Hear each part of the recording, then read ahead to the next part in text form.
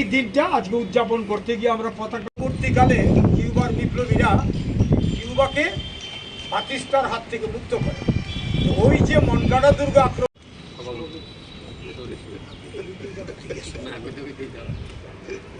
পুষ্পার্পণ করবেন জেলা কমিটির সম্পাদক কমরেড মধু দাস। একে একে প্রত্যেককে শ্রদ্ধা জানানোর জন্য অনুরোধ করা হচ্ছে।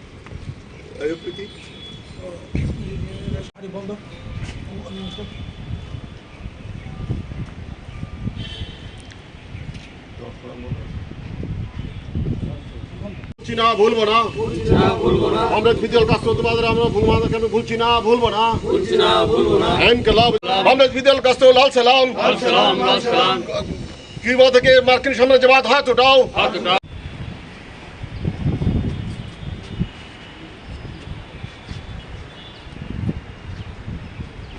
কিউবা আজকে যে সমাজতন্ত্রের কিউবা তার সূচনা কমরেড ফিদেল কাস্ত্রোর নেতৃত্বে সামান্য কিছু বিপ্লবী প্রথমে এটা শুরু করেছিলেন। এরপরে দীর্ঘ লড়াই হয়। এই লড়াইয়ের মধ্য দিয়ে ঠিক আমেরিকার একেবারে উপকণ্ঠে 100 কিলোমিটারও না আমেরিকার থেকে দূরত্ব মূল ভূখণ্ড থেকে এই বিপ্লব সংঘটিত হয় এবং তখন তার সঙ্গে কমিউনিস্ট আদর্শ যুক্ত হয়। সমাজতান্ত্রিক কিউবা তার জন্ম লাভ করেন। এই কিউবা বিপ্লব সম্পন্ন হওয়ার পরে 1962 থেকে আমেরিকা কিউবার বিরুদ্ধে অবরোধ গড়ে তুলেছে। খাদ্য যেতে পারবে না, ঔষধ যেতে পারবে না, এমনকি বাচ্চাদের স্কুল সামগ্রী পঠন পাঠনের এটাও যেতে পারবে না। এই ধরনের একটা অবরোধ এটা দীর্ঘদিন আজকে পর্যন্ত চলছে। তাই সারা ভারত কৃষক সভা কিউবান সলিডারিটি একটা সংগঠন আমাদের দেশের মধ্যে তৈরি হয়েছে। সারা ভারত কৃষক সভা তার অন্যতম একটি অংশ। আমরা সিদ্ধান্ত করেছি কিউবার বিপ্লবের মহান বিপ্লবের এই যে সূচনার দিনটি থেকে আমরা এক সপ্তাহ 26 থেকে 1 আগস্ট পর্যন্ত গোটা দেশে এ প্রচার আমরা চালাবো। এবং আমরা আরো একটা সিদ্ধান্ত নিয়েছি, আমাদের যারা সংগঠনের সভ্য প্রত্যেকে কমপক্ষে 1 টাকা দিয়ে এই কিউবার স্যাংশনের বিরুদ্ধে আমাদের অর্থ সাহায্য আমরা করব। আমাদের কেন্দ্রীয় কমিটি সিদ্ধান্ত নিয়েছে এবং গোটা দেশেই সংগ্রহ চলছে এবং এই সংগ্রহ আমরা আমাদের দেশের যে কিউবা সংহতি সংগঠন আছে তার মারফতে আমরা কিউবা কাছে পাঠাবো। এর আগেও 1995-এ তখন সারা ভারত কৃষক সভা আমাদের সবচেয়ে প্রবীণ নেতা, আজকে তিনি প্রয়াত, হরকিষাণ সিরজিতের নেতৃত্বে কিউবায় 1 জাহাজ বলা যেতে পারে গম এবং খাদ্য সামগ্রী, আর আমাদের ছাত্র ফেডারেশন তখন কিউবার ছাত্রদের জন্য খাতা, বই এবং সেখানে পেন্সিল সামগ্রী সহ ইত্যাদি তুলে দিয়ে ওষুধপত্র আমাদের বিভিন্ন জায়গাতে আমরা তুলে দিয়েছিলাম। এই জায়গায় যেটা বলার ব্যাপার, তারপরেও তারা এই সমাজতন্ত্রের আদর্শকে লক্ষ্য রেখেই এই কাজ করছেন। কিউবার বিপ্লবের যে নেতা ফিদেল কাস্ত্রো 90 বছরে তিনি প্রয়াত হন। এই বছর তার জন্মশতবার্ষিকীও আছে, এটা 13ই আগস্ট হবে। তা আমরা আমাদের রাজ্যে প্রথম অবস্থাতে এইটা সারা রাজ্যে এটা পালিত হবে আজকে থেকে এবং আমরা সংগ্রহ করব আমাদের সভ্যদের কাছ থেকে। এরপরে আমরা 1 তারিখে আগরতলায় একটি আলোচনা সভা করব কিউবা বিপ্লবের উপর সংহতি জানিয়ে। 1 তারিখ বিকাল 4টায় আমাদের এই অফিসেই হবে।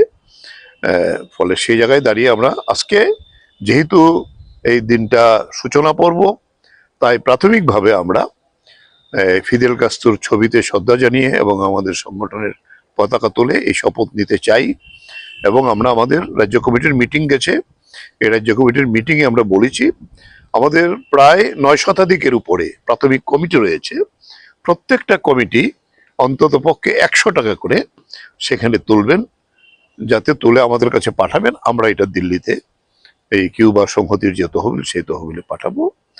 এই যে সমাজতান্ত্রিক বিপ্লবের প্রতি অজেয় বিপ্লব, এত আক্রমণ, এত আমেরিকার নাকের ডগায় দাঁড়িয়ে তারা যে লড়াইটা করছেন, সাফল্য হলো এই যে কোভিড হয়েছিল 1 বছর, গোটা কিউবাতে কোনো কোভিড মহামারী ঢুকতে দেয়নি তারা, সেখানকার ডাক্তাররা বিশ্ববিখ্যাত ডাক্তার। এবং কোভিডের সময়তে তারা পৃথিবীর 25 থেকে 30টা দেশে ডাক্তার ওষুধ পাঠিয়ে কোভিডের বিরুদ্ধে সেই সংগ্রাম করেছেন। আজকেও কিউবা এত কিছুর পরেও সমাজতান্ত্রিক নির্মাণকে সামনে রেখে কিউবার স্বাস্থ্য পরিষেবা পৃথিবীর মধ্যে সেরা, এই কাজ তারা করে চলেছেন। কিউবার বিপ্লব আরেকটা মূল কারণ কেন আমেরিকা তো ভয়, কারণ এই বাতিস্তা যে ছিল কিউবার বিপ্লবের এই যে নেতা, তিনি প্রথম যে কাজটা করেছিলেন বিপ্লবে, 1 লক্ষ গ্রামীণ কৃষককে জমি দিয়েছিলেন। এটাই হলো আমেরিকার সবচেয়ে বড় ইয়ে, যে সাধারণ মানুষকে জমি দিয়েছিলেন, শৃঙ্খল মুক্ত করেছিলেন। এবং এখানে আজকে সমাজতান্ত্রিক কিউবা এই দীর্ঘদিন যাবৎ এটা দাঁড়িয়ে আছেন এত বাধা সত্ত্বেও। তাই তার পাশে দাঁড়ানো কৃষক সবার একটা প্রধান দায়িত্ব। এই দায়িত্বের জন্য আমরা এই সপ্তাহব্যাপী এই ক্যাম্পেইন আমরা করব এবং ফিদেল কাস্ত্রোকে স্মরণে রেখে আমরা আরো প্রোগ্রাম আমরা কিউবে নেব। আজকের প্রাথমিকভাবে এই সূচনা লগ্নে আমি যারা এসছেন তাদের বলবো যে যার যার এলাকাতে এই কাজটা করার জন্য আপনারা দায়িত্ব নেবেন, এই আবেদন রেখে আবারও সবাইকে সংগ্রামে অভিনন্দন জানিয়ে এবং ফিদেল কাস্ত্রোর প্রতি আমাদের শ্রদ্ধা এবং কিউবান বিপ্লবের যে ধারা তাকে অব্যাহত রাখার জন্য ভারতবর্ষের কৃষকরা তার পাশে আছে, এই বার্তা দিয়েই আমরা আমাদের আজকের কর্মসূচি এখানে শেষ করতে চাই। ইনকিলাব জিন্দাবাদ।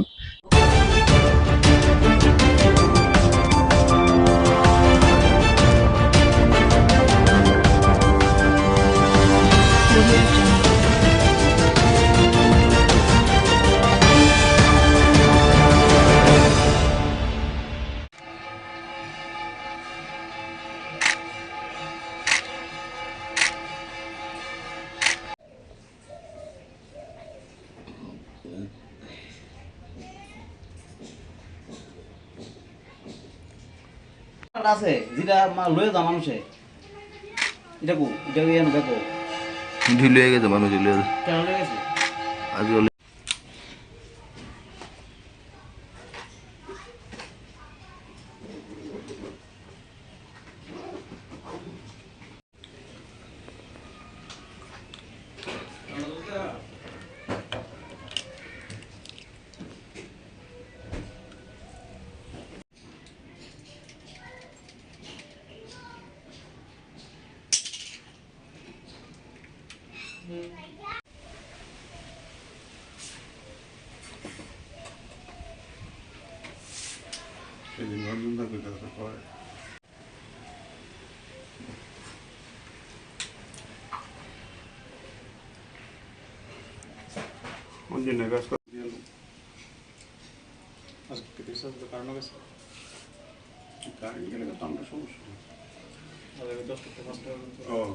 লাইন চেঞ্জ করবো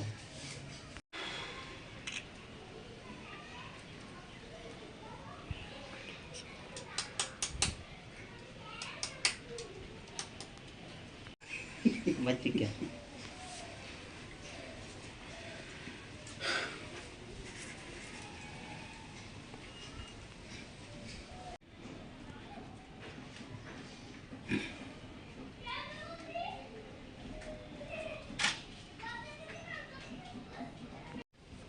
তুমি উপরে উপরে ভিতরে ভিতরে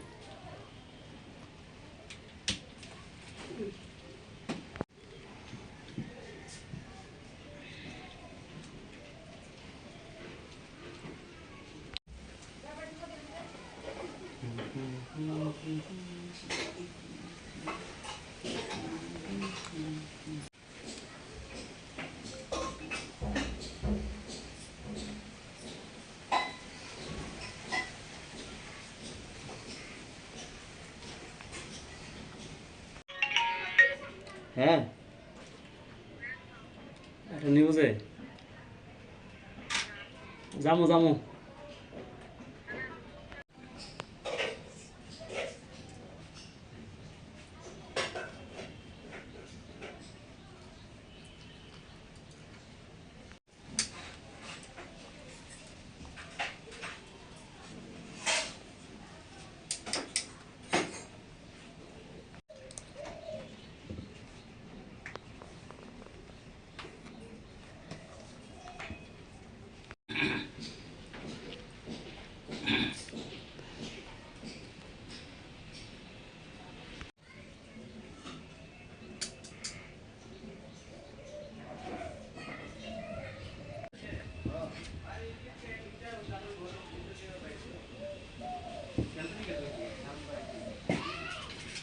বিস্তারিত বলেন।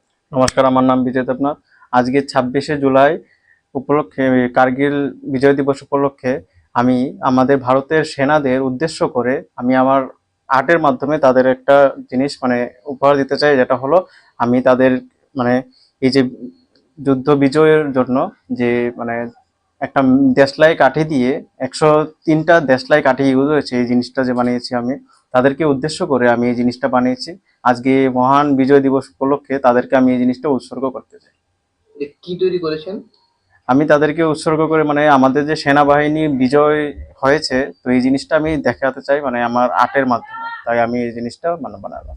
দেশলাই জিনিস দিয়ে তৈরি করেছেন এগুলো? এটা দেশলাই কাঠি ইউজ হয়েছে, তারপর আঠা ইউজ হয়েছে, কালার ইউজ করেছি, আমি একটু কাগজ ইউজ হয়েছে। এটা বানাতে কতদিন সময় লেগেছে? এটা বানাতে মূলত আমার 4 থেকে 5 ঘন্টা সময় লেগেছে। এটা কি জিনিসটা? এটা মেছের কাঠি? হ্যাঁ, দেশলাই কাঠি। এটা মূলত কি মেসেজ দিয়ে চাইছেন এই ধরনের জিনিস? এটাই আমাদের যে সৈন্যরা পাকিস্তানকে হারিয়ে বিজয় অর্জন করেছে, তো সেটাই উদ্দেশ্য করে আমি তাদেরকে উৎসর্গ করতে চাই যে এই জিনিসটা।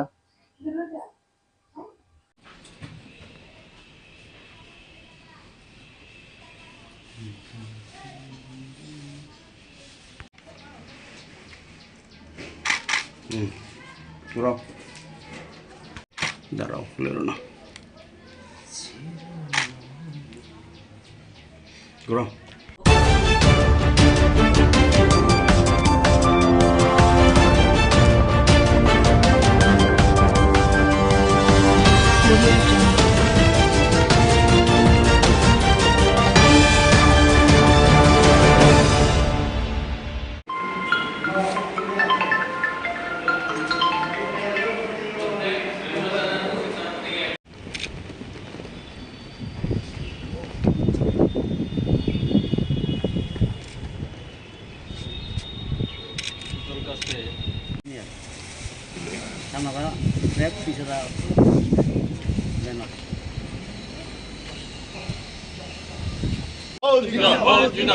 ইনকলাব জিন্দাবাদ, সারা ভারত কৃষক সভা। লক্ষ্যে অত্যাচারী সরকার কিউবার জনগণের বিপ্লবী নেতা কমরেড ফিদেল কাস্ত্রোর নেতৃত্বে এবং তার ভাই আক্রমণ করেছিলেন, কিন্তু বাতিস্তা সরকারের মিলিটারি সেই বিদ্রোহকে দমন করে। 1953 সালে কিউবায় আমরা উদযাপন করছি।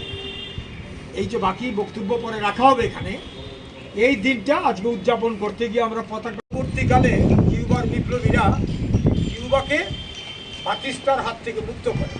তো ওই যে মনকাডা দুর্গ আক্রমণ,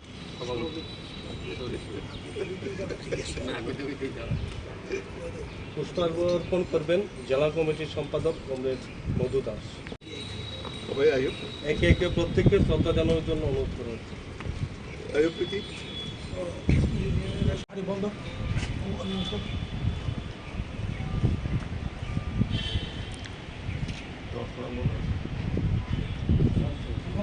না ভুলবো না, কমরেড ফিদেল কাস্ত্রো তোমাদের আমরা ভুলছি না, ভুলবো না। ইনকলাব কমরেড ফিদেল কাস্ত্রো, লাল সালাম। কিউবা থেকে মার্কিন সাম্রাজ্যবাদ হাত উঠাও।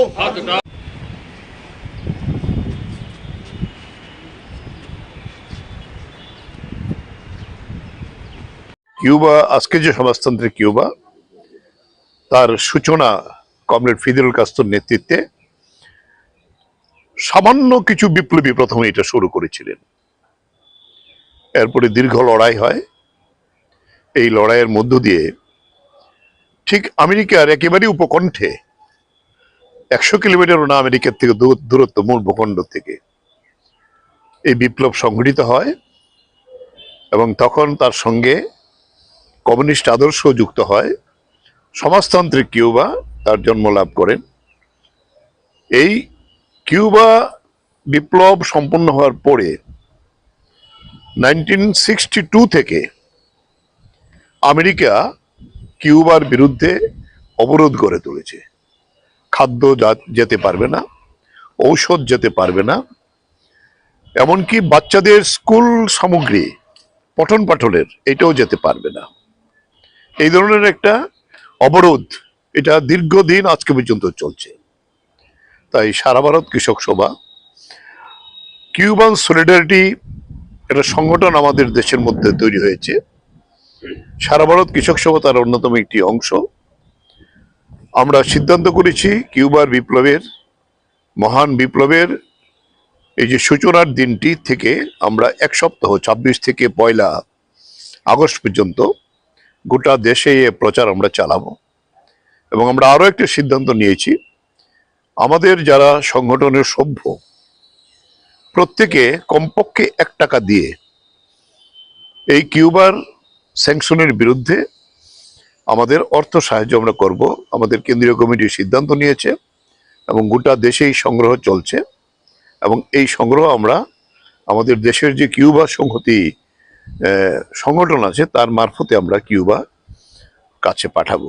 এর আগেও 1995-এ তখন সারা ভারত কৃষক সভা আমাদের সবচেয়ে প্রবীণ নেতা, আজকে তিনি প্রয়াত, হরকিষাণ সিরজিতের নেতৃত্বে কিউবায় 1 জাহাজ বলা যেতে পারে গম এবং খাদ্য সামগ্রী, আর আমাদের ছাত্র ফেডারেশন তখন কিউবার ছাত্রদের জন্য খাতা, বই এবং সেখানে পেন্সিল সামগ্রী সহ ইত্যাদি তুলে দিয়ে, ওষুধপত্র আমাদের বিভিন্ন জায়গাতে আমরা তুলে দিয়েছিলাম।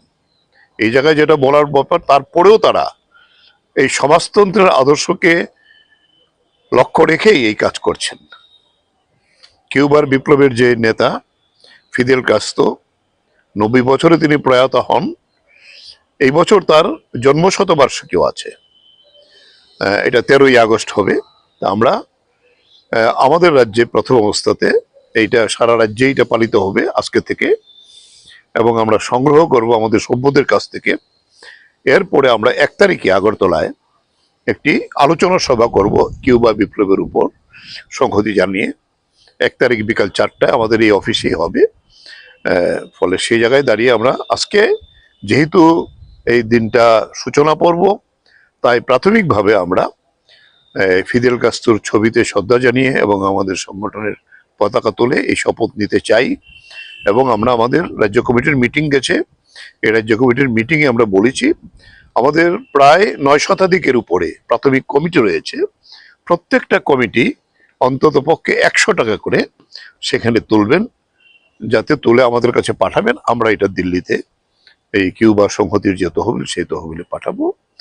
এই যে সমাজতান্ত্রিক বিপ্লবের প্রতি অজেয় বিপ্লব, এত আক্রমণ, এত আমেরিকার নাকের ডগায় দাঁড়িয়ে তারা যে লড়াইটা করছেন, সাফল্য হলো এই যে কোভিড হয়েছিল 1 বছর, গোটা কিউবাতে কোনো কোভিড মহামারী ঢুকতে দেয়নি তারা, সেখানকার ডাক্তাররা বিশ্ববিখ্যাত ডাক্তার।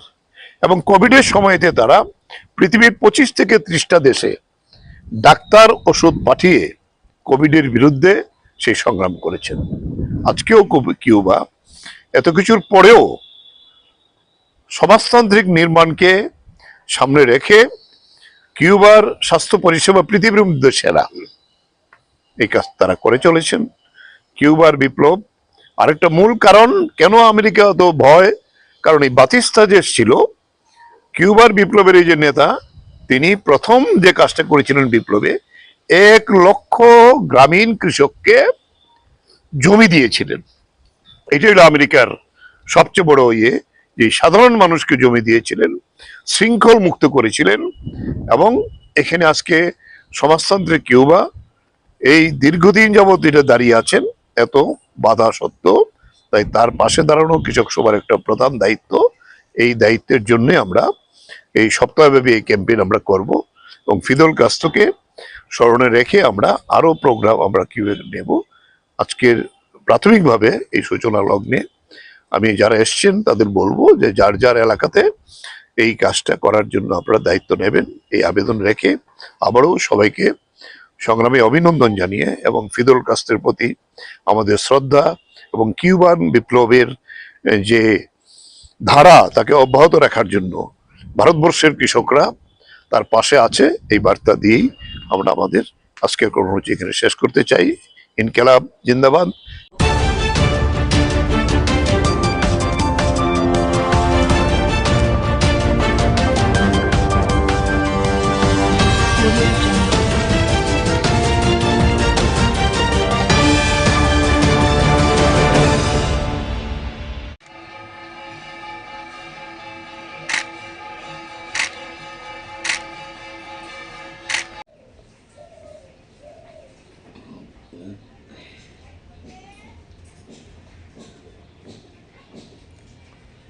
আছে যেটা লয়ে যা মানুষে এটা কো এটা দেখো ঢিল হয়ে গেছে মানুষ কেন লয়ে গেছে আজকে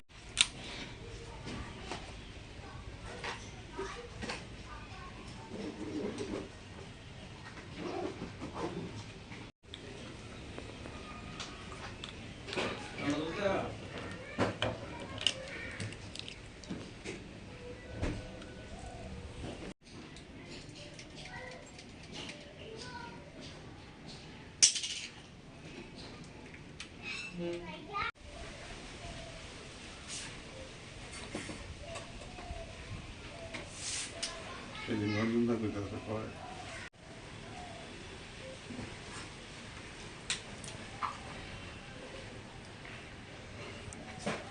অর্জুনের কাজ করে দিল আজকে দিশা তো কারণ গেছে কারণ গেলে তো আমরা সমস্যা আগে 10 থেকে 5 টাকা ও না লাইন চেঞ্জ করবো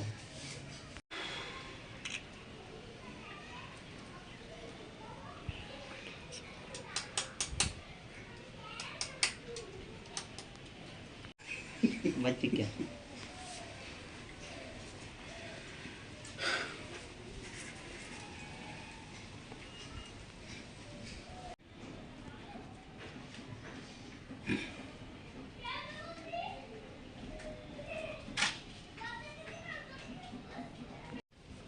তুমি উপরে উপরে ভিতরে ভিতরে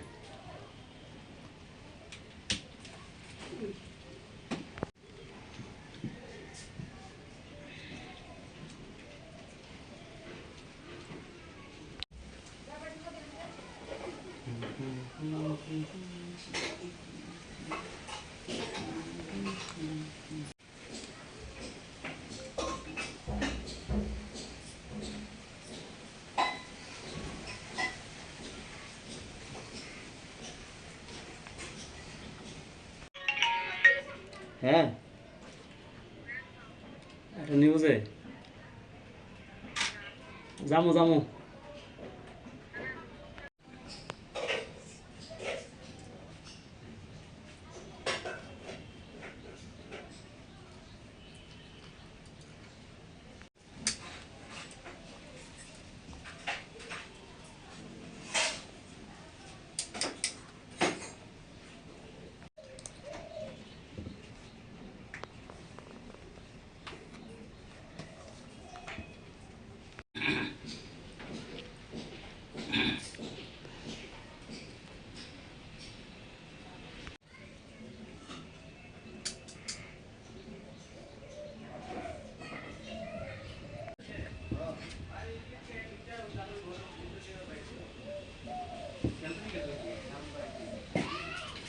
বিস্তারিত বলেন।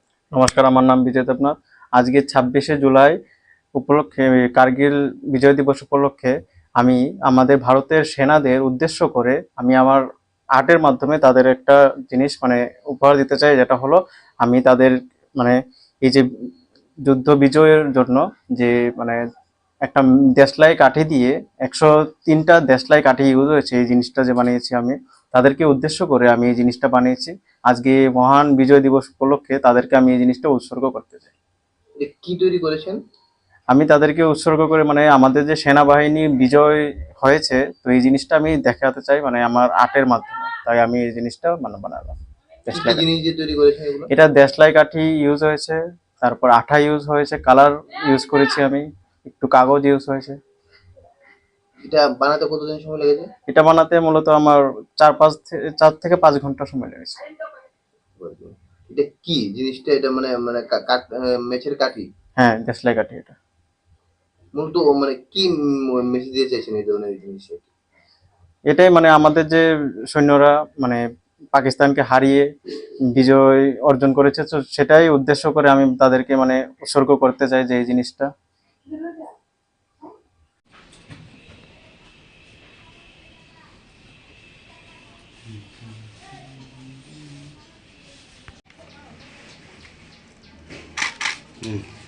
ঘুরাও, দাঁড়াও, লেরো না, ঘুরাও।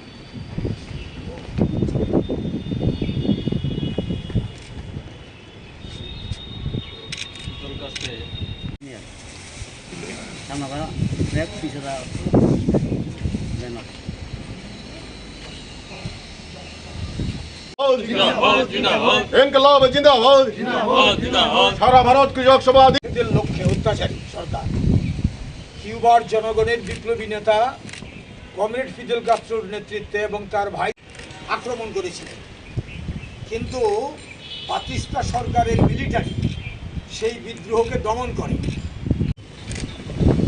1953 সালে কিউবায় আমরা উদযাপন করছি।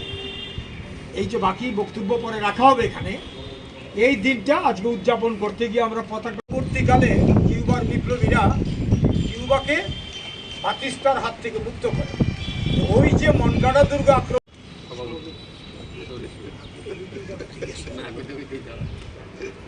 পুষ্পার্পণ করবেন জেলা কমিটির সম্পাদক কমরেড মধু দাস। একে একে প্রত্যেককে শ্রদ্ধা জানানোর জন্য অনুরোধ করা হচ্ছে।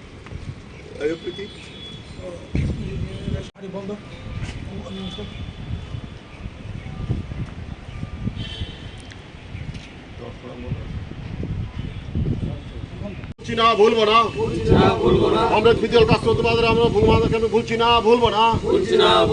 ইনকলাব কমরেড ফিদেল কাস্ত্রো লাল সালাম। কিউবা থেকে মার্কিন সাম্রাজ্যবাদ হাত উঠাও।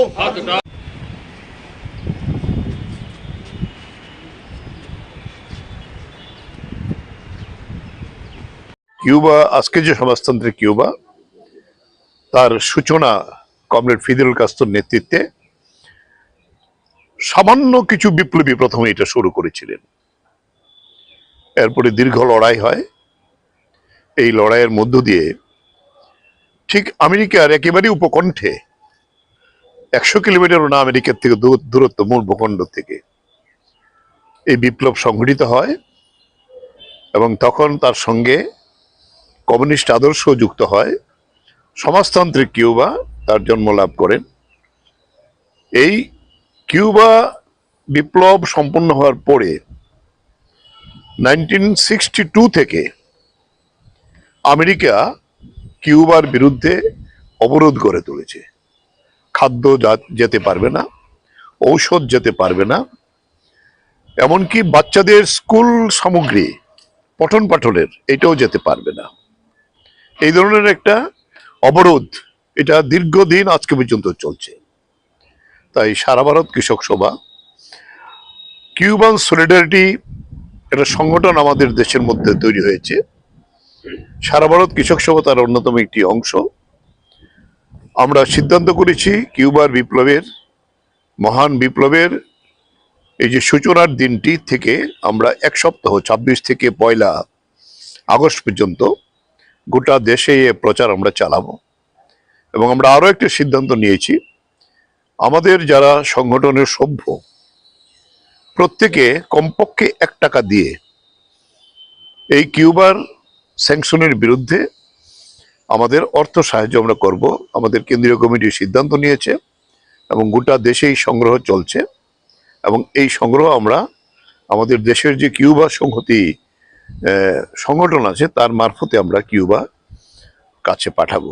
এর আগেও 1995-এ তখন সারা ভারত কৃষক সভা আমাদের সবচেয়ে প্রবীণ নেতা, আজকে তিনি প্রয়াত, হরকিষাণ সিরজুতির নেতৃত্বে কিউবায় এক জাহাজ বলা যেতে পারে গম এবং খাদ্য সামগ্রী, আর আমাদের ছাত্র ফেডারেশন তখন কিউবার ছাত্রদের জন্য খাতা, বই এবং সেখানে পেন্সিল সামগ্রী সহ ইত্যাদি তুলে দিয়ে, ওষুধপত্র আমাদের বিভিন্ন জায়গাতে আমরা তুলে দিয়েছিলাম।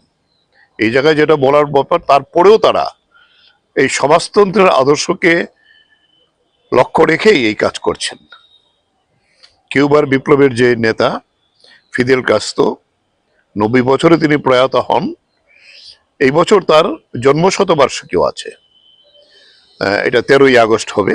আমরা আমাদের রাজ্যে প্রথম অবস্থাতে এইটা সারা রাজ্যে এটা পালিত হবে আজকে থেকে, এবং আমরা সংগ্রহ করব আমাদের সভ্যদের কাছ থেকে।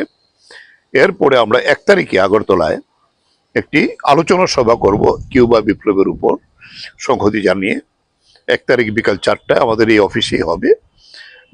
ফলে সেই জায়গায় দাঁড়িয়ে আমরা আজকে, যেহেতু এই দিনটা সূচনা পর্ব, তাই প্রাথমিকভাবে আমরা ফিদেল কাস্ত্রোর ছবিতে শ্রদ্ধা জানিয়ে এবং আমাদের সংগঠনের পতাকা তুলে এই শপথ নিতে চাই। এবং আমরা আমাদের রাজ্য কমিটির মিটিং গেছে, এই রাজ্য কমিটির মিটিংয়ে আমরা বলেছি আমাদের প্রায় 9 শতাধিকের উপরে প্রাথমিক কমিটি রয়েছে। প্রত্যেকটা কমিটি অন্তত পক্ষে 100 টাকা করে সেখানে তুলবেন, যাতে তুলে আমাদের কাছে পাঠাবেন। আমরা এটা দিল্লিতে এই কিউবা সংহতির যে তহবিল, সেই তহবিলে পাঠাবো। এই যে সমাজতান্ত্রিক বিপ্লবের প্রতি অজেয় বিপ্লব, এত আক্রমণ, এত আমেরিকার নাকের ডগায় দাঁড়িয়ে তারা যে লড়াইটা করছেন, সাফল্য হলো এই যে কোভিড হয়েছিল 1 বছর, গোটা কিউবাতে কোনো কোভিড মহামারী ঢুকতে দেয়নি তারা, সেখানকার ডাক্তাররা বিশ্ববিখ্যাত ডাক্তার। এবং কোভিডের সময়তে তারা পৃথিবীর 25 থেকে 30টা দেশে ডাক্তার, ওষুধ পাঠিয়ে কোভিডের বিরুদ্ধে সেই সংগ্রাম করেছেন। আজকেও কিউবা এত কিছুর পরেও সমাজতান্ত্রিক নির্মাণকে সামনে রেখে কিউবার স্বাস্থ্য পরিষেবা পৃথিবীর মধ্যে সেরা, এই কাজ তারা করে চলেছেন। কিউবার বিপ্লব আরেকটা মূল কারণ কেন আমেরিকা তো ভয়, কারণ এই বাতিস্তা যে ছিল কিউবার বিপ্লবের এই যে নেতা, তিনি প্রথম যে কাজটা করেছিলেন বিপ্লবে, 1 লক্ষ গ্রামীণ কৃষককে জমি দিয়েছিলেন। এটাই হলো আমেরিকার সবচেয়ে বড় ইয়ে, যে সাধারণ মানুষকে জমি দিয়েছিলেন, শৃঙ্খল মুক্ত করেছিলেন। এবং এখানে আজকে সমাজতান্ত্রিক কিউবা এই দীর্ঘদিন যাবৎ এটা দাঁড়িয়ে আছেন এত বাধা সত্ত্বেও। তাই তার পাশে দাঁড়ানো কৃষক সভার একটা প্রধান দায়িত্ব। এই দায়িত্বের জন্য আমরা এই সপ্তাহব্যাপী এই ক্যাম্পেইন আমরা করব, এবং ফিদেল কাস্ত্রোকে স্মরণে রেখে আমরা আরো প্রোগ্রাম আমরা কিভাবে নেব। আজকের প্রাথমিকভাবে এই সূচনা লগ্নে আমি যারা এসছেন তাদের বলবো যে যার যার এলাকাতে এই কাজটা করার জন্য আপনারা দায়িত্ব নেবেন, এই আবেদন রেখে আবারও সবাইকে সংগ্রামে অভিনন্দন জানিয়ে এবং ফিদেল কাস্ত্রোর প্রতি আমাদের শ্রদ্ধা এবং কিউবান বিপ্লবের যে ধারা তাকে অব্যাহত রাখার জন্য ভারতবর্ষের কৃষকরা তার পাশে আছে, এই বার্তা দিয়েই আমরা আমাদের আজকের কর্মসূচি এখানে শেষ করতে চাই। ইনকিলাব জিন্দাবাদ।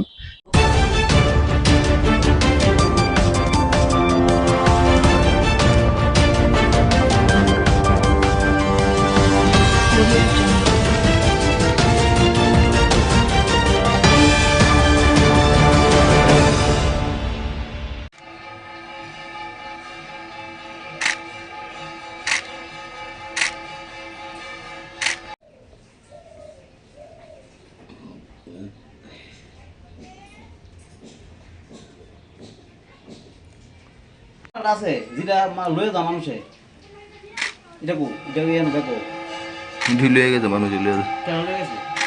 আজকে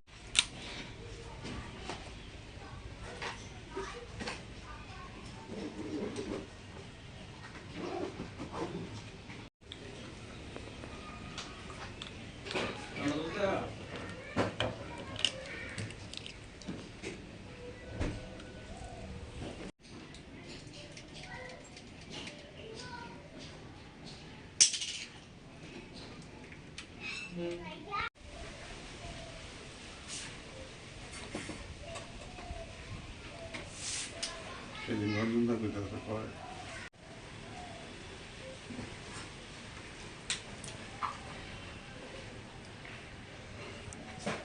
অঞ্জনে গাছ দিয়ে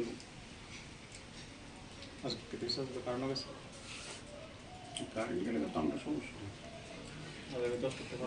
ও লাইন চেঞ্জ করবো।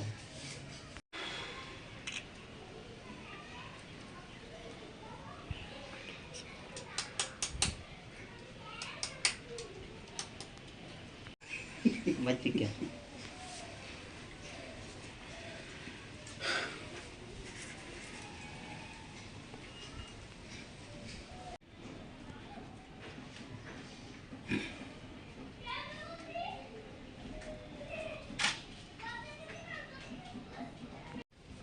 তুমি উপরে উপরে ভিতরে ভিতরে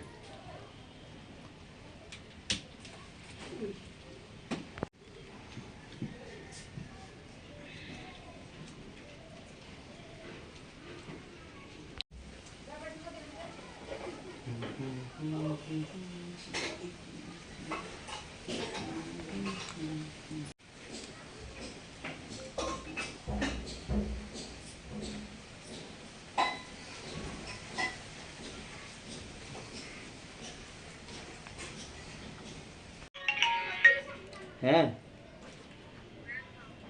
একটা নিউজে যামু যামু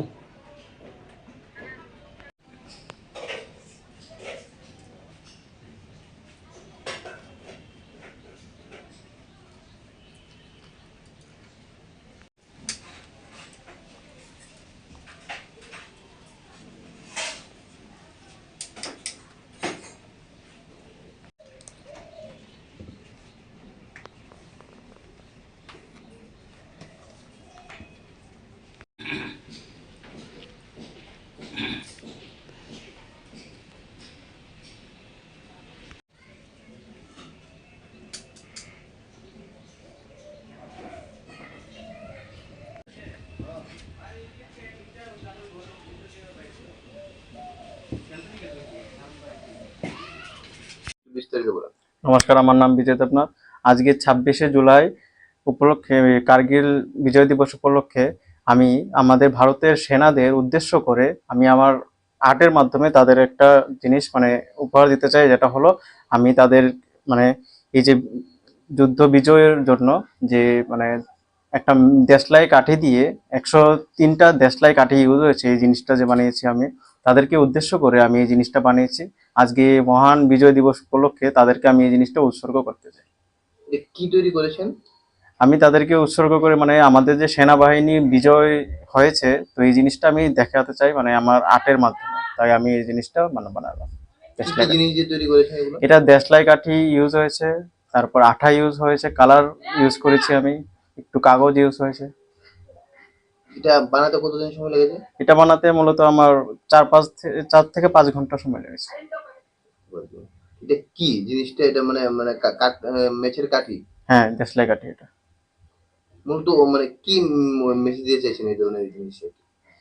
এটাই মানে আমাদের যে সৈন্যরা মানে পাকিস্তানকে হারিয়ে বিজয় অর্জন করেছে, তো সেটাই উদ্দেশ্য করে আমি তাদেরকে মানে উৎসর্গ করতে চাই যে এই জিনিসটা।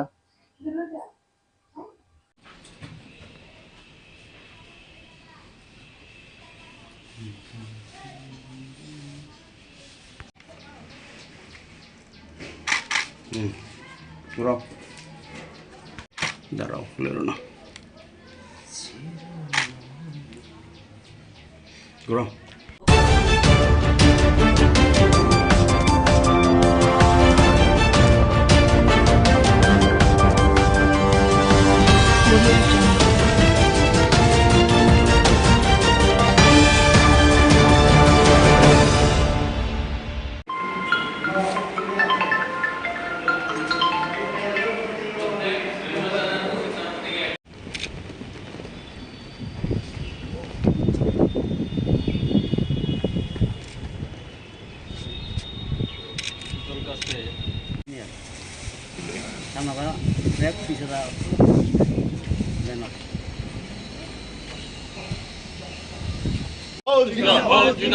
ইনকলাব জিন্দাবাদ, সারা ভারত কৃষক সভা লক্ষ্যে অত্যাচারী সরকার কিউবার জনগণের বিপ্লবী নেতা কমরেড ফিদেল কাস্ত্রোর নেতৃত্বে এবং তার ভাই আক্রমণ করেছিলেন, কিন্তু বাতিস্তা সরকারের মিলিটারি সেই বিদ্রোহকে দমন করে।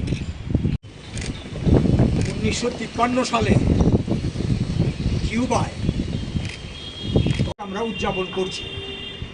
এই যে বাকি বক্তব্য পরে রাখা হবে এখানে, এই দিনটা আজকে উদযাপন করতে গিয়ে আমরা পতাকা পরবর্তীকালে কিউবার বিপ্লবীরা কিউবাকে বাতিস্তার হাত থেকে মুক্ত করে। তো ওই যে মনকাডা দুর্গ আক্রমণ,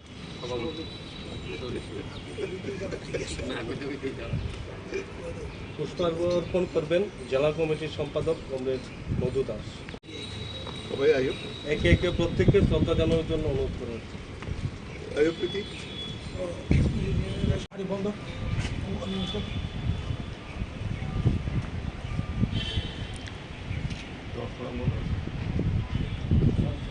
ভুলছি না, ভুলবো না। কমরেড ফিদেল কাস্ত্রো তোমাদের আমরা ভুলছি না, ভুলবো না। ইনকিলাব কমরেড ফিদেল কাস্ত্রো লাল সালাম। কিউবা থেকে মার্কিন সাম্রাজ্যবাদ হাত উঠাও।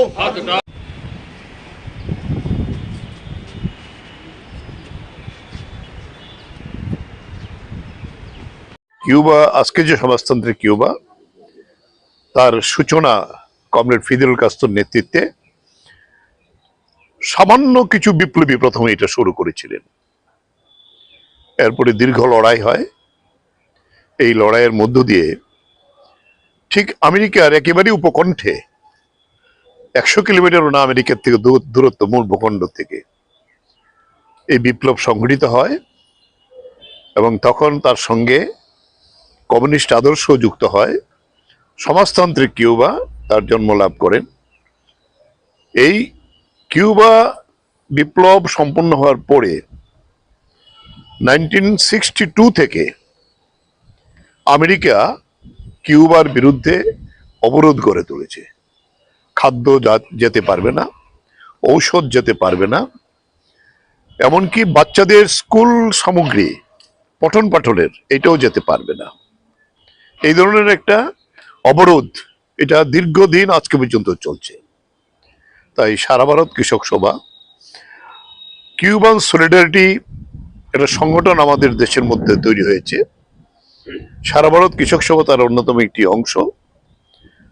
আমরা সিদ্ধান্ত করেছি কিউবার বিপ্লবের, মহান বিপ্লবের এই যে সূচনার দিনটি থেকে আমরা 1 সপ্তাহ 26 থেকে 1 আগস্ট পর্যন্ত গোটা দেশে এ প্রচার আমরা চালাবো।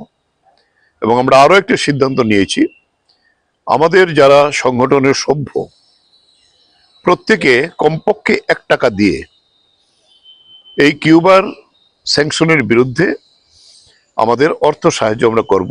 আমাদের কেন্দ্রীয় কমিটি সিদ্ধান্ত নিয়েছে এবং গোটা দেশেই সংগ্রহ চলছে এবং এই সংগ্রহ আমরা আমাদের দেশের যে কিউবা সংহতি সংগঠন আছে তার মারফতে আমরা কিউবা কাছে পাঠাবো। এর আগেও 1995-এ তখন সারা ভারত কৃষক সভা আমাদের সবচেয়ে প্রবীণ নেতা, আজকে তিনি প্রয়াত, হরকিষাণ সিরজিতের নেতৃত্বে কিউবায় 1 জাহাজ বলা যেতে পারে গম এবং খাদ্য সামগ্রী, আর আমাদের ছাত্র ফেডারেশন তখন কিউবার ছাত্রদের জন্য খাতা, বই এবং সেখানে পেন্সিল সামগ্রী সহ ইত্যাদি তুলে দিয়ে, ওষুধপত্র আমাদের বিভিন্ন জায়গাতে আমরা তুলে দিয়েছিলাম। এই জায়গায় যেটা বলার ব্যাপার, তারপরেও তারা এই সমাজতন্ত্রের আদর্শকে লক্ষ্য রেখেই এই কাজ করছেন। কিউবার বিপ্লবের যে নেতা ফিদেল কাস্ত্রো 90 বছরে তিনি প্রয়াত হন। এই বছর তার জন্মশতবার্ষিকীও আছে, এটা 13ই আগস্ট হবে। তা আমরা আমাদের রাজ্যে প্রথম অবস্থাতে এইটা সারা রাজ্যে এটা পালিত হবে আজকে থেকে এবং আমরা সংগ্রহ করব আমাদের সভ্যদের কাছ থেকে। এরপরে আমরা 1 তারিখে আগরতলায় একটি আলোচনা সভা করব কিউবা বিপ্লবের উপর সংহতি জানিয়ে। 1 তারিখ বিকাল 4টায় আমাদের এই অফিসেই হবে। ফলে সেই জায়গায় দাঁড়িয়ে আমরা আজকে যেহেতু এই দিনটা সূচনা পর্ব, তাই প্রাথমিকভাবে আমরা ফিদেল কাস্ত্রোর ছবিতে শ্রদ্ধা জানিয়ে এবং আমাদের সংগঠনের পতাকা তুলে এই শপথ নিতে চাই। এবং আমরা আমাদের রাজ্য কমিটির মিটিং গেছে, এই রাজ্য কমিটির মিটিংয়ে আমরা বলেছি আমাদের প্রায় 9 শতাধিকের উপরে প্রাথমিক কমিটি রয়েছে, প্রত্যেকটা কমিটি অন্তত পক্ষে 100 টাকা করে সেখানে তুলবেন, যাতে তুলে আমাদের কাছে পাঠাবেন। আমরা এটা দিল্লিতে এই কিউবা সংহতির যে তহবিল সেই তহবিলে পাঠাবো। এই যে সমাজতান্ত্রিক বিপ্লবের প্রতি অজেয় বিপ্লব, এত আক্রমণ, এত আমেরিকার নাকের ডগায় দাঁড়িয়ে তারা যে লড়াইটা করছেন, সাফল্য হলো এই যে কোভিড হয়েছিল 1 বছর, গোটা কিউবাতে কোনো কোভিড মহামারী ঢুকতে দেয়নি তারা, সেখানকার ডাক্তাররা বিশ্ববিখ্যাত ডাক্তার। এবং কোভিডের সময়তে তারা পৃথিবীর 25 থেকে 30টা দেশে ডাক্তার ওষুধ পাঠিয়ে কোভিডের বিরুদ্ধে সেই সংগ্রাম করেছেন। আজকেও কিউবা এত কিছুর পরেও সমাজতান্ত্রিক নির্মাণকে সামনে রেখে কিউবার স্বাস্থ্য পরিষেবা পৃথিবীর মধ্যে সেরা, এই কাজ তারা করে চলেছেন। কিউবার বিপ্লব আরেকটা মূল কারণ কেন আমেরিকা তো ভয়, কারণ এই বাতিস্তা যে ছিল কিউবার বিপ্লবের এই যে নেতা, তিনি প্রথম যে কাজটা করেছিলেন বিপ্লবে 1 লক্ষ গ্রামীণ কৃষককে জমি দিয়েছিলেন। এটাই হলো আমেরিকার সবচেয়ে বড় যে সাধারণ মানুষকে জমি দিয়েছিলেন, শৃঙ্খল মুক্ত করেছিলেন। এবং এখানে আজকে সমাজতান্ত্রিক কিউবা এই দীর্ঘদিন যাবৎ এটা দাঁড়িয়ে আছেন এত বাধা সত্ত্বেও। তাই তার পাশে দাঁড়ানো কৃষক সবার একটা প্রধান দায়িত্ব। এই দায়িত্বের জন্য আমরা এই সপ্তাহব্যাপী এই ক্যাম্পেইন আমরা করব এবং ফিদেল কাস্ত্রোকে স্মরণে রেখে আমরা আরো প্রোগ্রাম আমরা কিভাবে নেব। আজকের প্রাথমিকভাবে এই সূচনা লগ্নে আমি যারা এসছেন তাদের বলবো যে যার যার এলাকাতে এই কাজটা করার জন্য আপনারা দায়িত্ব নেবেন, এই আবেদন রেখে আবারও সবাইকে সংগ্রামে অভিনন্দন জানিয়ে এবং ফিদেল কাস্ত্রোর প্রতি আমাদের শ্রদ্ধা এবং কিউবান বিপ্লবের যে ধারা তাকে অব্যাহত রাখার জন্য ভারতবর্ষের কৃষকরা তার পাশে আছে, এই বার্তা দিয়েই আমরা আমাদের আজকের কর্মসূচি এখানে শেষ করতে চাই। ইনকিলাব জিন্দাবাদ।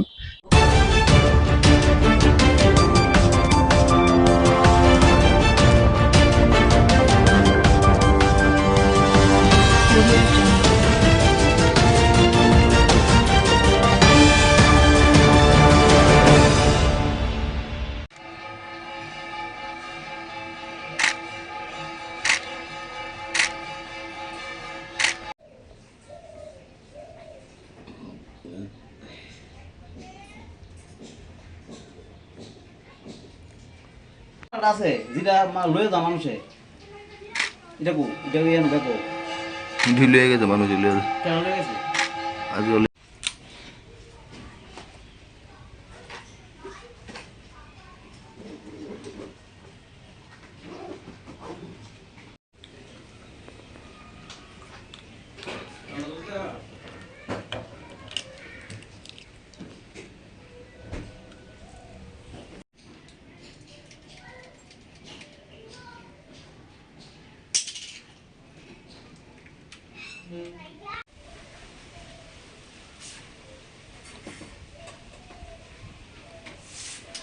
সেদিন রঞ্জন দা কইতে করে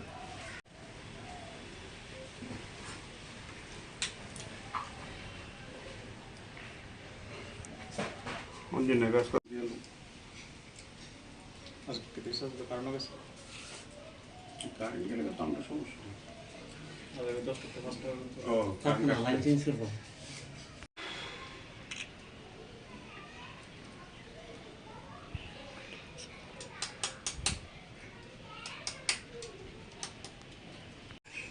বাচ্চা কে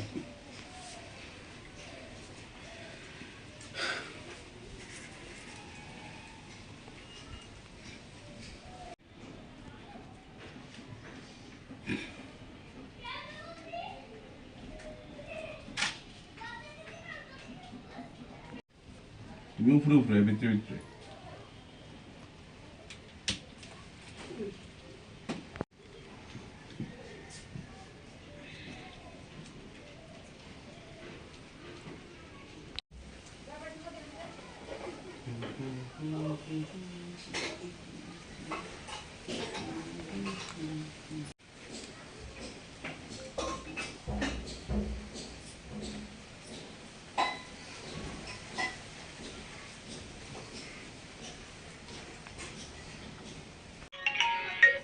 হ্যাঁ একটা নিউজে যামু যামু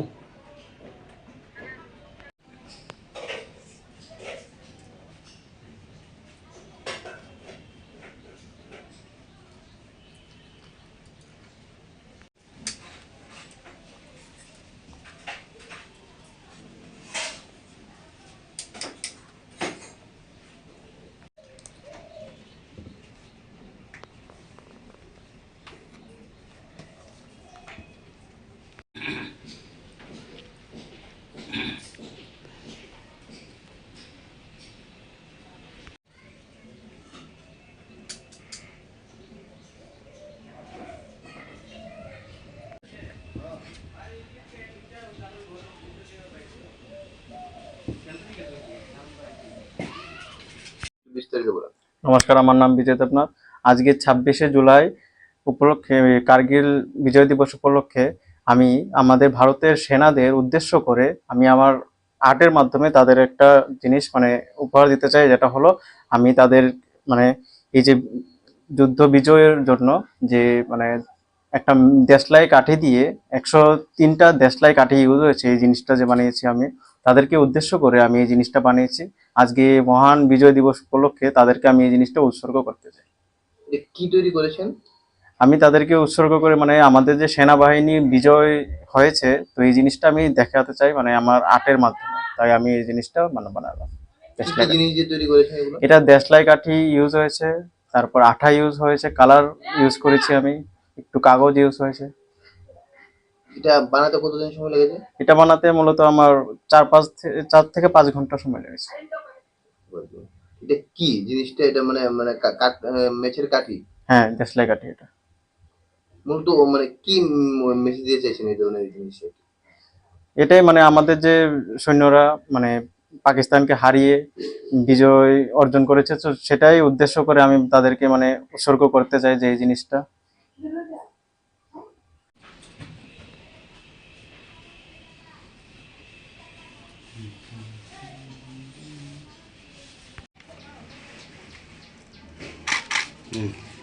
ঘুরাও, দাঁড়াও, লেরো না, ঘুরাও।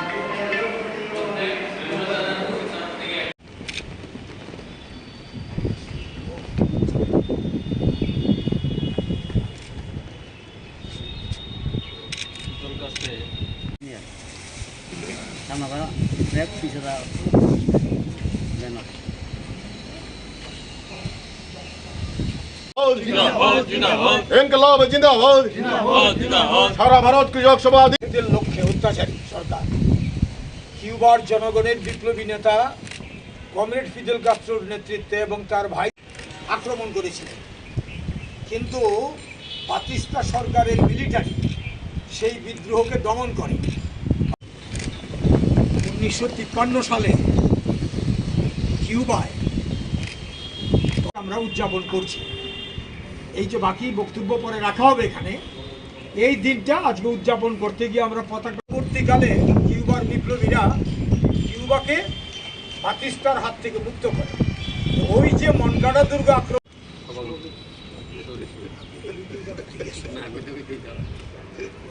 পুষ্পার্পণ করবেন জেলা কমিটির সম্পাদক কমরেড মধু দাস। একে একে প্রত্যেককে শ্রদ্ধা জানানোর জন্য অনুরোধ করা হচ্ছে।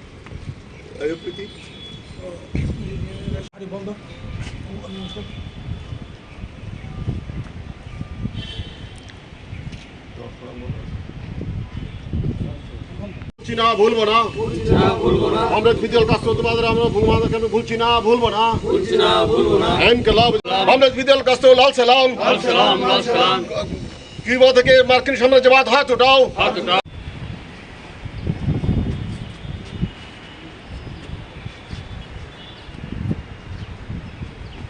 কিউবা, আজকে যে সমাজতান্ত্রিক কিউবা, তার সূচনা কমরেড ফিদেল কাস্ত্রোর নেতৃত্বে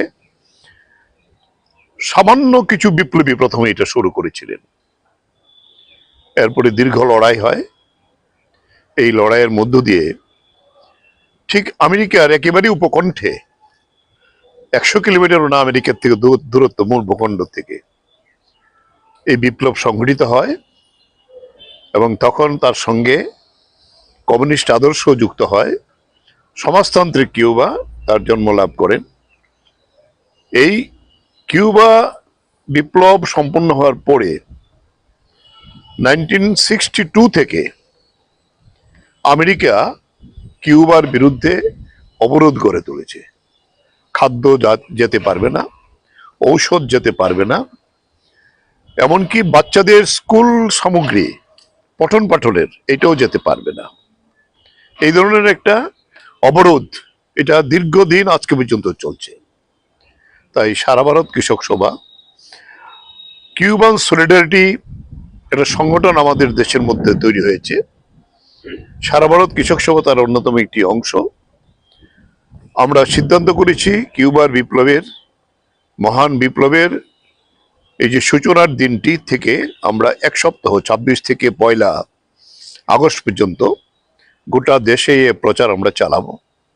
এবং আমরা আরো একটা সিদ্ধান্ত নিয়েছি, আমাদের যারা সংগঠনের সভ্য প্রত্যেকে কমপক্ষে 1 টাকা দিয়ে এই কিউবার স্যাংশনের বিরুদ্ধে আমাদের অর্থ সাহায্য আমরা করব।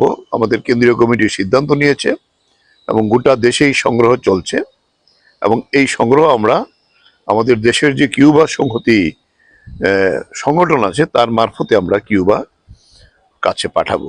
এর আগেও 1995-এ তখন সারা ভারত কৃষক সভা আমাদের সবচেয়ে প্রবীণ নেতা, আজকে তিনি প্রয়াত, হরকিষাণ সিরজিতের নেতৃত্বে কিউবায় 1 জাহাজ বলা যেতে পারে গম এবং খাদ্য সামগ্রী, আর আমাদের ছাত্র ফেডারেশন তখন কিউবার ছাত্রদের জন্য খাতা, বই এবং সেখানে পেন্সিল সামগ্রী সহ ইত্যাদি তুলে দিয়ে, ওষুধপত্র আমাদের বিভিন্ন জায়গাতে আমরা তুলে দিয়েছিলাম। এই জায়গায় যেটা বলার ব্যাপার, তারপরেও তারা এই সমাজতন্ত্রের আদর্শকে লক্ষ্য রেখেই এই কাজ করছেন। কিউবার বিপ্লবের যে নেতা ফিদেল কাস্ত্রো, 90 বছরে তিনি প্রয়াত হন। এই বছর তার জন্মশতবার্ষিকীও আছে, এটা 13ই আগস্ট হবে। তা আমরা আমাদের রাজ্যে প্রথম অবস্থাতে এইটা সারা রাজ্যে এটা পালিত হবে আজকে থেকে, এবং আমরা সংগ্রহ করব আমাদের সভ্যদের কাছ থেকে। এরপরে আমরা 1 তারিখে আগরতলায় একটি আলোচনা সভা করব কিউবা বিপ্লবের উপর সংহতি জানিয়ে। 1 তারিখ বিকাল 4টায় আমাদের এই অফিসেই হবে।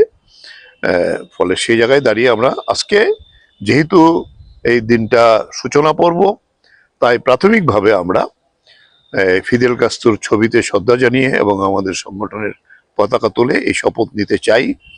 এবং আমরা আমাদের রাজ্য কমিটির মিটিং গেছে, এই রাজ্য কমিটির মিটিংয়ে আমরা বলেছি আমাদের প্রায় 9 শতাধিকের উপরে প্রাথমিক কমিটি রয়েছে। প্রত্যেকটা কমিটি অন্তত পক্ষে 100 টাকা করে সেখানে তুলবেন, যাতে তুলে আমাদের কাছে পাঠাবেন। আমরা এটা দিল্লিতে এই কিউবা সংহতির যে তহবিল, সেই তহবিলে পাঠাবো। এই যে সমাজতান্ত্রিক বিপ্লবের প্রতি অজেয় বিপ্লব, এত আক্রমণ, এত আমেরিকার নাকের ডগায় দাঁড়িয়ে তারা যে লড়াইটা করছেন, সাফল্য হলো এই যে কোভিড হয়েছিল 1 বছর, গোটা কিউবাতে কোনো কোভিড মহামারী ঢুকতে দেয়নি তারা, সেখানকার ডাক্তাররা বিশ্ববিখ্যাত ডাক্তার। এবং কোভিডের সময়তে তারা পৃথিবীর 25 থেকে 30টা দেশে ডাক্তার ওষুধ পাঠিয়ে কোভিডের বিরুদ্ধে সেই সংগ্রাম করেছেন। আজকেও কিউবা এত কিছুর পরেও সমাজতান্ত্রিক নির্মাণকে সামনে রেখে কিউবার স্বাস্থ্য পরিষেবা পৃথিবীর মধ্যে সেরা, এই কাজ তারা করে চলেছেন। কিউবার বিপ্লব আরেকটা মূল কারণ কেন আমেরিকা তো ভয়, কারণ এই বাতিস্তা যে ছিল কিউবার বিপ্লবের এই যে নেতা, তিনি প্রথম যে কাজটা করেছিলেন বিপ্লবে 1 লক্ষ গ্রামীণ কৃষককে জমি দিয়েছিলেন। এটাই হলো আমেরিকার সবচেয়ে বড় ইয়ে, যে সাধারণ মানুষকে জমি দিয়েছিলেন, শৃঙ্খল মুক্ত করেছিলেন। এবং এখানে আজকে সমাজতান্ত্রিক কিউবা এই দীর্ঘদিন যাবৎ এটা দাঁড়িয়ে আছেন এত বাধা সত্ত্বেও। তাই তার পাশে দাঁড়ানো কৃষক সবার একটা প্রধান দায়িত্ব। এই দায়িত্বের জন্য আমরা এই সপ্তাহব্যাপী এই ক্যাম্পেইন আমরা করব এবং ফিদেল কাস্ত্রোকে স্মরণে রেখে আমরা আরো প্রোগ্রাম আমরা কিউবে নেব। আজকের প্রাথমিকভাবে এই সূচনা লগ্নে আমি যারা এসছেন তাদের বলবো যে যার যার এলাকাতে এই কাজটা করার জন্য আপনারা দায়িত্ব নেবেন, এই আবেদন রেখে আবারও সবাইকে সংগ্রামে অভিনন্দন জানিয়ে এবং ফিদেল কাস্ত্রোর প্রতি আমাদের শ্রদ্ধা এবং কিউবান বিপ্লবের যে ধারা তাকে অব্যাহত রাখার জন্য ভারতবর্ষের কৃষকরা তার পাশে আছে, এই বার্তা দিয়েই আমরা আমাদের আজকের কর্মসূচি এখানে শেষ করতে চাই। ইনকিলাব জিন্দাবাদ।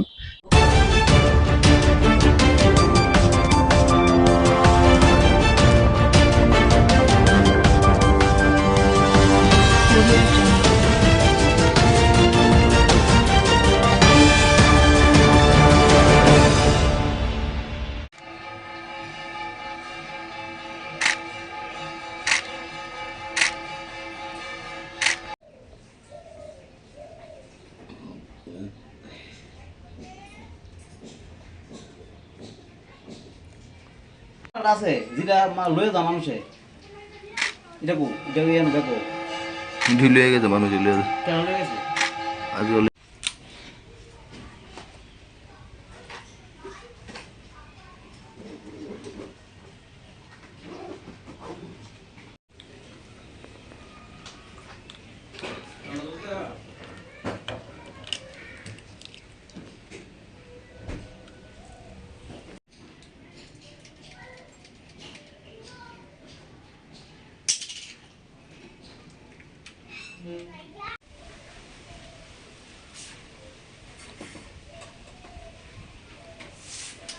সেদিন অর্জুন দা কইতে কথা কয়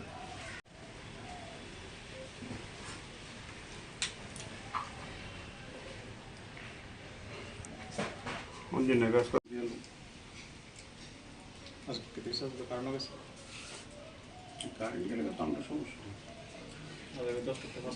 ও লাইন চেঞ্জ করবো।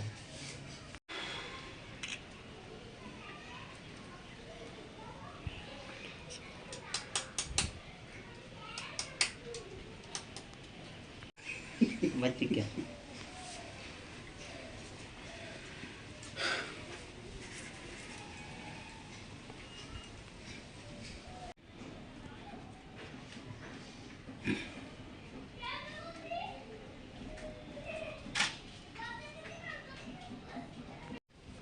তুমি উপরে উপরে ভিতরে ভিতরে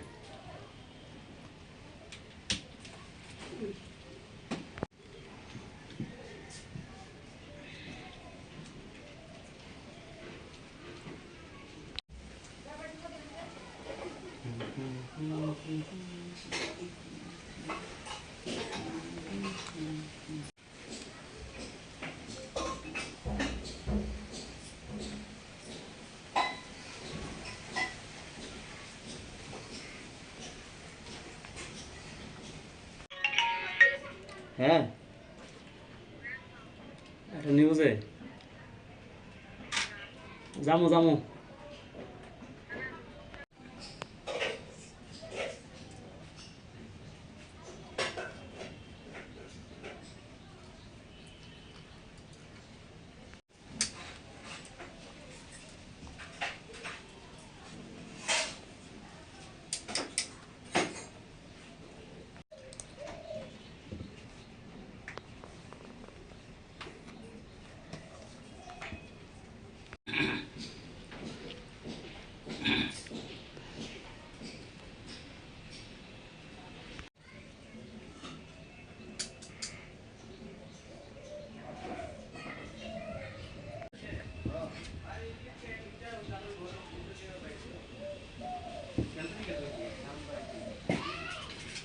বিস্তারিত বলেন। নমস্কার, আমার নাম বিজয় দেবনাথ।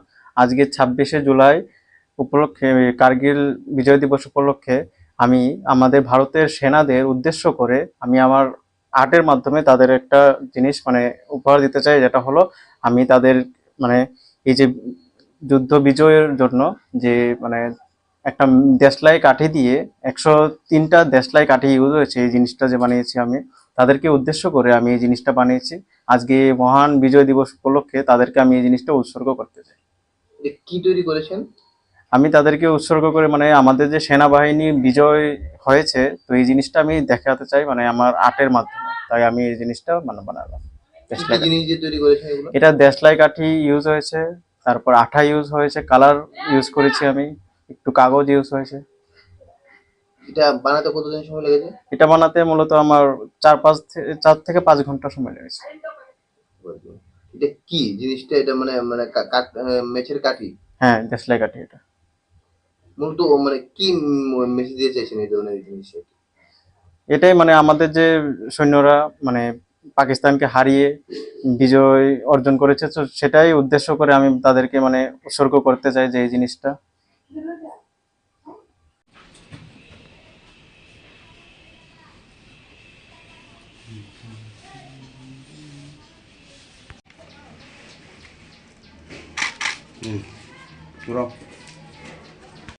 দাঁড়াও, লেরো না, ঘোরাও।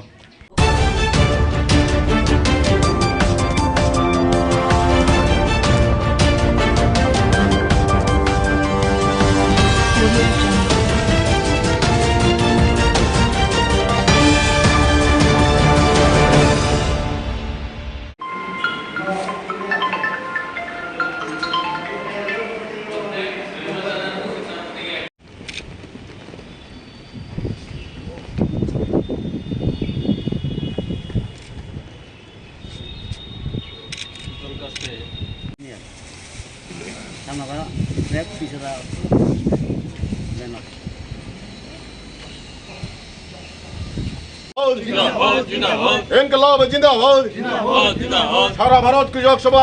লক্ষ্যে অত্যাচারী সরকার কিউবার জনগণের বিপ্লবী নেতা কমরেড ফিদেল কাস্ত্রোর নেতৃত্বে এবং তার ভাই আক্রমণ করেছিলেন, কিন্তু বাতিস্তা সরকারের মিলিটারি সেই বিদ্রোহকে দমন করে। 1953 সালে কিউবায় আমরা উদযাপন করছি। এই যে বাকি বক্তব্য পরে রাখা হবে এখানে, এই দিনটা আজকে উদযাপন করতে গিয়ে আমরা পতাকা পরবর্তীকালে কিউবার বিপ্লবীরা কিউবাকে বাতিস্তার হাত থেকে মুক্ত করে। তো ওই যে মনগাড়া দুর্গ আক্রমণ,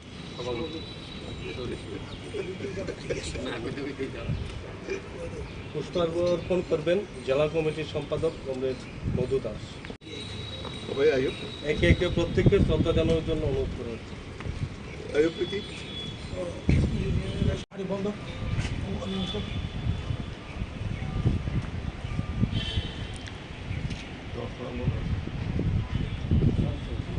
না ভুলবো না, আমরা ফিদেল কাস্ত্রো তোমাদের আমরা ভুলছি না, ভুলবো না। ইনকলাব, আমরা ফিদেল কাস্ত্রো, লাল সালাম। কিউবা থেকে মার্কিন সাম্রাজ্যবাদ হাত উঠাও।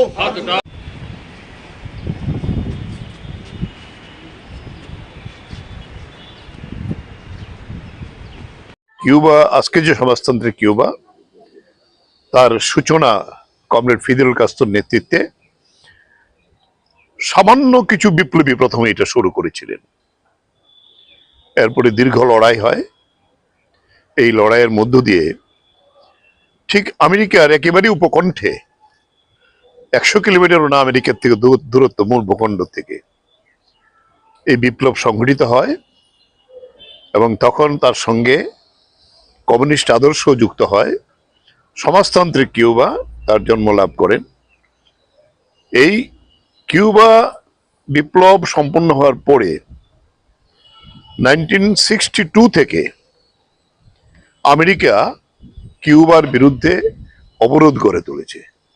খাদ্য যেতে পারবে না, ঔষধ যেতে পারবে না, এমনকি বাচ্চাদের স্কুল সামগ্রী পঠন পাঠনের এটাও যেতে পারবে না। এই ধরনের একটা অবরোধ এটা দীর্ঘদিন আজকে পর্যন্ত চলছে। তাই সারা ভারত কৃষক সভা, কিউবান সলিডারিটি একটা সংগঠন আমাদের দেশের মধ্যে তৈরি হয়েছে।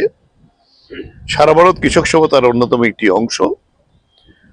আমরা সিদ্ধান্ত করেছি কিউবার বিপ্লবের, মহান বিপ্লবের এই যে সূচনার দিনটি থেকে আমরা এক সপ্তাহ 26 থেকে 1 আগস্ট পর্যন্ত গোটা দেশে এ প্রচার আমরা চালাবো।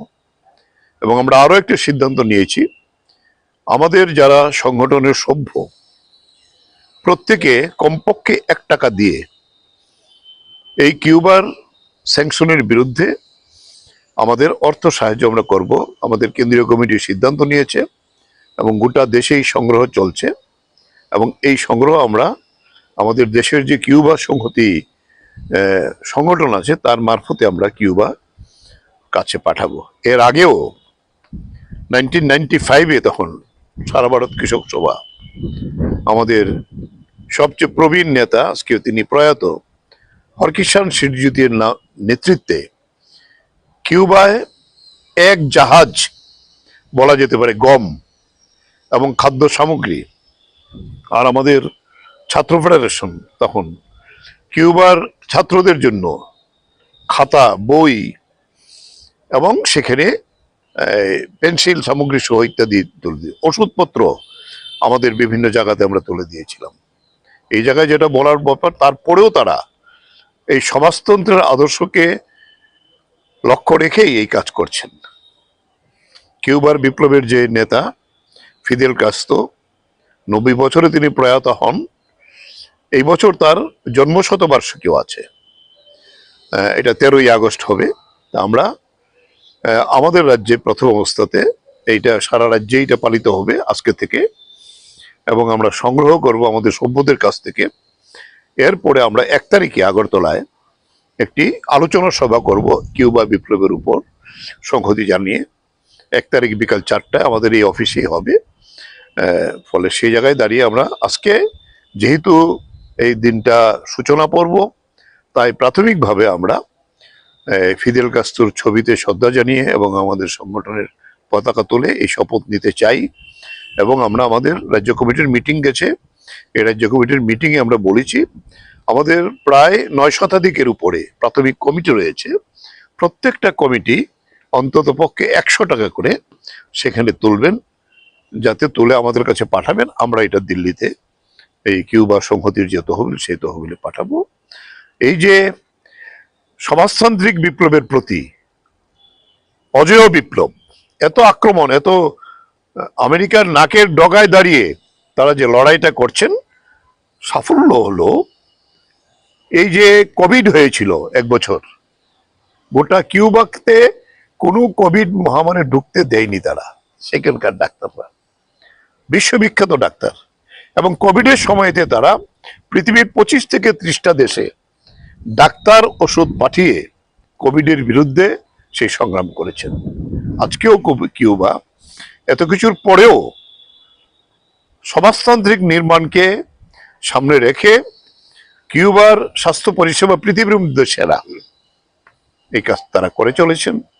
কিউবার বিপ্লব আরেকটা মূল কারণ কেন আমেরিকা তো ভয়, কারণ এই বাতিস্তা যে ছিল কিউবার বিপ্লবের এই যে নেতা, তিনি প্রথম যে কাজটা করেছিলেন বিপ্লবে 1 লক্ষ গ্রামীণ কৃষককে জমি দিয়েছিলেন। এটাই হলো আমেরিকার সবচেয়ে বড় যে সাধারণ মানুষকে জমি দিয়েছিলেন, শৃঙ্খল মুক্ত করেছিলেন। এবং এখানে আজকে সমাজতান্ত্রিক কিউবা এই দীর্ঘদিন যাবৎ এটা দাঁড়িয়ে আছেন এত বাধা সত্ত্বেও। তাই তার পাশে দাঁড়ানো কৃষক সভার একটা প্রধান দায়িত্ব। এই দায়িত্বের জন্য আমরা এই সপ্তাহব্যাপী এই ক্যাম্পেইন আমরা করব এবং ফিদেল কাস্ত্রোকে স্মরণে রেখে আমরা আরো প্রোগ্রাম আমরা কিভাবে নেব। আজকের প্রাথমিকভাবে এই সূচনা লগ্নে আমি যারা এসছেন তাদের বলবো যে যার যার এলাকাতে এই কাজটা করার জন্য আপনারা দায়িত্ব নেবেন, এই আবেদন রেখে আবারও সবাইকে সংগ্রামে অভিনন্দন জানিয়ে এবং ফিদেল কাস্ত্রোর প্রতি আমাদের শ্রদ্ধা এবং কিউবান বিপ্লবের যে ধারা তাকে অব্যাহত রাখার জন্য ভারতবর্ষের কৃষকরা তার পাশে আছে, এই বার্তা দিয়েই আমরা আমাদের আজকের কর্মসূচি এখানে শেষ করতে চাই। ইনকিলাব জিন্দাবাদ।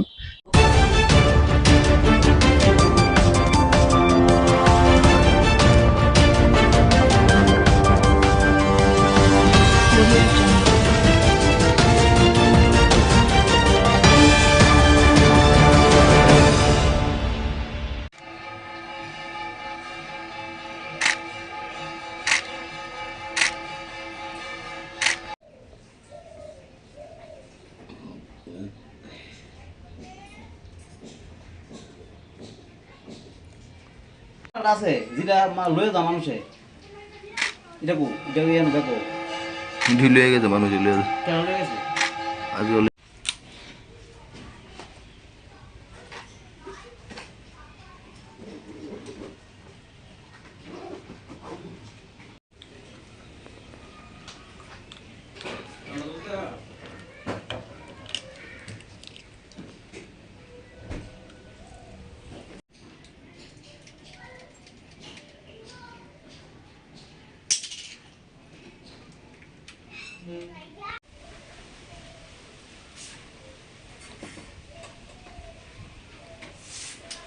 সেদিন অর্জুন দা কইতে কথা কয়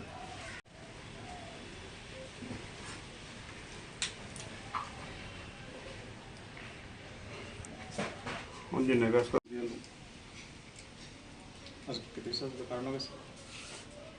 কারেন্ট গেলে তো আমরা সমস্যা ও লাইন চেঞ্জ করব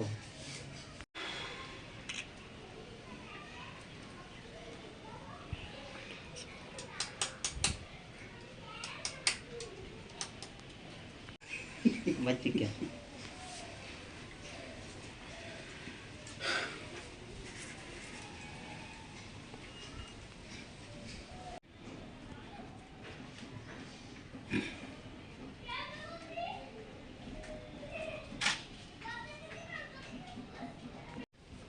তুমি উপরে উপরে ভিতরে ভিতরে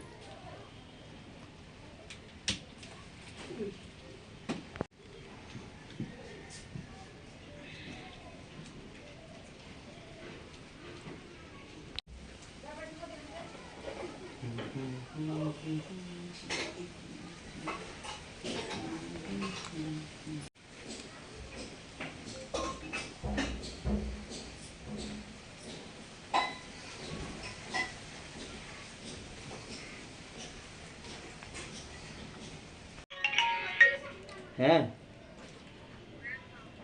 একটা নিউজে যামু যামু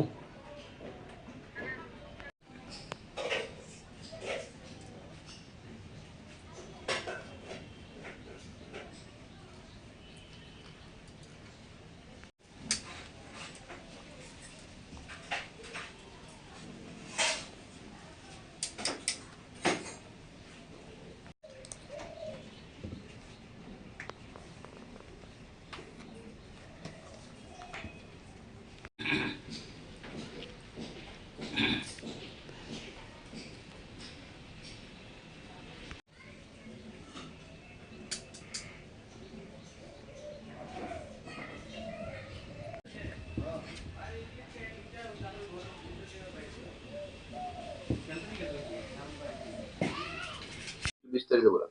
নমস্কার, আমার নাম বিজয় দেবনাথ। আজকে 26শে জুলাই উপলক্ষে, কার্গিল বিজয় দিবস উপলক্ষে আমি আমাদের ভারতের সেনাদের উদ্দেশ্য করে আমি আমার আর্টের মাধ্যমে তাদের একটা জিনিস উপহার দিতে চাই, যেটা হলো আমি তাদের এই যে যুদ্ধ বিজয়ের জন্য যে একটা দেশলাই কাঠি দিয়ে 103টা দেশলাই কাঠি ইউজ হয়েছে, এই জিনিসটা যে বানিয়েছি আমি তাদেরকে উদ্দেশ্য করে আমি এই জিনিসটা বানিয়েছি। আজকে মহান বিজয় দিবস উপলক্ষে তাদেরকে আমি এই জিনিসটা উৎসর্গ করতে চাই। এটা কি তৈরি করেছেন? আমি তাদেরকে উৎসর্গ করে আমাদের যে সেনাবাহিনী বিজয় হয়েছে, তো এই জিনিসটা আমি দেখাতে চাই আমার আর্টের মাধ্যমে, তাই আমি এই জিনিসটা বানালাম। কি কি জিনিস দিয়ে তৈরি করেছেন এগুলো? এটা দেশলাই কাঠি ইউজ হয়েছে, তারপর আঠা ইউজ হয়েছে, কালার ইউজ করেছি আমি, একটু কাগজ ইউজ হয়েছে। এটা বানাতে কতদিন সময় লেগেছে? এটা বানাতে মূলত আমার 4 থেকে 5 ঘন্টা সময় লেগেছে। এটা কি জিনিসটা? এটা মেছের কাঠি? হ্যাঁ, দেশলাই কাঠি। এটা মূলত কি মেসেজ দিয়ে চাইছেন এই ধরনের জিনিস? এটাই আমাদের যে সৈন্যরা পাকিস্তানকে হারিয়ে বিজয় অর্জন করেছে। তো সেটাই উদ্দেশ্য করে আমি তাদেরকে মানে উৎসর্গ করতে চাই যে এই জিনিসটা।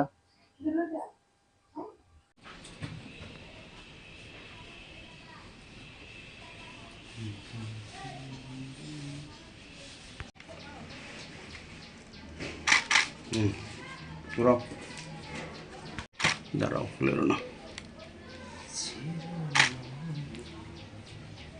ঘোরাও।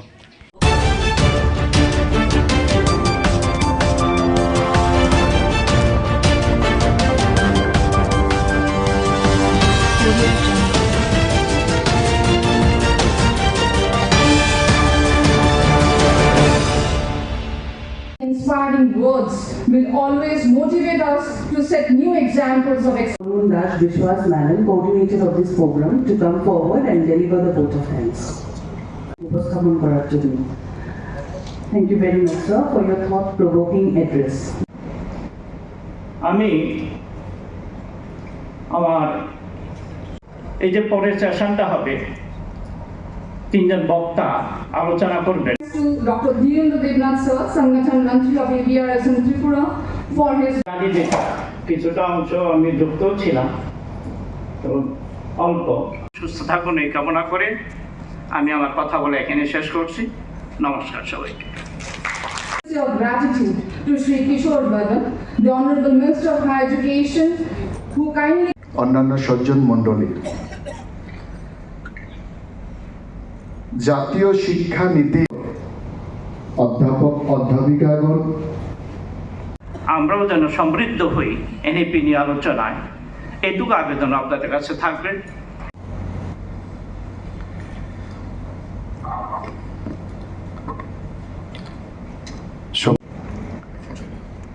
মা সরস্বতীর চরণে আমার কোটি কোটি প্রণাম। জাতীয় শিক্ষা নীতির উপর বিগত পাচ্ছি না, আমাদের মধ্যে উপস্থিত আছেন আমাদের মাননীয় মন্ত্রী মহাশয়, উনি বলবেন, আমরা শুনবো ওনার কাছ থেকে। আমরা সব তবু বলতে হয়, চেষ্টা করবেন সম্পূর্ণ সময় থেকে মনোযোগ সহকারে। আজকের এই যে পর্যালোচনা ট্রেনিং সেগুলি করছে Education Institutes in Tripura, academic luminaries, resource speakers, distinguished ladies and gentlemen.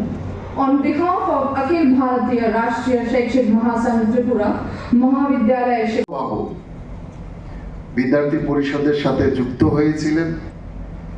5 বছর হয়নি ত্রিপুরায় যে এটা ইমপ্লিমেন্টেড হয়েছে, 3 বছর চলছে। আমাদের মাননীয় মঞ্চে বসা, সে তীর্থ অনেক বড় হয়ে গেছে, এখন তীর্থ বাবু বলতে হবে, যাতে তারা ইংরেজদের স্বার্থ সুরক্ষার মধ্য দিয়েই auspicious mark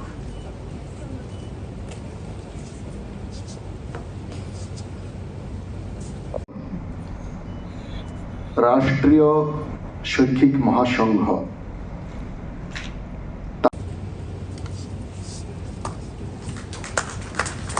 Thank you so much. I very humbly invite our felicitations.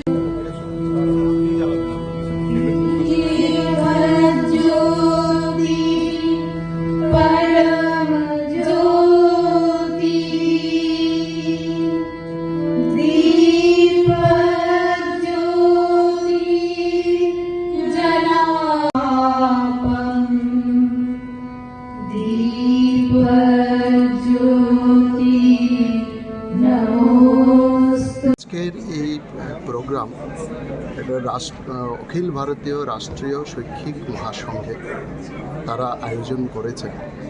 তো আজকের এই প্রোগ্রামের মূল উদ্দেশ্য হচ্ছে আমাদের দেশে 2020 সালের 29শে জুলাই যে জাতীয় শিক্ষানীতির অনুমোদন হয়েছে, তো প্রায় 5 বছর হতে চলল। এই 5 বছরে আমাদের জাতীয় শিক্ষানীতির যে টার্মস অ্যান্ড কন্ডিশনগুলো রাখা হয়েছে সেগুলো কতটা বাস্তবায়িত হয়েছে সেটার অনুবর্তন এই সংগঠন করছেন। আমি প্রথমেই এই সংগঠনকে এত বড় একটা মহতী উদ্যোগ নেওয়ার জন্য আমি অনেক ধন্যবাদ জানাচ্ছি, তাদেরকে শুভেচ্ছা জানাচ্ছি, তাদেরকে অভিনন্দন জানাচ্ছি। তো সেই বিষয়ে আজকে আমাদের সারা দেশে আমরা জানি যে মাননীয় মোদিজি এক ভারত শ্রেষ্ঠ ভারত গঠন করার জন্য আমাদের জাতীয় শিক্ষানীতি দেশের মধ্যে প্রণয়ন করেছে। কারণ আমরা জানি যে যেই কোনো দেশ কিংবা রাষ্ট্র কিংবা সমাজকে যদি উন্নত করতে হয় তাহলে সেই দেশ সমাজ কিংবা রাষ্ট্রের জনগণকেও কিন্তু শিক্ষিত এবং সুশিক্ষিত করে গড়ে তুলতে হবে। আর তার জন্যই এই প্রচেষ্টা, এই জাতীয় শিক্ষানীতি। তো এই জাতীয় শিক্ষানীতি আমাদের যেটাকে প্রাথমিক স্তরে সেটাকে জনমুখী রাখা হয়েছে। 18 বছর বয়স পর্যন্ত সবাই যেন শিক্ষার আওতায় আসে, শিক্ষার অধিকারের আওতায় আসে, সেই প্রাবধান তার মধ্যে রাখা হয়েছে। মধ্যশিক্ষা স্তর অর্থাৎ মাধ্যমিক শিক্ষা স্তর যেটা আছে সেটাকে কর্মমুখী করা হয়েছে, যাতে কেউ শিক্ষা অর্জন করে শিক্ষিত বেকার হয়ে যাতে কেউ না জন্মায়, শিক্ষিত দক্ষ একজন কর্মী হিসাবে যাতে শিক্ষার সাথে সাথে সে বেরোয় এবং কিছু না কিছু তার সেই দক্ষতা এবং অনুসারে সে যাতে কোনো না কোনো কাজ করে জীবন অতিবাহিত করতে পারে। এবং উচ্চশিক্ষা স্তর যেটা আছে সেটাকে ইনোভেশন এবং রিসার্চের সাথে অর্থাৎ জ্ঞানমুখী সেটাকে করা হয়েছে। ফলে আজকে আমাদের দেশে আমরা দেখছি যে প্রায় 50%-এরও অধিক সেখানে কিন্তু রিসার্চ সাবমিট করা সেটা কিন্তু বেড়েছে। তো স্বাভাবিক কারণে সেই অনুসারে সারা দেশে তার ইনফ্রাস্ট্রাকচারও নির্মাণ হয়েছে। প্রায় 390টা ইউনিভার্সিটি গত 11 বছরে আমাদের সারা দেশে বেড়েছে। 23খানা আইআইটি আমাদের সারা দেশে বেড়েছে, 20খানা আইআইএম বেড়েছে, অসংখ্য এনআইটি সেখানে ইনফ্রাস্ট্রাকচার নির্মাণ করা হয়েছে, অসংখ্য ট্রিপল আইটি ইনফ্রাস্ট্রাকচার সেখানে করা হয়েছে। প্রত্যন্ত অঞ্চল মানে আঞ্চলিক রাজ্য যেগুলো আছে সেই আঞ্চলিক রাজ্যগুলোকে যাতে বৈষম্যের শিকার না হয় সেখানেও প্রায় 22টা ইউনিভার্সিটি বিভিন্ন আঞ্চলিক রাজ্যে প্রতিষ্ঠা করা হয়েছে। সেখানে লে লাদাখের মতো জায়গাতে সেখানে কেন্দ্রীয় বিশ্ববিদ্যালয় স্থাপন করা হয়েছে, সেখানে ফরেন্সিক সায়েন্স ইউনিভার্সিটি সেখানে লাগু করা হয়েছে। অর্থাৎ সমস্ত দেশের সমস্ত আমাদের যারা ছাত্রছাত্রী আছেন তারা যাতে শিক্ষার বাইরে না থাকেন, সবাইকে শিক্ষার আঙ্গিনায় নিয়ে আসার জন্য আমাদের প্রধানমন্ত্রী এই জাতীয় শিক্ষানীতি লাগু করেছেন।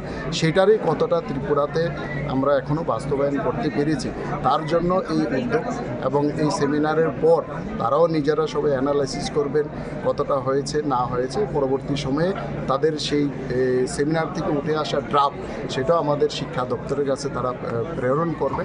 ফলে আমরা দেখব যেখানে যেখানে খামতি এখনও রয়ে গেছে সেগুলো কত দ্রুততার সাথে আমরা পূর্ণ করতে পারি সেই বিষয়ে এই সেমিনার, তার জন্যই এখানে আসা।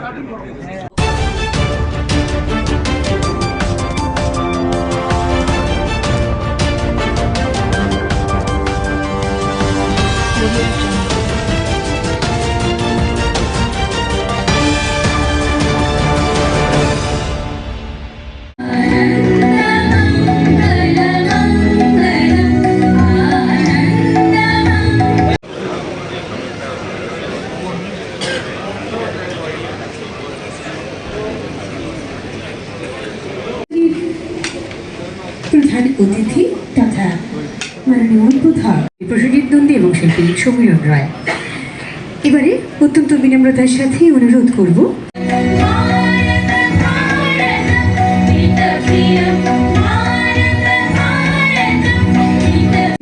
জয়জ্যোতি শাহ মহোদয়, আমরা এই দুজনকে চাইছি মঞ্চের একদম সামনে চলে আসার। নন্দন রায়,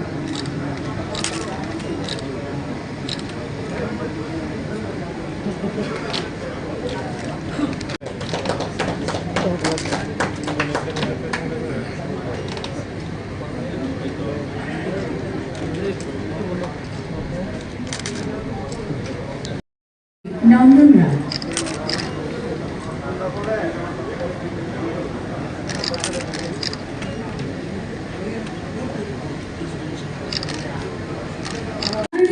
জনপ্রিয় মুখ্যমন্ত্রী প্রফেসর ডক্টর মানিক শাহ মহোদয়, বরণ করে নেব শ্রী কৃষ্ণেন্দু চক্রবর্তী মহোদয়,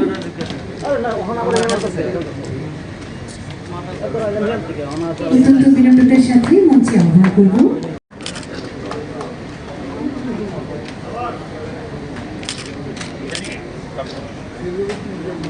শ্রী জয়জ্যোতি সাহা, সদস্য ত্রিপুরা ক্রিকেট অ্যাসোসিয়েশন। মঞ্চে চাইছি শ্রী অধীর দেবনাথ মহোদয়কে।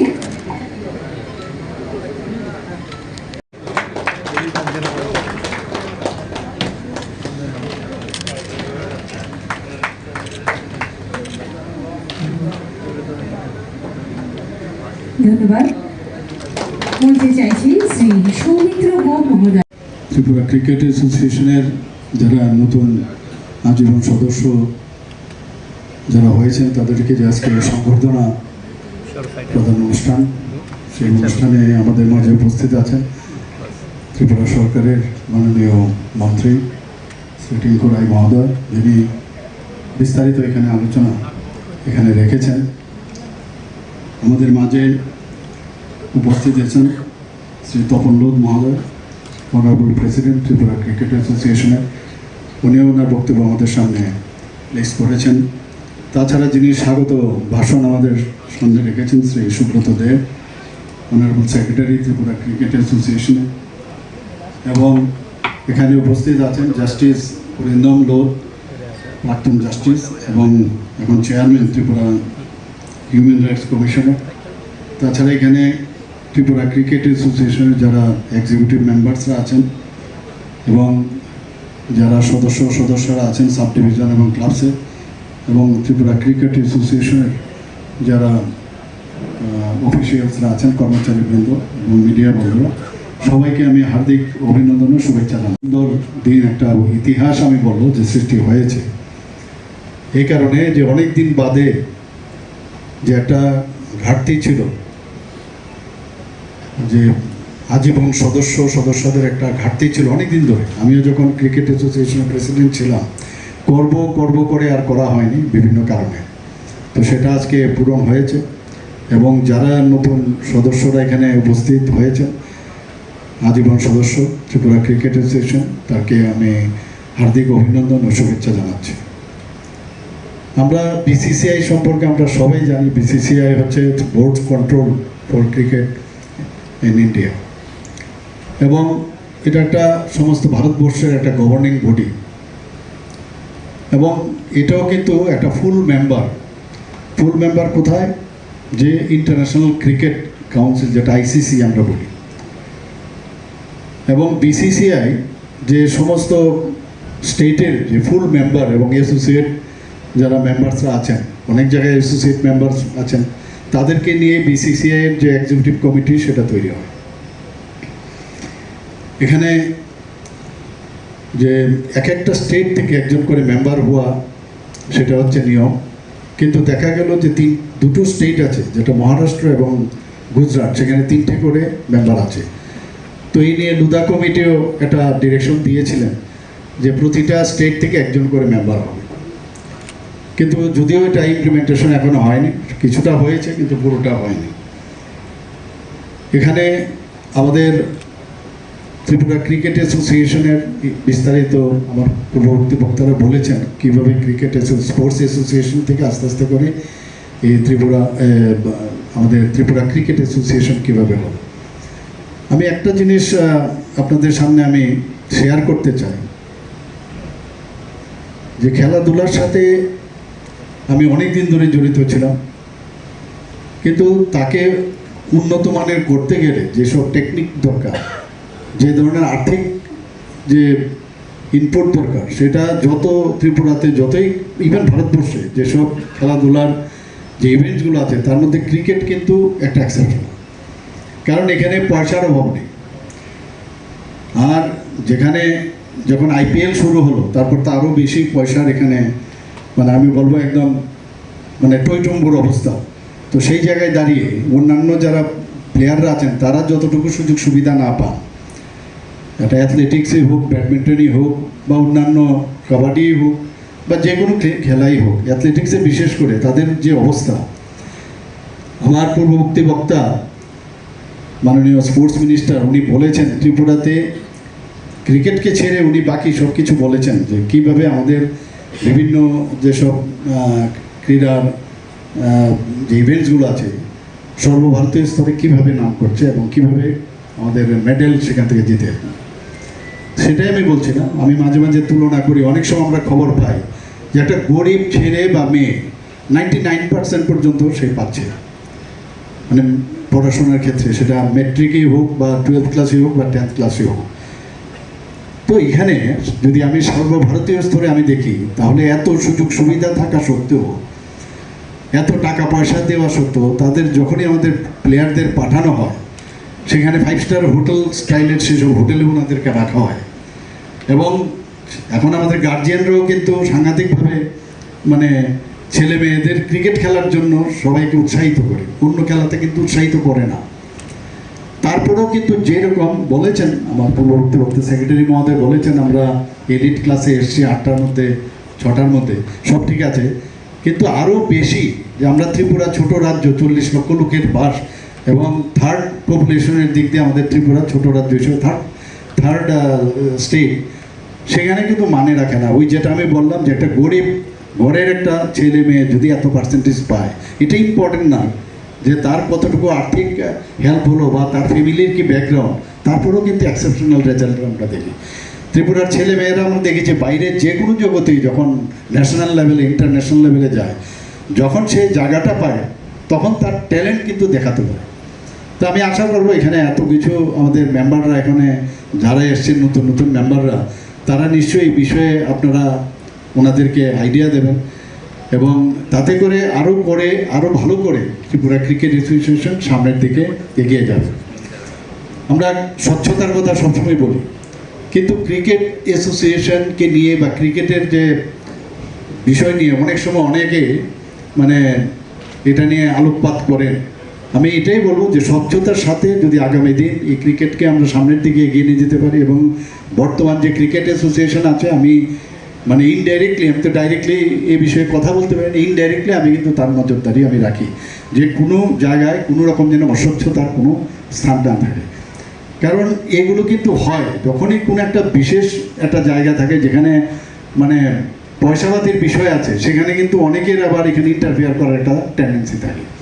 তো সেই জায়গায় আমাদের এটা একটা মানে আন্দোলন বলা যায় যে কোনো অবস্থায় এখানে অস্বচ্ছতার যে কোনো অবস্থান। আমাদের ত্রিপুরা সরকার এর মধ্যে যখন ক্রিকেট যে নতুন স্টেডিয়াম এখানে হচ্ছে ইন্টারন্যাশনাল ক্রিকেট অ্যাসোসিয়েশনের যে উদ্যোগে, সেখানে আমাকে বললো যে কিছু জায়গার সমস্যা আছে, কারণ গাড়ি যদি ভিতরে যায় সেখানে কিন্তু জায়গা সেভাবে নেই যে গাড়ি ঘুরে সেখানে আসবে। আমাকে বারবার বললো যে এখানে কিছু মানে জায়গায় একুইজিশন করতে হবে। আমি সাথে সাথে আধিকারিকদের বললাম, সেটারও প্রায় কাজ আমি মনে হয় সেটা হয়ে গেছে, প্রায় শেষের পথে। আমার কাছে গতকাল একটা ফাইল এসছে গত 2-3 দিন আগে, যে সাপ্রুমেও একটা এডুকেশন ডিপার্টমেন্ট থেকে একটা জায়গা ক্রিকেট অ্যাসোসিয়েশনকে দিতে হবে। আমি সাথে সাথে সেটাকে মঞ্জুরি দিয়ে দিয়েছি, সেখানেও একটা ত্রিপুরা ক্রিকেট অ্যাসোসিয়েশন একটা ক্রিকেট মাঠ সেখানে হবে। এখানে যারা আমার আগের বক্তারা বলেছেন, মাননীয় সভাপতি সম্পাদক দুজনেই বলেছেন যে আমরা টিসিএ সম্মানের সঙ্গে এবং এটার যে গরিমা সেটাকে বজায় রেখে আমরা কাজ করছি। মাননীয় মুখ্যমন্ত্রী তিনিও এই টিসিএর সভাপতি ছিলেন। অত্যন্ত গর্বিত আমরা এই টিসিএকে নিয়ে। কিন্তু আমাদের মাথায় রাখতে হবে, আমরা কিন্তু উত্তর পূর্বাঞ্চলের মধ্যে যে দুটো রাজ্য খেলাধুলায় খুব অগ্রণী ভূমিকায় রয়েছে, সেটা একটা মণিপুর আর একটা ত্রিপুরা রাজ্য। আপনারা যেহেতু খেলার সঙ্গে যুক্ত রয়েছেন, আপনাদের এই কথাগুলো না বললে না হয়। মাননীয় মুখ্যমন্ত্রী অনেক ব্যস্ততা রয়েছে, অন্য জায়গায় যাবেন, তারপরেও আমি এই 1-2টা কথা আপনাদেরকে বলতে হয় যে আমরা উত্তর পূর্বাঞ্চলের মধ্যে ছোট রাজ্য হলেও এমন একটা রাজ্য ত্রিপুরা, যেখানে মণিপুরের পরে কোনো রাজ্যে খেলাধুলায় রাষ্ট্রপতি অ্যাওয়ার্ড ইতিমধ্যে আমরা 7খানা পেয়েছি, যারা পদ্মশ্রী, অর্জুন অ্যাওয়ার্ড, দ্রোণাচার্য অ্যাওয়ার্ড, এরকম 7খানা অ্যাওয়ার্ড একমাত্র কোনো খেলায় যেখানে আমরা রাষ্ট্রপতি পুরস্কার পেয়েছি, সেই রাজ্য হচ্ছে আমাদের ত্রিপুরা রাজ্য। যেখানে কল্পনা দেবনাথ পেয়েছে, মন্টু দেবনাথ পেয়েছে, আমাদের সোম দেববর্মন পেয়েছে, আমাদের দীপা কর্মকার যিনি পদ্মশ্রী অ্যাওয়ার্ড পেয়েছে, খেলরত্ন অ্যাওয়ার্ড, ভারতবর্ষের সবচেয়ে যে প্রেস্টিজিয়াস অ্যাওয়ার্ড যেটা, সেটাও সে পেয়েছে। ইতিমধ্যে আরও অনেক খেলোয়াড়রা জাতীয় স্তরে এবং আন্তর্রাষ্ট্রীয় স্তরে ভালো সুনাম অর্জন করেছে আমাদের রাজ্যের অনেক মেয়েরা, অনেক ছেলেরা। আপনারা জানলে খুশি হবেন, কয়েকদিন আগেই আমাদের প্রতিষ্ঠা সামন্ত জুনিয়র জিমন্যাস্টিক প্লেয়ার ছিল, ভারত সরকার রেল মন্ত্রকে চাকরি দিয়েছে অর্থাৎ তাকে খেলার সুযোগ করে দিয়েছে। সে ভারত সরকার রেল মন্ত্রকে কাজ করবে, কিন্তু সেখানে সে প্রশিক্ষণ নেবে এবং আরও যেন অলিম্পিকে পার্টিসিপেট করতে পারে সেরকম একটা সম্ভাবনা আমরা দেখছি। আমাদের অস্মিতা দে, যেটা উত্তরপ্রদেশ গভর্নমেন্ট নিয়েছে, উড়িষ্যাতে আমাদের এখানকার অনেক ছেলে মেয়েদেরকে উড়িষ্যা গভর্নমেন্ট নিয়েছে। তো ইতিমধ্যে ভারতবর্ষের মধ্যপ্রদেশ গভর্নমেন্ট, উত্তরপ্রদেশ সরকার এবং ভারত সরকার আমাদের এখানকার অনেক ছেলে মেয়েদেরকে যারা নিয়েছে, যারা জাতীয় স্তরে এবং আন্তর্রাষ্ট্রীয় স্তরে ভালো সুনামের সঙ্গে তারা খেলাধুলা করছে। আমরাও আমাদের রাজ্যে খেলাধুলার পরিকাঠামো যেভাবে টিসিএ তাদের এখন বর্তমানে আমাদের ইন্টারন্যাশনাল স্টেডিয়ামের কাজ হচ্ছে, এছাড়া অনেকগুলো ইনডোর হল প্র্যাকটিসের জন্য করছে। আমরাও কিন্তু ত্রিপুরা সরকার আমাদের অনেকগুলো মাঠ, আমরা ইতিমধ্যে সিনথেটিক টার্ফ ফুটবল মাঠ 15খানা, ট্রাইবাল ওয়েলফেয়ার এবং স্পোর্টস দপ্তর মিলে 15খানা মাঠ আমরা অলমোস্ট কমপ্লিট সবগুলো মাঠই ধরে নিতে পারে। অনেক মাঠে খেলাধুলা হচ্ছে, বাকি 1-2টা মাঠ যেগুলো ইনোগ্রেশন হবে, এরকম 15খানা মাঠ আমরা ট্রাইবাল ওয়েলফেয়ার দপ্তর এবং আমাদের স্পোর্টস দপ্তর রেডি করেছি। এটা উত্তর পূর্বাঞ্চলে আমরা বলতে পারি সবচেয়ে বেশি মাঠ কোনো রাজ্যে, সেটা আমাদের ত্রিপুরাতে 15খানা সিনথেটিক ফুটবল মাঠ রয়েছে। আপনারা যারা খেলার বিশেষজ্ঞ যারা রয়েছে, অনেকে ভাবছেন যে সিনথেটিক মাঠ তো শুধু যারা বুট পরে খেলবে তাদের জন্য এই মাঠগুলো আপনারা করছেন। ন্যাচারাল আমরা 20খানা মাঠ একসঙ্গে আমরা কাজ করছি, ন্যাচারাল ঘাসের 20খানা মাঠ আমরা তৈরি করছি এবং অনেকগুলো মাঠ তৈরি হয়েছে। এছাড়া যেগুলো তৈরি হচ্ছে জুলাইবাড়িতে, আমাদের ফটিকরায়, কৈলাসহর এবং আমাদের এখানে শান্তির বাজারে মিনি স্টেডিয়াম সহ আমরা মাঠ তৈরি করছি। এই ধরনের আমাদের সিনথেটিক অ্যাথলেটিক ট্র্যাক 2খানা ট্র্যাক তৈরি হয়েছে আমাদের রাজ্যে, একটা পালিসাগর, একটা আগরতাতে রয়েছে। আমাদের হকি মাঠ, সিনথেটিক হকি মাঠ ইতিমধ্যে আমরা ইনোগ্রেশন করেছি। মিনি স্টেডিয়াম আমরা জেলাগুলোতে ইনডোর হল, ইতিমধ্যে 3খানা জেলাগুলোতে ইনডোর হল তৈরি করছি।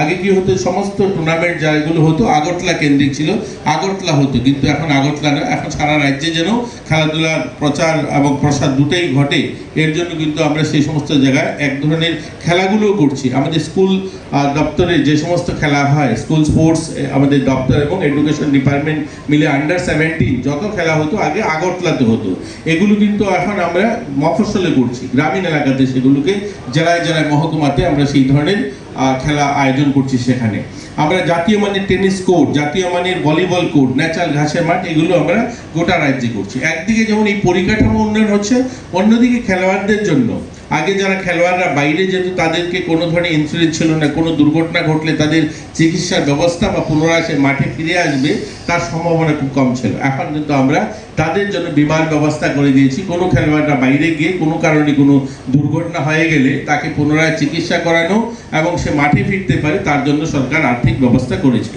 এছাড়াও আমরা তাদের জন্য বিভিন্ন টুর্নামেন্ট থেকে যারা অ্যাওয়ার্ড দিচ্ছে, জাতীয় স্তরে বা আন্তর্রাষ্ট্রীয় স্তরে যারা অ্যাওয়ার্ড দিচ্ছে, তাদেরকেও আমরা আর্থিক সাহায্যের ব্যবস্থা রেখেছি। আমরা ইতিমধ্যে যে সমস্ত ছেলেমেয়েরা বাইরে মেডেল দিচ্ছে এদেরকে আমরা 1 লক্ষ টাকা গোল্ড এবং সিলভার 50,000 টাকা, ব্রোঞ্জ 25,000 টাকা দিচ্ছি।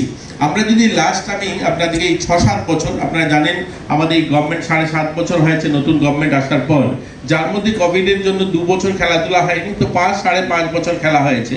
সেখানে জাতীয় স্তরে খেলো ইন্ডিয়া বা ন্যাশনাল গেমসে আমরা 46 অর্থাৎ 46টা গোল্ড মেডেল এবং 50টা সিলভার মেডেল এবং ব্রোঞ্জ মেডেল 7খানা জিতেছি আমাদের রাজ্য। এবং আমাদের এখানে যারা অ্যাসোসিয়েশনগুলো, যারা বড়, যারা 19 বছরের উপরে যারা খেলাধুলা করে, তারাও 17খানা গোল্ড এবং 18টা সিলভার, 30টা ব্রোঞ্জ মেডেল জিতেছি।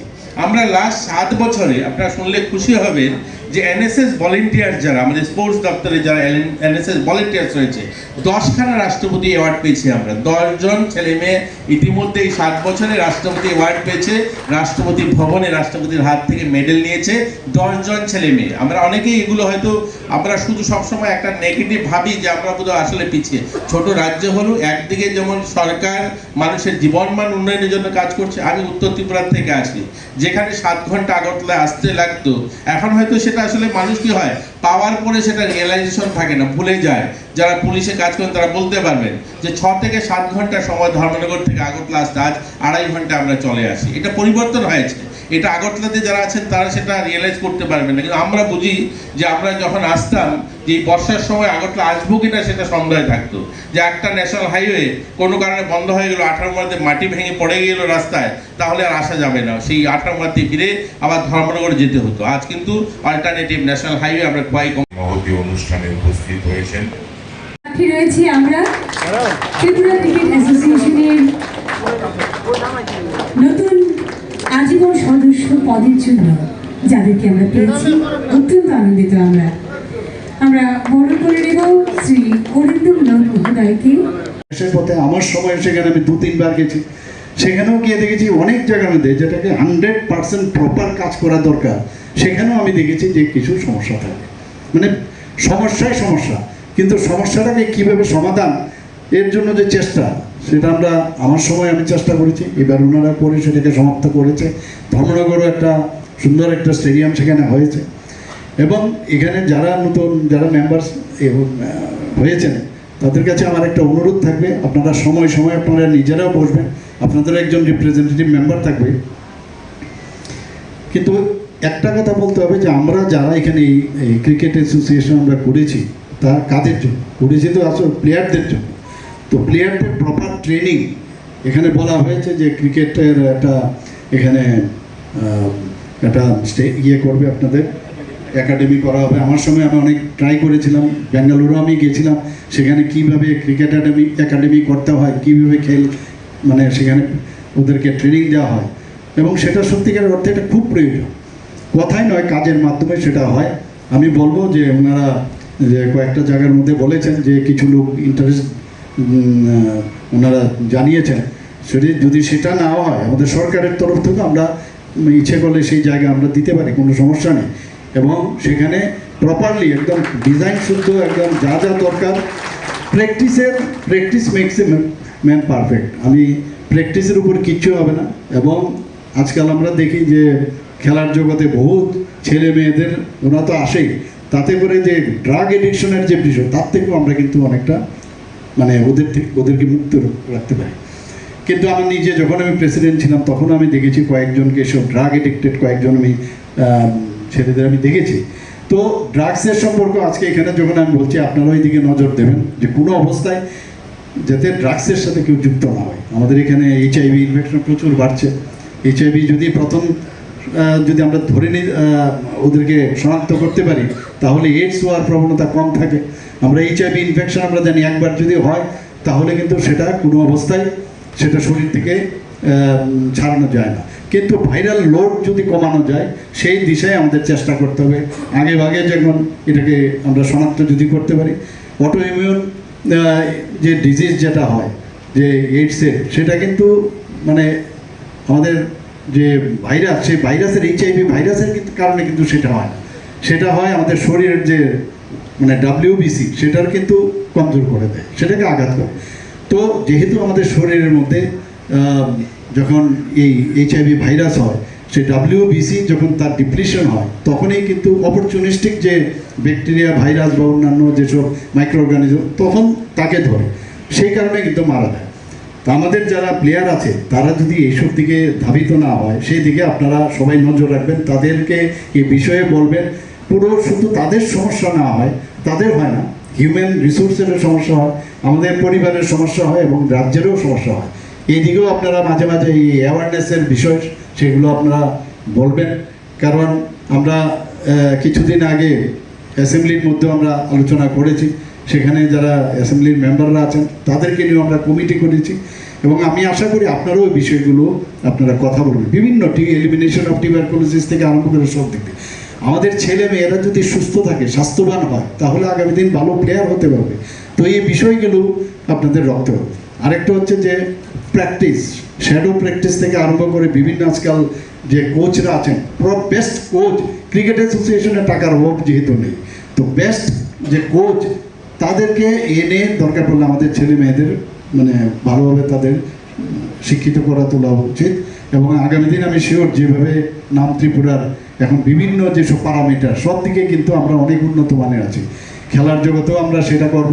আর ক্রিকেটে আমি আশা করি যে রেজাল্ট আমরা এসে এর থেকে আরও ভালো করে যাতে রেজাল্ট করতে পারি সেই দিকে আপনারা নজর রাখবেন। এখানে যারা আবার নতুন মেম্বার এসছেন সবাইকে আবার স্বাগত জানিয়ে আমার কথা বলা শেষ করছি। সবাইকে নমস্কার, জয় হিন্দ। মাননীয় জনপ্রিয় মুখ্যমন্ত্রী শ্রদ্ধেয় প্রফেসর শুভেচ্ছা স্বাগত। আজকে দীর্ঘদিন পর রিটায়ার্ড হাইকোর্ট জাস্টিস শ্রদ্ধেয় অরিন্দম ক্রীড়া বিষয়ক যুব কল্যাণ দপ্তরের মাননীয় মন্ত্রী আমাদের মধ্যে অত্যন্ত ব্যস্ততার মধ্যেও মাননীয় সভাপতি শ্রদ্ধেয় তপন দেব মহোদয়, আর আপনারা যারা সবাই আমার স্বাগত বক্তব্য রাখবেন।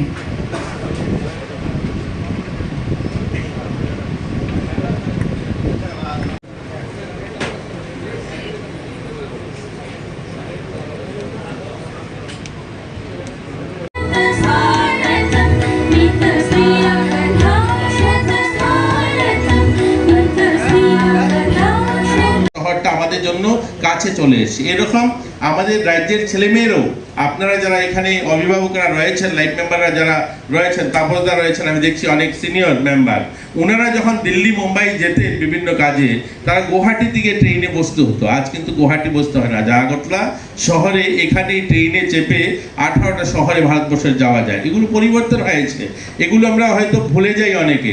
1964 ধর্মনগরে রেল এসছে, আর ওই রেল 25 বছর সময় লেগেছে কুমারঘাট আসতে। 1989-এ কুমারঘাট রেল এসছে, অর্থাৎ 30 কিলোমিটার রাস্তা আসতে 25 বছর সময় লেগেছে। আর এই রেল আজ সাবরুম পর্যন্ত 2014 সালের পর সাবরুম থেকে বদরপুর বটগেজ হয়েছে মাত্র 5 বছরে। আর সেখান থেকে সারা ভারতবর্ষে 18খানা ট্রেন আর গোটা ভারতে যায় বিভিন্ন প্রান্তে। তো এখন আমরা হাতের কাছে এগুলো পেয়ে গেছি, তাই আমরা ভুলে গিয়েছি যে এত কিছু ডেভেলপমেন্ট হয়েছে। যাই হোক, আমি প্রসঙ্গের বাইরে গেছি যে এরকম আমাদের মাননীয় মুখ্যমন্ত্রী এমন একজন, আমি যদিও ক্রীড়ামন্ত্রী, আমি খেলায় খুব একটা সেখানে নিজেকে সামিল করিনি কোনোদিনই, কিন্তু মাননীয় মুখ্যমন্ত্রী একজন স্পোর্টসম্যান, এবং ওনার যেহেতু স্পোর্টসম্যান, তিনি এই খেলাধুলার প্রতি এত ওনার ভালোবাসা বা খেলার প্রতি ওনার এত আগ্রহ, আজকের দিনে আমি বলতে পারি যে আমাদের এইখানে পার্শ্ববর্তী উমাকান্ত মাঠটা, ভাবুন এই মাঠটা তো সিনথেটিক হয়েছে, বা এই মাঠের নামকরণ যদি দেখুন, বা আমাদের আজ বাধারঘাটে যে ফুটবল মাঠগুলো আমরা করেছি, ফুটবল মাঠ, সিনথেটিক হকি ট্র্যাক বা অ্যাথলেটিক ট্র্যাক করেছি, এখানে ওনার ভাবনাটা যদি দেখুন সেটা আপনারা অনুভব করতে পারবেন। যে আজ থেকে 50 বছর আগে একজন প্লেয়ার ফুটবল খেলতে গিয়ে এই উমাকান্ত মাঠে মারা যান, গোল ধরতে গিয়ে, গোলকিপার। ওনার নামে আমরা যখন মাঠটা তৈরি করলাম, ওনার কাছে যখন বললাম যে এই মাঠটা তৈরি হয়েছে, আপনি ইনগুরেশন করবেন, তিনি তখন বললেন ওই প্রতুল ভট্টাচার্য নামে একজন খেলোয়াড় আজ থেকে 50 বছর আগে যার মৃত্যু হয়েছে ফুটবল খেলতে গিয়ে, ওনার নামে যদি এই মাঠটাকে করা যায় তাহলে কি হবে। এই যে ভাবনাটা, খেলোয়াড়দের প্রতি সম্মান যে, এবং প্রতুল ভট্টাচার্যের নামে শুধু মাঠ নয়, আমরা যুব আবাস করেছি আমবাসাতে, সেখানে মধুসূদন ঝার নামে সেই আবাসটাকে উৎসর্গিত করা হয়েছে, বা আমরা আমাদের যে অ্যাথলেটিক ট্র্যাক বা আমাদের হকি মাঠ, প্রত্যেকটা মাঠকে আজ আমরা আমাদের রাজ্যের যারা এরকম খেলোয়াড়রা যারা নিজের জীবন দিয়েছেন খেলার জন্য, একটা লম্বা সময় এই রাজ্যের সম্মানের জন্য দিয়েছেন, এই রাজ্যকে সারা দেশের সামনে তোলার জন্য তুলে দিয়েছেন, এদের নামে আজ সেই মাঠগুলো আমরা যুব আবাস বা অন্যান্য পরিকাঠামো যেগুলো করছি সেগুলো উৎসর্গিত করা হয়েছে। এতে প্রমাণ করে, এতে আমরা বুঝতে পারি যে মাননীয় মুখ্যমন্ত্রী খেলার প্রতি যে ওনার আগ্রহ বা উনি খেলাকে কতটুকু ভালোবাসেন। যাই হোক, ওনার নেতৃত্বে আজ আমরা আমাদের রাজ্যে খেলা অনেকখানি এগিয়েছে। আমরা আশাবাদী আগামী দিন অলিম্পিকে আমরা অনেক প্লেয়ারকে আমাদের রাজ্য থেকে দেখতে পাবো। আমরা 2025 সাল শুরু হয়েছে, মাত্র 7 মাস চলছে। এই 7 মাসের অ্যাচিভমেন্ট যদি আমি বলি আপনাদেরকে, আমি এই কথাগুলি এর জন্য বলছি, ক্রিকেটে যারা আছেন, যারা ক্রিকেট পরিচালনা করছেন, আপনাদের কাছে আরও আশাবাদী, আমরা আরও ভালো করা চাই। মানে আপনারা করছেন, আমি আপনাদেরকে বলছি না আপনারা করছেন, কিন্তু আরও করতে হবে। অন্যান্য খেলা যেভাবে আমরা অ্যাচিভমেন্ট করছি, sub junior national judo championship হয়েছে 2025-এ। আমরা সেখানে গোল্ড মেডেল এবং সিলভার মেডেল দুজনে আমাদের পেয়েছে। আমাদের 68 ন্যাশনাল যোগা হয়েছে 2025 হায়দ্রাবাদে, সেখানে গোল্ড মেডেল কৃতিকা দত্ত পেয়েছে। আমাদের এখানে 68 ন্যাশনাল স্কুল গেম 2024-25 পাঞ্জাবে হয়েছে, সেখানে গোল্ড মেডেল পেয়েছে তারিয়া দাস এবং সিলভার মেডেল পেয়েছে ওমা বেগম। খেলো ইন্ডিয়া হয়েছে 2025 বিহারে, সেখানেও আমাদের ব্রোঞ্জ মেডেল তানিয়া দে জিতেছে। জিমন্যাস্টিক ন্যাশনাল চ্যাম্পিয়নশিপ হয়েছে 2025, গোল্ড মেডেল শ্রীপর্ণা দেবনাথ জিতেছে। আমরা শ্রীপর্ণা দেবনাথকে আরও ভালো খেলার জন্য কয়েকদিন আগে মাননীয় মুখ্যমন্ত্রী উনি বলেছেন এবং আমরা ওকে 4 লক্ষ টাকা দিয়েছি যেন আরও ভালো কোচিং নিতে পারে। বাইরে আমরা তাকে অলিম্পিকে দেখতে চাই, তার জন্য বিশেষ কোচিংয়ের জন্য আমরা বাইরে তাকে পাঠিয়েছি। আমরা 2025 12 জানুয়ারি দিল্লিতে যে লোকনৃত্য বিভাগে অনুষ্ঠান হয়েছিল সেখানে 3rd পজিশন পেয়েছি। প্রতিযোগিতা বিভিন্ন জায়গায় ন্যাশনাল লেভেলে ইউথ ফেস্টিভ্যাল হয়েছে, সেখানেও আমরা কিন্তু ক্লাসিক্যাল ভোকালে 3rd হয়েছি, আমরা ভারতনাট্যমে 2nd হয়েছি, লোকসঙ্গীতে 3rd হয়েছি। তো এরকম বিভিন্ন জায়গাতে নর্থ ইস্ট ড্রামা ফেস্টিভ্যাল হয়েছে, সেখানে 3rd হয়েছি। তো আমাদের রাজ্যের ছেলেমেয়েরা ভালো করছে, প্রতিভাবান ছেলেমেয়েরা আমাদের রাজ্যে রয়েছে। আমরা চাই ক্রিকেটও আরও ভালো করুক, আমরা যেন জাতীয় স্তরে আমরা ইন্ডিয়ান টিমে আমাদের ছেলে মেয়েদের টিমে আমরা আমাদের খেলোয়াড়কে দেখতে চাই। আমরা শুধু রঞ্জিতে পার্টিসিপেট করবো এরকম নয়, আমরা আমাদের ছেলে মেয়েদেরকে আমরা দেখতে চাই ওই সমস্ত জায়গায়। তার জন্য সকলে মিলে আজকে নতুন যারা নবাগত যারা লাইভ মেম্বার হয়েছে, পুরনো যারা আছেন এবং যারা টিসি এর মেম্বার যারা আছেন, সকলে মিলে সকলের প্রয়াসে আমরা আমাদের এই ক্রিকেটকে জাতীয় স্তরে দেখতে চাই, জাতীয় স্তরে খেলোয়াড় দেখতে চাই। এই প্রত্যাশা নিয়েই সবাইকে শুভেচ্ছা জানিয়ে আমি আমার আলোচনা শেষ করলাম। জয় হিন্দ।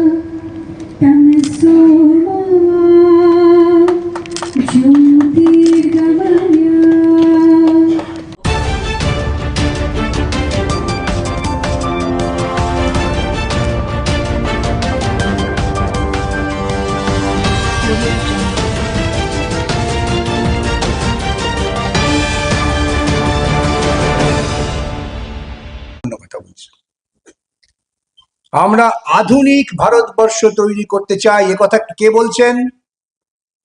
তিনি একজন হিন্দু মহাসভার প্রতিনিধি।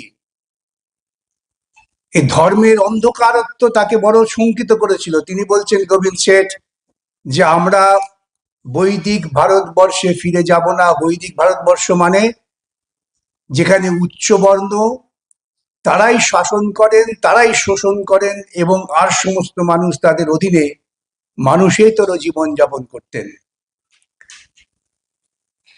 সেই গল্পকে বিধিবদ্ধ করার জন্যই চতুর্বর্ণং ময়া সৃষ্টম, আমি ব্রহ্মা 4টে বর্ণ তৈরি করেছি। যে চাষ করে, যে শ্রম দেয়, সে শূদ্র, তার কোনো মানবিক অধিকার নেই। সে আমাদের বাঁচিয়ে রাখছে। সবচেয়ে বেশি বড় অধিকার কার? যে ব্রহ্মার মাথা থেকে বেরিয়েছে ব্রাহ্মণ, তারপরে ধীরে ধীরে আসছেন বৈশ্য, কায়স্থ এরা। যার ফলে বিবেকানন্দ খুব ক্ষোভ করে বলেছিলেন, আগামী পৃথিবী হবে শূদ্রদের পৃথিবী। বিবেকানন্দ থেকে বড় বেদান্ত বেদ বিশারদ তো খুব কম ছিলেন। আমি তো বলি প্রত্যেককে যে উনি যদি আরো 10 বছর বেঁচে থাকতেন কমিউনিস্ট হয়ে যেতেন, ওর দাদার মতো, ভাইয়ের মতো, ভূপেন দত্তের মতো। যেমন রবীন্দ্রনাথ ঠাকুর শুরু করেছিলেন উপনিষদ দিয়ে, শেষ করছেন ওই মাঠে চাষা যারা চাষ করে তারাই আমার প্রাণ। এই জায়গায় দাঁড়িয়ে যখন ভারতবর্ষের সংবিধান সভা আলোচনা হচ্ছে, আমি যেমন গোবিন্দ সেটের কথা বললাম, তেমন আরেকজনের কথা বলতে হয়। তিনি হচ্ছেন আদিবাসীদের প্রতিনিধি ছিলেন, জয়পাল সিং মুন্ডে। যখন এই রকম কথা হচ্ছে যে এই ভারতবর্ষ কি তাহলে ধর্মীয় শাসন হবে, যে ভারতবর্ষে আমি আপনি জন্মেছি, তিনি উঠে বলছেন, দেখো তোমরা যারা এত ধর্ম করছো, তোমরা কেউ ভারতবাসী নও। একটা অত্যন্ত গুরুত্বপূর্ণ ঐতিহাসিক কথা তিনি বললেন, তোমরা কেউ ভারতবাসী নও, তোমরা সবাই ইনভেডার, তোমরা সবাই বিদেশ থেকে এসে ভারতবর্ষে অনুপ্রবেশ করেছো, তোমরা আক্রমণ করেছো, আক্রমণকারী ইনভেডার। আমরা আদিবাসীরা মূল ভারতবাসী। আমাদের কাছে ধর্ম কি? তিনি বলছেন আমাদের কাছে ধর্ম হচ্ছে প্রকৃতি। আমরা পাহাড় পুজো করি, আমরা গাছ পুজো করি, আমরা জন্তুর পুজো করি, কিন্তু তারা আমাদের বাঁচিয়ে রেখেছেন। ভারতবর্ষটা আমাদের, তোমাদের নয়। তোমরা এইরকম ধর্ম করে ঝগড়া করো না। ভারতবর্ষে থাকতে গেলে সম্মিলিতভাবে থাকতে হবে। আর গণতন্ত্র, আদিবাসীদের কাছে গণতন্ত্র তোমাদের শিখতে হবে। এই সমস্ত বিভিন্ন বিদগ্ধ আলোচনার পর প্রশ্ন হলো, তাহলে ভারতবর্ষ কি হবে?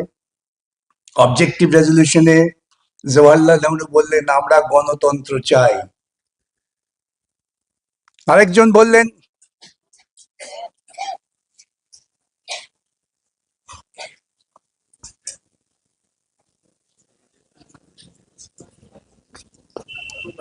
প্রবীণ আইনজীবীগণ এবং আমার সামনে উপবিষ্ট আমার ভাই এবং বোন আইনজীবী এবং অন্যান্য বিশিষ্ট ব্যক্তিগণ, আর আগামী প্রজন্মের যে আইনজীবীগণ আছেন তাদেরকেও আমার শুভেচ্ছা জানিয়ে আমি আমার কথা শুরু করছি। আমার এটা অভ্যেসই ছিল বহুদিনের যে কিছু বলতে গেলে যাদের শ্রোতা তাদেরকে ভাই বোন হিসাবে সম্বোধন করা। তার সাথে সম্প্রতিকালে একটু সংযোজন করতে হয়েছে, তার কারণ বাইরে বেরোলেই এখন অধিকাংশ সময় জেঠু ডাক শুনতে হয়। তাই আমি ভাবলাম যে আমার পরবর্তী প্রজন্মের যারা আইনজীবী আছেন তাদের সন্তান সম আইনজীবী হিসাবে সম্বোধনে যুক্ত করা দরকার রয়েছে। এখানে যারা আছেন তাদের ভারতের সংবিধান সম্বন্ধে, ইতিহাস সম্বন্ধে কারোরই জ্ঞান আমার থেকে কম নয়। তাই সেই আলোচনা করতে গিয়ে আমার মনে হয়েছে যে আমরা যদি যে অবস্থাতে আমাদের সংবিধান তৈরি হয়েছিল সেই আর্থ সামাজিক অবস্থা, সেই জায়গা এবং সেখানে ভারতের মানুষের কি অবস্থান ছিল সেই জায়গা থেকে শুরু করি, তাহলে বোধহয় আমরা প্রত্যেকেই নিজের মতন করে সংবিধানের প্রাসঙ্গিকতা আছে কিনা সেই উপসংহারে পৌঁছাতে পারব। আমরা দেখেছি যে দীর্ঘ প্রায় 200 বছর যে ব্রিটিশ শাসন, সেই জায়গায় ভারতবাসীদের অনেক যন্ত্রণা ভোগ করতে হয়েছে। এবং যখন ইস্ট ইন্ডিয়া কোম্পানি তার যে বাণিজ্যিক চরিত্র সেটা থেকে নিজেকে শাসকের চরিত্রে পরিবর্তন করে নিয়ে এলো, তখন তাদের অন্যতম মূল উদ্দেশ্য এখান থেকে যত সম্পদ সংগ্রহ করে নিজের দেশে জমা করা যায় অন্যান্য উপনিবেশগুলোর মতন তাই করতে হবে। এবং এটা করতে গিয়ে ভারতের যে মানুষ, তাদের মানবাধিকার লঙ্ঘন হচ্ছে, প্রতি পদে পদে তাদের উপরে অত্যাচার হচ্ছে, অবিচার হচ্ছে, দানা বাঁধছে অসন্তোষ। সালটা 1857। হঠাৎ একটা স্ফুলিঙ্গ ছড়িয়ে পড়ল, সিপাহী বিদ্রোহ। এই সিপাহী বিদ্রোহকে ঐতিহাসিকরা বলছেন যে এটা শুধু সিপাহীদের বিদ্রোহ ছিল না। জাস্টিস ম্যাক ক্যাথে পরবর্তীকালে তার লেখা বই এই short history in our own time, সেখানে লিখলেন যে it was a combination of movement of the army dissatisfaction, national hatred, and religion fanatism against the foreign yoke, fought by the landowners, soldiers, theologians, and others. এটা কোনো সংগঠিত আন্দোলন ছিল না, ছিল একটা স্বতঃস্ফূর্ত আন্দোলন। ব্রিটিশ সরকার ভয় পেলেন, তৈরি হলো একটা নতুন অধ্যায়ের শাসন ক্ষমতা কুইন্স প্রোক্লেমেশনের মাধ্যমে চলে গেল সরকারের, ব্রিটিশ সরকারের হাতে। তদনীন্তন লর্ড ক্যানিং, ভাইস কাউন্ট, তাকে এই যে সংবিধান তখনকার, তার প্রধান হিসাবে, গভর্নর জেনারেল হিসাবে চিহ্নিত করা হলো।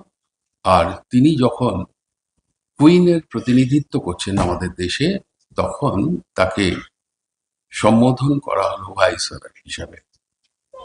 তৈরি হলো গভর্নমেন্ট অফ ইন্ডিয়া অ্যাক্ট, যাতে এই অভিযোগ অনুযোগগুলোর উপশম ঘটানো যায়। তা তো হলোই না, ভারতবর্ষের যে নাগরিক, তাদের যে শিক্ষার মান, সেটা আস্তে আস্তে উন্নত হতে লাগলো। বিদেশি ভাষায় শিক্ষা, রসায়ন শাস্ত্রের শিক্ষা ইত্যাদি, এই সমস্ত গুলোতে শিক্ষিত হতে লাগলেন যে অগ্রজ সম্প্রদায় যারা আগে এগিয়ে এসছেন। বিশ্বের সাথে পরিচয় হলো, ভারতবর্ষের পরিচয় আস্তে আস্তে বিশ্বের সাথে প্রসারিত হতে লাগলো। আন্দোলন একটা সংগঠিত রূপ নিতে লাগলো। ব্রিটিশ সরকার ভয় পেলেন। পরবর্তীকালে গভর্নমেন্ট অফ ইন্ডিয়া অ্যাক্ট কে সংশোধন, পরিমার্জন করা হতে লাগলো। কিন্তু যাদের আসল উদ্দেশ্য যে ভারতের মানুষকে সার্বভৌমত্ব দেব না, স্বাধীনতা দেব না, তার কারণ তাহলে আমাদের যে শোষণ, আমাদের যে লুট, সেটা সম্পন্ন হবে না। তখন সম্পন্ন হবে না, তখন তারা বিভিন্ন ছলে বলে যাচ্ছে। সেই আলোচনার বিষয়বস্তুতে ঢোকার সঙ্গে সঙ্গে ভাবতে হয় ভারতবর্ষের সংবিধানে তৈরি করার প্রাসঙ্গিকতা কি ছিল। জন্মের প্রাসঙ্গিকতা যদি আমরা উপলব্ধি না করি, তাহলে সময়ের পরিবর্তনের সঙ্গে সঙ্গে একটি সংবিধান তার প্রাসঙ্গিকতা থাকবে কি থাকবে না বিচার করতে হবে। এই কথা বোধহয় আমাকে নতুন করে বলতে হবে না যে ভারতবর্ষের সংবিধানটা কোনো প্রাচীন গ্রন্থ থেকে নেওয়া নয়। ভারতবর্ষের সংবিধানটা মানুষের দীর্ঘ রক্তক্ষয়ী সংগ্রামের একটা পরিণতি, এবং সেজন্যই আমি বিস্তৃত আলোচনায় যাচ্ছি না। যখন সংবিধান সভায় অবজেক্টিভ রেজলিউশনটা পেশ করা হয়, খুব গুরুত্বপূর্ণ, অর্থাৎ সংবিধান সভায় তখন কিন্তু ভারতবর্ষের আমার মতে শ্রেষ্ঠতম বুদ্ধিজীবীরা ছিলেন সমস্ত রাজনৈতিক দৃষ্টিকোণের। কমিউনিস্ট পার্টি, কংগ্রেস, বিজেপি জন্মায়নি তখনও, RSS, হিন্দু মহাসভা, মুসলিম লীগ, এই সমস্ত স্তরের মানুষেরা ছিলেন। তারা আলোচনা করেছেন, দীর্ঘ আলোচনা। সেই প্রাসঙ্গিকতা যখন প্রশ্ন উঠবে, তখন সেই আলোচনার যে মূল বিষয়বস্তু, যাকে বলা হয় অবজেক্টিভ রেজলিউশন, যেটার উপর ভিত্তি করে আলোচনা হয়। তুমি কে হে, দেশটা আমাদের, আমরা বুঝবো। ভাবো, মেয়ের দাঁড়িয়ে দিয়েছিল 47-এ আমাদের ক্ষমতা হস্তান্তর, 49-এ চীনে ক্ষমতা দখল। গুণগত পার্থক্যটা বুঝতে হবে। এবং সেই ইংরেজ তখন ক্ষমতা হস্তান্তর কেন ভাবলেন? দেখলেন যে পৃথিবীর বুকে শক্তির ভারসাম্য পাল্টে যাচ্ছে, হিটলার আর ক্ষমতায় নেই, পরাজিত।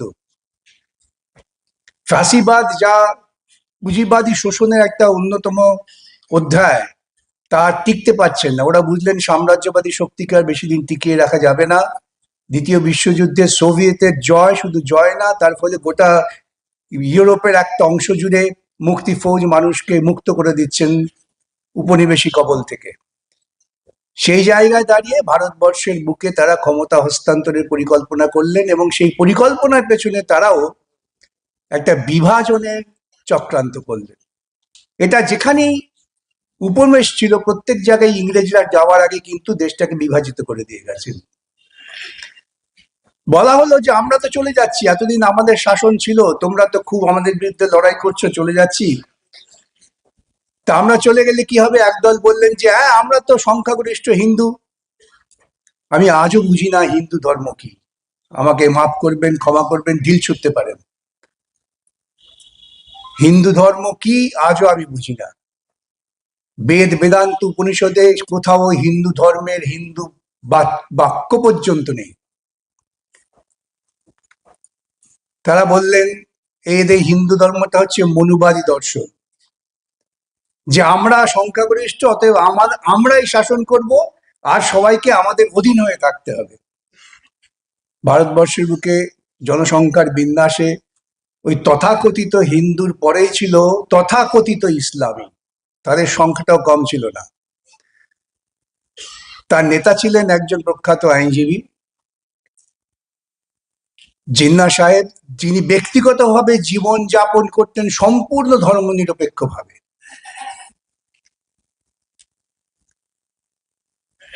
তিনি তার গোষ্ঠীর নেতা হয়ে যারা মৌলবাদী তারা মনে করলেন যে আরে এরা যদি ইংরেজ চলে যায় তাহলে তো ওই ব্রাহ্মণদের খপ্পরে আমাদের পড়তে হবে, তাহলে আমাদের কি হবে? তাহলে তোমরা চলে যাওয়ার আগে আমরা যেখানে যেখানে সংখ্যাগরিষ্ঠ আমাদের একটা আলাদা দেশ করে দাও।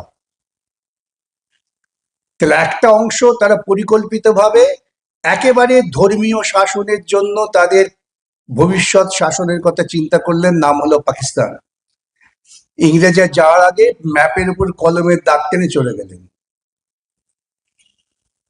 সেটাকে কার্যকর করার জন্য আরএসএস এবং মুসলিম লীগ উভয়ই উদ্যোগ নিয়ে ব্যাপক দাঙ্গা করলেন। লক্ষ লক্ষ মানুষকে খুন করা হলো, শুধুমাত্র লক্ষ্য যে বিভাজনটাকে সম্পূর্ণ করার জন্য। কেন? তখন যে সমস্ত এই স্ট্রাকচার রিলিজিয়নের মধ্যেও যারা উদারপন্থী ছিলেন, সে হিন্দু বলুন মুসলিম বলুন, তারা চাইছিলেন ভারতবর্ষ ঐক্যবদ্ধ থাক। বহু মুসলিম নেতা তারা মুসলিম লীগের ওই চিন্তার বিরুদ্ধে প্রবল লড়াই করেছেন, কিন্তু রাজনৈতিক বিন্যাসের জন্য দেশ ভাগ হয়ে গেল। একদিকে চলে গেল থিওক্রেটিক স্টেট, তারা বললো আমরা ইসলামকে বিশ্বাস করি, আরেকটা বৃহত্তর অংশ তারা কিরকম হবে, কিভাবে দেশ পরিচালনা করা হবে? আমার হাতে ক্ষমতা দিয়ে দিয়ে তো দেশ পরিচালনা করতে পারবো না। দেশ পরিচালনা করতে গেলে নির্দিষ্ট বিধি চাই, নিয়ম চাই, রাজা নয়। রাজত্ব চলে গেছে, এখন সমাজ অগ্রগতির সঙ্গে সঙ্গে আমাদের মধ্যে গণতান্ত্রিক চিন্তা বোধ তৈরি হচ্ছে। তখন বলা হলো সংবিধান সভায় আলোচনা হোক। সংবিধান সভায় আলোচনার সময় গোবিন্দ শেঠ বলে একজন আরএসএস বা হিন্দু মহাসভার প্রতিনিধি, তিনি সংবিধান সভায় বলছেন, আমি তোমাদের বলছি আমরা কিন্তু বৈদিক ভারতবর্ষে ফিরে যাব না। রবীন্দ্রনাথ কবি একজন, সেই ইতিহাস আপনারা জানেন, আমি সেই ইতিহাসে যাচ্ছি না। কিন্তু এই যে পর্যায়টা এলো, যে পর্যায়ে এসে আমরা বললাম যে ভারতবর্ষকে আমরা এমন একটা নতুন দেশ গড়তে চাই, নতুন ভারতবর্ষ গড়তে চাই। গোবিন্দ শেঠের ভাষায় বৈদিক ভারতবর্ষ নয়, আধুনিক বিজ্ঞানসম্মত ভারতবর্ষ। কনস্টিটিউয়েন্ট অ্যাসেম্বলিতে তার বক্তৃতা আছে।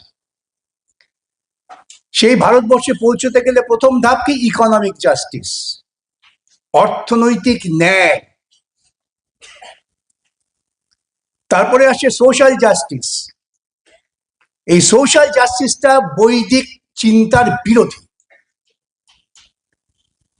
সোশ্যাল জাস্টিস মানে হচ্ছে সমস্ত মানুষের সমান ন্যায় পাওয়ার অধিকার।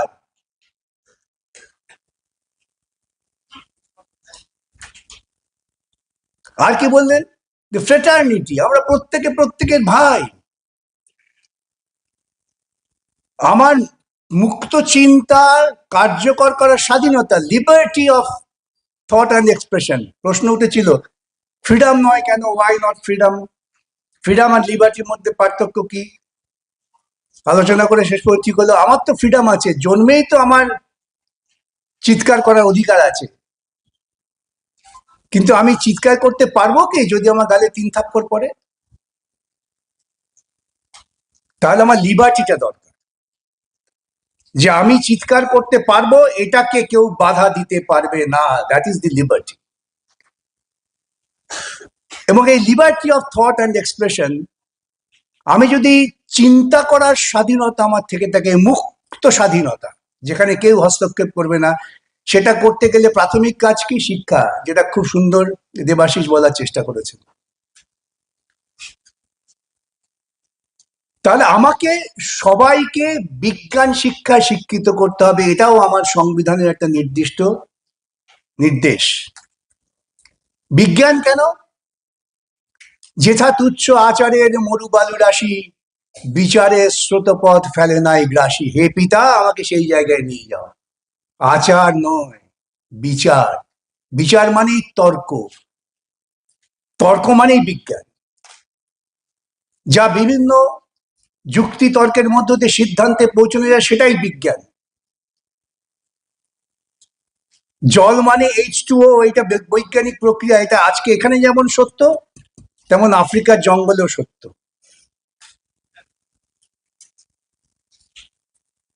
সন্তান জন্মের প্রক্রিয়া এখানে যেমন সত্য, তেমন পৃথিবীর যে কোনো প্রান্তেই সত্য। জীববিজ্ঞান, বিজ্ঞান।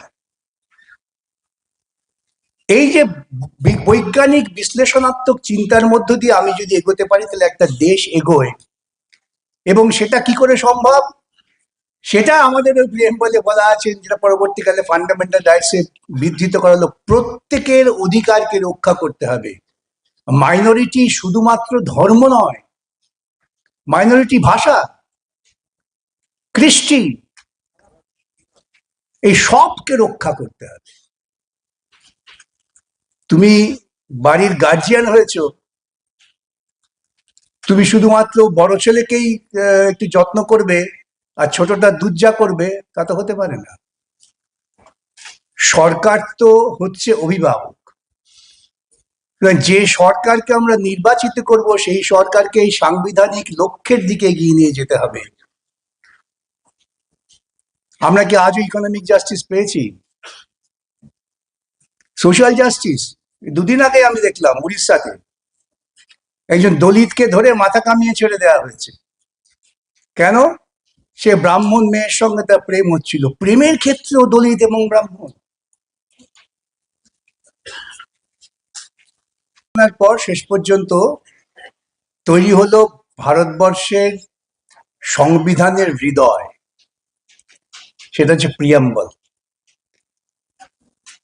আমি রবীন্দ্রনাথকে বারবার মনে পড়ে যায়, ওই যে হৃদয়ের কথা কহিতে ব্যাকুল, শুধাইল না মনে কেহ। সংবিধান এত কথার দরকারটা কি? শুধুমাত্র প্রিয়াম্বলটাই যদি আমরা উপলব্ধি করি, তাহলে দেখব এর প্রাসঙ্গিকতা কোনোদিনও শেষ হবে না।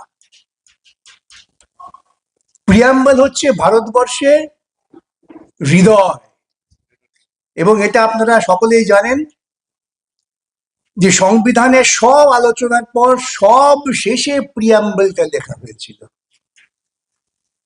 তাহলে ভারতের হৃদয়টা কি? We the people of India. We Hindus বললো না তো, হিন্দু তো সংখ্যাগরিষ্ঠ। এখন তো হিন্দু বাঁচাও চলছে, হিন্দু ভাই ভাই চলছে। তো আমি একজনকে জিজ্ঞেস করেছিলাম, ভাই হিন্দু ভাই ভাই করছো, কোন হিন্দু? কার ভাই? ব্রাহ্মণের ভাই দলিত, এও হিন্দু। তখন বলে তোমার খালি কাজ হচ্ছে এইসব কথা বলা। তাহলে we the people of India যদি হই, তাহলে ভারতবর্ষে যে ভৌগোলিক পরিসীমা তৈরি হয়েছিল ব্রিটিশ সাম্রাজ্যবাদ যাবার সময় কেটে দিয়ে গেছিলেন, তার প্রতিটা মানুষ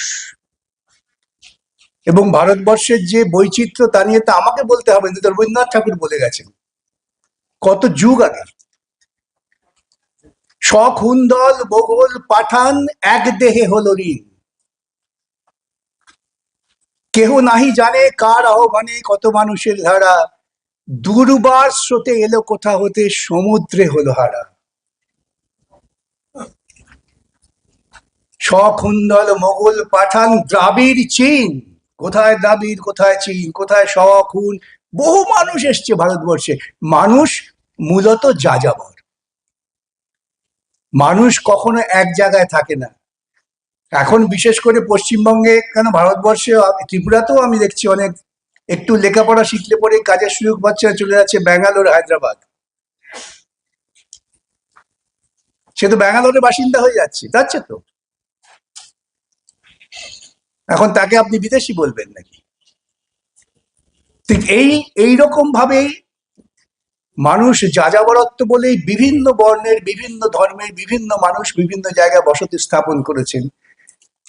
এই সাম্রাজ্যবাদী পুঁজিবাদী চিন্তার আগে তো দেশ বলে কিছু ছিল না, সীমান্ত বলে কিছু ছিল না।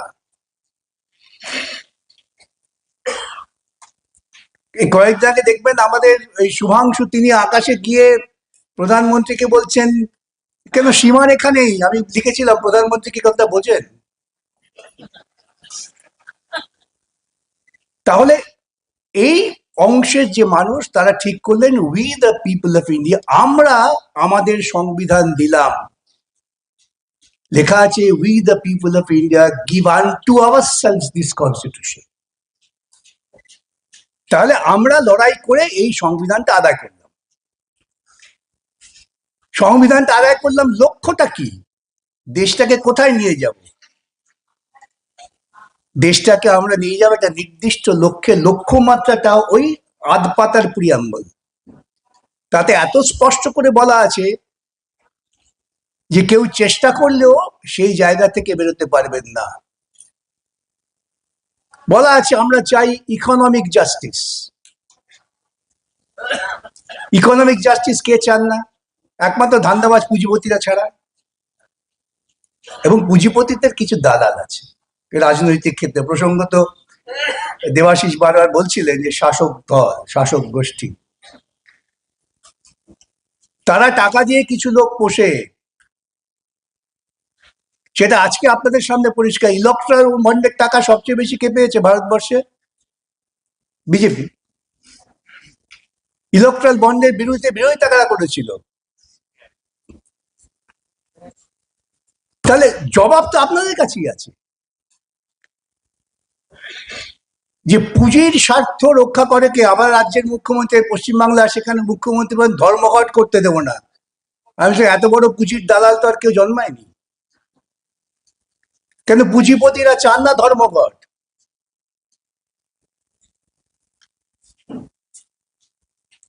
যখন ভারতবর্ষের স্বাধীনতা সংগ্রামে একটা জঙ্গি দিক ছিল, মাস্টারদা সূর্য সেন, ভগৎ সিং ইত্যাদি যারা লড়ছিলেন মুখোমুখি লড়াই করো,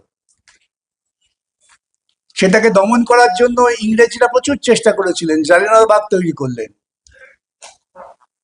সংখ্যালঘুদের উপর অথবা যে কোনো আক্রমণ, ধর্মের ভিত্তিতে যে আক্রমণ, সেটাকে আমরা সহ্য করব না, বরদাস্ত করবো না, তার বিরুদ্ধে আমরা আন্দোলন করে আসছি। আমরা গণতন্ত্রের পক্ষে, অগণতান্ত্রিক কাজকে আমরা সমর্থন করতে পারি না। আমরা সমাজতন্ত্রের পক্ষে, ন্যায় বিচারের পক্ষে। এই জন্য আজকে আমরা মনে করেছি যে সারা ভারতবর্ষের মানুষ যদি ঐক্যবদ্ধভাবে এই সমস্ত অগণতান্ত্রিক কাজের বিরুদ্ধে এবং বর্তমান কেন্দ্রীয় এবং রাজ্য সরকার যেভাবে দেশটাকে এবং রাজ্যটাকে পরিচালনা করছে তার বিরুদ্ধে যদি শক্তি গড়ে তোলা না যায় লড়াইয়ের মধ্য দিয়ে ঐক্যবদ্ধভাবে, তাহলে মানুষ আরও বিপদগ্রস্ত হবে, দেশ আরও বিপন্ন হবে, সংবিধানটা টিকবে না, দেশটা ধ্বংস হয়ে যাবে, মানুষ আমরা বাঁচতে পারবো না। তাই আমরা মনে করেছি সারা ভারতবর্ষে আমাদের সংগঠন এইভাবে বিভিন্ন রাজ্যে এইভাবে সেমিনার করে আমাদের বক্তব্য তুলে ধরার চেষ্টা করছি। এবং এই বক্তব্য সমর্থনে যারা নাকি আমাদের কলকাতা হাইকোর্টের প্রাক্তন প্রধান বিচারপতি, ওনারা সংবিধান বিশেষজ্ঞ লোক, ওনাদের অনেক অভিজ্ঞতা, ওনাদের আমরা আমন্ত্রণ করছি। উনি আমাদের আমন্ত্রণে সাড়া দিয়ে এখানে এসেছেন, ওনাকে ধন্যবাদ। ওনার ব্যস্ততার মধ্যেও আর আমাদের বিকাশবাবু বিকাশ রঞ্জন ভট্টাচার্য আপনারা দেখছেন প্রতিদিনই সারা ভারতবর্ষে ঘুরে ঘুরে এই সমস্ত সভা করছেন। আজকে হয়তো ত্রিপুরা, কালকে চলে যাবেন হরিয়ানা, এভাবেই চলছে। কাজেই আমরা মনে করি আইনজীবী হিসাবে, আমরা মনে করি আমাদের সংগঠন এআইএলইউ হিসাবে এই মানুষকে সচেতন করার পক্ষে সচেতন আপনারা আছেন। শুধু একসাথে মিলিত হয়ে আমরা আমাদের বক্তব্যটা আপনার কাছে নিয়ে যাচ্ছি, যাতে আমরা ঐক্যবদ্ধভাবে এর বিরুদ্ধে লড়াই করতে পারি। আমরা আশা করব আজকের এই যে সেমিনার, এই ঘরগুলিতে গিয়ে এই যখন পরিস্থিতি, আমাদের যে সংগঠন সারা ভারত আইনজীবী ইউনিয়ন, আমাদের যে মূল স্লোগান, তাদের ভারতের সংবিধান সম্বন্ধে, ইতিহাস সম্বন্ধে কারোরই মর্যাদার অধিকার এখনো ভারতবর্ষের বিভিন্ন জায়গায় অস্পৃশ্যতা, মন্দিরে ঢুকলে, তাছাড়া যারা নাকি এই সংবিধানের পক্ষে কাজ করবে কিন্তু রাষ্ট্র সীমারেখার বাইরে যাচ্ছে, মানুষ আন্দোলন করছে,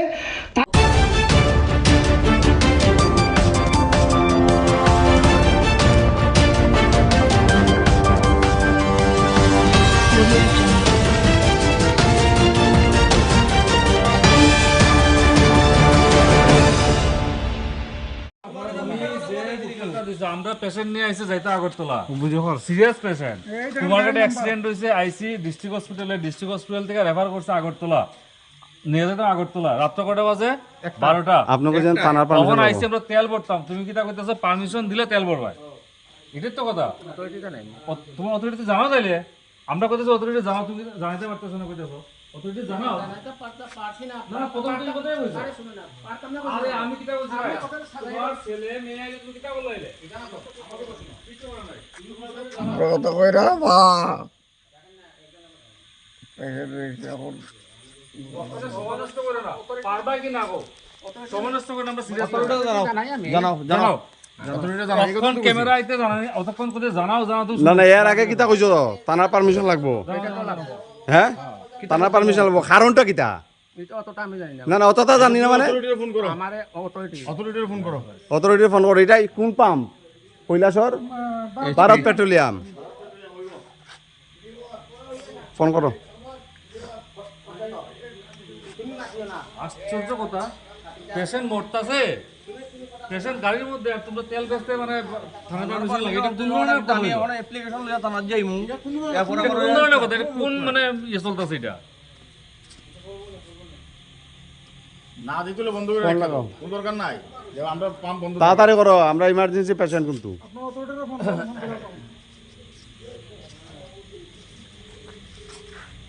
এই দেখেন এটা হচ্ছে ভারত পেট্রোলিয়াম পাম্প। স্যার তারা আইসে রুগী, অ্যাক্সিডেন্টাল রুগী আগরতলা নিয়ে যাইতো। থানা থেকে তো এমনি তো লিখিত কিছু আনছে না, তারা যে থানা কই আইছে। রেফার কপি তো আছে, রেফার কপি আছে। রেফার কপি হইতো না? না রেফার কপি ইয়া দাও। হ্যাঁ কি জানে কয় এই দাদা, হ্যাঁ এই শোনো, এই ঘটনা আছে, তুমি ওখানে এই তারা থানা ধরেছে। হ্যাঁ, থানা তো এখানে মাথাতে আছে, সিরাকুটি সময়। আপনারা এক পেশেন্ট, অ্যাক্সিডেন্ট পেশেন্টের অ্যাম্বুলেন্স রেফার করছে আগরতলা, আপনারা কারে বন্দিত কিছুর কথা কও? আমার কাছে আছে, তাই নিয়ে কথা কইতাছে। ফোন আমার কাছে আছে স্যার, আমার ফোন। আচ্ছা আচ্ছা, ওই থানার লোক আসেনি সামনে কেউ? না, থানার লোক সিরাকুটি। আরে আপনারা কথা কইতেছেন না, তেল ও আপনি কোন? সিরাকুটি স্টাফ, থানা স্টাফ আছে এইখানে কোয়াট হয়ে আইছে তারা। সিরাকুটি থানা স্টাফ আছে? হ্যাঁ। আচ্ছা আচ্ছা, বাইগুলি থানা স্টাফের দিকে একটু। আরে আমরা হইলে অ্যাক্সিডেন্ট সিরিয়াস। না তারা তো আইতো না, এখানে তো অন ডিউটিতে আছে সিরাকুটি। যদি পানির তেলটা দিয়ে সেটা যদি আরো 3 জন আয়ে, এটা তো এরকম তো কয়বার মাইপিট হয়েছে, এর লাগে তো সমস্যা, নতুবা আগে তো দিয়ে দেবো। অ্যাম্বুলেন্স তো সামনে। অ্যাম্বুলেন্সের ভিতরে তো পেশেন্ট আছে আরে পেশেন্ট তো ভিডিও কল করো না কিটা কথা কইতে জানা কথা কইতে দাদা এখানে চাইপাটা মাই রইছে চোগরা হইছে পিটা গাইছে পিটা গাইছে আপনারা এরকম কইলে হইতো না এখানে পিটা আমরা গাইছি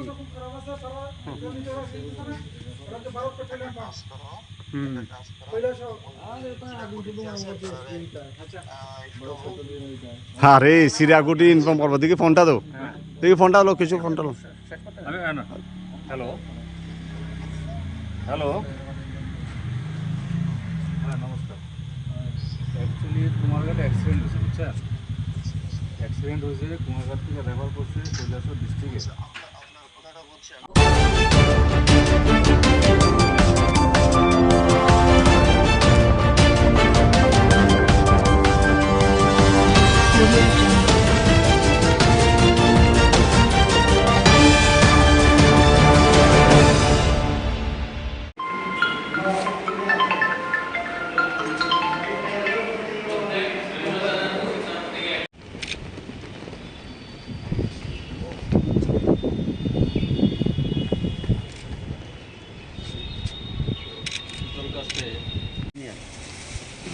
আপনারা ব্যাগ পিছিয়ে দাও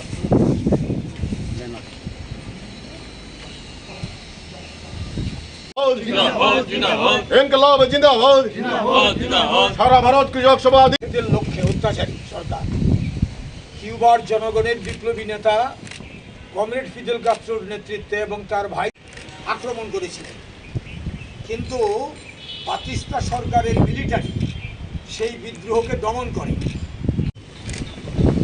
1953 সালে কিউবায় আমরা উদযাপন করছি।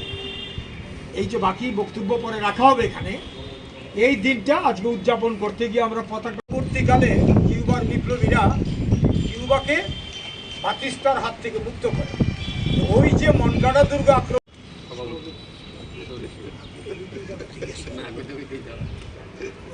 পুষ্পার্পণ করবেন জেলা কমিটির সম্পাদক কমরেড মধু দাস। একে একে প্রত্যেককে শ্রদ্ধা জানানোর জন্য অনুরোধ করা হচ্ছে।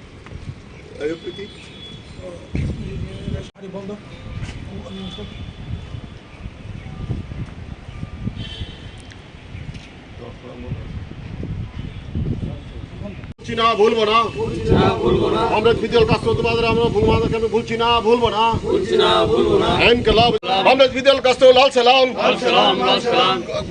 কিউবা থেকে মার্কিন সাম্রাজ্যবাদ হাত উঠাও।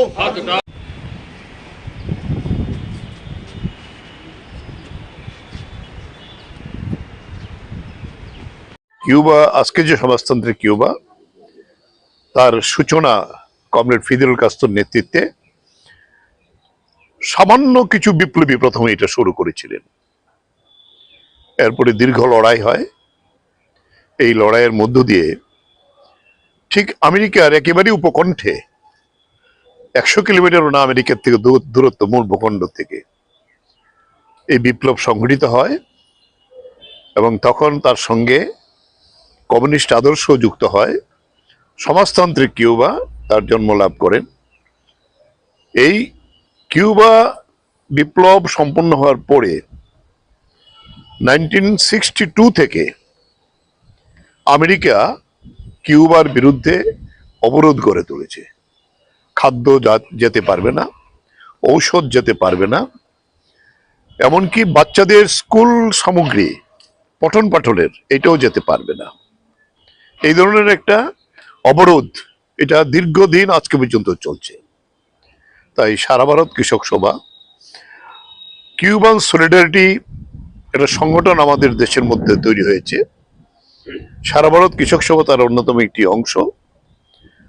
আমরা সিদ্ধান্ত করেছি কিউবার বিপ্লবের, মহান বিপ্লবের এই যে সূচনার দিনটি থেকে আমরা 1 সপ্তাহ 26 থেকে 1 আগস্ট পর্যন্ত গোটা দেশে এ প্রচার আমরা চালাবো।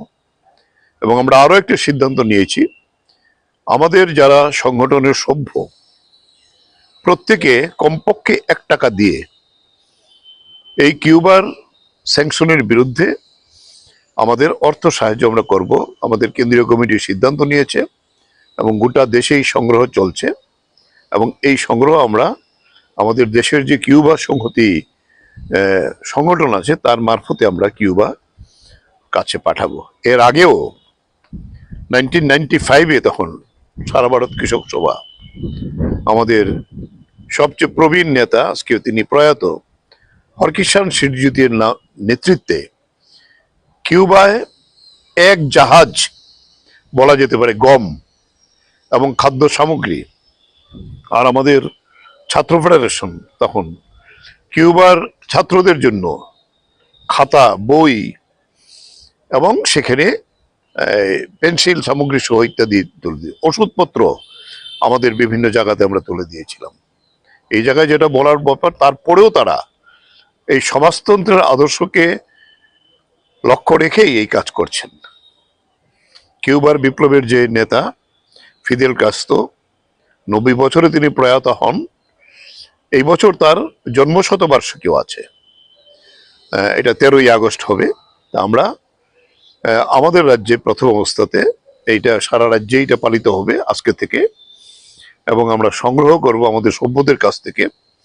এরপরে আমরা 1 তারিখে আগরতলায় একটি আলোচনা সভা করব কিউবা বিপ্লবের উপর সংহতি জানিয়ে। 1 তারিখ বিকাল 4টায় আমাদের এই অফিসেই হবে।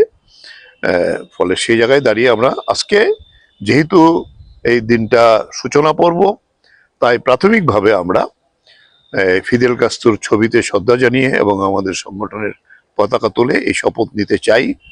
এবং আমরা আমাদের রাজ্য কমিটির মিটিং গেছে, এই রাজ্য কমিটির মিটিংয়ে আমরা বলেছি আমাদের প্রায় 9 শতাধিকের উপরে প্রাথমিক কমিটি রয়েছে। প্রত্যেকটা কমিটি অন্তত পক্ষে 100 টাকা করে সেখানে তুলবেন, যাতে তুলে আমাদের কাছে পাঠাবেন। আমরা এটা দিল্লিতে এই কিউবা সংহতির যে তহবিল, সেই তহবিলে পাঠাবো। এই যে সমাজতান্ত্রিক বিপ্লবের প্রতি অজেয় বিপ্লব, এত আক্রমণ, এত আমেরিকার নাকের ডগায় দাঁড়িয়ে তারা যে লড়াইটা করছেন, সাফল্য হলো এই যে কোভিড হয়েছিল 1 বছর, গোটা কিউবাতে কোনো কোভিড মহামারী ঢুকতে দেয়নি তারা, সেখানকার ডাক্তাররা, বিশ্ববিখ্যাত ডাক্তার। এবং কোভিডের সময়তে তারা পৃথিবীর 25 থেকে 30টা দেশে ডাক্তার, ওষুধ পাঠিয়ে কোভিডের বিরুদ্ধে সেই সংগ্রাম করেছেন। আজকেও কিউবা এত কিছুর পরেও সমাজতান্ত্রিক নির্মাণকে সামনে রেখে কিউবার স্বাস্থ্য পরিষেবা পৃথিবীর মধ্যে সেরা, এই কাজ তারা করে চলেছেন। কিউবার বিপ্লব আরেকটা মূল কারণ কেন আমেরিকা তো ভয়, কারণ এই বাতিস্তা যে ছিল কিউবার বিপ্লবের এই যে নেতা, তিনি প্রথম যে কাজটা করেছিলেন বিপ্লবে, 1 লক্ষ গ্রামীণ কৃষককে জমি দিয়েছিলেন। এটাই হলো আমেরিকার সবচেয়ে বড় যে সাধারণ মানুষকে জমি দিয়েছিলেন, শৃঙ্খল মুক্ত করেছিলেন। এবং এখানে আজকে সমাজতান্ত্রিক কিউবা এই দীর্ঘদিন যাবৎ এটা দাঁড়িয়ে আছেন এত বাধা সত্ত্বেও। তাই তার পাশে দাঁড়ানো কৃষক সভার একটা প্রধান দায়িত্ব। এই দায়িত্বের জন্য আমরা এই সপ্তাহব্যাপী এই ক্যাম্পেইন আমরা করব, এবং ফিদেল কাস্ত্রোকে স্মরণে রেখে আমরা আরো প্রোগ্রাম আমরা কিউবে নেব। আজকের প্রাথমিকভাবে এই সূচনা লগ্নে আমি যারা এসছেন তাদের বলবো যে যার যার এলাকাতে এই কাজটা করার জন্য আপনারা দায়িত্ব নেবেন, এই আবেদন রেখে আবারও সবাইকে সংগ্রামে অভিনন্দন জানিয়ে এবং ফিদেল কাস্ত্রোর প্রতি আমাদের শ্রদ্ধা এবং কিউবান বিপ্লবের যে ধারা তাকে অব্যাহত রাখার জন্য ভারতবর্ষের কৃষকরা তার পাশে আছে, এই বার্তা দিয়েই আমরা আমাদের আজকের কর্মসূচি এখানে শেষ করতে চাই। ইনকিলাব জিন্দাবাদ।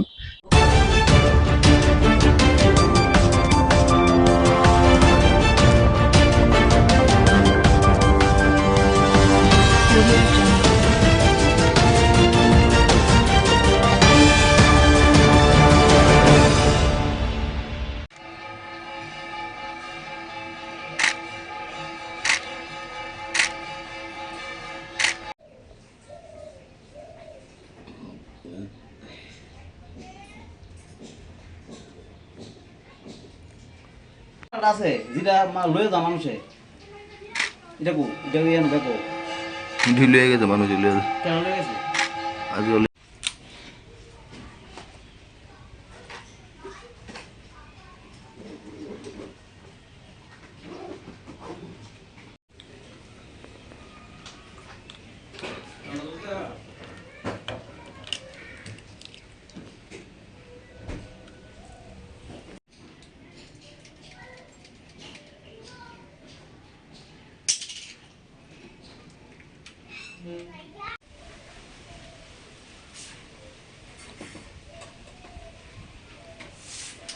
তুমি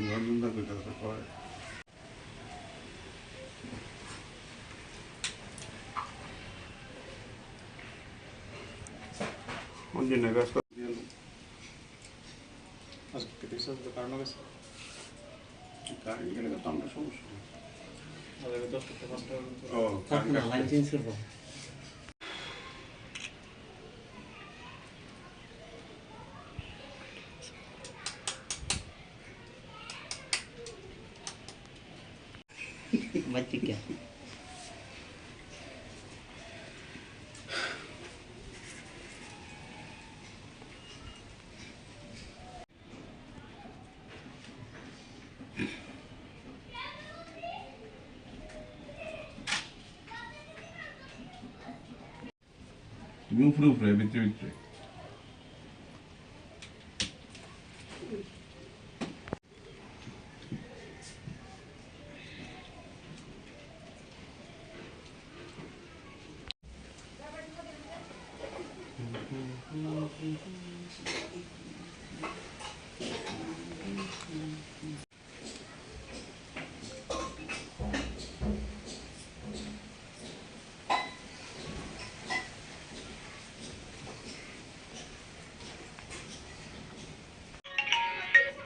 হ্যাঁ একটা নিউজে যামু যামু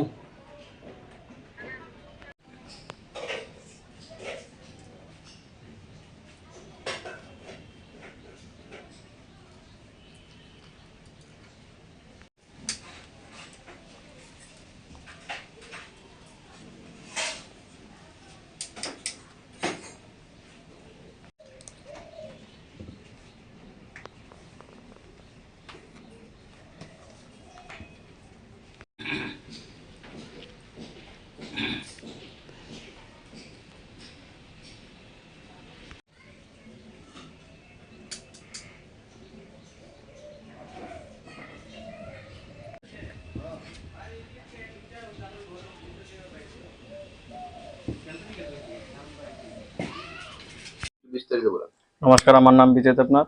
আজকে 26শে জুলাই উপলক্ষে, কার্গিল বিজয় দিবস উপলক্ষে আমি আমাদের ভারতের সেনাদের উদ্দেশ্য করে আমি আমার আর্টের মাধ্যমে তাদের একটা জিনিস মানে উপহার দিতে চাই, যেটা হলো আমি তাদের মানে এই যে যুদ্ধ বিজয়ের জন্য যে মানে একটা দেশলাই কাঠি দিয়ে 103টা দেশলাই কাঠি ইউজ হয়েছে, এই জিনিসটা যে বানিয়েছি আমি তাদেরকে উদ্দেশ্য করে আমি এই জিনিসটা বানিয়েছি।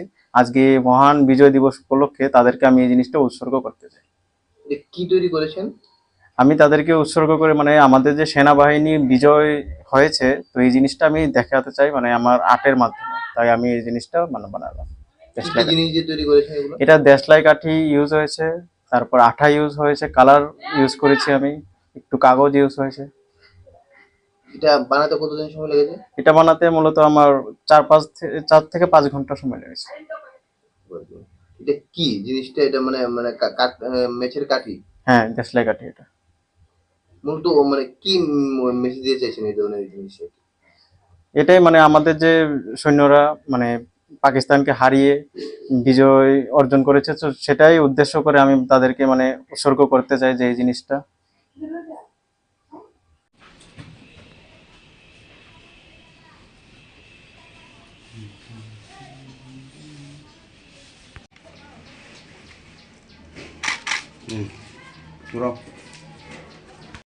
দাঁড়াও, লেরো না, ঘুরাও।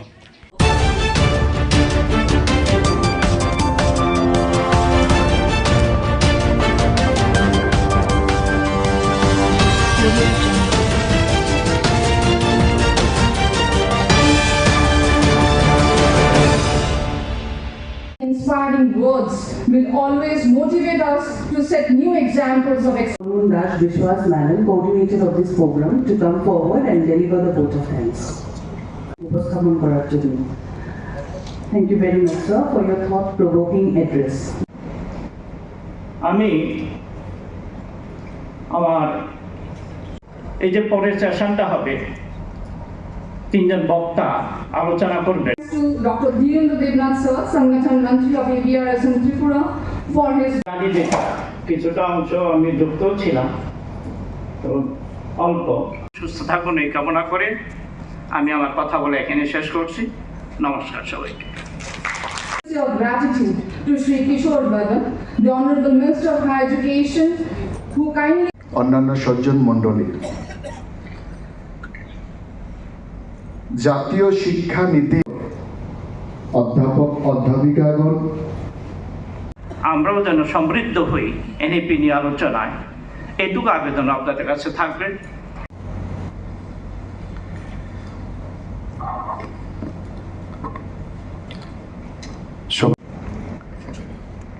মা সরস্বতীর চরণে আমার কোটি কোটি প্রণাম। জাতীয় শিক্ষা নীতির উপর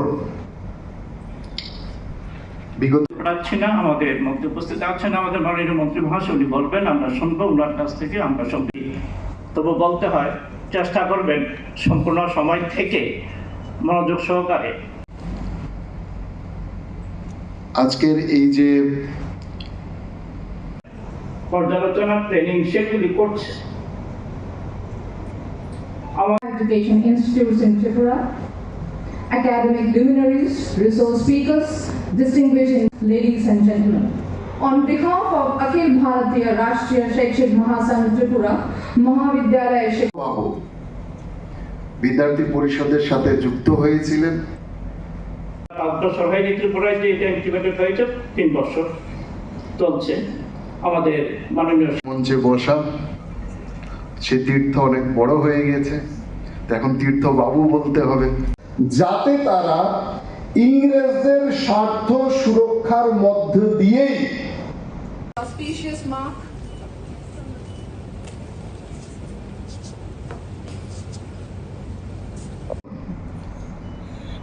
রাষ্ট্রীয় শৈক্ষিক মহাসংঘ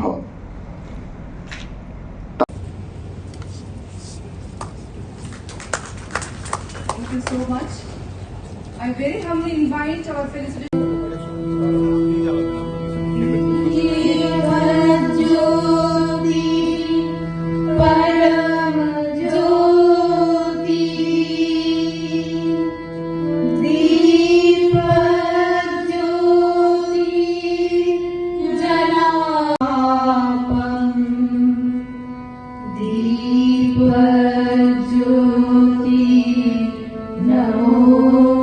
আজকের এই প্রোগ্রাম এটা অখিল ভারতীয় রাষ্ট্রীয় শৈক্ষিক মহাসংঘে তারা আয়োজন করেছে।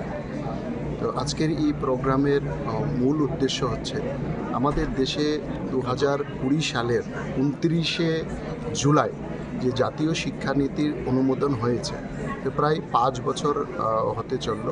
এই 5 বছরে আমাদের জাতীয় শিক্ষানীতির যে টার্মস অ্যান্ড কন্ডিশনগুলো রাখা হয়েছে সেগুলো কতটা বাস্তবায়িত হয়েছে সেটার অনুবর্তন এই সংগঠন করছেন। আমি প্রথমেই এই সংগঠনকে এত বড় একটা মহতী উদ্যোগ নেওয়ার জন্য আমি অনেক ধন্যবাদ জানাচ্ছি, তাদেরকে শুভেচ্ছা জানাচ্ছি, তাদেরকে অভিনন্দন জানাচ্ছি। তো সেই বিষয়ে আজকে আমাদের সারা দেশে আমরা জানি যে মাননীয় মোদিজি এক ভারত শ্রেষ্ঠ ভারত গঠন করার জন্য আমাদের জাতীয় শিক্ষানীতি দেশের মধ্যে প্রণয়ন করেছে। কারণ আমরা জানি যে যেই কোনো দেশ কিংবা রাষ্ট্র কিংবা সমাজকে যদি উন্নত করতে হয় তাহলে সেই দেশ সমাজ কিংবা রাষ্ট্রের জনগণকেও কিন্তু শিক্ষিত এবং সুশিক্ষিত করে গড়ে তুলতে হবে। আর তার জন্যই এই প্রচেষ্টা, এই জাতীয় শিক্ষানীতি।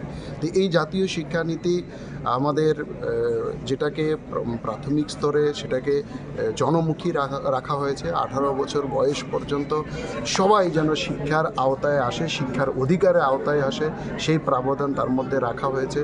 মধ্যশিক্ষা স্তর অর্থাৎ মাধ্যমিক শিক্ষা স্তর যেটা আছে সেটাকে কর্মমুখী করা হয়েছে, যাতে কেউ শিক্ষা অর্জন করে শিক্ষিত বেকার হয়ে যাতে কেউ না জন্মায়, শিক্ষিত দক্ষ একজন কর্মী বিজ্ঞানী হিসাবে যাতে শিক্ষার সাথে সাথে সে বেরোয় এবং কিছু না কিছু তার সেই দক্ষতা এবং ইয়ে অনুসারে সে যাতে কোনো না কোনো কাজ করে জীবন অতিবাহিত করতে পারে। এবং উচ্চশিক্ষা স্তর যেটা আছে সেটাকে ইনোভেশন এবং রিসার্চের সাথে অর্থাৎ জ্ঞানমুখী সেটাকে করা হয়েছে। ফলে আজকে আমাদের দেশে আমরা দেখছি যে প্রায় 50%-এরও অধিক সেখানে কিন্তু রিসার্চ সাবমিট করা সেটা কিন্তু বেড়েছে। তো স্বাভাবিক কারণে সেই অনুসারে সারা দেশে তার ইনফ্রাস্ট্রাকচারও নির্মাণ হয়েছে। প্রায় 390টা ইউনিভার্সিটি গত 11 বছরে আমাদের সারা দেশে বেড়েছে। 23খানা আইআইটি আমাদের সারা দেশে বেড়েছে। 20খানা আইআইএম বেড়েছে। অসংখ্য এনআইটি সেখানে ইনফ্রাস্ট্রাকচার নির্মাণ করা হয়েছে। অসংখ্য ট্রিপল আইটি ইনফ্রাস্ট্রাকচার সেখানে করা হয়েছে। প্রত্যন্ত অঞ্চল মানে আঞ্চলিক রাজ্য যেগুলো আছে সেই আঞ্চলিক রাজ্যগুলোকে যাতে বৈষম্যের শিকার না হয় সেখানেও প্রায় 22টা ইউনিভার্সিটি বিভিন্ন আঞ্চলিক রাজ্যে প্রতিষ্ঠা করা হয়েছে। সেখানে লে লাদাখের মতো জায়গাতে সেখানে কেন্দ্রীয় বিশ্ববিদ্যালয় স্থাপন করা হয়েছে। সেখানে ফরেন্সিক সায়েন্স ইউনিভার্সিটি সেখানে লাগু করা হয়েছে।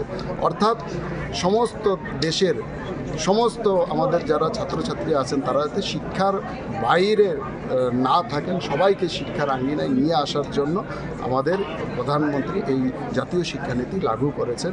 সেটারই কতটা ত্রিপুরাতে আমরা এখনও বাস্তবায়ন করতে পেরেছি তার জন্য এই উদ্যোগ এবং এই সেমিনারের পর তারাও নিজেরা সবাই অ্যানালাইসিস করবেন কতটা হয়েছে না হয়েছে। পরবর্তী সময়ে তাদের সেই সেমিনার থেকে উঠে আসা ড্রাফট সেটাও আমাদের শিক্ষা দপ্তরের কাছে তারা প্রেরণ করবে। ফলে আমরা দেখব যেখানে যেখানে খামতি এখনও রয়ে গেছে সেগুলো কত দ্রুততার সাথে আমরা পূর্ণ করতে পারি সেই বিষয়ে এই সেমিনার, তার জন্যই এখানে আসা।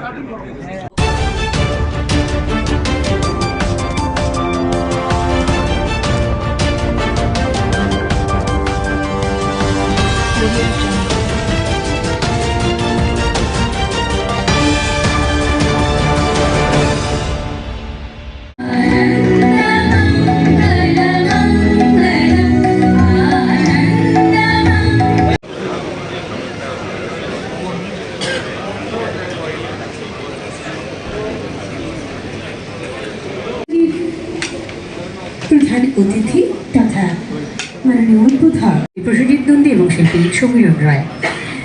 এবারে অত্যন্ত বিনম্রতার সাথে অনুরোধ করব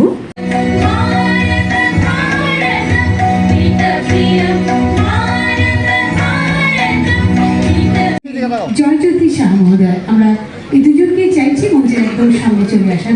নন্দন রায়,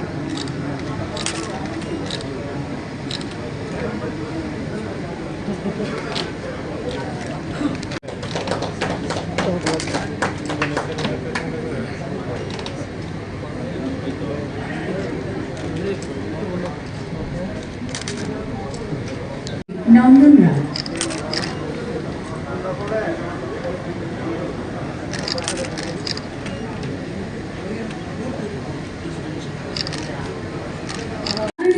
জনপ্রিয় মুখ্যমন্ত্রী প্রফেসর ডক্টর মানিক সাহা মহোদয়। বরণ করে নেব শ্রী কৃষ্ণেন্দু চক্রবর্তী মহোদয়।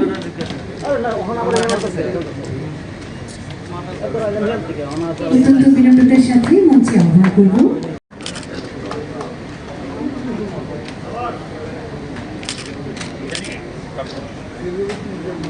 শ্রী জয়জ্যোতি সাহা, আজীবন সদস্য ত্রিপুরা ক্রিকেট অ্যাসোসিয়েশন। মঞ্চে চাইছি শ্রী অধীর দেবনাথ মহোদয়কে।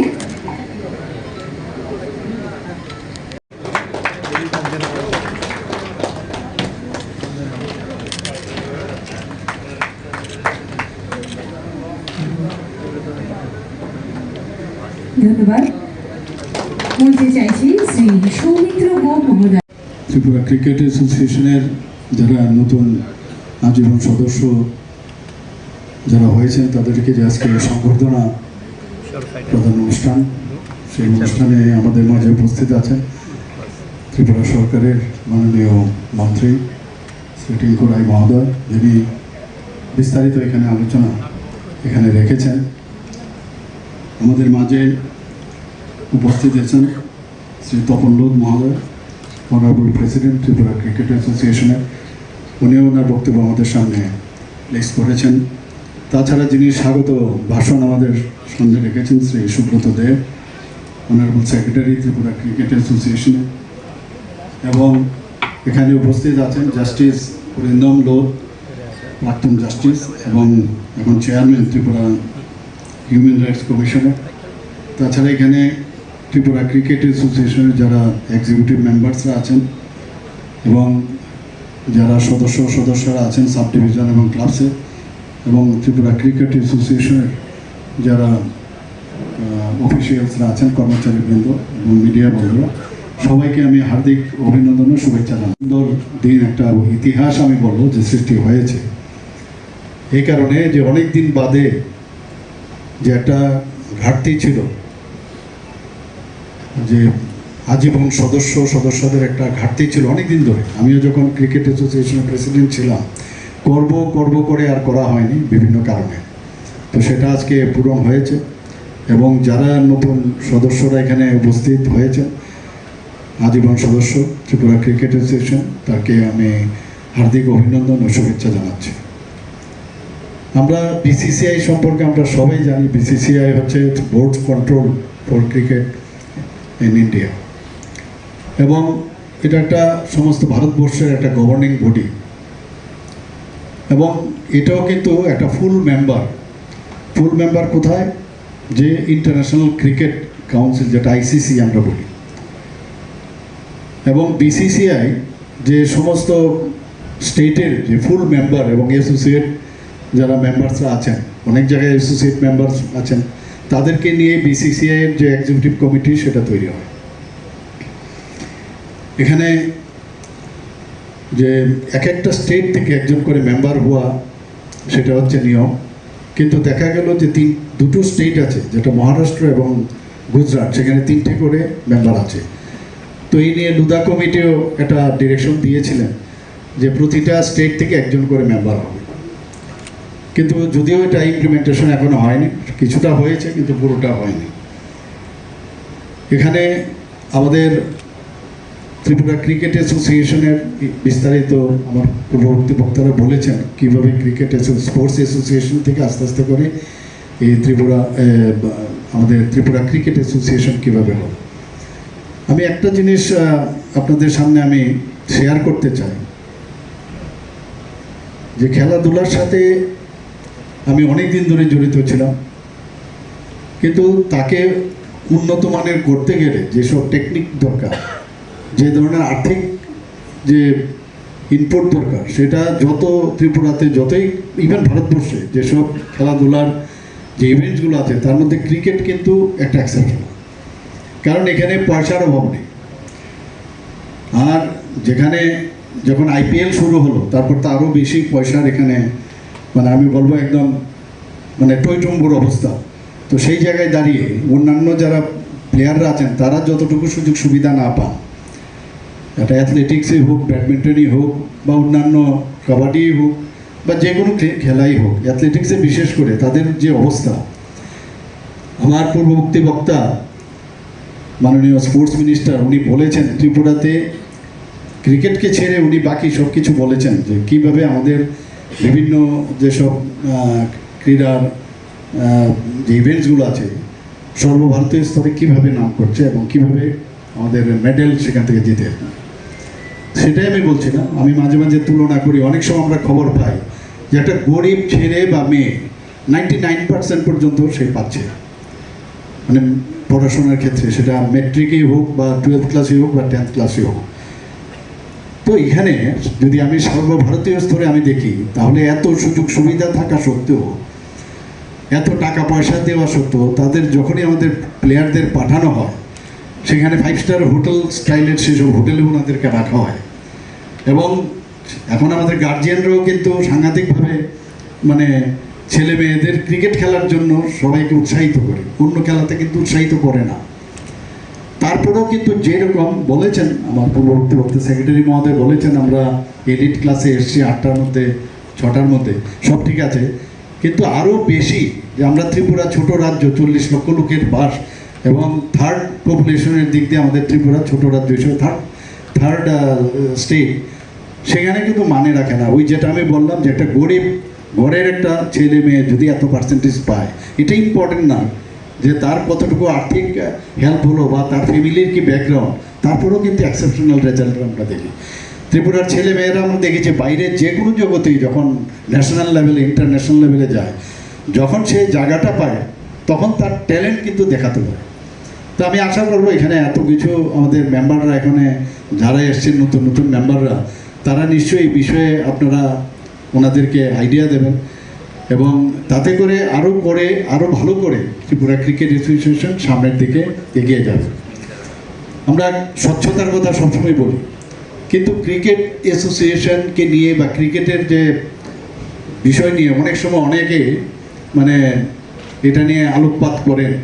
আমি এটাই বলবো যে স্বচ্ছতার সাথে যদি আগামী দিন এই ক্রিকেটকে আমরা সামনের দিকে এগিয়ে নিয়ে যেতে পারি এবং বর্তমান যে ক্রিকেট অ্যাসোসিয়েশন আছে, আমি মানে ইনডাইরেক্টলি, আমি তো ডাইরেক্টলি এই বিষয়ে কথা বলতে পারি না, ইনডাইরেক্টলি আমি কিন্তু তার নজরদারি আমি রাখি যে কোনো জায়গায় কোনো রকম যেন অস্বচ্ছতার কোনো স্থান না থাকে।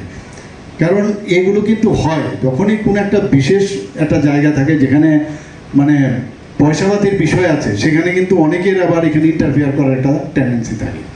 তো সেই জায়গায় আমাদের এটা একটা মানে আন্দোলন বলা যায় যে কোনো অবস্থায় এখানে অস্বচ্ছতার যে কোনো অবস্থান না। আমাদের ত্রিপুরা সরকার এর মধ্যে যখন ক্রিকেট যে নতুন স্টেডিয়াম এখানে হচ্ছে ইন্টারন্যাশনাল ক্রিকেট অ্যাসোসিয়েশনের যে উদ্যোগে, সেখানে আমাকে বললো যে কিছু জায়গার সমস্যা আছে, কারণ গাড়ি যদি ভিতরে যায় সেখানে কিন্তু জায়গা সেভাবে নেই যে গাড়ি ঘুরে সেখানে আসবে। আমাকে বারবার বললো যে এখানে কিছু মানে জায়গায় একুইজিশন করতে হবে। আমি সাথে সাথে আধিকারিকদের বললাম, সেটারও প্রায় কাজ আমি মনে হয় সেটা হয়ে গেছে প্রায় শেষের পথে। আমার কাছে গতকাল একটা ফাইল এসছে গত 2-3 দিন আগে, যে সাপ্রুমেও একটা এডুকেশন ডিপার্টমেন্ট থেকে একটা জায়গা ক্রিকেট অ্যাসোসিয়েশনকে দিতে হবে। আমি সাথে সাথে সেটাকে মঞ্জুরি দিয়ে দিয়েছি, সেখানেও একটা ত্রিপুরা ক্রিকেট অ্যাসোসিয়েশন একটা ক্রিকেট মাঠ সেখানে হবে। এখানে যারা আমার আগের বক্তারা বলেছেন, মাননীয় সভাপতি সম্পাদক দুজনেই বলেছেন যে আমরা টিসিএ সম্মানের সঙ্গে এবং এটার যে গরিমা সেটাকে বজায় রেখে আমরা কাজ করছি। মাননীয় মুখ্যমন্ত্রী যিনি, তিনিও এই টিসিএর সভাপতি ছিলেন। অত্যন্ত গর্বিত আমরা এই টিসিএকে নিয়ে। কিন্তু আমাদের মাথায় রাখতে হবে, আমরা কিন্তু উত্তর পূর্বাঞ্চলের মধ্যে যে দুটো রাজ্য খেলাধুলায় খুব অগ্রণী ভূমিকায় রয়েছে, সেটা একটা মণিপুর আর একটা ত্রিপুরা রাজ্য। আপনারা যেহেতু খেলার সঙ্গে যুক্ত রয়েছেন, আপনাদের এই কথাগুলো না বললে না হয়। মাননীয় মুখ্যমন্ত্রী অনেক ব্যস্ততা রয়েছে, অন্য জায়গায় যাবেন, তারপরেও আমি এই 1-2টা কথা আপনাদেরকে বলতে হয় যে আমরা উত্তর পূর্বাঞ্চলের মধ্যে ছোট রাজ্য হলেও এমন একটা রাজ্য ত্রিপুরা, যেখানে মণিপুরের পরে কোনো রাজ্যে খেলাধুলায় রাষ্ট্রপতি অ্যাওয়ার্ড ইতিমধ্যে আমরা 7খানা পেয়েছি। যারা পদ্মশ্রী, অর্জুন অ্যাওয়ার্ড, দ্রোণাচার্য অ্যাওয়ার্ড, এরকম 7খানা অ্যাওয়ার্ড একমাত্র কোনো খেলায় যেখানে আমরা রাষ্ট্রপতি পুরস্কার পেয়েছি, সেই রাজ্য হচ্ছে আমাদের ত্রিপুরা রাজ্য। যেখানে কল্পনা দেবনাথ পেয়েছে, মন্টু দেবনাথ পেয়েছে, আমাদের সোম দেববর্মন পেয়েছে, আমাদের দীপা কর্মকার যিনি পদ্মশ্রী অ্যাওয়ার্ড পেয়েছে, খেলরত্ন অ্যাওয়ার্ড, ভারতবর্ষের সবচেয়ে যে প্রেস্টিজিয়াস অ্যাওয়ার্ড যেটা, সেটাও সে পেয়েছে।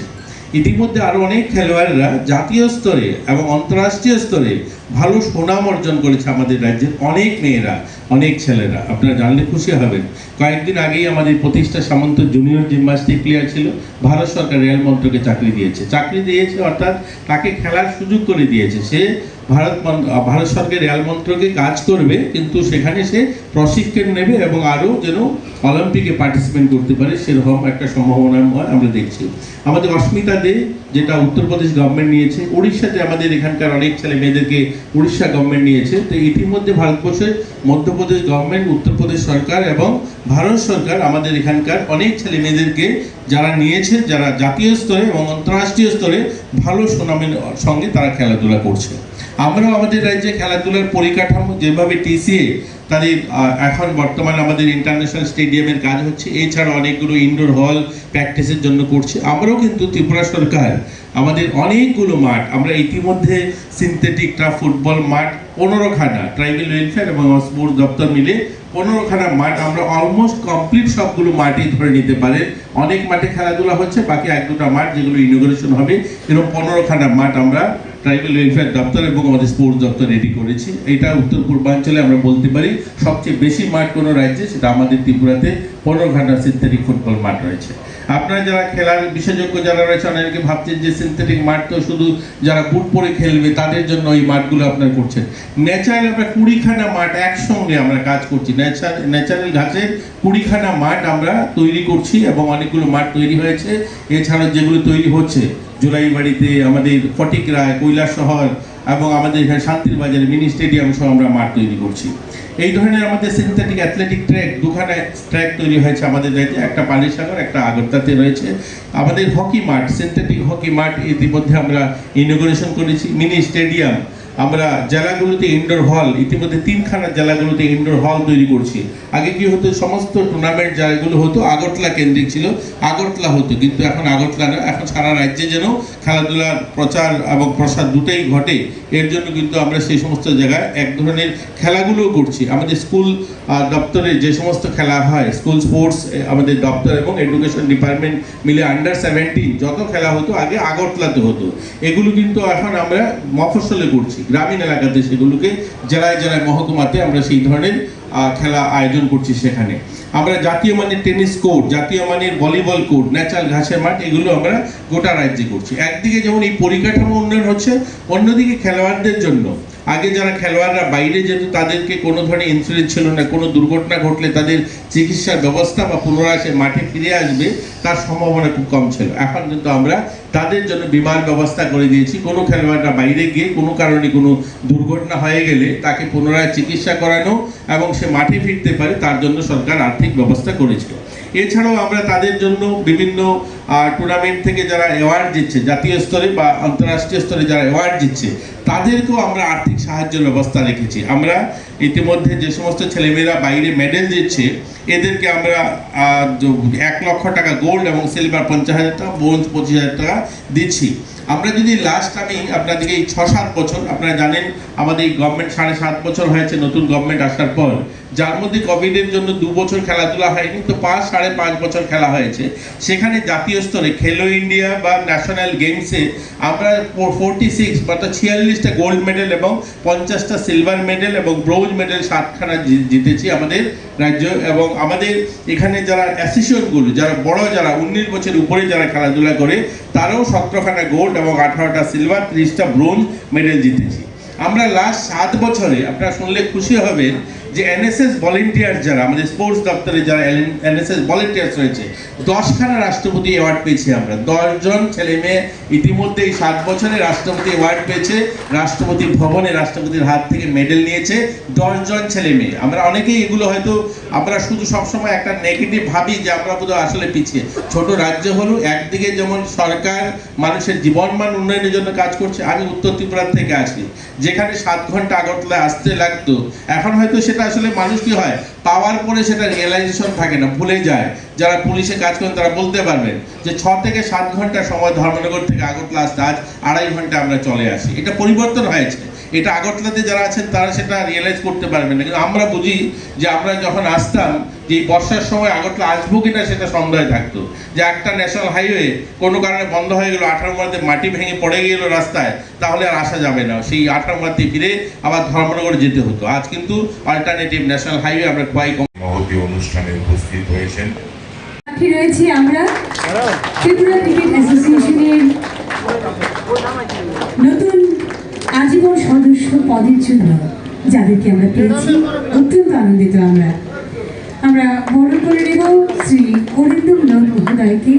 দেশের পথে আমার সময় সেখানে আমি 2-3 বার গেছি, সেখানেও গিয়ে দেখেছি অনেক জায়গার মধ্যে যেটাকে 100% প্রপার কাজ করা দরকার, সেখানেও আমি দেখেছি যে কিছু সমস্যা থাকে, মানে সমস্যা, কিন্তু সমস্যাটাকে কীভাবে সমাধান, এর জন্য যে চেষ্টা, সেটা আমরা আমার সময় আমি চেষ্টা করেছি, এবার ওনারা করে সেটাকে সমাপ্ত করেছে। ধর্মনগরও একটা সুন্দর একটা স্টেডিয়াম সেখানে হয়েছে। এবং এখানে যারা নতুন যারা মেম্বার্স হয়েছেন তাদের কাছে আমার একটা অনুরোধ থাকবে, আপনারা সময় আপনারা নিজেরাও বসবেন, আপনাদের একজন রিপ্রেজেন্টেটিভ মেম্বার থাকবে। কিন্তু একটা কথা বলতে হবে যে আমরা যারা এখানে এই ক্রিকেট অ্যাসোসিয়েশন আমরা করেছি, তা কাদের জন্য করেছি? তো আসলে প্লেয়ারদের জন্য।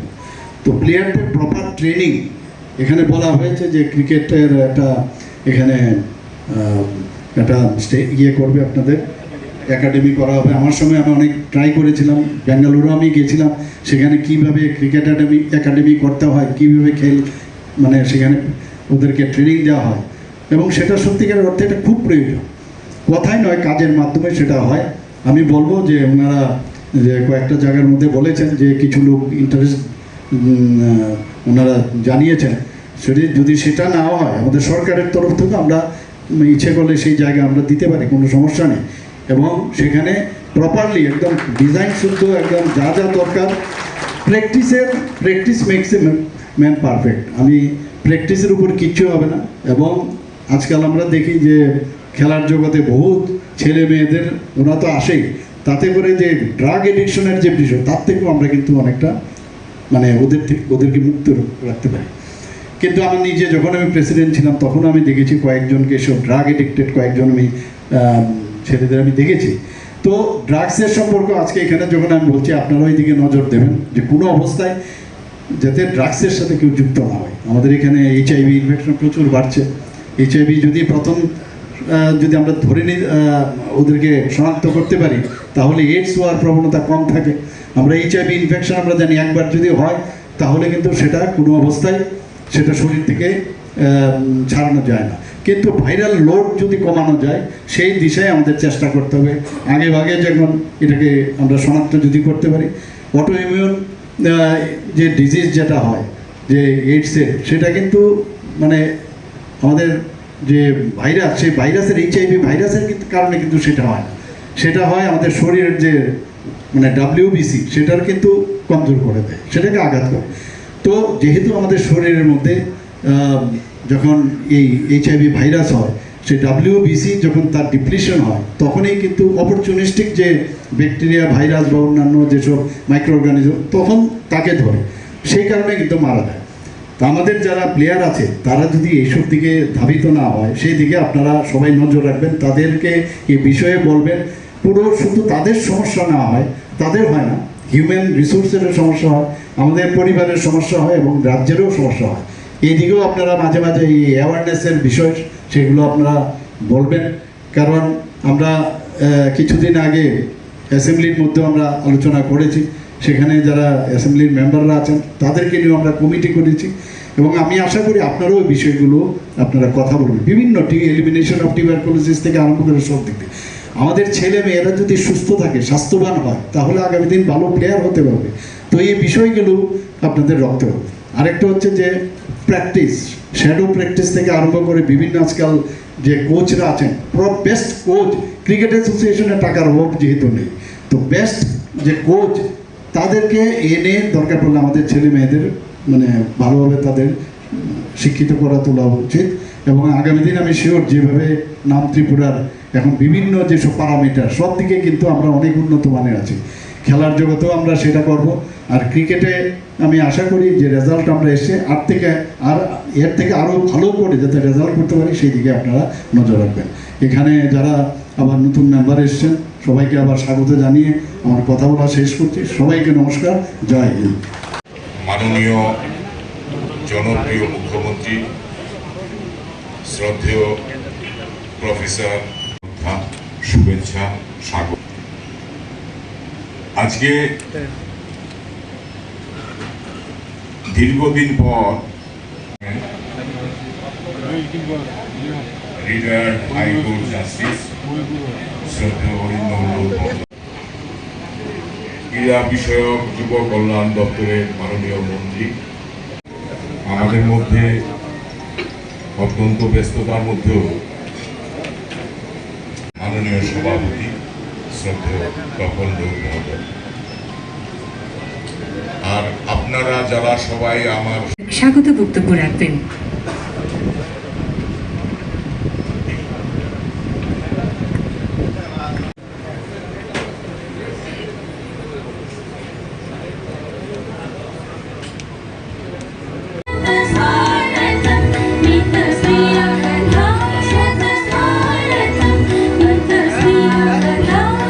শহরটা আমাদের জন্য কাছে চলে এসেছে। এরকম আমাদের রাজ্যের ছেলেমেয়েরাও, আপনারা যারা এখানে অভিভাবকরা রয়েছেন, লাইফ মেম্বাররা যারা রয়েছেন, তাপসদা রয়েছেন, আমি দেখছি অনেক সিনিয়র মেম্বার, ওনারা যখন দিল্লি মুম্বাই যেতেন বিভিন্ন কাজে, তারা গুয়াহাটি থেকে ট্রেনে বসতে হতো। আজ কিন্তু গুয়াহাটি বসতে হয় না, আগরতলা শহরে এখানে ট্রেনে চেপে 18টা শহরে ভারতবর্ষে যাওয়া যায়। এগুলো পরিবর্তন হয়েছে, এগুলো আমরা হয়তো ভুলে যাই অনেকে।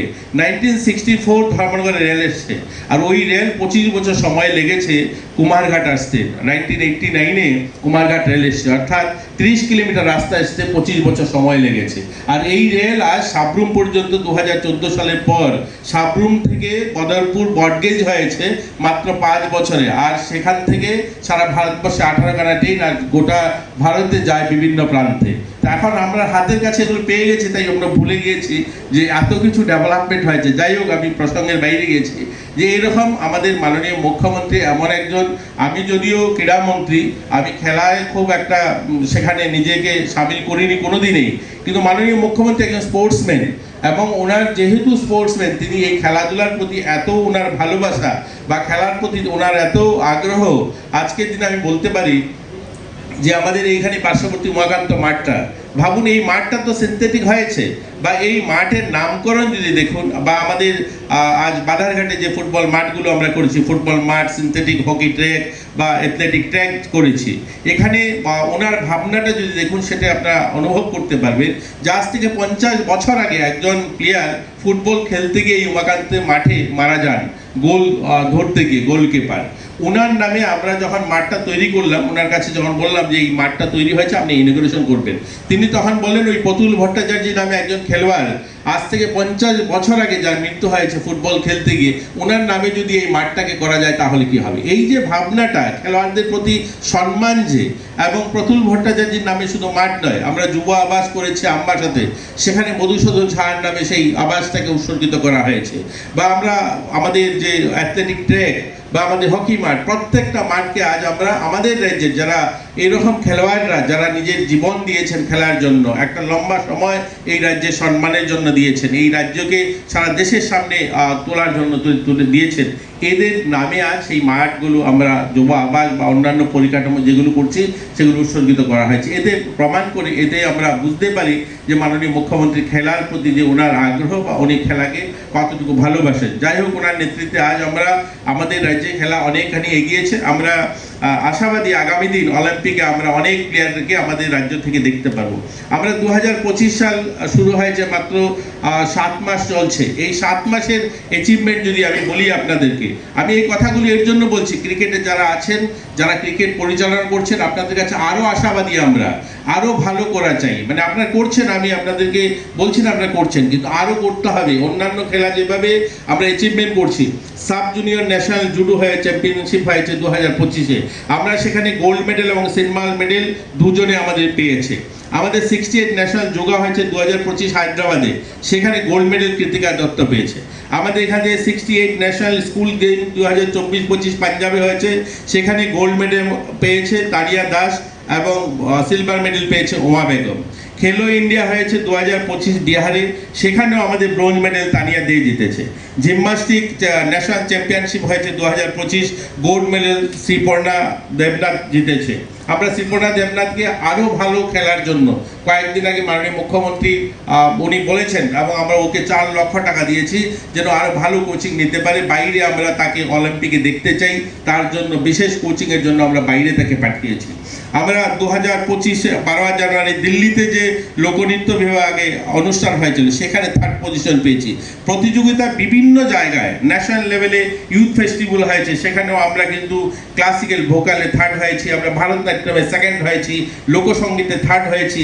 তো এরকম বিভিন্ন জায়গাতে নর্থ ইস্ট ড্রামা ফেস্টিভ্যাল হয়েছে, সেখানে 3rd হয়েছি। তো আমাদের রাজ্যের ছেলেমেয়েরা ভালো করছে, প্রতিভাবান ছেলেমেয়েরা আমাদের রাজ্যে রয়েছে।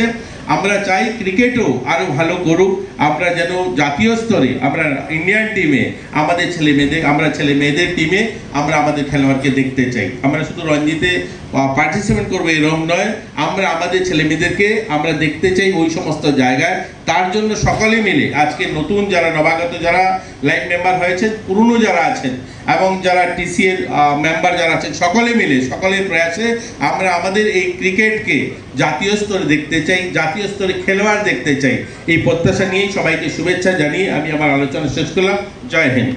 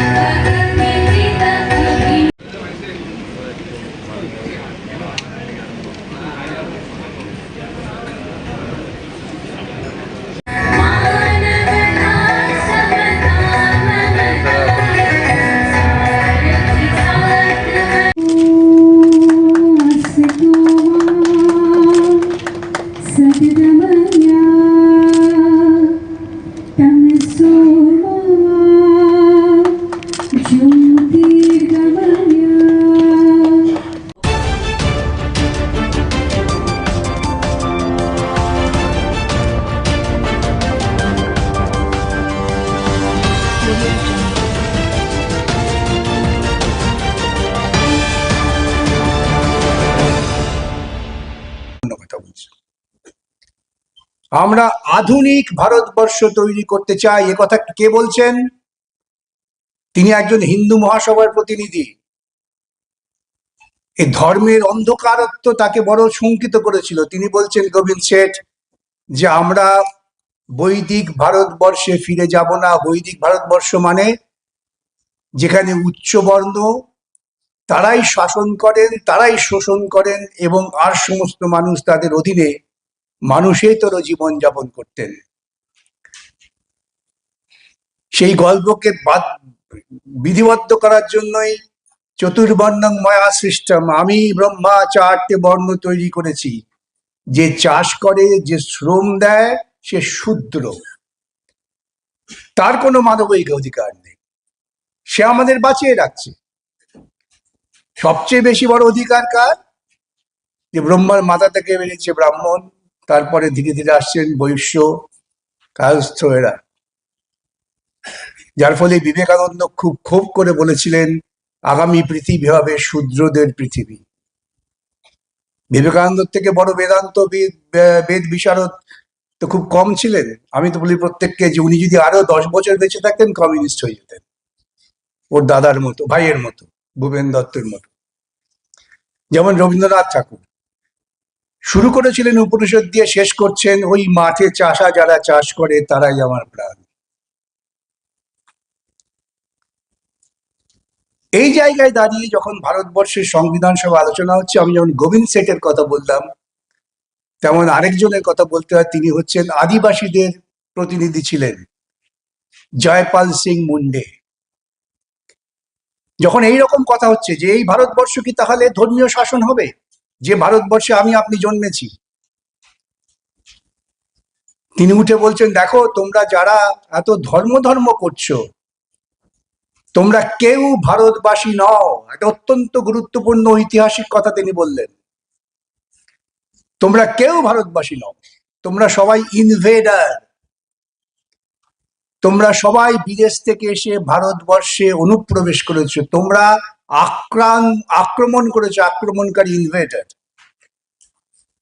আমরা আদিবাসীরা মূল ভারতবাসী। আমাদের কাছে ধর্ম কি? তিনি বলছেন, আমাদের কাছে ধর্ম হচ্ছে প্রকৃতি, আমরা পাহাড় পুজো করি, আমরা গাছ পুজো করি, আমরা জন্তুর পুজো করি, কিন্তু তারা আমাদের বাঁচিয়ে রেখেছেন। ভারতবর্ষটা আমাদের, তোমাদের নয়। তোমরা এইরকম ধর্ম করে ঝগড়া করো না। ভারতবর্ষে থাকতে গেলে সম্মিলিতভাবে থাকতে হবে। আর গণতন্ত্র, আদিবাসীদের কাছে গণতন্ত্র তোমাদের শিখতে হবে। এই সমস্ত বিভিন্ন বিদগ্ধ আলোচনার পর প্রশ্ন হলো, তাহলে ভারতবর্ষ কি হবে? অবজেক্টিভ রেজলিউশনে জওয়াহরলাল নেহরু বললেন, আমরা গণতন্ত্র চাই। আরেকজন বললেন,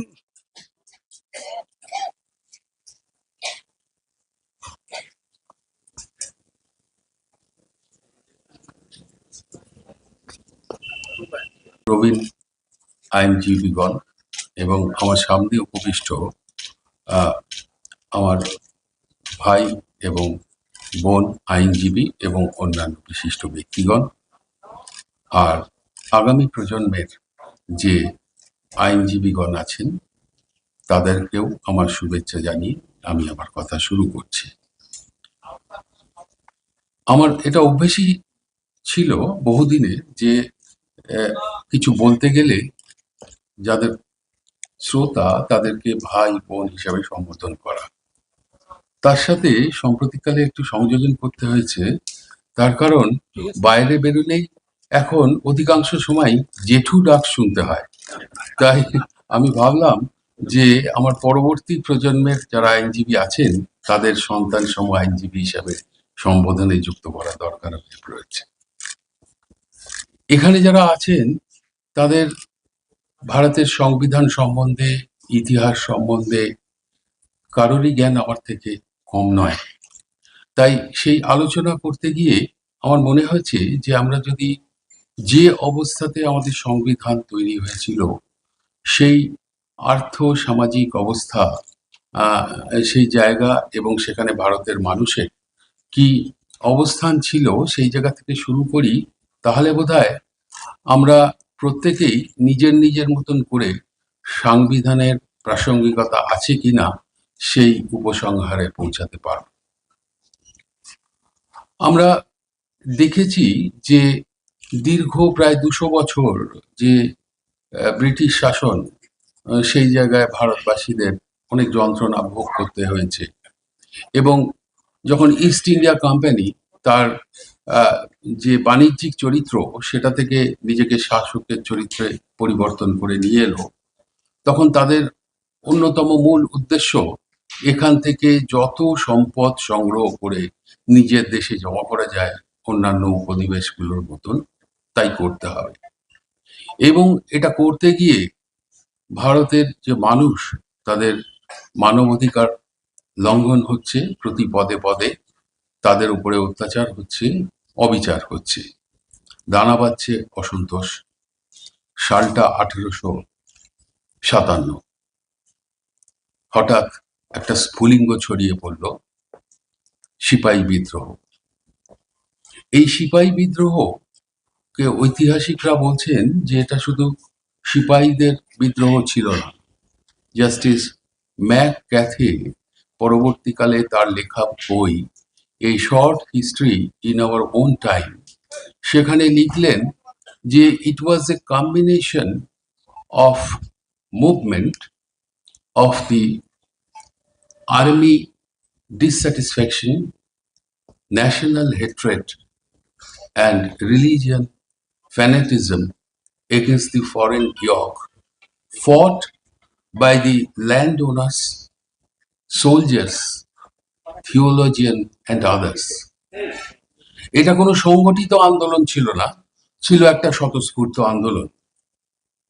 ব্রিটিশ সরকার ভয় পেলেন, তৈরি হলো একটা নতুন অধ্যায়ের শাসন ক্ষমতা কুইন্স প্রোক্লেমেশনের মাধ্যমে চলে গেল সরকারের, ব্রিটিশ সরকারের হাতে। তদনীন্তন লর্ড ক্যানিং, ভাইস কাউন্ট, তাকে এই যে সংবিধান তখনকার তার প্রধান হিসাবে গভর্নর জেনারেল হিসাবে চিহ্নিত করা হলো। আর তিনি যখন কুইনের প্রতিনিধিত্ব করছেন আমাদের দেশে, তখন তাকে সম্বোধন করা হলো ভাইসরয় হিসাবে। তৈরি হলো গভর্নমেন্ট অফ ইন্ডিয়া অ্যাক্ট, যাতে এই অভিযোগ অনুযোগগুলোর উপশম ঘটানো যায়। তা তো হলোই না, ভারতবর্ষের যে নাগরিক, তাদের যে শিক্ষার মান, সেটা আস্তে আস্তে উন্নত হতে লাগলো। বিদেশি ভাষায় শিক্ষা, রসায়ন শাস্ত্রের শিক্ষা ইত্যাদি, এই সমস্ত গুলোতে শিক্ষিত হতে লাগলেন যে অগ্রজ সম্প্রদায় যারা আগে এগিয়ে এসছেন। বিশ্বের সাথে পরিচয় হলো, ভারতবর্ষের পরিচয় আস্তে আস্তে বিশ্বের সাথে প্রসারিত হতে লাগলো। আন্দোলন একটা সংগঠিত রূপ নিতে লাগলো। ব্রিটিশ সরকার ভয় পেলেন। পরবর্তীকালে গভর্নমেন্ট অফ ইন্ডিয়া অ্যাক্ট কে সংশোধন, পরিমার্জন করা হতে লাগলো। কিন্তু যাদের আসল উদ্দেশ্য যে ভারতের মানুষকে সার্বভৌমত্ব দেব না, স্বাধীনতা দেব না, তার কারণ তাহলে আমাদের যে শোষণ, আমাদের যে লুট, সেটা সম্পন্ন হবে না। তখন সম্পন্ন হবে না, তখন তারা বিভিন্ন ছলে বলে যাচ্ছে। সেই আলোচনার বিষয়বস্তুতে ঢোকার সঙ্গে সঙ্গে ভাবতে হয় ভারতবর্ষের সংবিধানে তৈরি করার প্রাসঙ্গিকতা কি ছিল। জন্মের প্রাসঙ্গিকতা যদি আমরা উপলব্ধি না করি, তাহলে সময়ের পরিবর্তনের সঙ্গে সঙ্গে একটি সংবিধান তার প্রাসঙ্গিকতা থাকবে কি থাকবে না বিচার করতে হবে। এ কথা বোধহয় আমাকে নতুন করে বলতে হবে না যে ভারতবর্ষের সংবিধানটা কোনো প্রাচীন গ্রন্থ থেকে নেওয়া নয়। ভারতবর্ষের সংবিধানটা মানুষের দীর্ঘ রক্তক্ষয়ী সংগ্রামের একটা পরিণতি, এবং সেজন্যই আমি বিস্তৃত আলোচনায় যাচ্ছি না। যখন সংবিধান সভায় অবজেক্টিভ রেজলিউশনটা পেশ করা হয়, খুব গুরুত্বপূর্ণ, অর্থাৎ সংবিধান সভায় তখন কিন্তু ভারতবর্ষের আমার মতে শ্রেষ্ঠতম বুদ্ধিজীবীরা ছিলেন সমস্ত রাজনৈতিক দৃষ্টিকোণের। কমিউনিস্ট পার্টি, কংগ্রেস, বিজেপি জন্মায়নি তখনও, RSS, হিন্দু মহাসভা, মুসলিম লীগ, এই সমস্ত স্তরের মানুষেরা ছিলেন। তারা আলোচনা করেছেন, দীর্ঘ আলোচনা। সেই প্রাসঙ্গিকতা যখন প্রশ্ন উঠবে, তখন সেই আলোচনার যে মূল বিষয়বস্তু, যাকে বলা হয় অবজেক্টিভ রেজলিউশন, যেটার উপর ভিত্তি করে আলোচনা হয়। তুমি কে হে দেশটা আমাদের, আমরা বুঝবো। ভাবো, মেয়ের দাঁড়িয়ে দিয়েছিল 47-এ আমাদের ক্ষমতা হস্তান্তর, 49-এ চীনে ক্ষমতা দখল। গুণগত পার্থক্যটা বুঝতে হবে। এবং সেই ইংরেজ তখন ক্ষমতা হস্তান্তর কেন ভাবলেন? দেখলেন যে পৃথিবীর বুকে শক্তির ভারসাম্য পাল্টে যাচ্ছে, হিটলার আর ক্ষমতায় নেই, পরাজিত। ফ্যাসিবাদ, যা পুঁজিবাদী শোষণের একটা অন্যতম অধ্যায়, তা টিকতে পারছেন না। ওরা বুঝলেন সাম্রাজ্যবাদী শক্তিকে আর বেশি দিন টিকিয়ে রাখা যাবে না। দ্বিতীয় বিশ্বযুদ্ধে সোভিয়েতের জয় শুধু জয় না, তার ফলে গোটা ইউরোপের একটা অংশ জুড়ে মুক্তি ফৌজ মানুষকে মুক্ত করে দিচ্ছেন উপনিবেশী কবল থেকে। সেই জায়গায় দাঁড়িয়ে ভারতবর্ষের বুকে তারা ক্ষমতা হস্তান্তরের পরিকল্পনা করলেন, এবং সেই পরিকল্পনার পেছনে তারাও একটা বিভাজনের চক্রান্ত করলেন। এটা যেখানেই উপনিবেশ ছিল, প্রত্যেক জায়গায় ইংরেজরা যাওয়ার আগে কিন্তু দেশটাকে বিভাজিত করে দিয়ে গেছেন। বলা হলো যে আমরা তো চলে যাচ্ছি, এতদিন আমাদের শাসন ছিল, তোমরা তো খুব আমাদের বিরুদ্ধে লড়াই করছো, চলে যাচ্ছি। তা আমরা চলে গেলে কি হবে? একদল বললেন যে হ্যাঁ, আমরা তো সংখ্যাগরিষ্ঠ হিন্দু। আমি আজও বুঝি না হিন্দু ধর্ম কি। আমাকে মাফ করবেন, ক্ষমা করবেন, ঢিল ছুটতে পারেন। হিন্দু ধর্ম কি আজও আমি বুঝি না। বেদ, বেদান্ত, উপনিষদে কোথাও হিন্দু ধর্মের হিন্দু বাক্য পর্যন্ত নেই। তারা বললেন এই হিন্দু ধর্মটা হচ্ছে মনুবাদী দর্শন, যে আমরা সংখ্যাগরিষ্ঠ, অতএব আমরাই শাসন করব আর সবাইকে আমাদের অধীন হয়ে থাকতে হবে। ভারতবর্ষের বুকে জনসংখ্যার বিন্যাসে ওই তথাকথিত হিন্দুর পরেই ছিল তথাকথিত ইসলামী, তাদের সংখ্যাটাও কম ছিল না। তার নেতা ছিলেন একজন প্রখ্যাত আইনজীবী জিন্নাহ সাহেব, যিনি ব্যক্তিগতভাবে জীবন যাপন করতেন সম্পূর্ণ ধর্মনিরপেক্ষভাবে।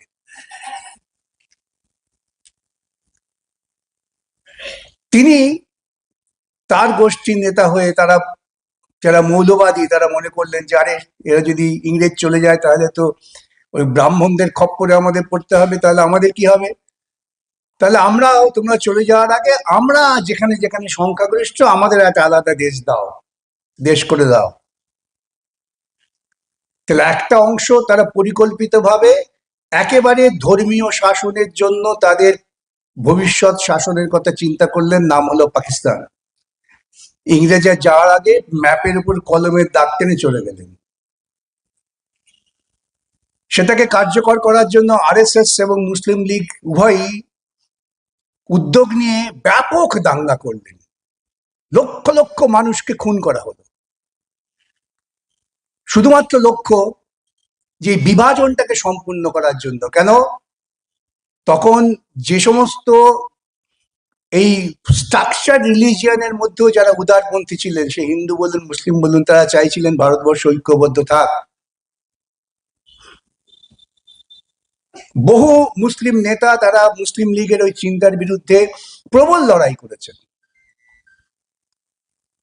কিন্তু রাজনৈতিক বিন্যাসের জন্য দেশ ভাগ হয়ে গেল। একদিকে চলে গেল থিওক্রেটিক স্টেট, তারা বললাম না ইসলামকে বিশ্বাস করি, আরেকটা বৃহত্তর অংশ তারা কিরকম হবে, কিভাবে দেশ পরিচালনা করা হবে। আমার হাতে ক্ষমতা দিয়ে দিয়ে তো দেশ পরিচালনা করতে পারবো না। দেশ পরিচালনা করতে গেলে নির্দিষ্ট বিধি চাই, নিয়ম চাই, রাজা নয়। রাজত্ব চলে গেছে, এখন সমাজ অগ্রগতির সঙ্গে সঙ্গে আমাদের মধ্যে গণতান্ত্রিক চিন্তা বোধ তৈরি হচ্ছে। তখন বলা হলো সংবিধান সভায় আলোচনা হোক। সংবিধান সভায় আলোচনার সময় গোবিন্দ শেঠ বলে একজন আরএসএস বা হিন্দু মহাসভার প্রতিনিধি, তিনি সংবিধান সভায় বলছেন, আমি তোমাদের বলছি আমরা কিন্তু বৈদিক ভারতবর্ষে ফিরে যাব না। রবীন্দ্রনাথ কবি একজন, সেই ইতিহাস আপনারা জানেন, আমি সেই ইতিহাসে যাচ্ছি না। কিন্তু এই যে পর্যায়টা এলো, যে পর্যায়ে এসে আমরা বললাম যে ভারতবর্ষকে আমরা এমন একটা নতুন দেশ গড়তে চাই, নতুন ভারতবর্ষ গড়তে চাই। গোবিন্দ শেঠের ভাষায় বৈদিক ভারতবর্ষ নয়, আধুনিক বিজ্ঞানসম্মত ভারতবর্ষ। কনস্টিটিউয়েন্ট অ্যাসেম্বলিতে তার বক্তৃতা আছে। সেই ভারতবর্ষে পৌঁছতে গেলে প্রথম ধাপ কি? ইকোনমিক জাস্টিস, অর্থনৈতিক ন্যায়। তারপরে আসছে সোশ্যাল জাস্টিস। এই সোশ্যাল জাস্টিসটা বৈদিক চিন্তার বিরোধী। সোশ্যাল জাস্টিস মানে হচ্ছে সমস্ত মানুষের সমান ন্যায় পাওয়ার অধিকার।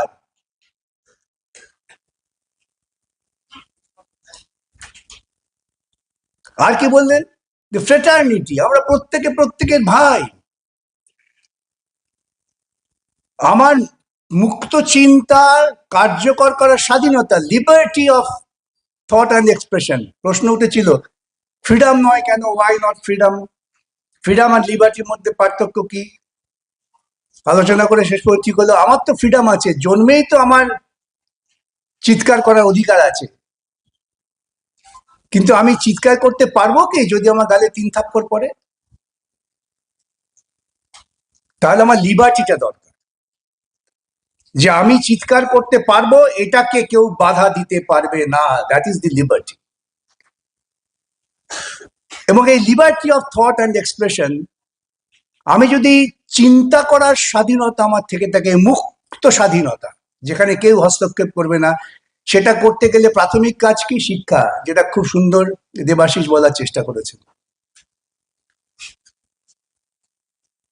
তাহলে আমাকে সবাইকে বিজ্ঞান শিক্ষায় শিক্ষিত করতে হবে, এটাও আমার সংবিধানের একটা নির্দিষ্ট নির্দেশ। বিজ্ঞান কেন? যেথা তুচ্ছ আচারের মরু বালু রাশি, বিচারে স্রোতপথ ফেলে নাই গ্রাসী, হে পিতা আমাকে সেই জায়গায় নিয়ে যাও। আচার নয়, বিচার। বিচার মানেই তর্ক, তর্ক মানেই বিজ্ঞান। যা বিভিন্ন যুক্তি তর্কের মধ্য দিয়ে সিদ্ধান্তে পৌঁছানো যায় সেটাই বিজ্ঞান। জল মানে H2O, এটা বৈজ্ঞানিক প্রক্রিয়া। এটা আজকে এখানে যেমন সত্য, তেমন আফ্রিকার জঙ্গলেও সত্য।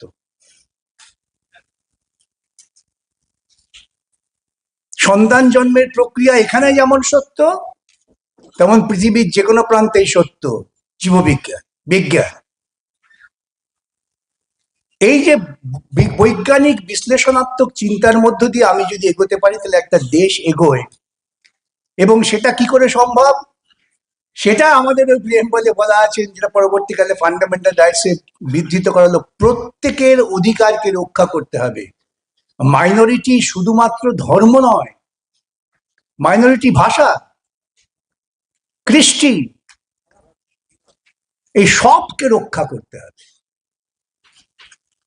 তুমি বাড়ির গার্জিয়ান হয়েছো, তুমি শুধুমাত্র বড় ছেলেকেই একটু যত্ন করবে আর ছোটটা দুধ-যা করবে, তা তো হতে পারে না। সরকার তো হচ্ছে অভিভাবক। যে সরকারকে আমরা নির্বাচিত করব, সেই সরকারকে এই সাংবিধানিক লক্ষ্যের দিকে এগিয়ে নিয়ে যেতে হবে। আমরা কি আজও ইকোনমিক জাস্টিস পেয়েছি? Social justice? দুদিন আগে আমি দেখলাম উড়িষ্যাতে একজন দলিতকে ধরে মাথা কামিয়ে ছেড়ে দেওয়া হয়েছে। কেন? সে ব্রাহ্মণ মেয়ের সঙ্গে তার প্রেম হচ্ছিল। প্রেমের ক্ষেত্রেও দলিত এবং ব্রাহ্মণ। পর শেষ পর্যন্ত তৈরি হলো ভারতবর্ষের সংবিধানের হৃদয়, সেটা হচ্ছে প্রিয়াম্বল। আমি রবীন্দ্রনাথকে বারবার মনে পড়ে যায়, ওই যে হৃদয়ের কথা কহিতে ব্যাকুল, শুধাইল না মনে কেহ। সংবিধান এত কথার দরকারটা কি? শুধুমাত্র প্রিয়াম্বলটাই যদি আমরা উপলব্ধি করি, তাহলে দেখব এর প্রাসঙ্গিকতা কোনোদিনও শেষ হবে না। প্রিয়াম্বল হচ্ছে ভারতবর্ষের হৃদয়, এবং এটা আপনারা সকলেই জানেন যে সংবিধানের সব আলোচনার পর সব শেষে প্রিয়াম্বলটা লেখা হয়েছিল। তাহলে ভারতের হৃদয়টা কি? We the people of India. We Hindus বললো না তো, হিন্দু তো সংখ্যাগরিষ্ঠ। এখন তো হিন্দু বাঁচাও চলছে, হিন্দু ভাই ভাই চলছে। তো আমি একজনকে জিজ্ঞেস করেছিলাম, ভাই হিন্দু ভাই ভাই করছো, কোন হিন্দু? কার ভাই? ব্রাহ্মণের ভাই দলিত, এও হিন্দু। তখন বলে তোমার খালি কাজ হচ্ছে এইসব কথা বলা। তাহলে we the people of India যদি হই, তাহলে ভারতবর্ষে যে ভৌগোলিক পরিসীমা তৈরি হয়েছিল ব্রিটিশ সাম্রাজ্যবাদ যাবার সময় কেটে দিয়ে গেছিলেন, তার প্রতিটা মানুষ, এবং ভারতবর্ষের যে বৈচিত্র্য, তা নিয়ে তা আমাকে বলতে হবে, রবীন্দ্রনাথ ঠাকুর বলে গেছেন কত যুগ আগে। শক হুন্দল মোগল পাঠান এক দেহে হল ঋণ, কেহ নাহি জানে কার আহ্বানে কত মানুষের ধারা, দুর্বার স্রোতে এলো কোথা হতে সমুদ্রে হলো হারা। শক হুন্দল মোগল পাঠান দ্রাবিড় চীন, কোথায় দ্রাবিড়, কোথায় চীন, কোথায় শক হুন, বহু মানুষ এসছে ভারতবর্ষে। মানুষ মূলত যাযাবর, মানুষ কখনো এক জায়গায় থাকে না। এখন বিশেষ করে পশ্চিমবঙ্গে, কেন ভারতবর্ষে, ত্রিপুরাতেও আমি দেখছি অনেক একটু লেখাপড়া শিখলে পরে কাজের সুযোগ পাচ্ছে, চলে যাচ্ছে ব্যাঙ্গালোর, হায়দ্রাবাদ। সে তো ব্যাঙ্গালোরের বাসিন্দা হয়ে যাচ্ছে তো। এখন তাকে আপনি বিদেশি বলবেন নাকি? ঠিক এইরকম ভাবে মানুষ যাযাবরত্ব বলেই বিভিন্ন বর্ণের, বিভিন্ন ধর্মের, বিভিন্ন মানুষ বিভিন্ন জায়গায় বসতি স্থাপন করেছেন। এই সাম্রাজ্যবাদী পুঁজিবাদী চিন্তার আগে তো দেশ বলে কিছু ছিল না, সীমান্ত বলে কিছু ছিল না। এই কয়েকদিন আগে দেখবেন আমাদের এই শুভাংশু তিনি আকাশে গিয়ে প্রধানমন্ত্রীকে বলছেন, কেন সীমারেখা নেই? আমি লিখেছিলাম প্রধানমন্ত্রী কি কথা বোঝেন? তাহলে এই অংশের যে মানুষ তারা ঠিক করলেন we the people of India, আমরা আমাদের সংবিধান দিলাম, লেখা আছে we the people of India give আনটু ourselves this constitution. তাহলে আমরা লড়াই করে এই সংবিধানটা আদায় করলাম। সংবিধানটা আদায় করলাম, লক্ষ্যটা কি? দেশটাকে কোথায় নিয়ে যাব? দেশটাকে আমরা নিয়ে যাবো একটা নির্দিষ্ট লক্ষ্যে। লক্ষ্যমাত্রাটা ওই আধপাতার প্রিয়াম্বল, তাতে এত স্পষ্ট করে বলা আছে যে কেউ চেষ্টা করলেও সেই জায়গা থেকে বেরোতে পারবেন না। বলা আছে আমরা চাই ইকোনমিক জাস্টিস। ইকোনমিক জাস্টিস কে চান না? একমাত্র ধান্দাবাজ পুঁজিপতিরা ছাড়া। এবং পুঁজিপতিদের কিছু দালাল আছে রাজনৈতিক ক্ষেত্রে। প্রসঙ্গত দেবাশিস বারবার বলছিলেন যে শাসক দল, শাসক গোষ্ঠী, তারা টাকা দিয়ে কিছু লোক পোষে। সেটা আজকে আপনাদের সামনে পরিষ্কার। ইলেকট্রাল বন্ডের টাকা সবচেয়ে বেশি কে পেয়েছে ভারতবর্ষে? বিজেপি। ইলেকট্রাল বন্ডের বিরোধিতা কারা করেছিল? তাহলে জবাব তো আপনাদের কাছেই আছে যে পুঁজির স্বার্থ রক্ষা করে কে? আবার রাজ্যের মুখ্যমন্ত্রী পশ্চিমবাংলা, সেখানে মুখ্যমন্ত্রী বলেন ধর্মঘট করতে দেবো না। আমি সে এত বড় পুঁজির দালাল তো আর কেউ জন্মায়নি। কেন পুঁজিপতিরা চান না ধর্মঘট?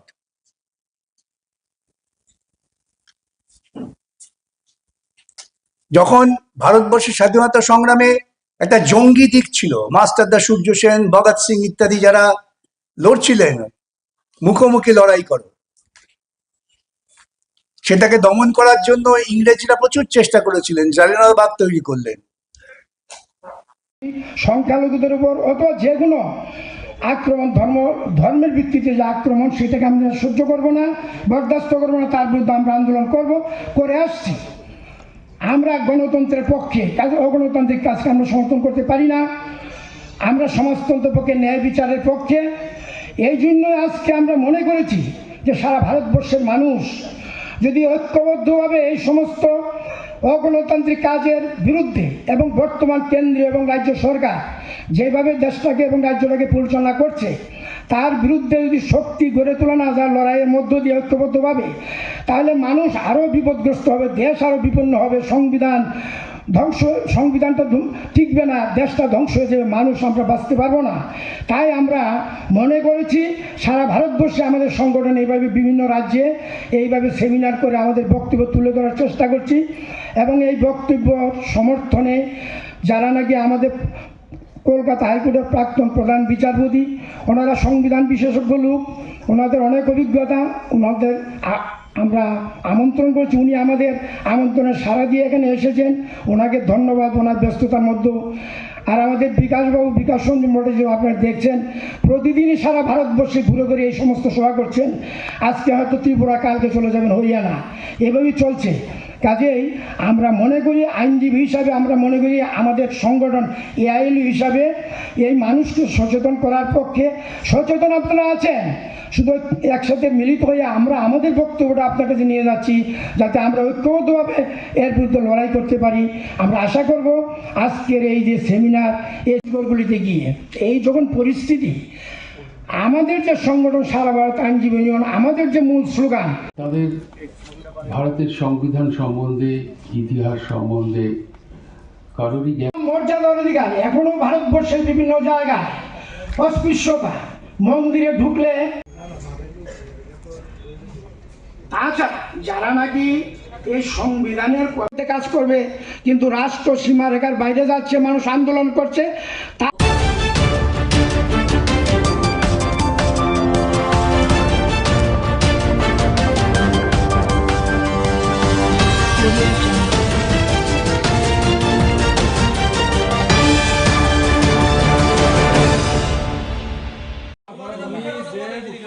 আমরা পেশেন্ট নিয়ে আইছে যাইতে আগরতলা বুঝো সিরিয়াস পেশেন্ট কুমারঘাটে অ্যাক্সিডেন্ট হয়েছে আইসি ডিস্ট্রিক্ট হসপিটাল থেকে রেফার করছে আগরতলা নিয়ে যেতাম আগরতলা রাত্র কটা বাজে 12টা আপনাকে যেন থানার তখন পারমিশন আইসি আমরা তেল ভরতাম তুমি কি তা কইতেছো পারমিশন দিলে তেল ভরবাই এটাই তো কথা তোমার অথরিটি জানাও তাইলে আমরা কইতেছো অথরিটি জানাও তুমি জানাইতে পারতেছো না কইতেছো অথরিটি জানাও না প্রথম তুমি কথাই কইছো আরে আমি কিটা বলছি ভাই তোমার ছেলে মেয়ে আইলে তুমি কিটা বললাইলে জানা তো আমাকে বলছি না কিছু বলা নাই আমরা কথা কইরা মা এখন সমনষ্ট করে না পারবা কি না গো সমনষ্ট করে আমরা সিরিয়াস জানাও অতক্ষণ ক্যামেরা আইতে জানানি অতক্ষণ করে জানাও তো না না এর আগে কিতা কইছো তো থানার পারমিশন লাগবো হ্যাঁ থানার পারমিশন লাগবো কারণটা কিতা না না অতটা জানি না মানে অথরিটির ফোন করো এটাই কোন পাম্প কৈলাসর ভারত পেট্রোলিয়াম ফোন করো আশ্চর্য কথা পেশেন্ট মরতাছে পেশেন্ট গাড়ির মধ্যে আর তোমরা তেল বেচতে মানে থানা পারমিশন লাগে এটা কোন ধরনের কথা আমি ওনা অ্যাপ্লিকেশন লইয়া থানা যাইমু এখন কোন ধরনের কথা এটা কোন মানে ইয়ে চলতাছে এটা না দিতলে বন্ধ করে রাখো কোন দরকার নাই যে আমরা পাম্প বন্ধ তাড়াতাড়ি করো আমরা ইমার্জেন্সি পেশেন্ট কিন্তু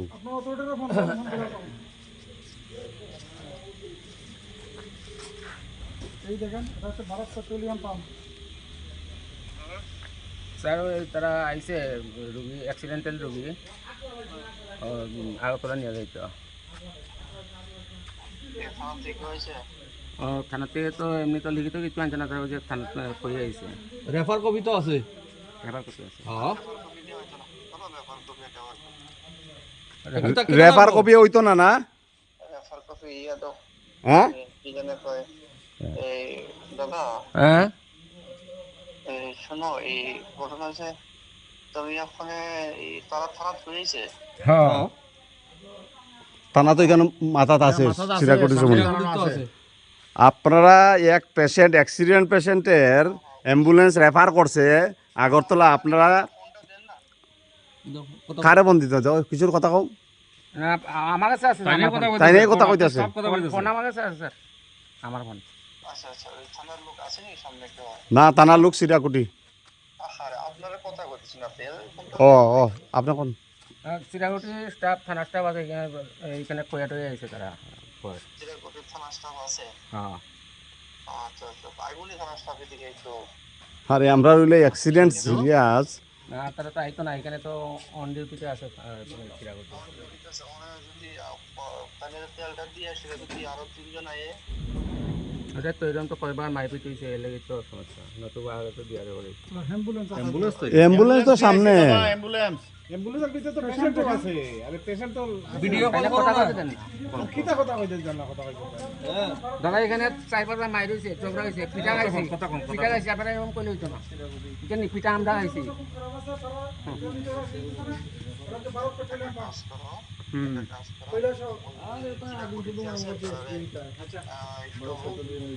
আরে সিরাকুটি ইনফর্ম করবো দেখি ফোনটা তো দেখি ফোনটা হলো কিছু ফোনটা হলো হ্যালো হ্যালো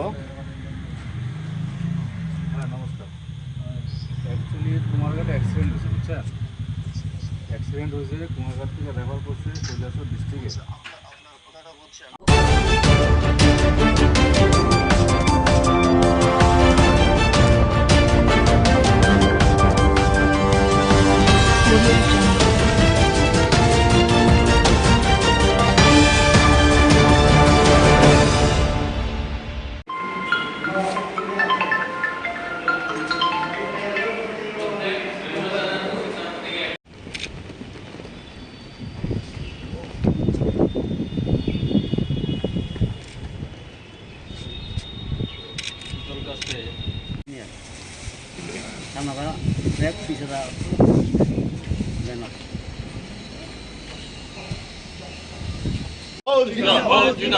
ইনকলাব জিন্দাবাদ সারা ভারত কৃষক সভা লক্ষ্যে অত্যাচারী সরকার কিউবার জনগণের বিপ্লবী নেতা কমরেড ফিদেল কাস্ত্রোর নেতৃত্বে এবং তার ভাই আক্রমণ করেছিলেন, কিন্তু বাতিস্তা সরকারের মিলিটারি সেই বিদ্রোহকে দমন করে।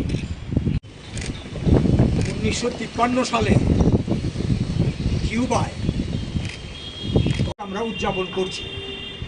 এই যে বাকি বক্তব্য পরে রাখা হবে এখানে, এই দিনটা আজকে উদযাপন করতে গিয়ে আমরা পতাকা পরবর্তীকালে কিউবার বিপ্লবীরা কিউবাকে পাকিস্তান হাত থেকে মুক্ত করে।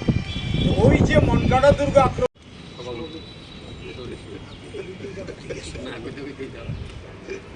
পুষ্পার্পণ করবেন জেলা কমিটির সম্পাদক কমরেড মধু দাস। একে একে প্রত্যেককে শ্রদ্ধা জানানোর জন্য অনুরোধ করা হচ্ছে।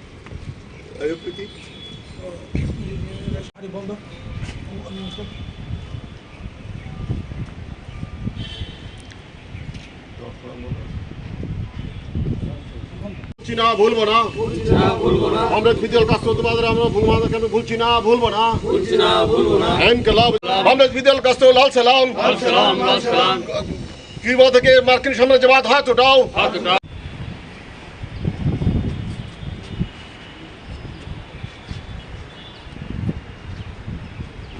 কিউবা, আজকে যে সমাজতান্ত্রিক কিউবা, তার সূচনা কমরেড ফিদেল কাস্ত্রোর নেতৃত্বে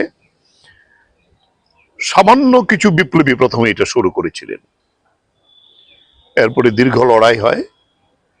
এই লড়াইয়ের মধ্য দিয়ে ঠিক আমেরিকার একেবারে উপকণ্ঠে 100 কিলোমিটারও না আমেরিকার থেকে দূরত্ব মূল ভূখণ্ড থেকে এই বিপ্লব সংঘটিত হয় এবং তখন তার সঙ্গে কমিউনিস্ট আদর্শ যুক্ত হয়। সমাজতান্ত্রিক কিউবা তার জন্ম লাভ করেন।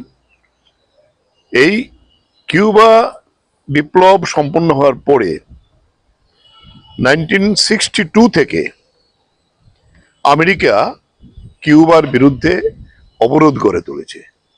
খাদ্য যেতে পারবে না, ঔষধ যেতে পারবে না, এমনকি বাচ্চাদের স্কুল সামগ্রী পঠন পাঠনের এটাও যেতে পারবে না। এই ধরনের একটা অবরোধ এটা দীর্ঘদিন আজকে পর্যন্ত চলছে। তাই সারা ভারত কৃষক সভা, কিউবান সলিডারিটি একটা সংগঠন আমাদের দেশের মধ্যে তৈরি হয়েছে। সারা ভারত কৃষক সভা তার অন্যতম একটি অংশ। আমরা সিদ্ধান্ত করেছি কিউবার বিপ্লবের, মহান বিপ্লবের এই যে সূচনার দিনটি থেকে আমরা 1 সপ্তাহ 26 থেকে 1 আগস্ট পর্যন্ত গোটা দেশে এ প্রচার আমরা চালাবো। এবং আমরা আরো একটা সিদ্ধান্ত নিয়েছি, আমাদের যারা সংগঠনের সভ্য প্রত্যেকে কমপক্ষে 1 টাকা দিয়ে এই কিউবার স্যাংশনের বিরুদ্ধে আমাদের অর্থ সাহায্য আমরা করব। আমাদের কেন্দ্রীয় কমিটি সিদ্ধান্ত নিয়েছে এবং গোটা দেশেই সংগ্রহ চলছে এবং এই সংগ্রহ আমরা আমাদের দেশের যে কিউবা সংহতি সংগঠন আছে তার মারফতে আমরা কিউবা কাছে পাঠাবো।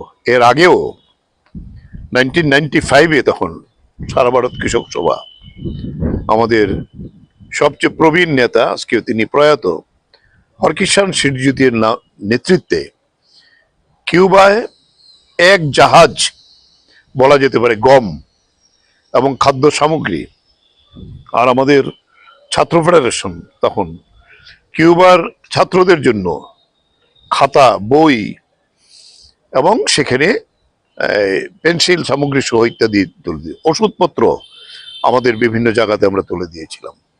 এই জায়গায় যেটা বলার ব্যাপার, তারপরেও তারা এই সমাজতন্ত্রের আদর্শকে লক্ষ্য রেখেই এই কাজ করছেন। কিউবার বিপ্লবের যে নেতা ফিদেল কাস্ত্রো 90 বছরে তিনি প্রয়াত হন। এই বছর তার জন্মশতবার্ষিকীও আছে, এটা 13ই আগস্ট হবে। আমরা আমাদের রাজ্যে প্রথম অবস্থাতে এইটা সারা রাজ্যে এটা পালিত হবে আজকে থেকে এবং আমরা সংগ্রহ করব আমাদের সভ্যদের কাছ থেকে। এরপরে আমরা 1 তারিখে আগরতলায় একটি আলোচনা সভা করব কিউবা বিপ্লবের উপর সংহতি জানিয়ে। 1 তারিখ বিকাল 4টায় আমাদের এই অফিসেই হবে। ফলে সেই জায়গায় দাঁড়িয়ে আমরা আজকে যেহেতু এই দিনটা সূচনা পর্ব, তাই প্রাথমিকভাবে আমরা ফিদেল কাস্ত্রোর ছবিতে শ্রদ্ধা জানিয়ে এবং আমাদের সংগঠনের পতাকা তুলে এই শপথ নিতে চাই। এবং আমরা আমাদের রাজ্য কমিটির মিটিং গেছে, এই রাজ্য কমিটির মিটিংয়ে আমরা বলেছি আমাদের প্রায় 9 শতাধিকের উপরে প্রাথমিক কমিটি রয়েছে। প্রত্যেকটা কমিটি অন্তত পক্ষে 100 টাকা করে সেখানে তুলবেন, যাতে তুলে আমাদের কাছে পাঠাবেন। আমরা এটা দিল্লিতে এই কিউবা সংহতির যে তহবিল সেই তহবিলে পাঠাবো। এই যে সমাজতান্ত্রিক বিপ্লবের প্রতি অজেয় বিপ্লব, এত আক্রমণ, এত আমেরিকার নাকের ডগায় দাঁড়িয়ে তারা যে লড়াইটা করছেন, সাফল্য হলো এই যে কোভিড হয়েছিল 1 বছর, গোটা কিউবাতে কোনো কোভিড মহামারী ঢুকতে দেয়নি তারা, সেখানকার ডাক্তাররা বিশ্ববিখ্যাত ডাক্তার, এবং কোভিডের সময়তে তারা পৃথিবীর 25 থেকে 30টা দেশে ডাক্তার ওষুধ পাঠিয়ে কোভিডের বিরুদ্ধে সেই সংগ্রাম করেছেন। আজকেও কিউবা এত কিছুর পরেও সমাজতান্ত্রিক নির্মাণকে সামনে রেখে কিউবার স্বাস্থ্য পরিষেবা পৃথিবীর মধ্যে সেরা, এই কাজ তারা করে চলেছেন। কিউবার বিপ্লব আরেকটা মূল কারণ কেন আমেরিকা তো ভয়, কারণ এই বাতিস্তা যে ছিল কিউবার বিপ্লবের এই যে নেতা, তিনি প্রথম যে কাজটা করেছিলেন বিপ্লবে 1 লক্ষ গ্রামীণ কৃষককে জমি দিয়েছিলেন।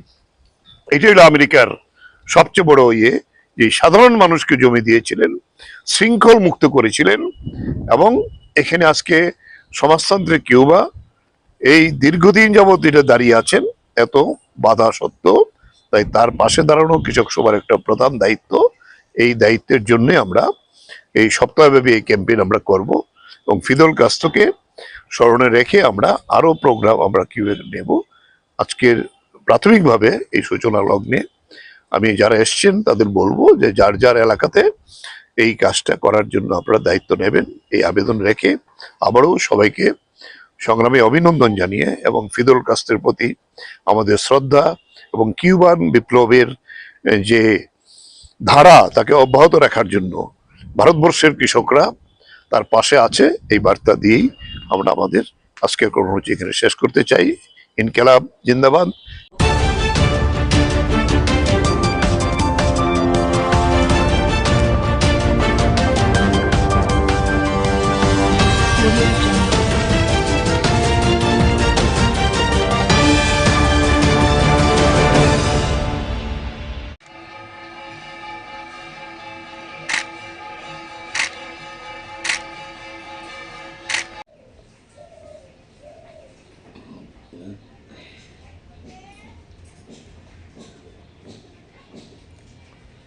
আছে যেটা লয়ে যা মানুষে এটা কো এটা ইয়ে না দেখো ঢুলে গেছে মানুষ ঢুলে কেন লয়ে গেছে আজকাল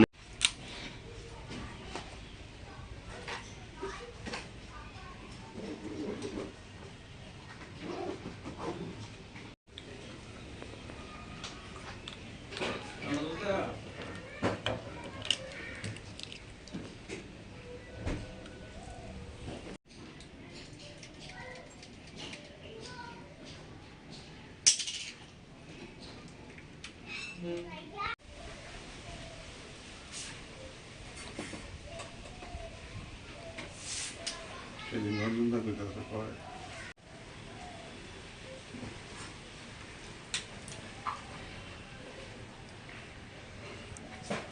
অঞ্জনের গাছ দিয়ে আজকে বিশ্বাস তো কারণ গেছে কারণ গেলে তো আমরা সমস্যা ও লাইন চেঞ্জ করবো।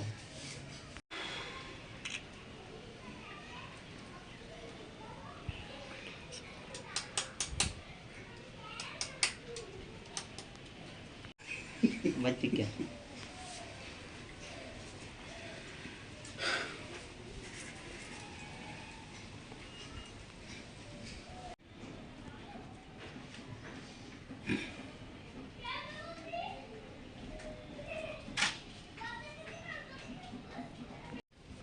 তুমি উপরে উপরে ভিতরে ভিতরে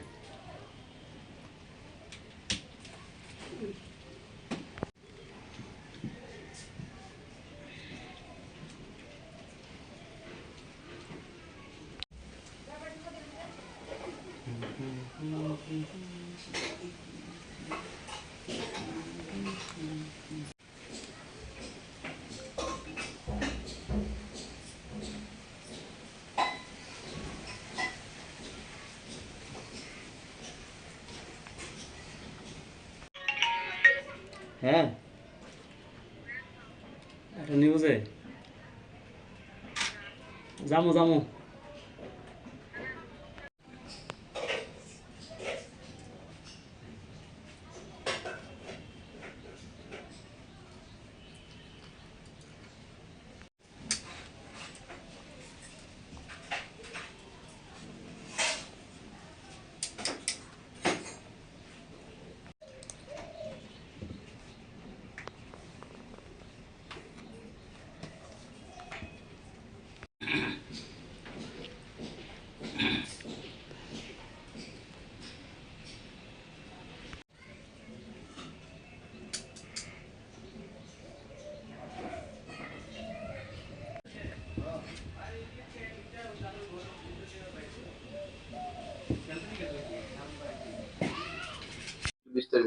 নমস্কার, আমার নাম বিজয় দেবনাথ।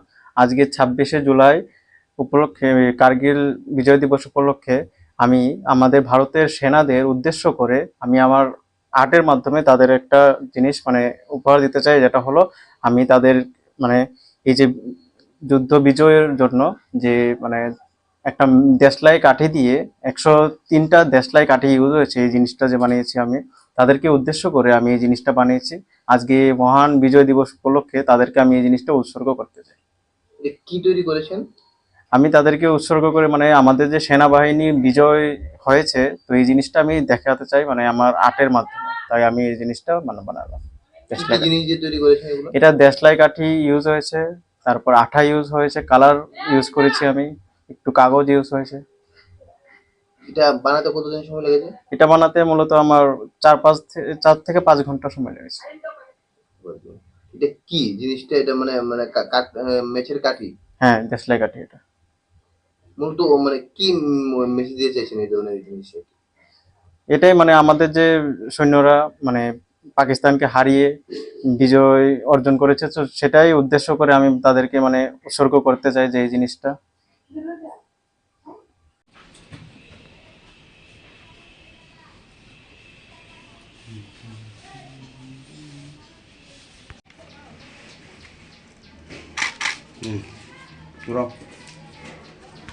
দাঁড়াও, লেরো না,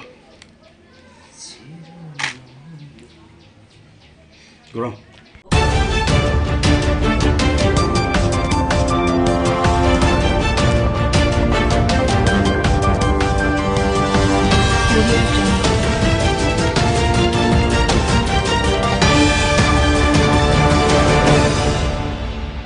Inspiring words will always motivate us to set new examples of excellence.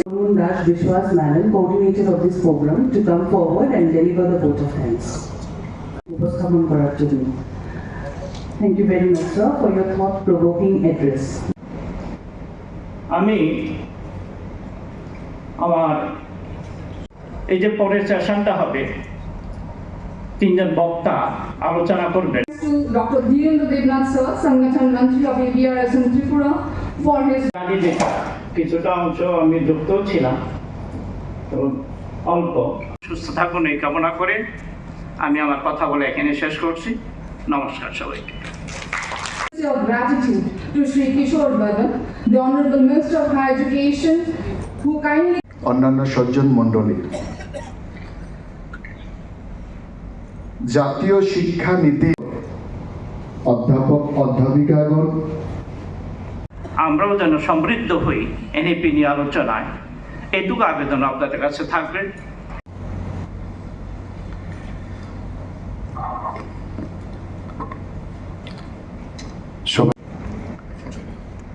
মা সরস্বতীর চরণে আমার কোটি কোটি প্রণাম। জাতীয় শিক্ষা নীতির উপর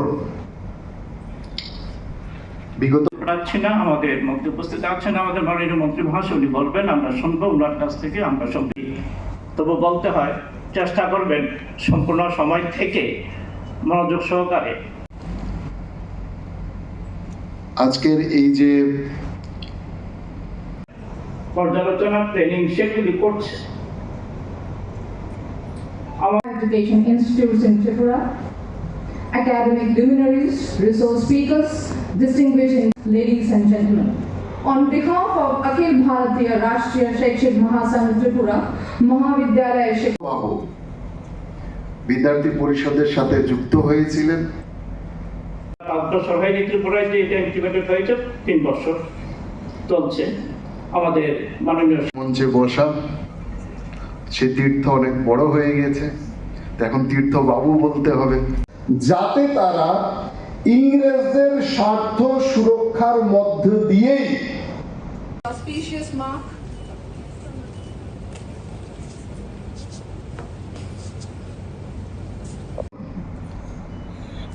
রাষ্ট্রীয় শৈক্ষিক মহাসংঘ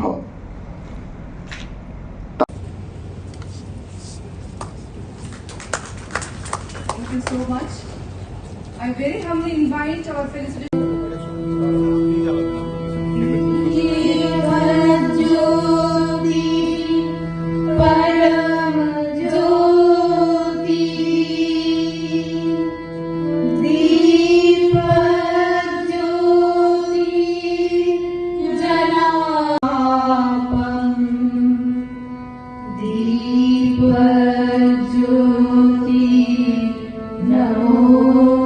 আজকের এই প্রোগ্রাম এটা অখিল ভারতীয় রাষ্ট্রীয় শৈক্ষিক মহাসংঘে তারা আয়োজন করেছে। তো আজকের এই প্রোগ্রামের মূল উদ্দেশ্য হচ্ছে আমাদের দেশে 2020 সালের 29শে জুলাই যে জাতীয় শিক্ষানীতির অনুমোদন হয়েছে, প্রায় 5 বছর হতে চলল। এই 5 বছরে আমাদের জাতীয় শিক্ষানীতির যে টার্মস অ্যান্ড কন্ডিশনগুলো রাখা হয়েছে সেগুলো কতটা বাস্তবায়িত হয়েছে সেটার অনুবর্তন এই সংগঠন করছেন। আমি প্রথমেই এই সংগঠনকে এত বড় একটা মহতী উদ্যোগ নেওয়ার জন্য আমি অনেক ধন্যবাদ জানাচ্ছি, তাদেরকে শুভেচ্ছা জানাচ্ছি, তাদেরকে অভিনন্দন জানাচ্ছি। তো সেই বিষয়ে আজকে আমাদের সারা দেশে আমরা জানি যে মাননীয় মোদিজি এক ভারত শ্রেষ্ঠ ভারত গঠন করার জন্য আমাদের জাতীয় শিক্ষানীতি দেশের মধ্যে প্রণয়ন করেছে। কারণ আমরা জানি যে যেই কোনো দেশ কিংবা রাষ্ট্র কিংবা সমাজকে যদি উন্নত করতে হয় তাহলে সেই দেশ সমাজ কিংবা রাষ্ট্রের জনগণকেও কিন্তু শিক্ষিত এবং সুশিক্ষিত করে গড়ে তুলতে হবে। আর তার জন্যই এই প্রচেষ্টা, এই জাতীয় শিক্ষানীতি। তো এই জাতীয় শিক্ষানীতি আমাদের যেটাকে প্রাথমিক স্তরে সেটাকে জনমুখী রাখা হয়েছে। 18 বছর বয়স পর্যন্ত সবাই যেন শিক্ষার আওতায় আসে, শিক্ষার অধিকারের আওতায় আসে, সেই প্রাবধান তার মধ্যে রাখা হয়েছে। মধ্যশিক্ষা স্তর অর্থাৎ মাধ্যমিক শিক্ষা স্তর যেটা আছে সেটাকে কর্মমুখী করা হয়েছে, যাতে কেউ শিক্ষা অর্জন করে শিক্ষিত বেকার হয়ে যাতে কেউ না জন্মায়, শিক্ষিত দক্ষ একজন কর্মী হিসাবে যাতে শিক্ষার সাথে সাথে সে বেরোয় এবং কিছু না কিছু তার সেই দক্ষতা এবং অনুসারে সে যাতে কোনো না কোনো কাজ করে জীবন অতিবাহিত করতে পারে। এবং উচ্চশিক্ষা স্তর যেটা আছে সেটাকে ইনোভেশন এবং রিসার্চের সাথে অর্থাৎ জ্ঞানমুখী সেটাকে করা হয়েছে। ফলে আজকে আমাদের দেশে আমরা দেখছি যে প্রায় 50%-এর অধিক সেখানে কিন্তু রিসার্চ সাবমিট করা সেটা কিন্তু বেড়েছে। তো স্বাভাবিক কারণে সেই অনুসারে সারা দেশে তার ইনফ্রাস্ট্রাকচারও নির্মাণ হয়েছে। প্রায় 390টা ইউনিভার্সিটি গত 11 বছরে আমাদের সারা দেশে বেড়েছে। 23খানা আইআইটি আমাদের সারা দেশে বেড়েছে, 20খানা আইআইএম বেড়েছে, অসংখ্য এনআইটি সেখানে ইনফ্রাস্ট্রাকচার নির্মাণ করা হয়েছে, অসংখ্য ট্রিপল আইটি ইনফ্রাস্ট্রাকচার সেখানে করা হয়েছে। প্রত্যন্ত অঞ্চল মানে আঞ্চলিক রাজ্য যেগুলো আছে সেই আঞ্চলিক রাজ্যগুলোকে যাতে বৈষম্যের শিকার না হয় সেখানেও প্রায় 22টা ইউনিভার্সিটি বিভিন্ন আঞ্চলিক রাজ্যে প্রতিষ্ঠা করা হয়েছে। সেখানে লে লাদাখের মতো জায়গাতে সেখানে কেন্দ্রীয় বিশ্ববিদ্যালয় স্থাপন করা হয়েছে, সেখানে ফরেন্সিক সায়েন্স ইউনিভার্সিটি সেখানে লাগু করা হয়েছে। অর্থাৎ সমস্ত দেশের সমস্ত আমাদের যারা ছাত্রছাত্রী আছেন তারা যাতে শিক্ষার বাইরে না থাকেন, সবাইকে শিক্ষার আঙ্গিনায় নিয়ে আসার জন্য আমাদের প্রধানমন্ত্রী এই জাতীয় শিক্ষানীতি লাগু করেছেন। সেটারই কতটা ত্রিপুরাতে আমরা এখনও বাস্তবায়ন করতে পেরেছি তার জন্য এই উদ্যোগ এবং এই সেমিনারের পর তারাও নিজেরা সবাই অ্যানালাইসিস করবেন কতটা হয়েছে না হয়েছে। পরবর্তী সময়ে তাদের সেই সেমিনার থেকে উঠে আসা ড্রাফট সেটাও আমাদের শিক্ষা দপ্তরের কাছে তারা প্রেরণ করবে। ফলে আমরা দেখব যেখানে যেখানে খামতি এখনও রয়ে গেছে সেগুলো কত দ্রুততার সাথে আমরা পূর্ণ করতে পারি, সেই বিষয়ে এই সেমিনার, তার জন্যই এখানে আসা।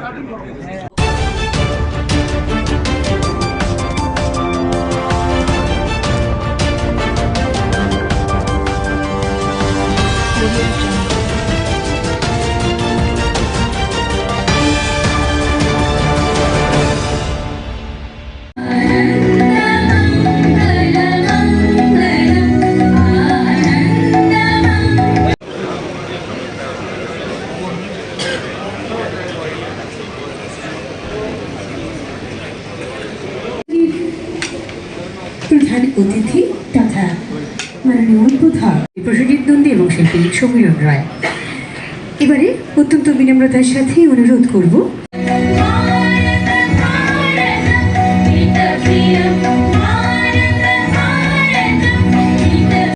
জয়জ্যোতি শাহ মহোদয়, আমরা এই দুজনকে চাইছি মঞ্চের একদম সামনে চলে আসার। নন্দন রায়,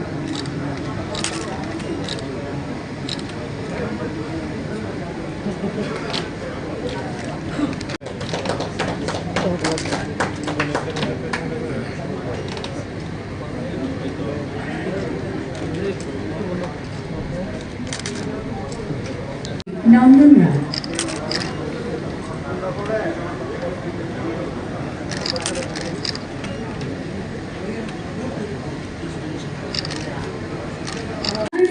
জনপ্রিয় মুখ্যমন্ত্রী প্রফেসর ডক্টর মানিক শাহ মহোদয়,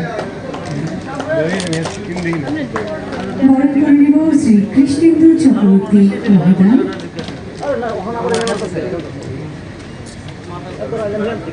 অত্যন্ত বিনম্রতার সাথে মঞ্চে আহ্বান করব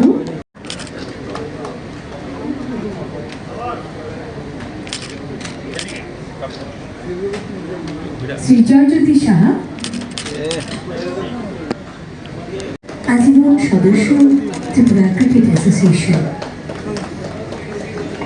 মঞ্চে চাইছি শ্রী অধীর দেবনাথ মহোদয়কে।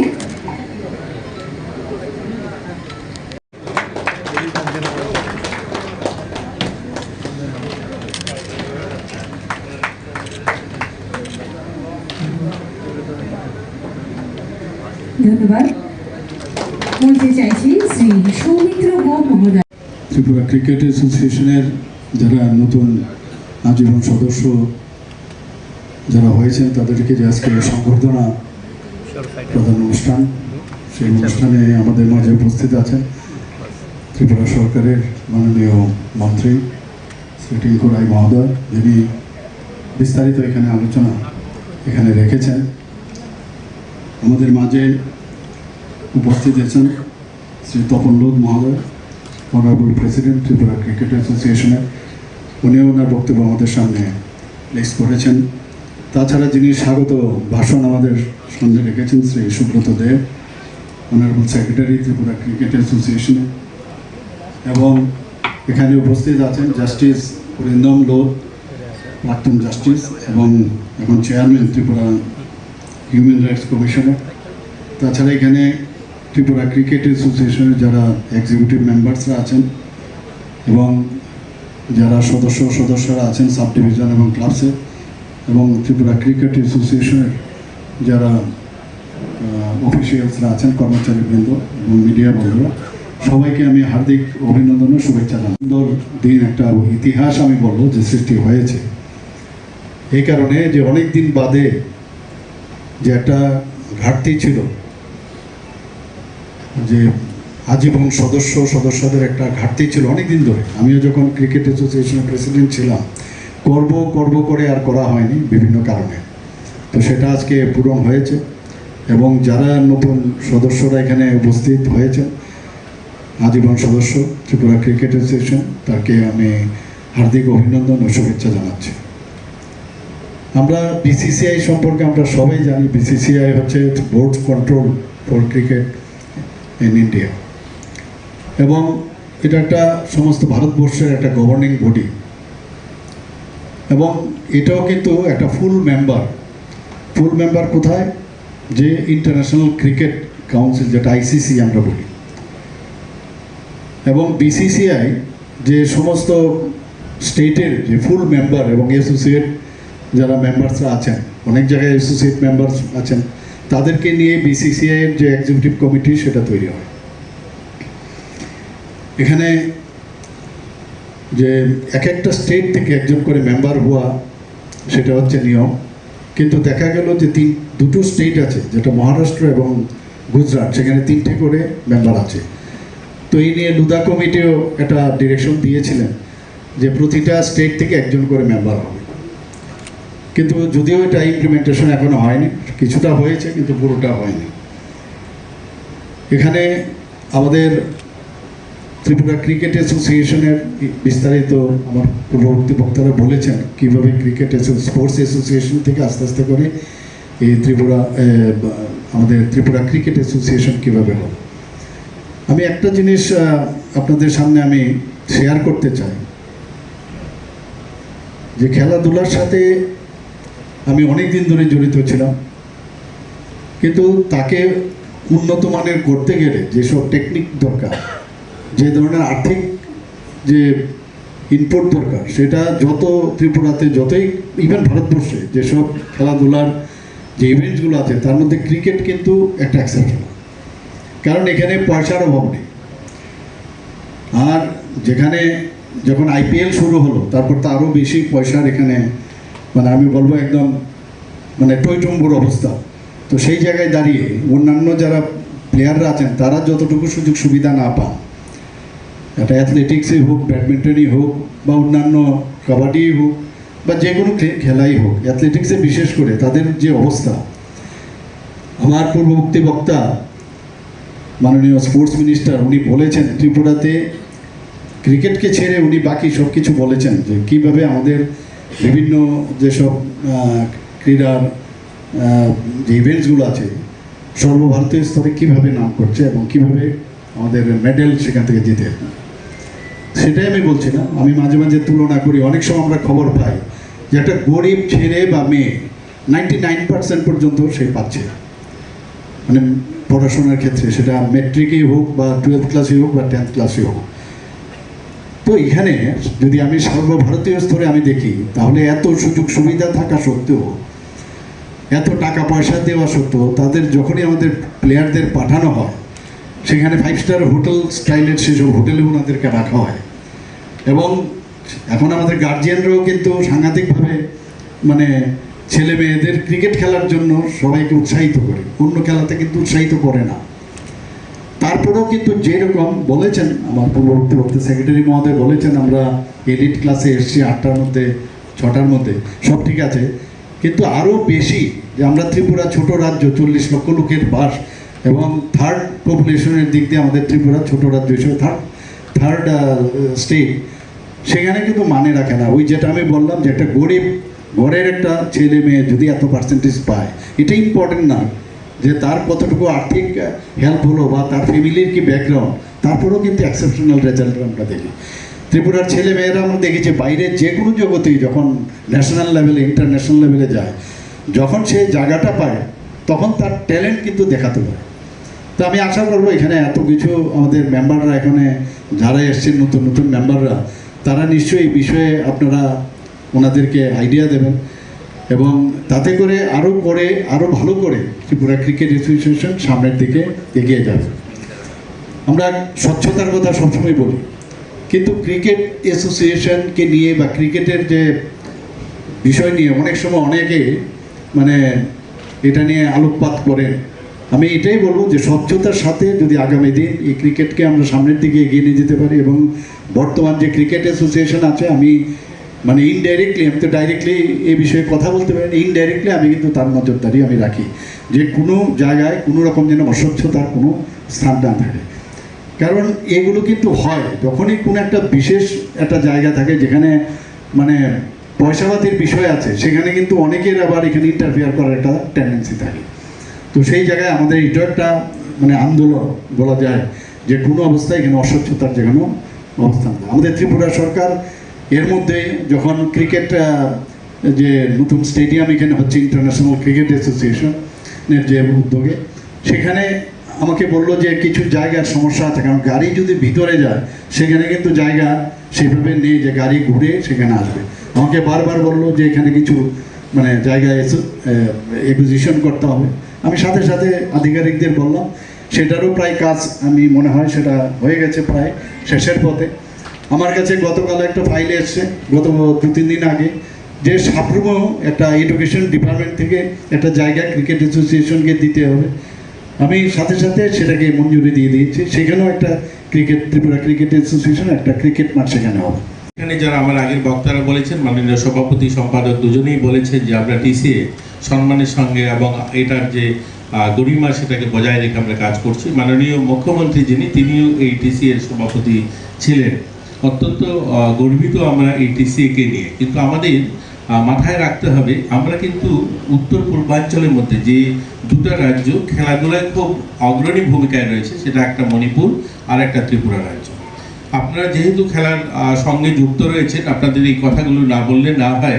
মাননীয় মুখ্যমন্ত্রী অনেক ব্যস্ততা রয়েছে, অন্য জায়গায় যাবেন, তারপরেও আমি এই 1-2টা কথা আপনাদেরকে বলতে হয় যে আমরা উত্তর পূর্বাঞ্চলের মধ্যে ছোট রাজ্য হলেও এমন একটা রাজ্য ত্রিপুরা, যেখানে মণিপুরের পরে কোনো রাজ্যে খেলাধুলায় রাষ্ট্রপতি অ্যাওয়ার্ড ইতিমধ্যে আমরা 7খানা পেয়েছি। যারা পদ্মশ্রী, অর্জুন অ্যাওয়ার্ড, দ্রোণাচার্য অ্যাওয়ার্ড, এরকম 7খানা অ্যাওয়ার্ড একমাত্র কোনো খেলায় যেখানে আমরা রাষ্ট্রপতি পুরস্কার পেয়েছি সেই রাজ্য হচ্ছে আমাদের ত্রিপুরা রাজ্য। যেখানে কল্পনা দেবনাথ পেয়েছে, মন্টু দেবনাথ পেয়েছে, আমাদের সোম দেববর্মন পেয়েছে, আমাদের দীপা কর্মকার যিনি পদ্মশ্রী অ্যাওয়ার্ড পেয়েছে, খেলরত্ন অ্যাওয়ার্ড, ভারতবর্ষের সবচেয়ে যে প্রেস্টিজিয়াস অ্যাওয়ার্ড যেটা, সেটাও সে পেয়েছে। ইতিমধ্যে আরও অনেক খেলোয়াড়রা জাতীয় স্তরে এবং অন্তর্রাষ্ট্রীয় স্তরে ভালো সুনাম অর্জন করেছে আমাদের রাজ্যের অনেক মেয়েরা, অনেক ছেলেরা। আপনারা জানলে খুশি হবেন, কয়েকদিন আগেই আমাদের প্রতিষ্ঠা সামন্ত জুনিয়র জিমন্যাস্টিক প্লেয়ার ছিল, ভারত সরকার রেল মন্ত্রকে চাকরি দিয়েছে, অর্থাৎ তাকে খেলার সুযোগ করে দিয়েছে। সে ভারত সরকার রেল মন্ত্রকে কাজ করবে, কিন্তু সেখানে সে প্রশিক্ষণ নেবে এবং আরও যেন অলিম্পিকে পার্টিসিপেট করতে পারে, সেরকম একটা সম্ভাবনা আমরা দেখছি। আমাদের অস্মিতা দে, যেটা উত্তরপ্রদেশ গভর্নমেন্ট নিয়েছে, উড়িষ্যাতে আমাদের এখানকার অনেক ছেলে মেয়েদেরকে উড়িষ্যা গভর্নমেন্ট নিয়েছে। তো ইতিমধ্যে ভারতবর্ষের মধ্যপ্রদেশ গভর্নমেন্ট, উত্তরপ্রদেশ সরকার এবং ভারত সরকার আমাদের এখানকার অনেক ছেলে মেয়েদেরকে যারা নিয়েছে, যারা জাতীয় স্তরে এবং আন্তর্রাষ্ট্রীয় স্তরে ভালো সুনামের সঙ্গে তারা খেলাধুলা করছে। আমরাও আমাদের রাজ্যে খেলাধুলার পরিকাঠামো যেভাবে টিসিএ তাদের এখন বর্তমানে আমাদের ইন্টারন্যাশনাল স্টেডিয়ামের কাজ হচ্ছে, এছাড়া অনেকগুলো ইনডোর হল প্র্যাকটিসের জন্য করছে। আমরাও কিন্তু ত্রিপুরা সরকার আমাদের অনেকগুলো মাঠ, আমরা ইতিমধ্যে সিনথেটিক টার্ফ ফুটবল মাঠ 15খানা, ট্রাইবাল ওয়েলফেয়ার এবং স্পোর্টস দপ্তর মিলে 15খানা মাঠ আমরা অলমোস্ট কমপ্লিট সবগুলো মাঠই ধরে নিতে পারে। অনেক মাঠে খেলাধুলা হচ্ছে, বাকি 1-2টা মাঠ যেগুলো ইনোগ্রেশন হবে, এরকম 15খানা মাঠ আমরা ট্রাইবাল ওয়েলফেয়ার দপ্তর এবং আমাদের স্পোর্টস দপ্তর রেডি করেছি। এটা উত্তর পূর্বাঞ্চলে আমরা বলতে পারি সবচেয়ে বেশি মাঠ কোনো রাজ্যে, সেটা আমাদের ত্রিপুরাতে 15খানা সিনথেটিক ফুটবল মাঠ রয়েছে। আপনারা যারা খেলার বিশেষজ্ঞ যারা রয়েছে, অনেকে ভাবছেন যে সিনথেটিক মাঠ তো শুধু যারা বুট পরে খেলবে তাদের জন্য এই মাঠগুলো আপনারা করছেন। ন্যাচারাল আমরা 20খানা মাঠ একসঙ্গে আমরা কাজ করছি, ন্যাচারাল ঘাসের 20খানা মাঠ আমরা তৈরি করছি এবং অনেকগুলো মাঠ তৈরি হয়েছে। এছাড়া যেগুলো তৈরি হচ্ছে জোলাইবাড়িতে, আমাদের ফটিকরায়, কৈলাসহর এবং আমাদের এখানে শান্তির বাজারে মিনি স্টেডিয়াম সহ আমরা মাঠ তৈরি করছি। এই ধরনের আমাদের সিনথেটিক অ্যাথলেটিক ট্র্যাক 2খানা ট্র্যাক তৈরি হয়েছে আমাদের রাজ্যে, একটা পালিসাগর, একটা আগরতলাতে রয়েছে। আমাদের হকি মাঠ, সিনথেটিক হকি মাঠ ইতিমধ্যে আমরা ইনোগ্রেশন করেছি। মিনি স্টেডিয়াম আমরা জেলাগুলোতে ইনডোর হল, ইতিমধ্যে 3খানা জেলাগুলোতে ইনডোর হল তৈরি করছি। আগে কি হতো, সমস্ত টুর্নামেন্ট জায়গাগুলো হতো আগরতলা কেন্দ্রিক ছিল, আগরতলা হতো, কিন্তু এখন আগরতলা না, এখন সারা রাজ্যে যেন খেলাধুলার প্রচার এবং প্রসার দুটোই ঘটে, এর জন্য কিন্তু আমরা সেই সমস্ত জায়গায় এক ধরনের খেলাগুলোও করছি। আমাদের স্কুল দপ্তরে যে সমস্ত খেলা হয়, স্কুল স্পোর্টস আমাদের দপ্তর এবং এডুকেশন ডিপার্টমেন্ট মিলে আন্ডার 17 যত খেলা হতো আগে আগরতলাতে হতো, এগুলো কিন্তু এখন আমরা মফস্বলে করছি, গ্রামীণ এলাকাতে সেগুলোকে জেলায় জেলায় মহকুমাতে আমরা সেই ধরনের খেলা আয়োজন করছি। সেখানে আমরা জাতীয় মানের টেনিস কোর্ট, জাতীয় মানের ভলিবল কোর্ট, ন্যাচারাল ঘাসের মাঠ, এগুলো আমরা গোটা রাজ্যে করছি। একদিকে যেমন এই পরিকাঠামো উন্নয়ন হচ্ছে, অন্যদিকে খেলোয়াড়দের জন্য আগে যারা খেলোয়াড়রা বাইরে যেত তাদেরকে কোনো ধরনের ইন্স্যুরেন্স ছিল না, কোনো দুর্ঘটনা ঘটলে তাদের চিকিৎসার ব্যবস্থা বা পুনরায় সে মাঠে ফিরে আসবে তার সম্ভাবনা খুব কম ছিল। এখন কিন্তু আমরা তাদের জন্য বিমার ব্যবস্থা করে দিয়েছি। কোনো খেলোয়াড়রা বাইরে গিয়ে কোনো কারণে কোনো দুর্ঘটনা হয়ে গেলে তাকে পুনরায় চিকিৎসা করানো এবং সে মাঠে ফিরতে পারে, তার জন্য সরকার আর্থিক ব্যবস্থা করেছে। এছাড়াও আমরা তাদের জন্য বিভিন্ন টুর্নামেন্ট থেকে যারা অ্যাওয়ার্ড দিচ্ছে, জাতীয় স্তরে বা আন্তর্রাষ্ট্রীয় স্তরে যারা অ্যাওয়ার্ড দিচ্ছে, তাদেরকেও আমরা আর্থিক সাহায্যের ব্যবস্থা রেখেছি। আমরা ইতিমধ্যে যে সমস্ত ছেলেমেয়েরা বাইরে মেডেল দিচ্ছে, এদেরকে আমরা 1 লক্ষ টাকা গোল্ড এবং সিলভার 50,000 টাকা, ব্রোঞ্জ 25,000 টাকা দিচ্ছি। আমরা যদি আমি আপনাদেরকে এই 6-7 বছর, আপনারা জানেন আমাদের এই গভর্নমেন্ট 7.5 বছর হয়েছে নতুন গভর্নমেন্ট আসার পর, যার মধ্যে কোভিডের জন্য 2 বছর খেলাধুলা হয়নি, তো 5-5.5 বছর খেলা হয়েছে। সেখানে জাতীয় স্তরে খেলো ইন্ডিয়া বা ন্যাশনাল গেমসে আমরা 46 অর্থাৎ 46টা গোল্ড মেডেল এবং 50টা সিলভার মেডেল এবং ব্রোঞ্জ মেডেল 7খানা জিতেছি আমাদের রাজ্য। এবং আমাদের এখানে যারা অ্যাসোসিয়েশনগুলো, যারা বড়, যারা 19 বছর উপরে যারা খেলাধুলা করে, তারাও 17খানা গোল্ড এবং 18টা সিলভার, 30টা ব্রোঞ্জ মেডেল জিতেছি। আমরা লাস্ট 7 বছরে, আপনারা শুনলে খুশি হবেন যে এনএসএস ভলেন্টিয়ার যারা আমাদের স্পোর্টস দপ্তরে যারা এনএসএস ভলেন্টিয়ার্স রয়েছে, 10খানা রাষ্ট্রপতি অ্যাওয়ার্ড পেয়েছি আমরা। 10 জন ছেলে মেয়ে ইতিমধ্যে এই 7 বছরে রাষ্ট্রপতি অ্যাওয়ার্ড পেয়েছে, রাষ্ট্রপতি ভবনে রাষ্ট্রপতির হাত থেকে মেডেল নিয়েছে 10 জন ছেলে মেয়ে। আমরা অনেকেই এগুলো হয়তো আমরা শুধু সবসময় একটা নেগেটিভ ভাবি যে আমরা বোধহয় আসলে পিছিয়ে। ছোট রাজ্য হলো, একদিকে যেমন সরকার মানুষের জীবনমান উন্নয়নের জন্য কাজ করছে। আমি উত্তর ত্রিপুরা থেকে আসি, যেখানে 7 ঘন্টা আগরতলায় আসতে লাগতো, এখন হয়তো সেটা আসলে মানুষ কি হয় পাওয়ার পরে সেটা রিয়েলাইজেশন থাকে না, ভুলে যায়। যারা পুলিশে কাজ করেন তারা বলতে পারবেন যে 6 থেকে 7 ঘন্টা সময় ধর্মনগর থেকে আগরতলা আসতে আজ 2.5 ঘন্টা আমরা চলে আসি। এটা পরিবর্তন হয়েছে।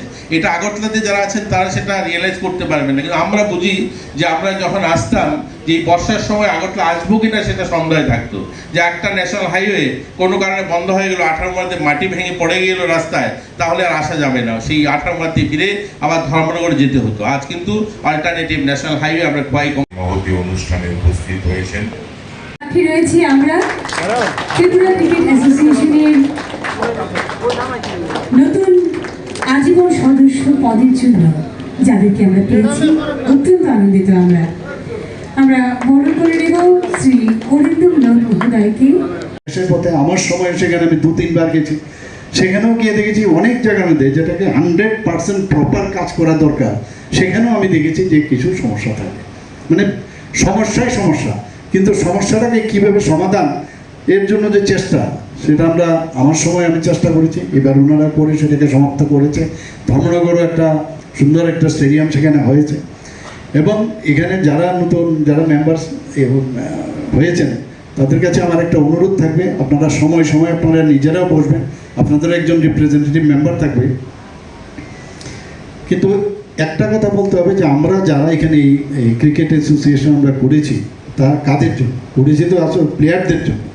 তো প্লেয়ারদের প্রপার ট্রেনিং এখানে বলা হয়েছে যে ক্রিকেটের একটা এখানে একটা করবে, আপনাদের একাডেমি করা হবে। আমার সময় আমি অনেক ট্রাই করেছিলাম, বেঙ্গালুরু আমি গেছিলাম, সেখানে কিভাবে ক্রিকেট একাডেমি করতে হয়, কীভাবে মানে সেখানে ওদেরকে ট্রেনিং দেওয়া হয়, এবং সেটা সত্যিকারের অর্থে এটা খুব প্রয়োজন, কথাই নয় কাজের মাধ্যমে সেটা হয়। আমি বলবো যে ওনারা যে কয়েকটা জায়গার মধ্যে বলেছেন যে কিছু লোক ইন্টারেস্ট ওনারা জানিয়েছেন, যদি সেটা না হয় আমাদের সরকারের তরফ থেকে আমরা ইচ্ছে করলে সেই জায়গা আমরা দিতে পারি, কোনো সমস্যা নেই। এবং সেখানে প্রপারলি একদম ডিজাইন শুদ্ধ, একদম যা দরকার, practice makes a man perfect. আমি প্র্যাকটিসের উপর কিচ্ছু হবে না। এবং আজকাল আমরা দেখি যে খেলার জগতে বহুত ছেলে মেয়েদের, ওরা তো আসেই, তাতে করে যে ড্রাগ এডিকশনের যে বিষয়, তার থেকেও আমরা কিন্তু অনেকটা মানে ওদেরকে মুক্ত রাখতে পারি। কিন্তু আমার নিজে যখন আমি প্রেসিডেন্ট ছিলাম তখন আমি দেখেছি কয়েকজনকে সব ড্রাগ এডিক্টেড কয়েকজন আমি ছেলেদের আমি দেখেছি। তো ড্রাগসের সম্পর্ক আজকে এখানে যখন আমি বলছি, আপনারা ওই দিকে নজর দেবেন যে কোনো অবস্থায় যাতে ড্রাগসের সাথে কেউ যুক্ত না হয়। আমাদের এখানে HIV ইনফেকশন প্রচুর বাড়ছে। HIV যদি যদি আমরা ধরে নিই, ওদেরকে শনাক্ত করতে পারি, তাহলে এইডস হওয়ার প্রবণতা কম থাকে। আমরা HIV ইনফেকশন আমরা জানি একবার যদি হয় তাহলে কিন্তু সেটা কোনো অবস্থায় সেটা শরীর থেকে ছাড়ানো যায় না। কিন্তু ভাইরাল লোড যদি কমানো যায় সেই দিশায় আমাদের চেষ্টা করতে হবে। আগে যেমন এটাকে আমরা শনাক্ত যদি করতে পারি, অটো ইমিউন যে ডিজিজ যেটা হয় যে এইডসের, সেটা কিন্তু মানে আমাদের যে ভাইরাস, সেই ভাইরাসের HIV ভাইরাসের কারণে কিন্তু সেটা হয় না, সেটা হয় আমাদের শরীরের যে মানে WBC সেটার কিন্তু কমজোর করে দেয়, সেটাকে আঘাত করে। তো যেহেতু আমাদের শরীরের মধ্যে যখন এই HIV ভাইরাস হয়, সেই WBC যখন তার ডিপ্লিশন হয় তখনই কিন্তু অপরচুনিস্টিক যে ব্যাকটেরিয়া, ভাইরাস বা অন্যান্য যেসব মাইক্রো অর্গানিজম তখন তাকে ধরে, সেই কারণে কিন্তু মারা যায়। তো আমাদের যারা প্লেয়ার আছে তারা যদি এইসব দিকে ধাবিত না হয়, সেই দিকে আপনারা সবাই নজর রাখবেন, তাদেরকে এই বিষয়ে বলবেন। পুরো শুধু তাদের সমস্যা না হয়, তাদের হয় না, হিউম্যান রিসোর্সেরও সমস্যা হয়, আমাদের পরিবারের সমস্যা হয় এবং রাজ্যেরও সমস্যা হয়। এই দিকেও আপনারা মাঝে মাঝে এই অ্যাওয়ারনেসের বিষয় সেগুলো আপনারা বলবেন। কারণ আমরা কিছুদিন আগে অ্যাসেম্বলির মধ্যে আমরা আলোচনা করেছি, সেখানে যারা অ্যাসেম্বলির মেম্বাররা আছেন তাদেরকে নিয়েও আমরা কমিটি করেছি, এবং আমি আশা করি আপনারাও এই বিষয়গুলো আপনারা কথা বলবেন। বিভিন্ন এলিমিনেশন অফ টিউবারকুলোসিস থেকে আরম্ভ করে সব দিকে আমাদের ছেলে মেয়েরা যদি সুস্থ থাকে, স্বাস্থ্যবান হয়, তাহলে আগামী দিন ভালো প্লেয়ার হতে পারবে। তো এই বিষয়গুলো আপনাদের রাখতে হবে। আরেকটা হচ্ছে যে প্র্যাকটিস, শ্যাডো প্র্যাকটিস থেকে আরম্ভ করে বিভিন্ন আজকাল যে কোচরা আছেন, বেস্ট কোচ, ক্রিকেট অ্যাসোসিয়েশনের টাকার অভাব যেহেতু নেই, তো বেস্ট যে কোচ তাদেরকে এনে দরকার পড়লে আমাদের ছেলে মেয়েদের মানে ভালোভাবে তাদের শিক্ষিত করা তোলা উচিত। এবং আগামী দিন আমি শিওর যেভাবে নাম ত্রিপুরার এখন বিভিন্ন যেসব প্যারামিটার সব দিকে কিন্তু আমরা অনেক উন্নত মানের আছি, খেলার জগতেও আমরা সেটা করব। আর ক্রিকেটে আমি আশা করি যে রেজাল্ট আমরা এসে এর থেকে আরও ভালো করে যাতে রেজাল্ট করতে পারি, সেই দিকে আপনারা নজর রাখবেন। এখানে যারা আবার নতুন মেম্বার এসছেন সবাইকে আবার স্বাগত জানিয়ে আমার কথা বলা শেষ করছি। সবাইকে নমস্কার, জয় হিন্দ। মাননীয় জনপ্রিয় মুখ্যমন্ত্রী শ্রদ্ধেয় প্রফেসর, শুভেচ্ছা, স্বাগত। আজকে দীর্ঘদিন পর রিটায়ার্ড হাইকোর্ট জাস্টিস শ্রদ্ধেয় অরিন্দম ক্রীড়া বিষয়ক যুব কল্যাণ দপ্তরের মাননীয় মন্ত্রী, আমাদের মধ্যে অত্যন্ত ব্যস্ততার মধ্যেও মাননীয় সভাপতি শ্রদ্ধেয় তপন দেব মহোদয়, আর আপনারা যারা সবাই আমার স্বাগত বক্তব্য রাখবেন।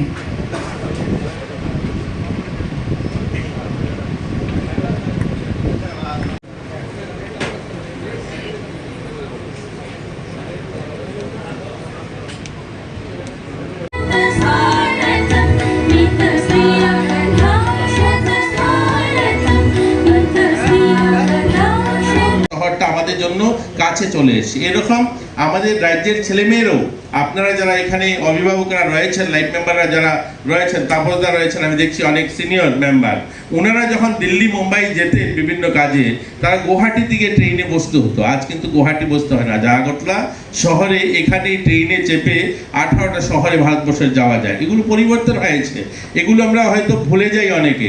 1964 ধর্মনগরে রেল এসছে, আর ওই রেল 25 বছর সময় লেগেছে কুমারঘাট আসতে। 1989-এ কুমারঘাট রেল এসছে, অর্থাৎ 30 কিলোমিটার রাস্তা আসতে 25 বছর সময় লেগেছে। আর এই রেল আজ সাবরুম পর্যন্ত 2014 সালের পর সাবরুম থেকে বদরপুর বটগেজ হয়েছে মাত্র 5 বছরে। আর সেখান থেকে সারা ভারতবর্ষে 18খানা ট্রেন আর গোটা ভারতে যায় বিভিন্ন প্রান্তে। এখন আমরা হাতের কাছে এগুলো পেয়ে গেছি, তাই আমরা ভুলে গিয়েছি যে এত কিছু ডেভেলপমেন্ট হয়েছে। যাই হোক, আমি প্রসঙ্গের বাইরে গেছি যে এরকম আমাদের মাননীয় মুখ্যমন্ত্রী এমন একজন, আমি যদিও ক্রীড়ামন্ত্রী, আমি খেলায় খুব একটা সেখানে নিজেকে সামিল করিনি কোনোদিনই, কিন্তু মাননীয় মুখ্যমন্ত্রী একজন স্পোর্টসম্যান, এবং ওনার যেহেতু স্পোর্টসম্যান, তিনি এই খেলাধুলার প্রতি এত ওনার ভালোবাসা বা খেলার প্রতি ওনার এত আগ্রহ, আজকের দিনে আমি বলতে পারি যে আমাদের এইখানে পার্শ্ববর্তী উমাকান্ত মাঠটা, ভাবুন এই মাঠটা তো সিনথেটিক হয়েছে, বা এই মাঠের নামকরণ যদি দেখুন, বা আমাদের আজ বাধারঘাটে যে ফুটবল মাঠগুলো আমরা করেছি, ফুটবল মাঠ, সিনথেটিক হকি ট্র্যাক বা অ্যাথলেটিক ট্র্যাক করেছি, এখানে ওনার ভাবনাটা যদি দেখুন, সেটা আপনারা অনুভব করতে পারবেন যে আজ থেকে 50 বছর আগে একজন প্লেয়ার ফুটবল খেলতে গিয়ে এই উমাকান্ত মাঠে মারা যান, গোল ধরতে গিয়ে, গোলকিপার। ওনার নামে আমরা যখন মাঠটা তৈরি করলাম, ওনার কাছে যখন বললাম যে এই মাঠটা তৈরি হয়েছে আপনি ইনগুরেশন করবেন, তিনি তখন বললেন ওই প্রতুল ভট্টাচার্য নামে একজন খেলোয়াড় আজ থেকে 50 বছর আগে যার মৃত্যু হয়েছে ফুটবল খেলতে গিয়ে, ওনার নামে যদি এই মাঠটাকে করা যায় তাহলে কি হবে। এই যে ভাবনাটা, খেলোয়াড়দের প্রতি সম্মান যে, এবং প্রতুল ভট্টাচার্যের নামে শুধু মাঠ নয়, আমরা যুব আবাস করেছি আম্বার সাথে, সেখানে মধুসূদন ঝাড় নামে সেই আবাসটাকে উৎসর্গিত করা হয়েছে, বা আমরা আমাদের যে অ্যাথলেটিক ট্র্যাক বা আমাদের হকি মাঠ, প্রত্যেকটা মাঠকে আজ আমরা আমাদের রাজ্যের যারা এরকম খেলোয়াড়রা যারা নিজের জীবন দিয়েছেন খেলার জন্য, একটা লম্বা সময় এই রাজ্যের সম্মানের জন্য দিয়েছেন, এই রাজ্যকে সারা দেশের সামনে তোলার জন্য তুলে দিয়েছেন, এদের নামে আজ সেই মাঠগুলো আমরা যুব আবাস বা অন্যান্য পরিকাঠামো যেগুলো করছি সেগুলো উৎসর্গিত করা হয়েছে। এতে প্রমাণ করে, এতে আমরা বুঝতে পারি যে মাননীয় মুখ্যমন্ত্রী খেলার প্রতি যে ওনার আগ্রহ বা উনি খেলাকে কতটুকু ভালোবাসেন। যাই হোক, ওনার নেতৃত্বে আজ আমরা আমাদের রাজ্যে খেলা অনেকখানি এগিয়েছে। আমরা আশাবাদী আগামী দিন অলিম্পিকে আমরা অনেক প্লেয়ারকে আমাদের রাজ্য থেকে দেখতে পারবো। আমরা 2025 সাল শুরু হয়েছে, মাত্র 7 মাস চলছে। এই 7 মাসের অ্যাচিভমেন্ট যদি আমি বলি আপনাদেরকে, আমি এই কথাগুলি এর জন্য বলছি, ক্রিকেটে যারা আছেন, যারা ক্রিকেট পরিচালনা করছেন, আপনাদের কাছে আরও আশাবাদী, আমরা আরও ভালো করা চাই। মানে আপনারা করছেন, আমি আপনাদেরকে বলছি না আপনারা করছেন, কিন্তু আরও করতে হবে। অন্যান্য খেলা যেভাবে আমরা অ্যাচিভমেন্ট করছি, সাব জুনিয়র ন্যাশনাল জুডো হয়ে চ্যাম্পিয়নশিপ হয়েছে 2025-এ, আমরা সেখানে গোল্ড মেডেল এবং সিলভার মেডেল দুজনে আমাদের পেয়েছে। আমাদের 68 ন্যাশনাল যোগা হয়েছে 2025 হায়দ্রাবাদে, সেখানে গোল্ড মেডেল কৃতিকা দত্ত পেয়েছে। আমাদের এখানে 68 ন্যাশনাল স্কুল গেম 2024-25 পাঞ্জাবে হয়েছে, সেখানে গোল্ড মেডেল পেয়েছে তানিয়া দাস এবং সিলভার মেডেল পেয়েছে ওমা বেগম। খেলো ইন্ডিয়া হয়েছে 2025 বিহারে, সেখানেও আমাদের ব্রোঞ্জ মেডেল তানিয়া দে জিতেছে। জিমন্যাস্টিক ন্যাশনাল চ্যাম্পিয়নশিপ হয়েছে 2025, গোল্ড মেডেল শ্রীপর্ণা দেবনাথ জিতেছে। আমরা শ্রীপর্ণা দেবনাথকে আরও ভালো খেলার জন্য কয়েকদিন আগে মাননীয় মুখ্যমন্ত্রী উনি বলেছেন, এবং আমরা ওকে 4 লক্ষ টাকা দিয়েছি যেন আরও ভালো কোচিং নিতে পারে। বাইরে আমরা তাকে অলিম্পিকে দেখতে চাই, তার জন্য বিশেষ কোচিংয়ের জন্য আমরা বাইরে তাকে পাঠিয়েছি। আমরা 2025 12 জানুয়ারি দিল্লিতে যে লোকনৃত্য বিভাগে অনুষ্ঠান হয়েছিল, সেখানে 3rd পজিশন পেয়েছি। প্রতিযোগিতা বিভিন্ন জায়গায় ন্যাশনাল লেভেলে ইউথ ফেস্টিভ্যাল হয়েছে, সেখানেও আমরা কিন্তু ক্লাসিক্যাল ভোকালে 3rd হয়েছি, আমরা ভারতনাট্যমে 2nd হয়েছি, লোকসঙ্গীতে 3rd হয়েছি। তো এরকম বিভিন্ন জায়গাতে নর্থ ইস্ট ড্রামা ফেস্টিভ্যাল হয়েছে, সেখানে 3rd হয়েছি। তো আমাদের রাজ্যের ছেলেমেয়েরা ভালো করছে, প্রতিভাবান ছেলেমেয়েরা আমাদের রাজ্যে রয়েছে। আমরা চাই ক্রিকেটও আরও ভালো করুক, আমরা যেন জাতীয় স্তরে আমরা ইন্ডিয়ান টিমে আমাদের ছেলেমেয়েদের, আমরা ছেলেমেয়েদের টিমে আমরা আমাদের খেলোয়াড়কে দেখতে চাই। আমরা শুধু রঞ্জিতে পার্টিসিপেট করবো এরকম নয়, আমরা আমাদের ছেলেমেয়েদেরকে আমরা দেখতে চাই ওই সমস্ত জায়গায়।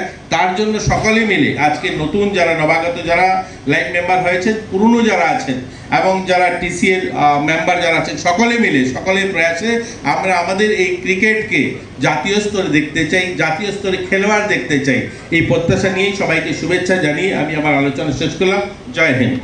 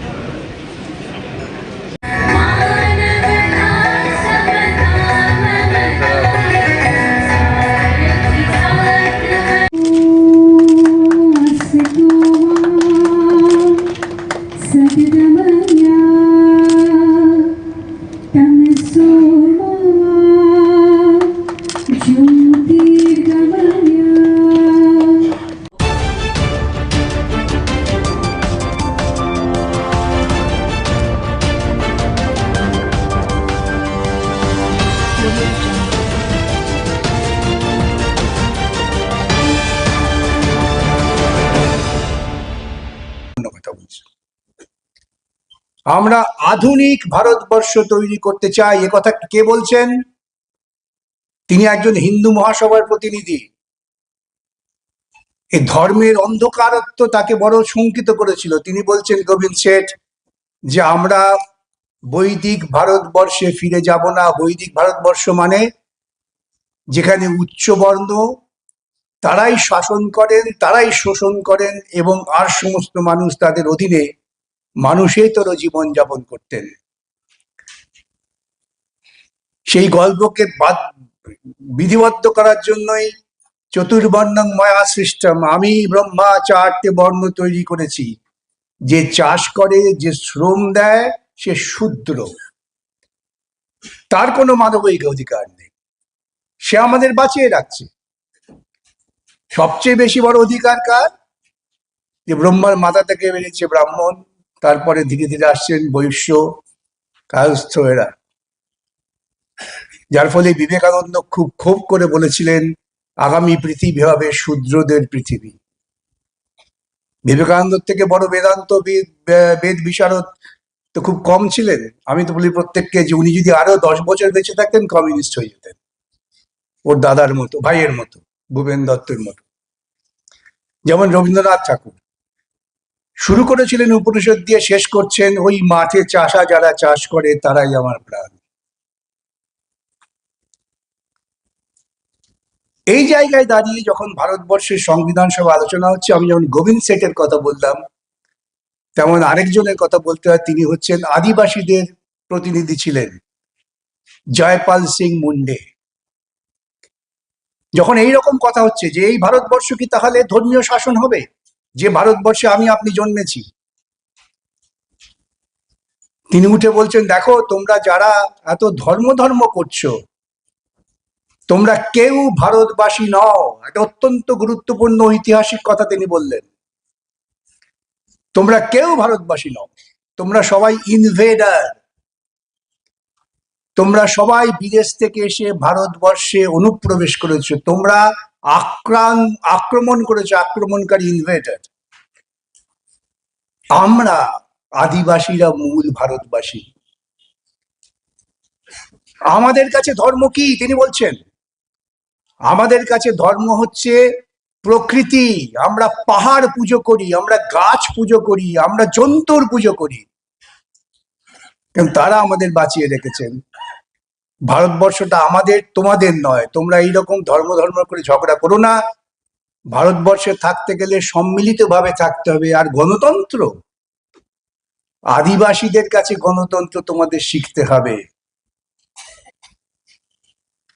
এই সমস্ত বিভিন্ন বিদগ্ধ আলোচনার পর প্রশ্ন হলো, তাহলে ভারতবর্ষ কি হবে? অবজেক্টিভ রেজলিউশনে জওয়াহরলাল নেহরু বললেন, আমরা গণতন্ত্র চাই। আরেকজন বললেন,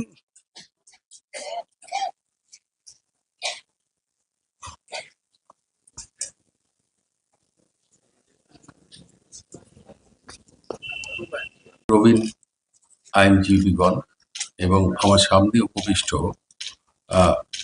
আমার ভাই এবং বোন আইনজীবী এবং অন্যান্য বিশিষ্ট ব্যক্তিগণ, আর আগামী প্রজন্মের যে আইনজীবীগণ আছেন তাদেরকেও আমার শুভেচ্ছা জানিয়ে আমি আমার কথা শুরু করছি।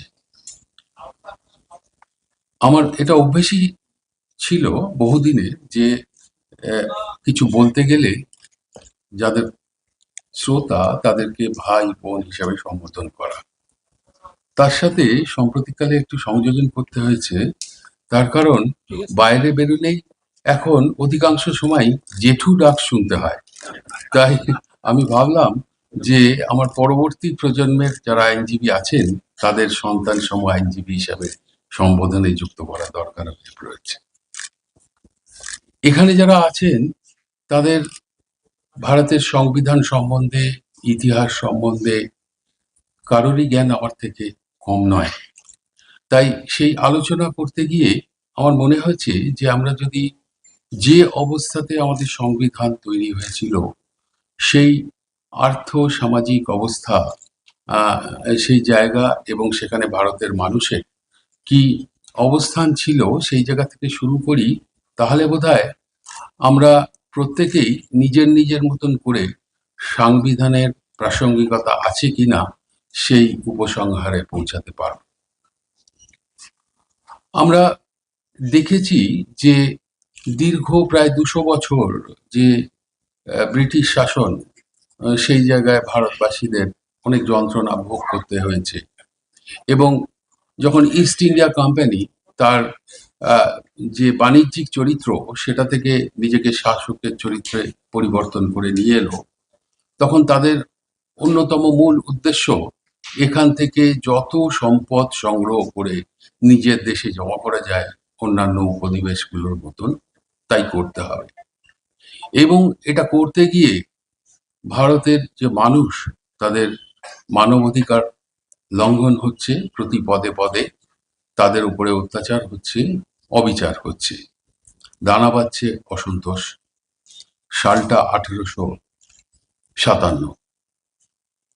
হঠাৎ একটা স্ফুলিঙ্গ ছড়িয়ে পড়ল, সিপাহী বিদ্রোহ। এই সিপাহী বিদ্রোহকে ঐতিহাসিকরা বলছেন যে এটা শুধু সিপাহীদের বিদ্রোহ ছিল না। জাস্টিস ম্যাক ক্যাথে পরবর্তীকালে তার লেখা বই এই short history in our own time, সেখানে লিখলেন যে it was a combination of movement of the army dissatisfaction, national hatred and religion fanatism against the foreign yoke fought by the landowners, soldiers, theologians and others. এটা কোনো সংগঠিত আন্দোলন ছিল না, ছিল একটা স্বতঃস্ফূর্ত আন্দোলন।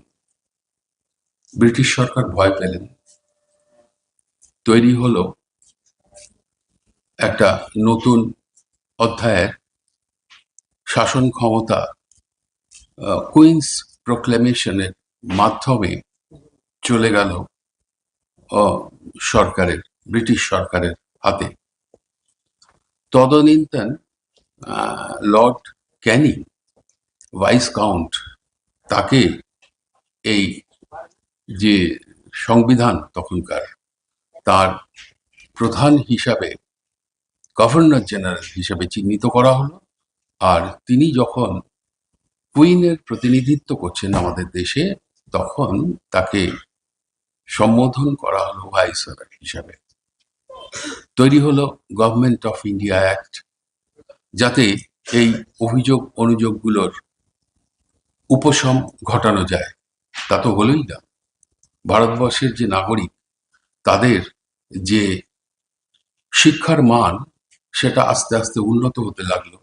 বিদেশি ভাষায় শিক্ষা, রসায়ন শাস্ত্রের শিক্ষা ইত্যাদি, এই সমস্ত গুলোতে শিক্ষিত হতে লাগলেন যে অগ্রজ সম্প্রদায় যারা আগে এগিয়ে এসছেন।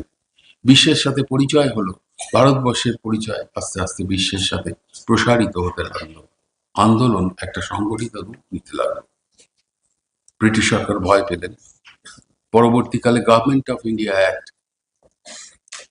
কে সংশোধন, পরিমার্জন করা হতে লাগলো।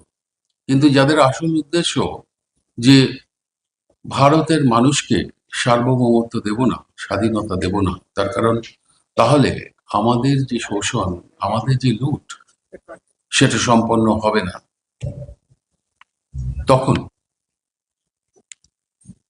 সম্পন্ন হবে না, তখন তারা বিভিন্ন ছলে বলে যাচ্ছে। সেই আলোচনার বিষয়বস্তুতে ঢোকার সঙ্গে সঙ্গে ভাবতে হয় ভারতবর্ষের সংবিধানে তৈরি করার প্রাসঙ্গিকতা কি ছিল। জন্মের প্রাসঙ্গিকতা যদি আমরা উপলব্ধি না করি, তাহলে সময়ের পরিবর্তনের সঙ্গে সঙ্গে একটি সংবিধান তার প্রাসঙ্গিকতা থাকবে কি থাকবে না বিচার করতে হবে। এ কথা বোধহয় আমাকে নতুন করে বলতে হবে না যে ভারতবর্ষের সংবিধানটা কোনো প্রাচীন গ্রন্থ থেকে নেওয়া নয়। ভারতবর্ষের সংবিধানটা মানুষের দীর্ঘ রক্তক্ষয়ী সংগ্রামের একটা পরিণতি।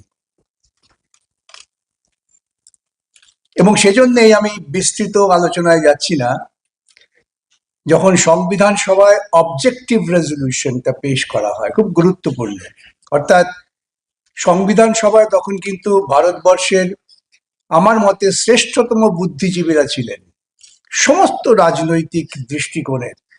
কমিউনিস্ট পার্টি, কংগ্রেস, বিজেপি জন্মায়নি তখনও, RSS, হিন্দু মহাসভা, মুসলিম লীগ, এই সমস্ত স্তরের মানুষেরা ছিলেন। তারা আলোচনা করেছেন, দীর্ঘ আলোচনা।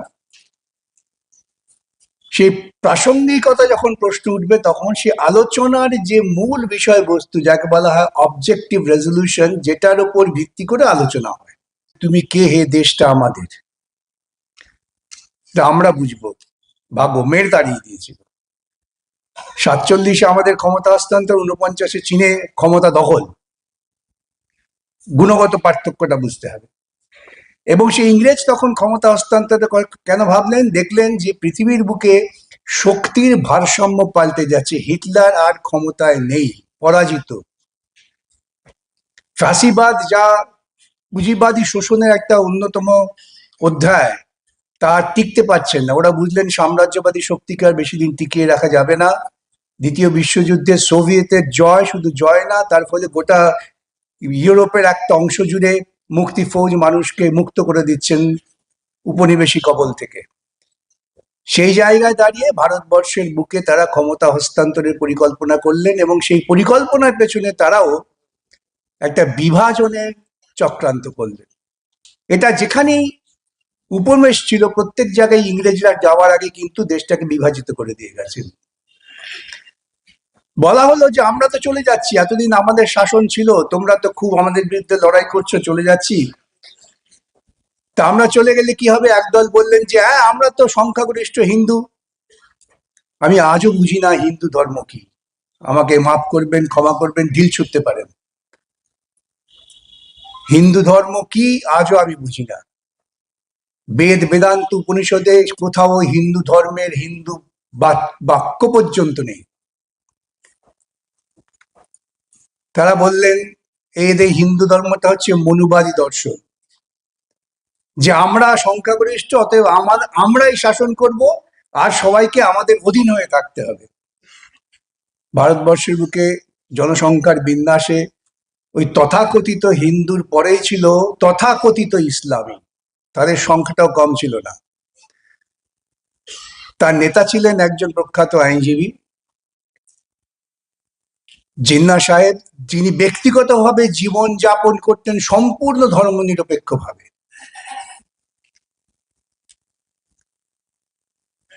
তিনি তার গোষ্ঠীর নেতা হয়ে, তারা যারা মৌলবাদী, তারা মনে করলেন যে আরে এরা যদি ইংরেজ চলে যায় তাহলে তো ওই ব্রাহ্মণদের খপ্পরে আমাদের পড়তে হবে, তাহলে আমাদের কি হবে?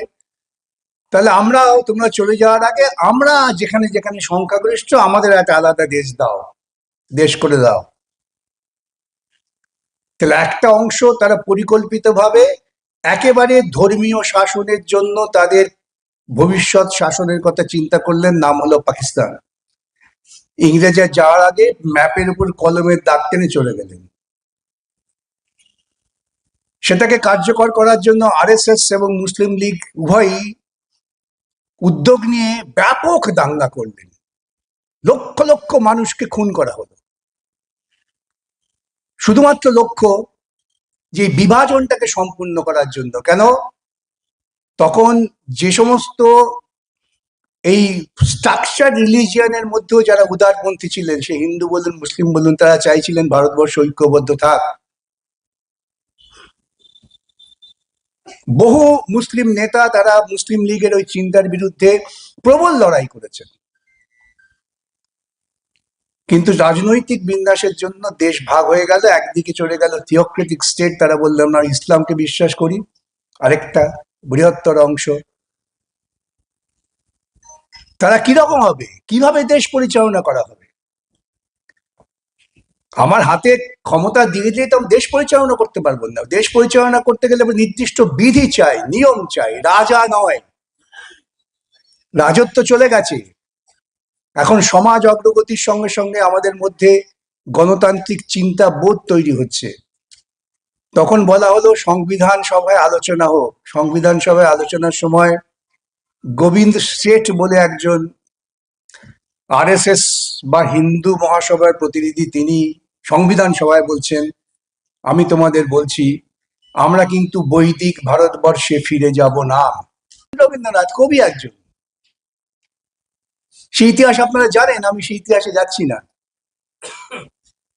কিন্তু এই যে পর্যায়টা এলো, যে পর্যায়ে এসে আমরা বললাম যে ভারতবর্ষকে আমরা এমন একটা নতুন দেশ গড়তে চাই, নতুন ভারতবর্ষ গড়তে চাই, গোবিন্দ শেঠের ভাষায় বৈদিক ভারতবর্ষ নয়, আধুনিক বিজ্ঞানসম্মত ভারতবর্ষ।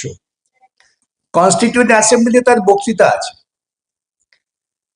সেই ভারতবর্ষে পৌঁছতে গেলে প্রথম ধাপ কি? ইকোনমিক জাস্টিস, অর্থনৈতিক ন্যায়। তারপরে আসছে সোশ্যাল জাস্টিস। এই সোশ্যাল জাস্টিসটা বৈদিক চিন্তার বিরোধী। সোশ্যাল জাস্টিস মানে হচ্ছে সমস্ত মানুষের সমান ন্যায় পাওয়ার অধিকার।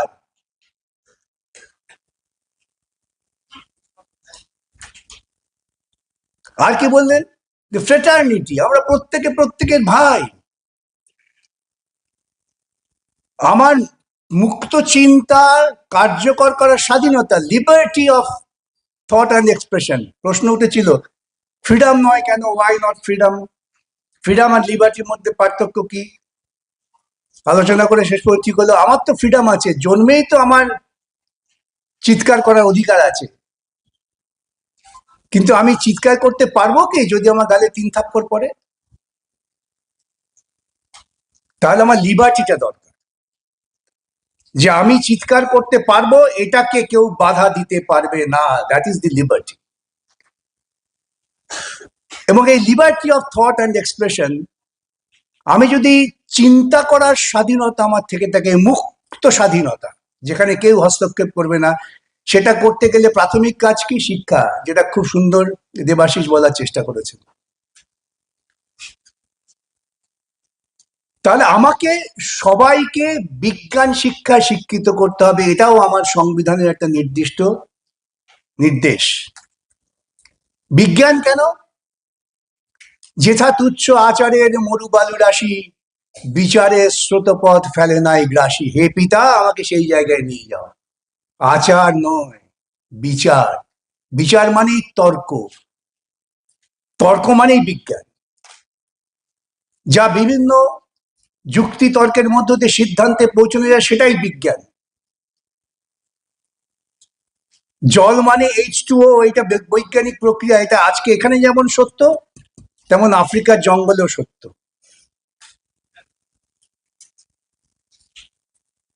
সন্তান জন্মের প্রক্রিয়া এখানে যেমন সত্য, তেমন পৃথিবীর যে কোনো প্রান্তেই সত্য। জীববিজ্ঞান, বিজ্ঞান। এই যে বৈজ্ঞানিক বিশ্লেষণাত্মক চিন্তার মধ্য দিয়ে আমি যদি এগোতে পারি, তাহলে একটা দেশ এগোয়। এবং সেটা কি করে সম্ভব? সেটা আমাদের ওই প্রিয়াম্বলে বলা আছে, যেটা পরবর্তীকালে ফান্ডামেন্টাল রাইটসে বিধৃত করা হলো, প্রত্যেকের অধিকারকে রক্ষা করতে হবে। মাইনরিটি শুধুমাত্র ধর্ম নয়, মাইনরিটি ভাষা, কৃষ্টি, এই সবকে রক্ষা করতে হবে। তুমি বাড়ির গার্জিয়ান হয়েছো, তুমি শুধুমাত্র বড় ছেলেকেই একটু যত্ন করবে আর ছোটটা দুধ-যা করবে, তা তো হতে পারে না। সরকার তো হচ্ছে অভিভাবক। যে সরকারকে আমরা নির্বাচিত করব, সেই সরকারকে এই সাংবিধানিক লক্ষ্যের দিকে এগিয়ে নিয়ে যেতে হবে। আমরা কি আজও ইকোনমিক জাস্টিস পেয়েছি? Social justice? 2 দিন আগে আমি দেখলাম উড়িষ্যাতে একজন দলিতকে ধরে মাথা কামিয়ে ছেড়ে দেওয়া হয়েছে। কেন?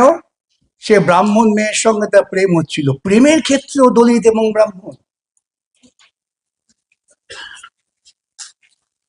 পর শেষ পর্যন্ত তৈরি হলো ভারতবর্ষের সংবিধানের হৃদয়, সেটা হচ্ছে প্রিয়াম্বল। আমি এই রবীন্দ্রনাথকে বারবার মনে পড়ে যায়, ওই যে হৃদয়ের কথা কহিতে ব্যাকুল শুধাইল না মনে কেহ। সংবিধান এত কথার দরকারটা কি? শুধুমাত্র প্রিয়াম্বলটাই যদি আমরা উপলব্ধি করি তাহলে দেখব এর প্রাসঙ্গিকতা কোনোদিনও শেষ হবে না। প্রিয়াম্বল হচ্ছে ভারতবর্ষের হৃদয়, এবং এটা আপনারা সকলেই জানেন যে সংবিধানের সব আলোচনার পর সব শেষে প্রিয়াম্বলটা লেখা হয়েছিল। তাহলে ভারতের হৃদয়টা কি? We the people of India. We Hindus বললো না তো, হিন্দু তো সংখ্যাগরিষ্ঠ। এখন তো হিন্দু বাঁচাও চলছে, হিন্দু ভাই ভাই চলছে। তো আমি একজনকে জিজ্ঞেস করেছিলাম, ভাই হিন্দু ভাই ভাই করছো, কোন হিন্দু? কার ভাই? ব্রাহ্মণের ভাই দলিত, এও হিন্দু। তখন বলে তোমার খালি কাজ হচ্ছে এইসব কথা বলা। তাহলে we the people of India যদি হই, তাহলে ভারতবর্ষে যে ভৌগোলিক পরিসীমা তৈরি হয়েছিল ব্রিটিশ সাম্রাজ্যবাদ যাবার সময় কেটে দিয়ে গেছিলেন, তার প্রতিটা মানুষ, এবং ভারতবর্ষের যে বৈচিত্র্য তা নিয়ে তো আমাকে বলতে হবে না, রবীন্দ্রনাথ ঠাকুর বলে গেছেন কত যুগ আগে। সখুন্দল মোগল পাঠান এক দেহে হল ঋণ, কেহ নাহি জানে কার আহ্বানে কত মানুষের ধারা, দুর্বার স্রোতে এলো কোথা হতে সমুদ্রে হলো হারা। সখুন্দল মোগল পাঠান দ্রাবিড় চীন, কোথায় দ্রাবিড়, কোথায় চীন, কোথায় সখুন, বহু মানুষ এসছে ভারতবর্ষে। মানুষ মূলত যাযাবর, মানুষ কখনো এক জায়গায় থাকে না। এখন বিশেষ করে পশ্চিমবঙ্গে, কেন ভারতবর্ষে, ত্রিপুরাতেও আমি দেখছি অনেক একটু লেখাপড়া শিখলে পরে কাজের সুযোগ পাচ্ছে, চলে যাচ্ছে ব্যাঙ্গালোর, হায়দ্রাবাদ। সে তো ব্যাঙ্গালোরের বাসিন্দা হয়ে যাচ্ছে তো। এখন তাকে আপনি বিদেশি বলবেন নাকি? ঠিক এইরকম ভাবে মানুষ যাযাবরত্ব বলেই বিভিন্ন বর্ণের, বিভিন্ন ধর্মের, বিভিন্ন মানুষ বিভিন্ন জায়গায় বসতি স্থাপন করেছেন। এই সাম্রাজ্যবাদী পুঁজিবাদী চিন্তার আগে তো দেশ বলে কিছু ছিল না, সীমান্ত বলে কিছু ছিল না। এই কয়েকদিন আগে দেখবেন আমাদের এই শুভাংশু, তিনি আকাশে গিয়ে প্রধানমন্ত্রীকে বলছেন, কেন সীমারেখা নেই? আমি লিখেছিলাম, প্রধানমন্ত্রী কি কথা বোঝেন? তাহলে এই অংশের যে মানুষ, তারা ঠিক করলেন we the people of India, আমরা আমাদের সংবিধান দিলাম, লেখা আছে we the people of India give আনটু ourselves this constitution. তাহলে আমরা লড়াই করে এই সংবিধানটা আদায় করলাম। সংবিধানটা আদায় করলাম, লক্ষ্যটা কি? দেশটাকে কোথায় নিয়ে যাব? দেশটাকে আমরা নিয়ে যাবো একটা নির্দিষ্ট লক্ষ্যে। লক্ষ্যমাত্রাটা ওই আধ পাতার প্রিয়াম্বল, তাতে এত স্পষ্ট করে বলা আছে যে কেউ চেষ্টা করলেও সেই জায়গা থেকে বেরোতে পারবেন না। বলা আছে আমরা চাই ইকোনমিক জাস্টিস। ইকোনমিক জাস্টিস কে চান না? একমাত্র ধান্দাবাজ পুঁজিপতিরা ছাড়া। এবং পুঁজিপতিদের কিছু দালাল আছে রাজনৈতিক ক্ষেত্রে। প্রসঙ্গত দেবাশিস বারবার বলছিলেন যে শাসক দল, শাসক গোষ্ঠী, তারা টাকা দিয়ে কিছু লোক পোষে। সেটা আজকে আপনাদের সামনে পরিষ্কার। ইলেকট্রাল বন্ডের টাকা সবচেয়ে বেশি কে পেয়েছে ভারতবর্ষে? বিজেপি। ইলেকট্রাল বন্ডের বিরোধিতা কারা করেছিল? তাহলে জবাব তো আপনাদের কাছেই আছে যে পুঁজির স্বার্থ রক্ষা করে কে? আবার রাজ্যের মুখ্যমন্ত্রী, পশ্চিমবাংলা, সেখানে মুখ্যমন্ত্রী বলেন ধর্মঘট করতে দেব না। আমি সে এত বড় পুঁজির দালাল তো আর কেউ জন্মায়নি। কেন পুঁজিপতিরা চান না ধর্মঘট?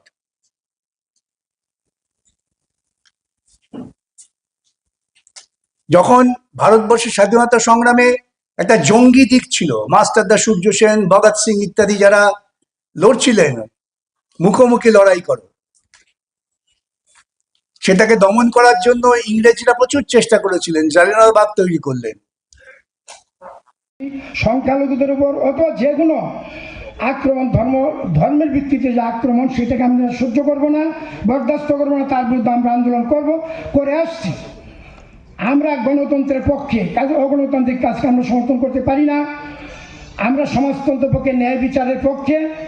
এই জন্য আজকে আমরা মনে করেছি যে সারা ভারতবর্ষের মানুষ যদি ঐক্যবদ্ধভাবে এই সমস্ত অগণতান্ত্রিক কাজের বিরুদ্ধে এবং বর্তমান কেন্দ্রীয় এবং রাজ্য সরকার যেভাবে দেশটাকে এবং রাজ্যটাকে পরিচালনা করছে তার বিরুদ্ধে যদি শক্তি গড়ে তোলা না যায় লড়াইয়ের মধ্য দিয়ে ঐক্যবদ্ধভাবে, তাহলে মানুষ আরও বিপদগ্রস্ত হবে, দেশ আরও বিপন্ন হবে, সংবিধানটা টিকবে না, দেশটা ধ্বংস হয়ে যাবে, মানুষ আমরা বাঁচতে পারবো না। তাই আমরা মনে করেছি সারা ভারতবর্ষে আমাদের সংগঠন এইভাবে বিভিন্ন রাজ্যে এইভাবে সেমিনার করে আমাদের বক্তব্য তুলে ধরার চেষ্টা করছি। এবং এই বক্তব্য সমর্থনে যারা নাকি আমাদের কলকাতা হাইকোর্টের প্রাক্তন প্রধান বিচারপতি, ওনারা সংবিধান বিশেষজ্ঞ লোক, ওনাদের অনেক অভিজ্ঞতা, ওনাদের আমরা আমন্ত্রণ করছি। উনি আমাদের আমন্ত্রণে সাড়া দিয়ে এখানে এসেছেন, ওনাকে ধন্যবাদ ওনার ব্যস্ততার মধ্যেও। আর আমাদের বিকাশবাবু, বিকাশ রঞ্জন ভট্টাচার্য, আপনারা দেখছেন প্রতিদিনই সারা ভারতবর্ষে ঘুরে ঘুরে এই সমস্ত সভা করছেন। আজকে হয়তো ত্রিপুরা, কালকে চলে যাবেন হরিয়ানা, এভাবেই চলছে। কাজেই আমরা মনে করি আইনজীবী হিসাবে, আমরা মনে করি আমাদের সংগঠন এআইএলইউ হিসাবে এই মানুষকে সচেতন করার পক্ষে। সচেতন আপনারা আছেন, শুধু একসাথে মিলিত হয়ে আমরা আমাদের বক্তব্যটা আপনার কাছে নিয়ে যাচ্ছি, যাতে আমরা ঐক্যবদ্ধভাবে এর বিরুদ্ধে লড়াই করতে পারি। আমরা আশা করব আজকের এই যে সেমিনার, এই ঘরগুলিতে গিয়ে এই যখন পরিস্থিতি, আমাদের যে সংগঠন সারা ভারত আইনজীবী ইউনিয়ন, আমাদের যে মূল স্লোগান, তাদের ভারতের সংবিধান সম্বন্ধে, ইতিহাস সম্বন্ধে কারোরই জ্ঞান, মর্যাদার অধিকার এখনো ভারতবর্ষের বিভিন্ন জায়গায় অস্পৃশ্যতা, মন্দিরে ঢুকলে। তাছাড়া যারা নাকি এই সংবিধানের পক্ষে কাজ করবে কিন্তু রাষ্ট্র সীমারেখার বাইরে যাচ্ছে, মানুষ আন্দোলন করছে,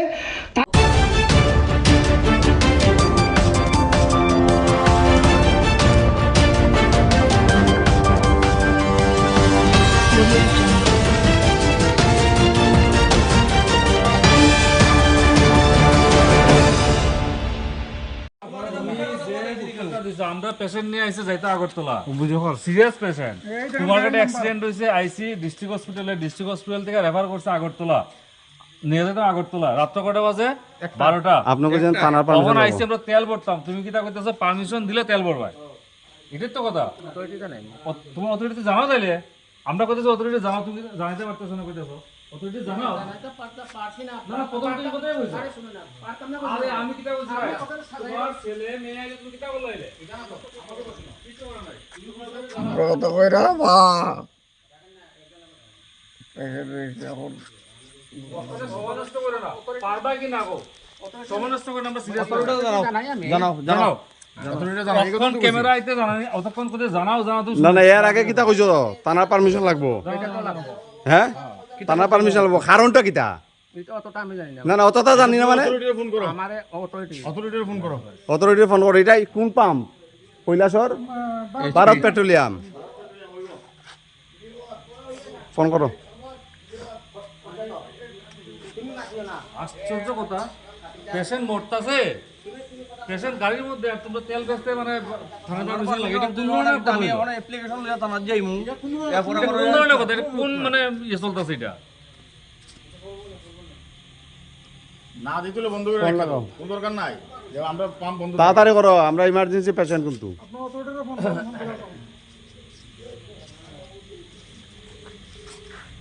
এই দেখেন, এটা হচ্ছে ভারত পেট্রোলিয়াম পাম্প। স্যার তারা আইসে রুগী, অ্যাক্সিডেন্টাল রুগী আগরতলা নিয়ে যাইতো। থানা থেকে তো এমনি তো লিখিত কিছু আনছে না, তারা যে থানা কই আইছে। রেফার কপি তো আছে, রেফার কপি আছে।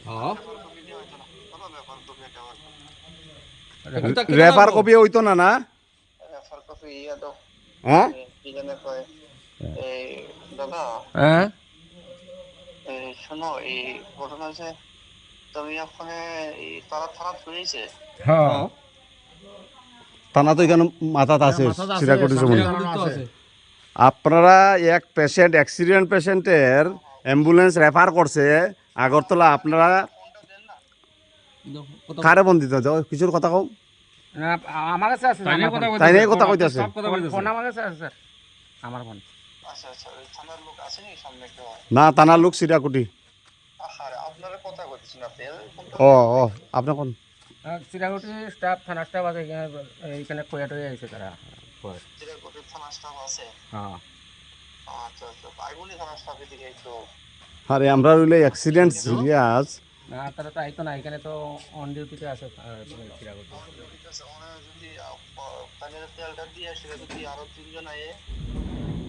তো এরকম তো কয়বার মারপিট হয়েছে, এর লেগে তো সমস্যা, নতুবা আগে তো দিয়া যাবে। অ্যাম্বুলেন্স তো সামনে। অ্যাম্বুলেন্সের ভিতরে তো পেশেন্ট আছে, আরে পেশেন্ট তো ভিডিও কল কথা কইতেন কিটা কথা কইতেন জানা কথা কইতেন। দাদা এখানে 4-5বার মাইর হইছে, ঝগড়া হইছে, পিটা গাইছে, পিটা গাইছে, আপনারা এরকম কইলে হইতো না। জানি পিটা আমরা গাইছি।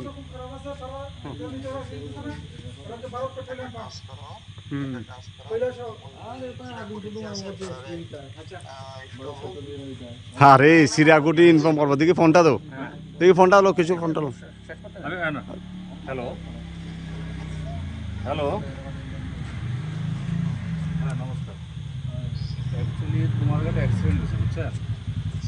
অ্যাক্সিডেন্ট হয়েছে, কুমারঘাট থেকে রেফার করছে কৈলাসহর ডিস্ট্রিক্টে।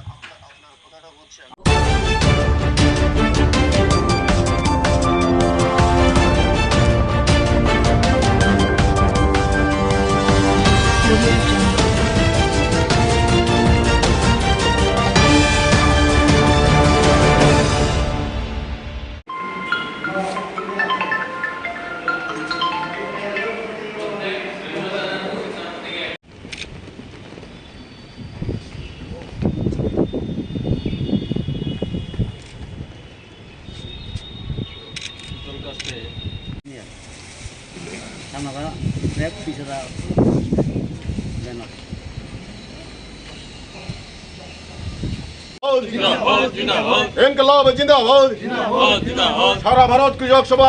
লক্ষ্যে অত্যাচারী সরকার কিউবার জনগণের বিপ্লবী নেতা কমরেড ফিদেল কাস্ত্রোর নেতৃত্বে এবং তার ভাই আক্রমণ করেছিলেন, কিন্তু বাতিস্তা সরকারের মিলিটারি সেই বিদ্রোহকে দমন করে। 1953 সালে কিউবায় আমরা উদযাপন করছি। এই যে বাকি বক্তব্য পরে রাখা হবে এখানে, এই দিনটা আজকে উদযাপন করতে গিয়ে আমরা পতাকা পরবর্তীকালে কিউবার বিপ্লবীরা কিউবাকে বাতিস্তার হাত থেকে মুক্ত করে। ওই যে মনগাড়া দুর্গ আক্রমণ,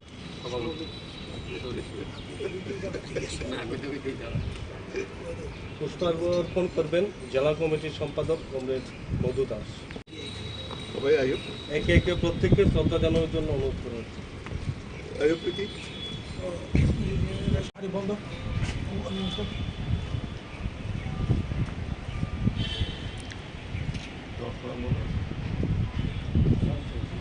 না ভুলবো না, আমরা ফিদেল কাস্ত্রো তোমাদের আমরা ভূমাদেরকে আমি ভুলছি না, ভুলবো না।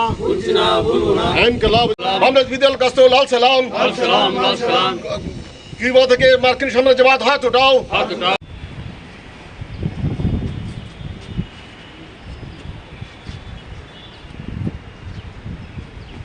কিউবা, আজকে যে সমাজতন্ত্রের কিউবা, তার সূচনা কমরেড ফিদেল কাস্ত্রোর নেতৃত্বে সামান্য কিছু বিপ্লবী প্রথমে এটা শুরু করেছিলেন। এরপরে দীর্ঘ লড়াই হয়। এই লড়াইয়ের মধ্য দিয়ে ঠিক আমেরিকার একেবারে উপকণ্ঠে 100 কিলোমিটারও না আমেরিকার থেকে দূরত্ব মূল ভূখণ্ড থেকে এই বিপ্লব সংঘটিত হয় এবং তখন তার সঙ্গে কমিউনিস্ট আদর্শ যুক্ত হয়। সমাজতান্ত্রিক কিউবা তার জন্ম লাভ করেন। এই কিউবা বিপ্লব সম্পন্ন হওয়ার পরে 1962 থেকে আমেরিকা কিউবার বিরুদ্ধে অবরোধ গড়ে তুলেছে। খাদ্য যেতে পারবে না, ঔষধ যেতে পারবে না, এমনকি বাচ্চাদের স্কুল সামগ্রী পঠন পাঠনের এটাও যেতে পারবে না। এই ধরনের একটা অবরোধ, এটা দীর্ঘদিন আজকে পর্যন্ত চলছে। তাই সারা ভারত কৃষক সভা, কিউবান সলিডারিটি, এটা সংগঠন আমাদের দেশের মধ্যে তৈরি হয়েছে। সারা ভারত কৃষক সভা তার অন্যতম একটি অংশ। আমরা সিদ্ধান্ত করেছি কিউবার বিপ্লবের, মহান বিপ্লবের এই যে সূচনার দিনটি থেকে আমরা এক সপ্তাহ 26 থেকে 1 আগস্ট পর্যন্ত গোটা দেশে এ প্রচার আমরা চালাবো। এবং আমরা আরো একটা সিদ্ধান্ত নিয়েছি, আমাদের যারা সংগঠনের সভ্য প্রত্যেকে কমপক্ষে 1 টাকা দিয়ে এই কিউবার স্যাংশনের বিরুদ্ধে আমাদের অর্থ সাহায্য আমরা করব। আমাদের কেন্দ্রীয় কমিটি সিদ্ধান্ত নিয়েছে এবং গোটা দেশেই সংগ্রহ চলছে। এবং এই সংগ্রহ আমরা আমাদের দেশের যে কিউবা সংহতি সংগঠন আছে তার মারফতে আমরা কিউবা কাছে পাঠাবো। এর আগেও 1995-এ তখন সারা ভারত কৃষক সভা আমাদের সবচেয়ে প্রবীণ নেতা, আজকে তিনি প্রয়াত, হরকিষাণ সিরজিতের নেতৃত্বে কিউবায় 1 জাহাজ বলা যেতে পারে গম এবং খাদ্য সামগ্রী, আর আমাদের ছাত্র ফেডারেশন তখন কিউবার ছাত্রদের জন্য খাতা, বই এবং সেখানে পেন্সিল সামগ্রী সহ ইত্যাদি তুলে দিয়ে, ওষুধপত্র আমাদের বিভিন্ন জায়গাতে আমরা তুলে দিয়েছিলাম। এই জায়গায় যেটা বলার ব্যাপার, তারপরেও তারা এই সমাজতন্ত্রের আদর্শকে লক্ষ্য রেখেই এই কাজ করছেন। কিউবার বিপ্লবের যে নেতা ফিদেল কাস্ত্রো, 90 বছরে তিনি প্রয়াত হন। এই বছর তার জন্মশতবার্ষিকীও আছে, এটা 13ই আগস্ট হবে। আমরা আমাদের রাজ্যে প্রথম অবস্থাতে এইটা সারা রাজ্যে এটা পালিত হবে আজকে থেকে, এবং আমরা সংগ্রহ করব আমাদের সভ্যদের কাছ থেকে। এরপরে আমরা 1 তারিখে আগরতলায় একটি আলোচনা সভা করব কিউবা বিপ্লবের উপর সংহতি জানিয়ে। 1 তারিখ বিকাল 4টায় আমাদের এই অফিসেই হবে। ফলে সেই জায়গায় দাঁড়িয়ে আমরা আজকে যেহেতু এই দিনটা সূচনা পর্ব, তাই প্রাথমিকভাবে আমরা ফিদেল কাস্ত্রোর ছবিতে শ্রদ্ধা জানিয়ে এবং আমাদের সংগঠনের পতাকা তুলে এই শপথ নিতে চাই। এবং আমরা আমাদের রাজ্য কমিটির মিটিং গেছে, এই রাজ্য কমিটির মিটিংয়ে আমরা বলেছি আমাদের প্রায় 9 শতাধিকের উপরে প্রাথমিক কমিটি রয়েছে। প্রত্যেকটা কমিটি অন্তত পক্ষে 100 টাকা করে সেখানে তুলবেন, যাতে তুলে আমাদের কাছে পাঠাবেন। আমরা এটা দিল্লিতে এই কিউবা সংহতির যে তহবিল, সেই তহবিলে পাঠাবো। এই যে সমাজতান্ত্রিক বিপ্লবের প্রতি অজেয় বিপ্লব, এত আক্রমণ, এত আমেরিকার নাকের ডগায় দাঁড়িয়ে তারা যে লড়াইটা করছেন, সাফল্য হলো এই যে কোভিড হয়েছিল 1 বছর, গোটা কিউবাতে কোনো কোভিড মহামারী ঢুকতে দেয়নি তারা, সেখানকার ডাক্তাররা বিশ্ববিখ্যাত ডাক্তার।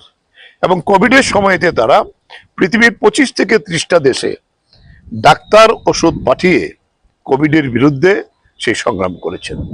আজকেও কিউবা এত কিছুর পরেও সমাজতান্ত্রিক নির্মাণকে সামনে রেখে কিউবার স্বাস্থ্য পরিষেবা পৃথিবীর মধ্যে সেরা, এই কাজ তারা করে চলেছেন। কিউবার বিপ্লব আরেকটা মূল কারণ কেন আমেরিকা তো ভয়, কারণ এই বাতিস্তা যে ছিল কিউবার বিপ্লবের এই যে নেতা, তিনি প্রথম যে কাজটা করেছিলেন বিপ্লবে, 1 লক্ষ গ্রামীণ কৃষককে জমি দিয়েছিলেন। এটাই হলো আমেরিকার সবচেয়ে বড় যে সাধারণ মানুষকে জমি দিয়েছিলেন, শৃঙ্খল মুক্ত করেছিলেন। এবং এখানে আজকে সমাজতান্ত্রিক কিউবা এই দীর্ঘদিন যাবৎ এটা দাঁড়িয়ে আছেন এত বাধা সত্ত্বেও। তাই তার পাশে দাঁড়ানো কৃষক সভার একটা প্রধান দায়িত্ব। এই দায়িত্বের জন্য আমরা এই সপ্তাহব্যাপী এই ক্যাম্পেইন আমরা করব এবং ফিদেল কাস্ত্রোকে স্মরণে রেখে আমরা আরো প্রোগ্রাম আমরা নেব।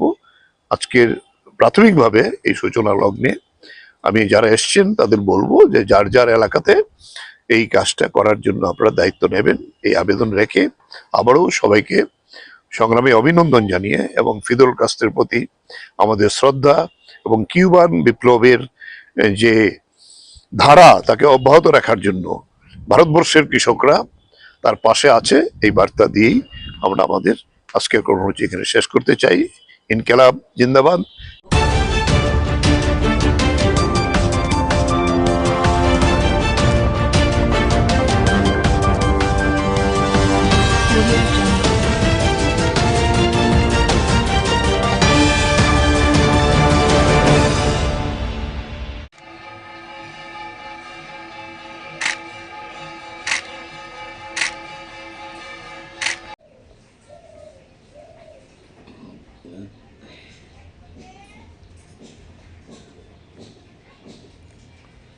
আছে যেটা লয়ে যা মানুষে এটা কো এটা এনে দেখো ঢিলে গেছে মানুষ ঢিলে কেন লয়ে গেছে আজকে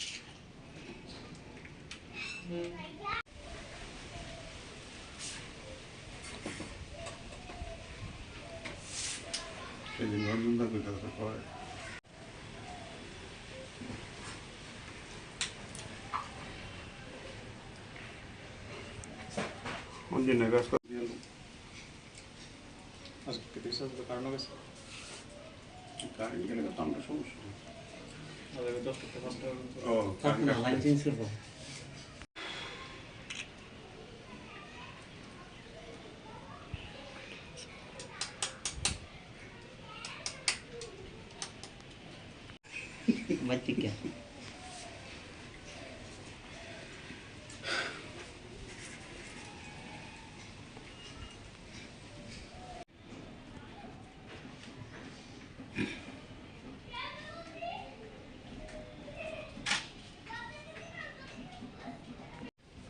তুমি উপরে উপরে ভিতরে ভিতরে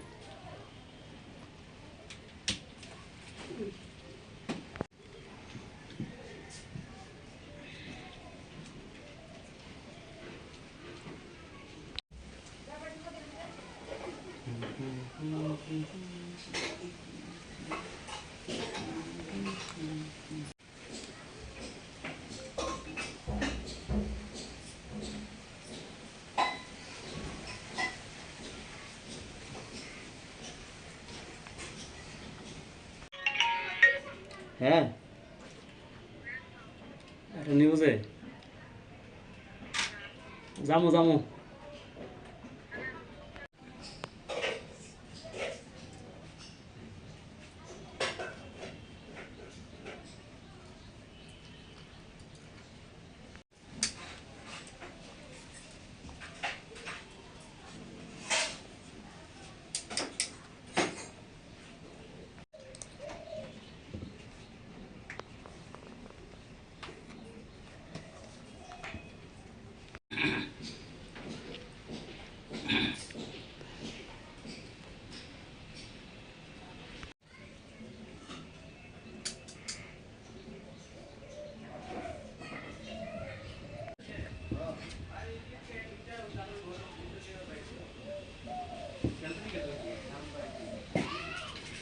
বিস্তারিত বলা। নমস্কার, আমার নাম বিজয় দেবনাথ।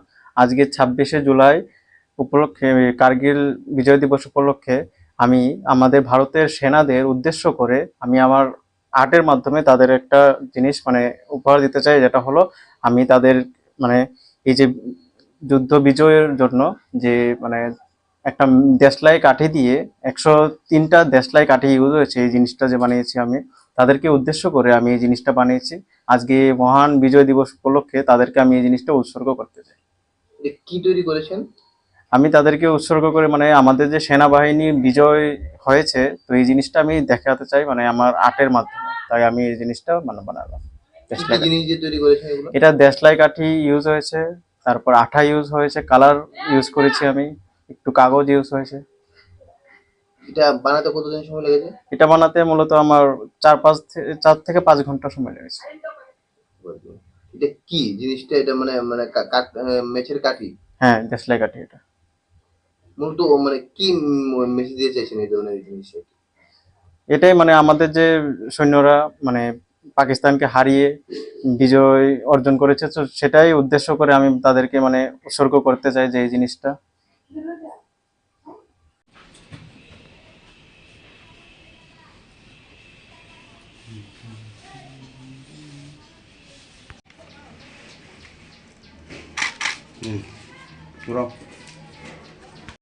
দাঁড়াও, লেরো না,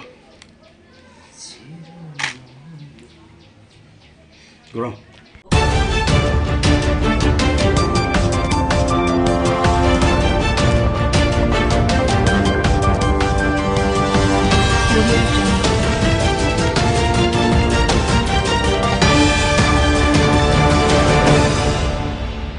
Inspiring words will always motivate us to set new examples of excellence. Raj Vishwas Manan, coordinator of this program, to come forward and deliver the vote of thanks.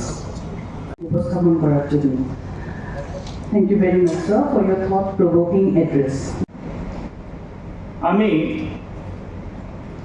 আমার এই যে পরের সেশনটা হবে, তিনজন বক্তা আলোচনা করবেন। To Dr. Dhirendra Devnath sir, Sangathan Mantri of ABRS in Tripura, for his কিছুটা অংশ আমি যুক্ত ছিলাম, তো অল্প।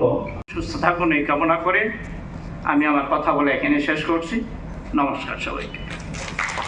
Of gratitude to Shri Kishore Badan, the Honorable Minister of Higher Education, who kindly অন্যান্য সজ্জন মণ্ডলী, জাতীয় শিক্ষা নীতি অধ্যাপক অধ্যাপিকাগণ, আমরাও যেন সমৃদ্ধ হই এনইপি নিয়ে আলোচনায়, এটুকু আবেদন আপনাদের কাছে থাকবে।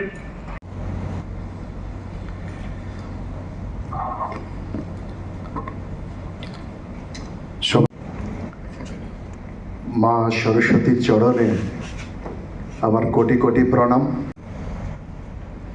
জাতীয় শিক্ষা নীতির উপর বিগত না আমাদের মধ্যে উপস্থিত আছেন আমাদের মাননীয় মন্ত্রী মহাশয়, উনি বলবেন, আমরা শুনবো ওনার কাছ থেকে। আমরা সব তবু বলতে হয়, চেষ্টা করবেন সম্পূর্ণ সময় থেকে মনোযোগ সহকারে। আজকের এই যে পর্যালোচনা ট্রেনিং সেগুলি করছে Education Institutes in Tripura, academic luminaries, resource speakers, distinguished ladies and gentlemen. On behalf of Akhil Bharatiya Rashtriya Shaikshik Mahasangh Tripura, Mahavidyalaya বাবু বিদ্যার্থী পরিষদের সাথে যুক্ত হয়েছিলেন। সরকারি ত্রিপুরায় যে এটা ইমপ্লিমেন্টেড হয়েছে 3 বছর চলছে। আমাদের মাননীয় মঞ্চে বসা, সে তীর্থ অনেক বড় হয়ে গেছে, এখন তীর্থ বাবু বলতে হবে, যাতে তারা ইংরেজদের স্বার্থ সুরক্ষার মধ্য দিয়েই auspicious mark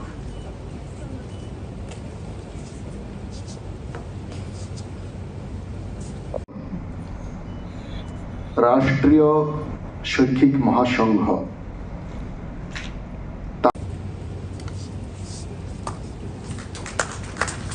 Thank you so much. I very humbly invite our felicitations.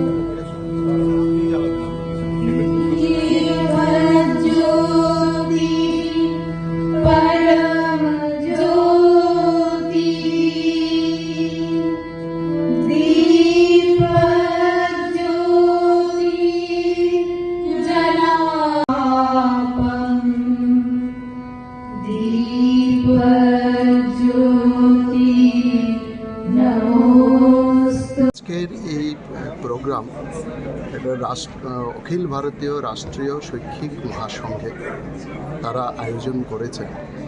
তো আজকের এই প্রোগ্রামের মূল উদ্দেশ্য হচ্ছে আমাদের দেশে 2020 সালের 29শে জুলাই যে জাতীয় শিক্ষানীতির অনুমোদন হয়েছে, তো প্রায় 5 বছর হতে চলল।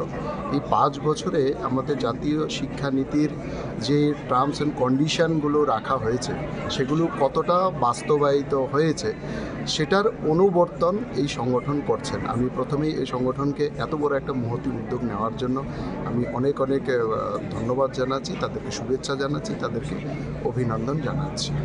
তো সেই বিষয়ে আজকে আমাদের সারা দেশে আমরা জানি যে মাননীয় মোদিজি এক ভারত শ্রেষ্ঠ ভারত গঠন করার জন্য আমাদের জাতীয় শিক্ষানীতি দেশের মধ্যে প্রণয়ন করেছে। কারণ আমরা জানি যে যে কোনো দেশ কিংবা রাষ্ট্র কিংবা সমাজকে যদি উন্নত করতে হয় তাহলে সেই দেশ সমাজ কিংবা রাষ্ট্রের জনগণকেও কিন্তু শিক্ষিত এবং সুশিক্ষিত করে গড়ে তুলতে হবে।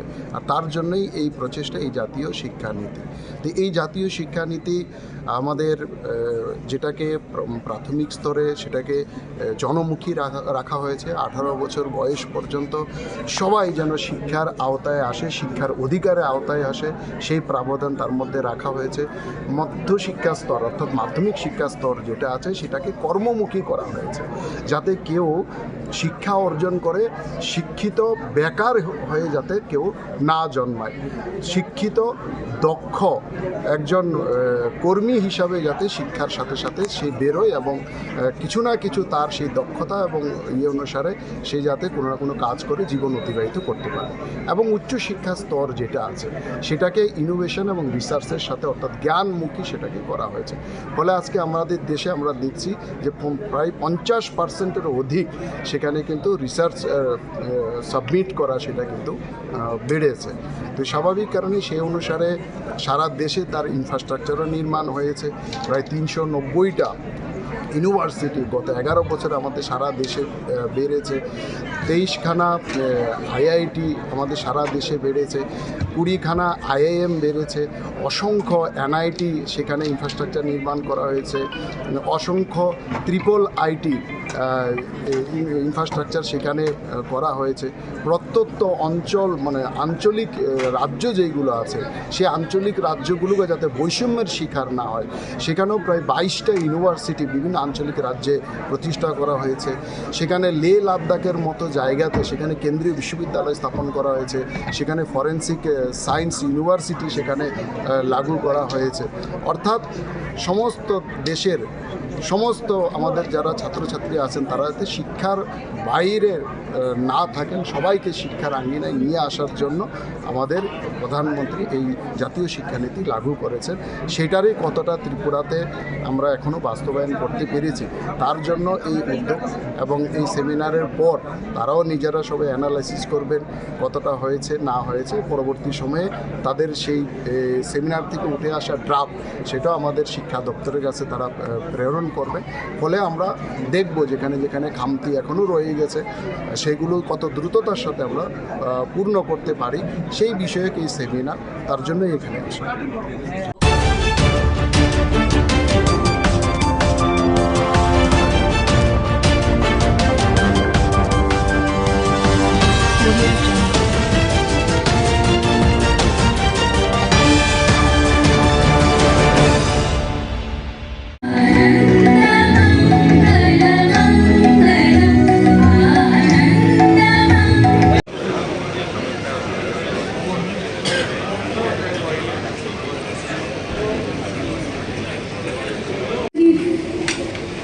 প্রধান অতিথি তথা মাননীয় উদ্বোধক প্রসেনজিৎ নন্দী এবং শিল্পী সমীরণ রায়। এবারে অত্যন্ত বিনম্রতার সাথে অনুরোধ করব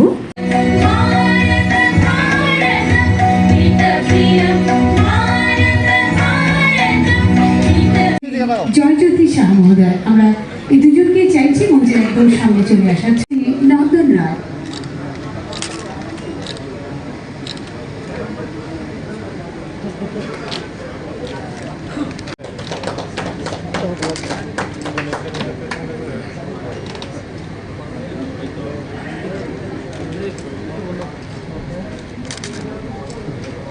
নন্দন রায়।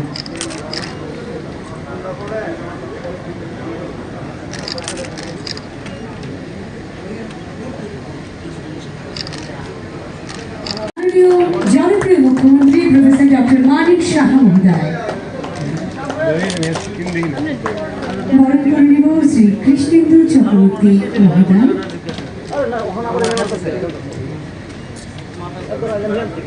অত্যন্ত বিনম্রতার সাথে মঞ্চে আহ্বান করব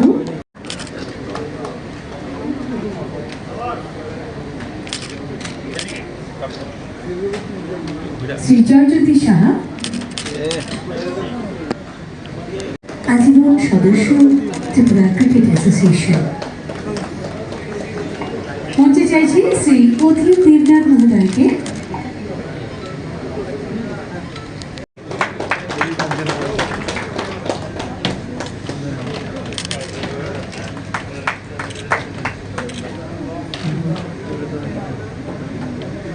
ধন্যবাদ। মঞ্চে চাইছি শ্রী সৌমিত্র গো মহোদয়। ত্রিপুরা ক্রিকেট অ্যাসোসিয়েশনের যারা নতুন আজীবন সদস্য যারা হয়েছেন তাদেরকে যে আজকে সংবর্ধনা প্রধান অনুষ্ঠান। সেই অনুষ্ঠানে আমাদের মাঝে উপস্থিত আছেন ত্রিপুরা সরকারের মাননীয় মন্ত্রী শ্রী টিঙ্কু রায় মহোদয়, যিনি বিস্তারিত এখানে আলোচনা এখানে রেখেছেন। আমাদের মাঝে উপস্থিত আছেন শ্রী তপন লোধ মহোদয়, অনারেবল প্রেসিডেন্ট ত্রিপুরা ক্রিকেট অ্যাসোসিয়েশনের। উনিও ওনার বক্তব্য আমাদের সামনে প্লেস করেছেন। তাছাড়া যিনি স্বাগত ভাষণ আমাদের সামনে রেখেছেন শ্রী সুব্রত দেব, অনারেবল সেক্রেটারি ত্রিপুরা ক্রিকেট অ্যাসোসিয়েশনের। এবং এখানে উপস্থিত আছেন জাস্টিস অরিন্দম লোধ, প্রাক্তন জাস্টিস এবং এখন চেয়ারম্যান ত্রিপুরা হিউম্যান রাইটস কমিশনের। তাছাড়া এখানে ত্রিপুরা ক্রিকেট অ্যাসোসিয়েশনের যারা এক্সিকিউটিভ মেম্বার্সরা আছেন এবং যারা সদস্যরা আছেন সাব ডিভিশন এবং ক্লাবসে, এবং ত্রিপুরা ক্রিকেট অ্যাসোসিয়েশনের যারা অফিসিয়ালসরা আছেন, কর্মচারীবৃন্দ এবং মিডিয়া বন্ধুরা, সবাইকে আমি হার্দিক অভিনন্দন ও শুভেচ্ছা জানাই। সুন্দর দিন, একটা ইতিহাস আমি বলবো যে সৃষ্টি হয়েছে এই কারণে যে অনেক দিন বাদে যে একটা ঘাটতি ছিল, যে আজীবন সদস্যদের একটা ঘাটতি ছিল অনেক দিন ধরে। আমিও যখন ক্রিকেট অ্যাসোসিয়েশনের প্রেসিডেন্ট ছিলাম, করব করে আর করা হয়নি বিভিন্ন কারণে। তো সেটা আজকে পূরণ হয়েছে এবং যারা নতুন সদস্যরা এখানে উপস্থিত হয়েছে, আজীবন সদস্য ত্রিপুরা ক্রিকেট অ্যাসোসিয়েশন, তাকে আমি হার্দিক অভিনন্দন ও শুভেচ্ছা জানাচ্ছি। আমরা বিসিসিআই সম্পর্কে আমরা সবাই জানি, বিসিসিআই হচ্ছে board control for cricket in India, এবং এটা একটা সমস্ত ভারতবর্ষের একটা গভর্নিং বডি, এবং এটাও কিন্তু একটা ফুল মেম্বার কোথায়, যে ইন্টারন্যাশনাল ক্রিকেট কাউন্সিল, যেটা আইসিসি আমরা বলি। এবং বিসিসিআই যে সমস্ত স্টেটের যে ফুল মেম্বার এবং অ্যাসোসিয়েট যারা মেম্বার্সরা আছেন, অনেক জায়গায় অ্যাসোসিয়েট মেম্বার্স আছেন, তাদেরকে নিয়ে বিসিসিআইয়ের যে এক্সিকিউটিভ কমিটি সেটা তৈরি হয়। এখানে যে এক একটা স্টেট থেকে একজন করে মেম্বার হওয়া, সেটা হচ্ছে নিয়ম। কিন্তু দেখা গেল যে দুটো স্টেট আছে, যেটা মহারাষ্ট্র এবং গুজরাট, সেখানে 3টে করে মেম্বার আছে। তো এই নিয়ে লুদা কমিটিও একটা ডিরেকশন দিয়েছিলেন যে প্রতিটা স্টেট থেকে একজন করে মেম্বার হবে। কিন্তু যদিও এটা ইমপ্লিমেন্টেশন এখনো হয়নি, কিছুটা হয়েছে কিন্তু পুরোটা হয়নি। এখানে আমাদের ত্রিপুরা ক্রিকেট অ্যাসোসিয়েশনের বিস্তারিত আমার পূর্ববর্তী বক্তারা বলেছেন কীভাবে স্পোর্টস অ্যাসোসিয়েশন থেকে আস্তে আস্তে করে এই আমাদের ত্রিপুরা ক্রিকেট অ্যাসোসিয়েশন কীভাবে হলো। আমি একটা জিনিস আপনাদের সামনে আমি শেয়ার করতে চাই, যে খেলাধুলার সাথে আমি অনেক দিন ধরে জড়িত ছিলাম, কিন্তু তাকে উন্নত মানের করতে গেলে যেসব টেকনিক দরকার, যে ধরনের আর্থিক যে ইনপুট দরকার, সেটা যত ত্রিপুরাতে, যতই ইভেন ভারতবর্ষে যেসব খেলাধুলার যে ইভেন্টসগুলো আছে, তার মধ্যে ক্রিকেট কিন্তু একটা এক্সেপশন। কারণ এখানে পয়সার অভাব নেই। আর যেখানে যখন আইপিএল শুরু হলো, তারপর তো আরও বেশি পয়সার এখানে, মানে আমি বলবো একদম মানে টইটুম্বুর অবস্থা। তো সেই জায়গায় দাঁড়িয়ে অন্যান্য যারা প্লেয়াররা আছেন, তারা যতটুকু সুযোগ সুবিধা না পান, এটা অ্যাথলেটিক্সই হোক, ব্যাডমিন্টনই হোক, বা অন্যান্য কাবাডি হোক, বা যে কোনো খেলাই হোক, অ্যাথলেটিক্সে বিশেষ করে তাদের যে অবস্থা, আমার পূর্ববর্তী বক্তা মাননীয় স্পোর্টস মিনিস্টার উনি বলেছেন ত্রিপুরাতে ক্রিকেটকে ছেড়ে উনি বাকি সব কিছু বলেছেন, যে কীভাবে আমাদের বিভিন্ন যেসব ক্রীড়ার যে ইভেন্টসগুলো আছে সর্বভারতীয় স্তরে কীভাবে নাম করছে এবং কীভাবে আমাদের মেডেল সেখান থেকে জিতে। সেটাই আমি বলছি না, আমি মাঝে মাঝে তুলনা করি। অনেক সময় আমরা খবর পাই যে একটা গরিব ছেলে বা মেয়ে 99% পর্যন্ত সে পাচ্ছে, মানে পড়াশোনার ক্ষেত্রে, সেটা মেট্রিকই হোক বা 12th ক্লাসই হোক বা 10th ক্লাসই হোক। তো এখানে যদি আমি সর্বভারতীয় স্তরে আমি দেখি, তাহলে এত সুযোগ সুবিধা থাকা সত্ত্বেও, এত টাকা পয়সা দেওয়া সত্ত্বেও, তাদের যখনই আমাদের প্লেয়ারদের পাঠানো হয়, সেখানে 5 স্টার হোটেল স্টাইলের সেসব হোটেলে ওনাদেরকে রাখা হয়। এবং এখন আমাদের গার্জিয়ানরাও কিন্তু সাংঘাতিকভাবে মানে ছেলে মেয়েদের ক্রিকেট খেলার জন্য সবাইকে উৎসাহিত করে, অন্য খেলাতে কিন্তু উৎসাহিত করে না। তারপরেও কিন্তু যেরকম বলেছেন আমার পূর্ববর্তী সেক্রেটারি মহোদয় বলেছেন, আমরা এলিট ক্লাসে এসেছি 8টার মধ্যে 6টার মধ্যে, সব ঠিক আছে, কিন্তু আরও বেশি যে আমরা ত্রিপুরা ছোট রাজ্য, 40 লক্ষ লোকের বাস এবং থার্ড পপুলেশনের দিক দিয়ে আমাদের ত্রিপুরা ছোট রাজ্য হিসেবে থার্ড স্টেট, সেখানে কিন্তু মানে রাখে না। ওই যেটা আমি বললাম যে একটা গরিব ঘরের একটা ছেলে মেয়ে যদি এত পার্সেন্টেজ পায়, এটা ইম্পর্টেন্ট না যে তার কতটুকু আর্থিক হেল্প হলো বা তার ফ্যামিলির কি ব্যাকগ্রাউন্ড, তারপরেও কিন্তু এক্সেপশনাল রেজাল্ট আমরা দেখি। ত্রিপুরার ছেলে মেয়েরা আমরা দেখেছি বাইরে যে কোনো জগতেই যখন ন্যাশনাল লেভেলে ইন্টারন্যাশনাল লেভেলে যায়, যখন সে জায়গাটা পায় তখন তার ট্যালেন্ট কিন্তু দেখাতে পারে। তো আমি আশা করবো এখানে এত কিছু আমাদের মেম্বাররা, এখানে যারা এসছেন নতুন নতুন মেম্বাররা, তারা নিশ্চয়ই এই বিষয়ে আপনারা ওনাদেরকে আইডিয়া দেবেন এবং তাতে করে আরও ভালো করে ত্রিপুরা ক্রিকেট অ্যাসোসিয়েশন সামনের দিকে এগিয়ে যাবে।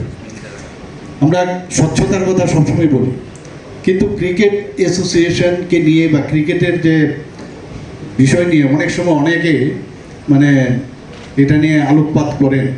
আমি এটাই বলবো যে স্বচ্ছতার সাথে যদি আগামী দিন এই ক্রিকেটকে আমরা সামনের দিকে এগিয়ে নিয়ে যেতে পারি, এবং বর্তমান যে ক্রিকেট অ্যাসোসিয়েশন আছে, আমি মানে ইনডাইরেক্টলি, আমি তো ডাইরেক্টলি এই বিষয়ে কথা বলতে পারি না, ইনডাইরেক্টলি আমি কিন্তু তার নজরদারি আমি রাখি যে কোনো জায়গায় কোনো রকম যেন অস্বচ্ছতার কোনো স্থান না থাকে।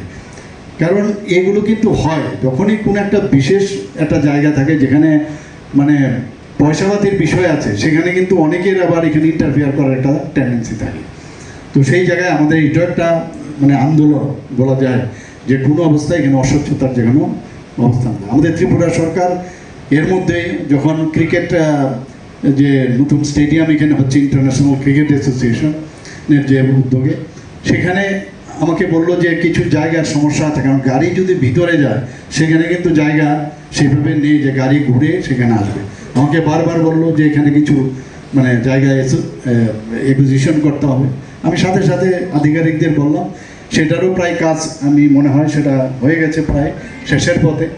আমার কাছে গতকাল একটা ফাইল এসছে গত 2-3 দিন আগে, যে সাবরুমেও একটা এডুকেশন ডিপার্টমেন্ট থেকে একটা জায়গা ক্রিকেট অ্যাসোসিয়েশনকে দিতে হবে।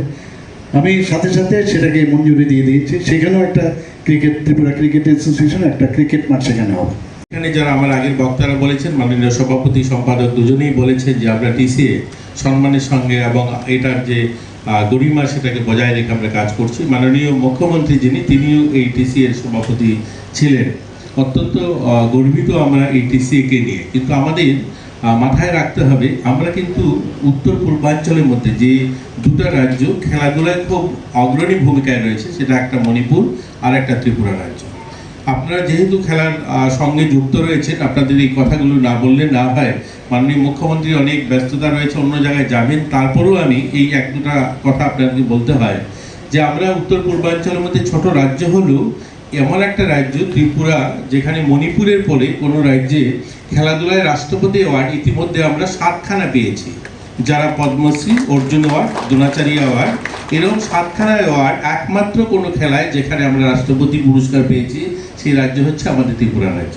যেখানে কল্পনা দেবনাথ পেয়েছে, মন্টু দেবনাথ পেয়েছে, আমাদের সোম দেববর্মন পেয়েছে, আমাদের দীপা কর্মকার যিনি পদ্মশ্রী অ্যাওয়ার্ড পেয়েছে, খেলরত্ন অ্যাওয়ার্ড, ভারতবর্ষের সবচেয়ে যে প্রেস্টিজিয়াস অ্যাওয়ার্ড যেটা, সেটাও সে পেয়েছে। ইতিমধ্যে আরও অনেক খেলোয়াড়রা জাতীয় স্তরে এবং আন্তর্রাষ্ট্রীয় স্তরে ভালো সুনাম অর্জন করেছে আমাদের রাজ্যের অনেক মেয়েরা, অনেক ছেলেরা। আপনারা জানলে খুশি হবেন, কয়েকদিন আগেই আমাদের প্রতিষ্ঠা সামন্ত জুনিয়র জিমন্যাস্টিক প্লেয়ার ছিল, ভারত সরকার রেল মন্ত্রকে চাকরি দিয়েছে অর্থাৎ তাকে খেলার সুযোগ করে দিয়েছে। সে ভারত সরকার রেল মন্ত্রকে কাজ করবে, কিন্তু সেখানে সে প্রশিক্ষণ নেবে এবং আরও যেন অলিম্পিকে পার্টিসিপেট করতে পারে, সেরকম একটা সম্ভাবনা আমরা দেখছি।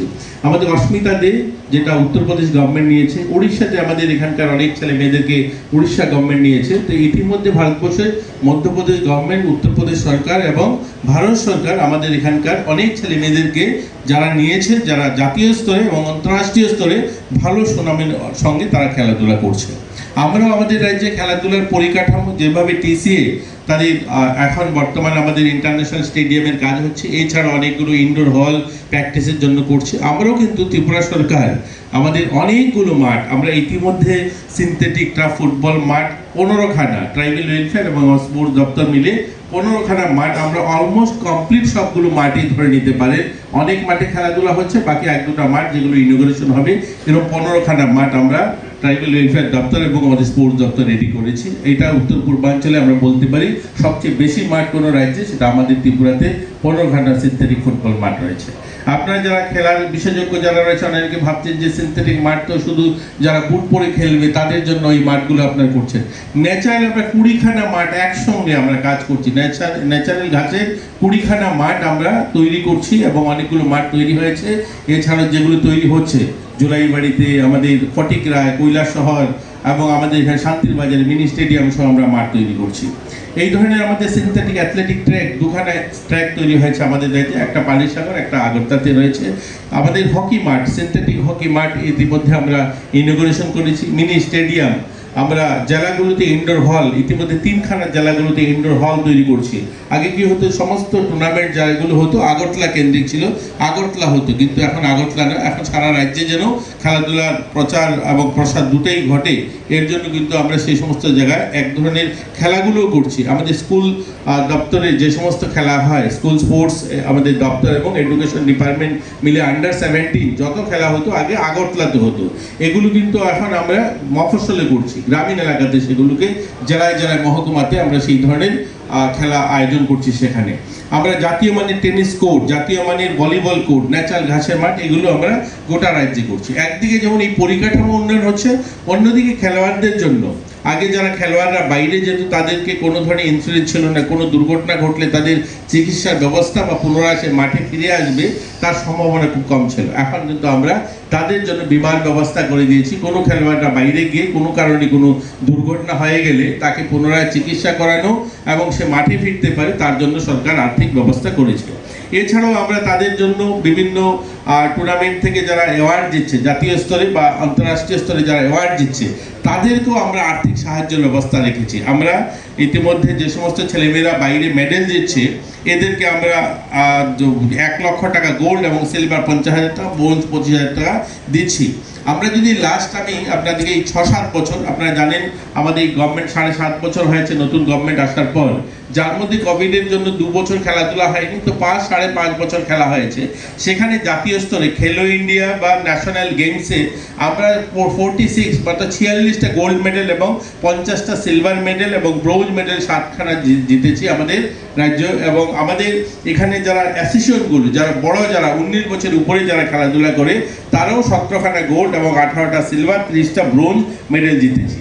আমরা লাস্ট 7 বছরে আপনারা শুনলে খুশি হবেন যে এনএসএস ভলেন্টিয়ার যারা আমাদের স্পোর্টস দপ্তরে যারা এনএসএস ভলেন্টিয়ার্স রয়েছে, 10খানা রাষ্ট্রপতি অ্যাওয়ার্ড পেয়েছি আমরা। 10 জন ছেলে মেয়ে ইতিমধ্যে এই 7 বছরে রাষ্ট্রপতি অ্যাওয়ার্ড পেয়েছে, রাষ্ট্রপতি ভবনে রাষ্ট্রপতির হাত থেকে মেডেল নিয়েছে 10 জন ছেলে মেয়ে। আমরা অনেকেই এগুলো হয়তো আমরা শুধু সবসময় একটা নেগেটিভ ভাবি যে আমরা বোধহয় আসলে পিছিয়ে। ছোট রাজ্য হলো, একদিকে যেমন সরকার মানুষের জীবনমান উন্নয়নের জন্য কাজ করছে। আমি উত্তর ত্রিপুরা থেকে আসি, যেখানে 7 ঘন্টা আগরতলায় আসতে লাগতো, এখন হয়তো সেটা আসলে মানুষ কি হয় পাওয়ার পরে সেটা রিয়েলাইজেশন থাকে না, ভুলে যায়। যারা পুলিশে কাজ করেন তারা বলতে পারবেন যে 6 থেকে 7 ঘন্টা সময় ধর্মনগর থেকে আগরতলা আসতে আজ 2.5 ঘন্টা আমরা চলে আসি। এটা পরিবর্তন হয়েছে, এটা আগরতলাতে যারা আছেন তারা সেটা রিয়েলাইজ করতে পারবেন না, কিন্তু আমরা বুঝি যে আমরা যখন আসতাম যে বর্ষার সময় আগরতলা আসবো কিনা সেটা সন্দেহ থাকতো, যে একটা ন্যাশনাল হাইওয়ে কোনো কারণে বন্ধ হয়ে গেল, 18 মধ্যে মাটি ভেঙে পড়ে গেল রাস্তায়, তাহলে আর আসা যাবে না, সেই 18 মধ্যে ফিরে আবার ধর্মনগর যেতে হতো। আজ কিন্তু অল্টারনেটিভ ন্যাশনাল হাইওয়ে আমরা খুবই কম। মহতী অনুষ্ঠানে উপস্থিত হয়েছেন রয়েছি আমরা ত্রিপুরা ক্রিকেট অ্যাসোসিয়েশনের নতুন আজীবন সদস্য পদের জন্য যাদেরকে আমরা পেয়েছি, অত্যন্ত আনন্দিত। আমরা বরণ করে নেব শ্রী অরিন্দম নাথ মহোদয়কে।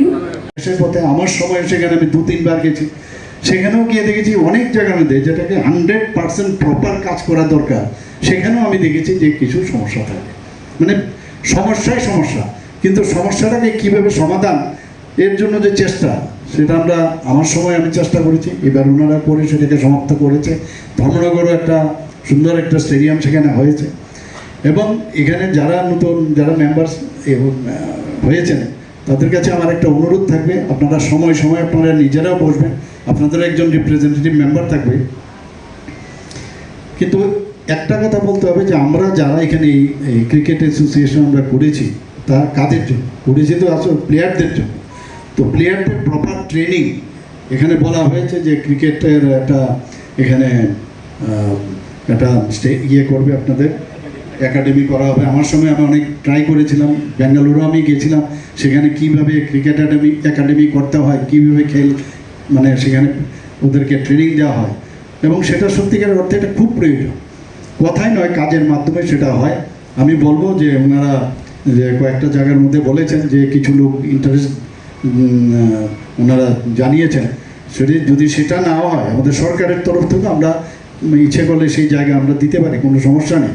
এবং সেখানে প্রপারলি একদম ডিজাইন শুদ্ধ একদম যা যা দরকার, practice makes a man perfect. আমি প্র্যাকটিসের উপর কিচ্ছু হবে না।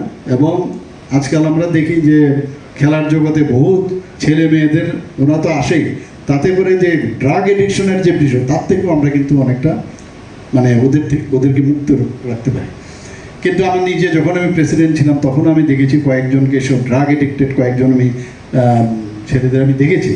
তো ড্রাগসের সম্পর্ক আজকে এখানে যখন আমি বলছি আপনারা ওই দিকে নজর দেবেন যে কোনো অবস্থায় যাতে ড্রাগসের সাথে কেউ যুক্ত না হয়। আমাদের এখানে HIV ইনফেকশন প্রচুর বাড়ছে। HIV যদি প্রথম যদি আমরা ধরে নিই ওদেরকে শনাক্ত করতে পারি তাহলে এইডস হওয়ার প্রবণতা কম থাকে। আমরা HIV ইনফেকশন আমরা জানি একবার যদি হয় তাহলে কিন্তু সেটা কোনো অবস্থায় সেটা শরীর থেকে ছাড়ানো যায় না। কিন্তু ভাইরাল লোড যদি কমানো যায় সেই দিশায় আমাদের চেষ্টা করতে হবে। আগে ভাগে যখন এটাকে আমরা শনাক্ত যদি করতে পারি, অটো ইমিউন যে ডিজিজ যেটা হয় যে এইডসের, সেটা কিন্তু মানে আমাদের যে ভাইরাস, সেই ভাইরাসের HIV ভাইরাসের কারণে কিন্তু সেটা হয় না, সেটা হয় আমাদের শরীরের যে মানে WBC সেটার কিন্তু কমজোর করে দেয়, সেটাকে আঘাত করে। তো যেহেতু আমাদের শরীরের মধ্যে যখন এই HIV ভাইরাস হয়, সেই WBC যখন তার ডিপ্লিশন হয় তখনই কিন্তু অপরচুনিস্টিক যে ব্যাকটেরিয়া ভাইরাস বা অন্যান্য যেসব মাইক্রো অর্গানিজম তখন তাকে ধরে, সেই কারণে কিন্তু মারা যায়। তা আমাদের যারা প্লেয়ার আছে তারা যদি এইসব দিকে ধাবিত না হয় সেই দিকে আপনারা সবাই নজর রাখবেন, তাদেরকে এই বিষয়ে বলবেন। পুরো শুধু তাদের সমস্যা না হয়, তাদের হয় না, হিউম্যান রিসোর্সেরও সমস্যা হয়, আমাদের পরিবারের সমস্যা হয় এবং রাজ্যেরও সমস্যা হয়। এই দিকেও আপনারা মাঝে মাঝে এই অ্যাওয়ারনেসের বিষয় সেগুলো আপনারা বলবেন। কারণ আমরা কিছুদিন আগে অ্যাসেম্বলির মধ্যে আমরা আলোচনা করেছি, সেখানে যারা অ্যাসেম্বলির মেম্বাররা আছেন তাদেরকে নিয়েও আমরা কমিটি করেছি, এবং আমি আশা করি আপনারাও ওই বিষয়গুলো আপনারা কথা বলবেন। বিভিন্ন এলিমিনেশন অফ টিউবারকুলোসিস থেকে আরম্ভ করে সব দিক থেকে আমাদের ছেলে মেয়েরা যদি সুস্থ থাকে, স্বাস্থ্যবান হয়, তাহলে আগামী দিন ভালো প্লেয়ার হতে পারবে। তো এই বিষয়গুলো আপনাদের রাখতে হবে। আরেকটা হচ্ছে যে প্র্যাকটিস, শ্যাডো প্র্যাকটিস থেকে আরম্ভ করে বিভিন্ন আজকাল যে কোচরা আছেন, বেস্ট কোচ, ক্রিকেট অ্যাসোসিয়েশনের টাকার অভাব যেহেতু নেই, তো বেস্ট যে কোচ তাদেরকে এনে দরকার পড়লে আমাদের ছেলে মেয়েদের মানে ভালোভাবে তাদের শিক্ষিত করা তোলা উচিত। এবং আগামী দিন আমি শিওর যেভাবে নাম ত্রিপুরার এখন বিভিন্ন যেসব প্যারামিটার সব দিকে কিন্তু আমরা অনেক উন্নত মানের আছি, খেলার জগতেও আমরা সেটা করব। আর ক্রিকেটে আমি আশা করি যে রেজাল্ট আমরা এসে এর থেকে আরও ভালো করে যাতে রেজাল্ট করতে পারি সেই দিকে আপনারা নজর রাখবেন। এখানে যারা আবার নতুন মেম্বার এসছেন সবাইকে আবার স্বাগত জানিয়ে আমার কথা বলা শেষ করছি। সবাইকে নমস্কার, জয় হিন্দ। মাননীয় জনপ্রিয় মুখ্যমন্ত্রী শ্রদ্ধেয় প্রফেসর শুভেচ্ছা স্বাগত। আজকে দীর্ঘদিন পর রিটায়ার্ড হাইকোর্ট জাস্টিস শ্রদ্ধেয় অরিন্দম ক্রীড়া বিষয়ক যুব কল্যাণ দপ্তরের মাননীয় মন্ত্রী, আমাদের মধ্যে অত্যন্ত ব্যস্ততার মধ্যেও মাননীয় সভাপতি শ্রদ্ধেয় তপন দেব মহোদয়, আর আপনারা যারা সবাই আমার স্বাগত বক্তব্য রাখবেন।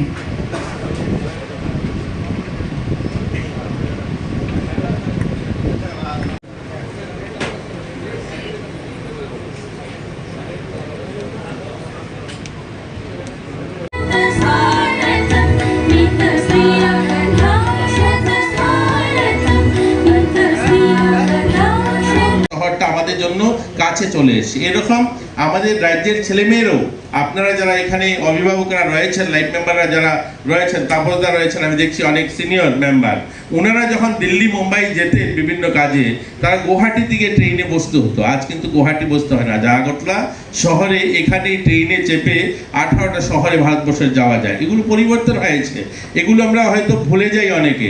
1964 ধর্মনগরে রেল এসছে, আর ওই রেল 25 বছর সময় লেগেছে কুমারঘাট আসতে। 1989-এ কুমারঘাট রেল এসছে, অর্থাৎ 30 কিলোমিটার রাস্তা আসতে 25 বছর সময় লেগেছে। আর এই রেল আজ সাবরুম পর্যন্ত 2014 সালের পর সাবরুম থেকে বদরপুর বটগেজ হয়েছে মাত্র 5 বছরে। আর সেখান থেকে সারা ভারতবর্ষে 18খানা ট্রেন আর গোটা ভারতে যায় বিভিন্ন প্রান্তে।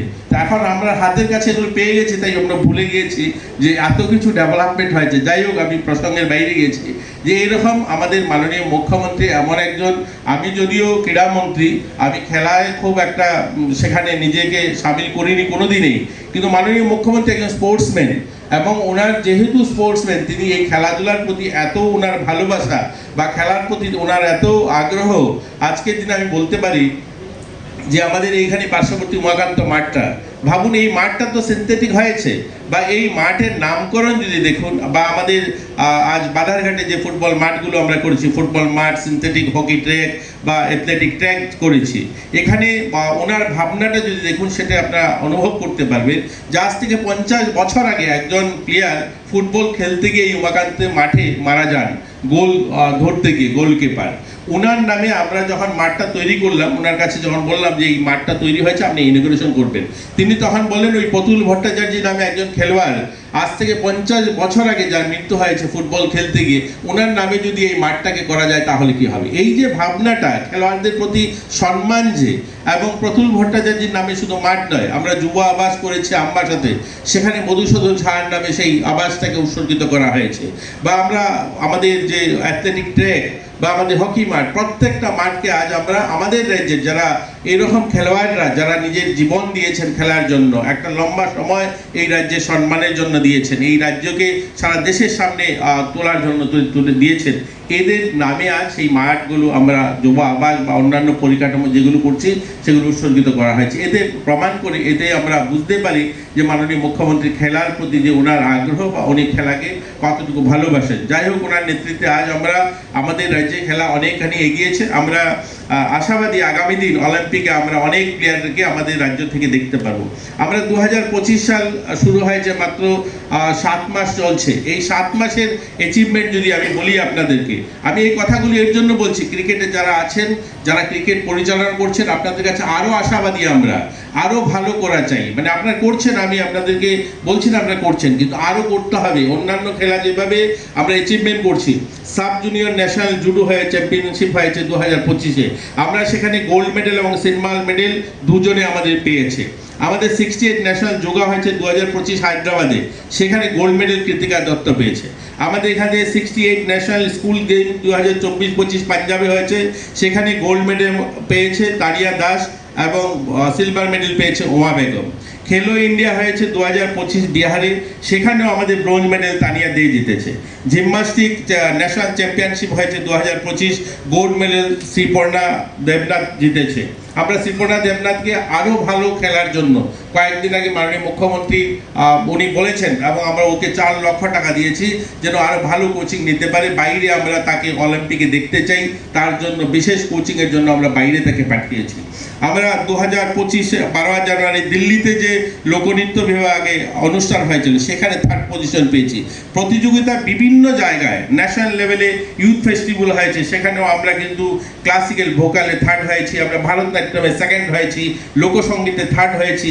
তো এরকম বিভিন্ন জায়গাতে নর্থ ইস্ট ড্রামা ফেস্টিভ্যাল হয়েছে, সেখানে 3rd হয়েছি। তো আমাদের রাজ্যের ছেলেমেয়েরা ভালো করছে, প্রতিভাবান ছেলেমেয়েরা আমাদের রাজ্যে রয়েছে। আমরা চাই ক্রিকেটও আরও ভালো করুক, আমরা যেন জাতীয় স্তরে আমরা ইন্ডিয়ান টিমে আমাদের ছেলেমেয়েদের, আমরা ছেলেমেয়েদের টিমে আমরা আমাদের খেলোয়াড়কে দেখতে চাই। আমরা শুধু রঞ্জিতে পার্টিসিপেট করবো এরকম নয়, আমরা আমাদের ছেলেমেয়েদেরকে আমরা দেখতে চাই ওই সমস্ত জায়গায় তার জন্য সকলে মিলে আজকে নতুন যারা নবাগত যারা লাইন মেম্বার হয়েছেন, পুরনো যারা আছেন এবং যারা টিসি এর মেম্বার যারা আছেন, সকলে মিলে সকলের প্রয়াসে আমরা আমাদের এই ক্রিকেটকে জাতীয় স্তরে দেখতে চাই, জাতীয় স্তরে খেলোয়াড় দেখতে চাই। এই প্রত্যাশা নিয়েই সবাইকে শুভেচ্ছা জানিয়ে আমি আমার আলোচনা শেষ করলাম। জয় হিন্দ।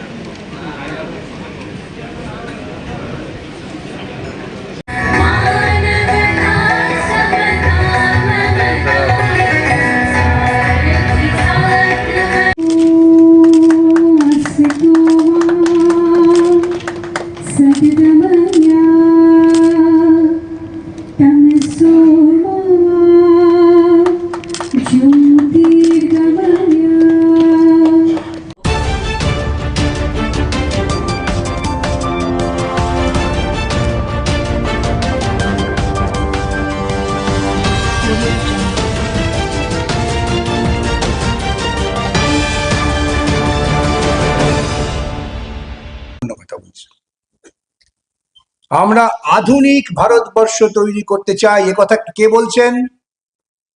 তিনি একজন হিন্দু মহাসভার প্রতিনিধি। এই ধর্মের অন্ধকারত্ব তাকে বড় শঙ্কিত করেছিল। তিনি বলছেন, গোবিন্দ শেঠ, যে আমরা বৈদিক ভারতবর্ষে ফিরে যাব না। বৈদিক ভারতবর্ষ মানে যেখানে উচ্চবর্ণ তারাই শাসন করেন, তারাই শোষণ করেন এবং আর সমস্ত মানুষ তাদের অধীনে মানুষেতর জীবন যাপন করতেন। সেই গল্পকে বিধিবদ্ধ করার জন্যই চতুর্বর্ণং ময়া সৃষ্টম, আমি ব্রহ্মা 4টে বর্ণ তৈরি করেছি। যে চাষ করে, যে শ্রম দেয়, সে শূদ্র, তার কোনো মানবিক অধিকার নেই। সে আমাদের বাঁচিয়ে রাখছে। সবচেয়ে বেশি বড় অধিকার কার? যে ব্রহ্মার মাথা থেকে বেরিয়েছে ব্রাহ্মণ, তারপরে ধীরে ধীরে আসছেন বৈশ্য, কায়স্থ এরা। যার ফলে বিবেকানন্দ খুব ক্ষোভ করে বলেছিলেন, আগামী পৃথিবী হবে শূদ্রদের পৃথিবী। বিবেকানন্দ থেকে বড় বেদান্ত বেদ বিশারদ তো খুব কম ছিলেন। আমি তো বলি প্রত্যেককে যে উনি যদি আরো 10 বছর বেঁচে থাকতেন, কমিউনিস্ট হয়ে যেতেন, ওর দাদার মতো, ভাইয়ের মতো, ভূপেন দত্তের মতো। যেমন রবীন্দ্রনাথ ঠাকুর শুরু করেছিলেন উপনিষদ দিয়ে, শেষ করছেন ওই মাঠে চাষা যারা চাষ করে তারাই আমার প্রাণ। এই জায়গায় দাঁড়িয়ে যখন ভারতবর্ষের সংবিধান সভা আলোচনা হচ্ছে, আমি যেমন গোবিন্দ শেঠের কথা বললাম, তেমন আরেকজনের কথা বলতে হয়। তিনি হচ্ছেন আদিবাসীদের প্রতিনিধি ছিলেন, জয়পাল সিং মুন্ডে।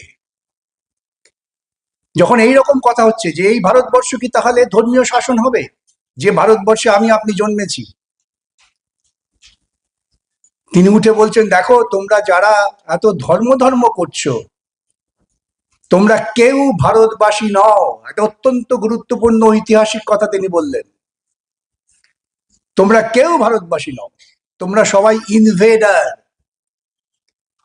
তোমরা সবাই বিদেশ থেকে এসে ভারতবর্ষে অনুপ্রবেশ করেছো, তোমরা আক্রমণ করেছো, আক্রমণকারী ইনভেডার। আমরা আদিবাসীরা মূল ভারতবাসী। আমাদের কাছে ধর্ম কি? তিনি বলছেন, আমাদের কাছে ধর্ম হচ্ছে প্রকৃতি। আমরা পাহাড় পুজো করি, আমরা গাছ পুজো করি, আমরা জন্তুর পুজো করি, কারণ তারা আমাদের বাঁচিয়ে রেখেছেন। ভারতবর্ষটা আমাদের, তোমাদের নয়। তোমরা এইরকম ধর্ম করে ঝগড়া করো না। ভারতবর্ষে থাকতে গেলে সম্মিলিতভাবে থাকতে হবে। আর গণতন্ত্র, আদিবাসীদের কাছে গণতন্ত্র তোমাদের শিখতে হবে। এই সমস্ত বিভিন্ন বিদগ্ধ আলোচনার পর প্রশ্ন হলো, তাহলে ভারতবর্ষ কি হবে? অবজেক্টিভ রেজলিউশনে জওয়াহরলাল নেহরু বললেন আমরা গণতন্ত্র চাই। আরেকজন বললেন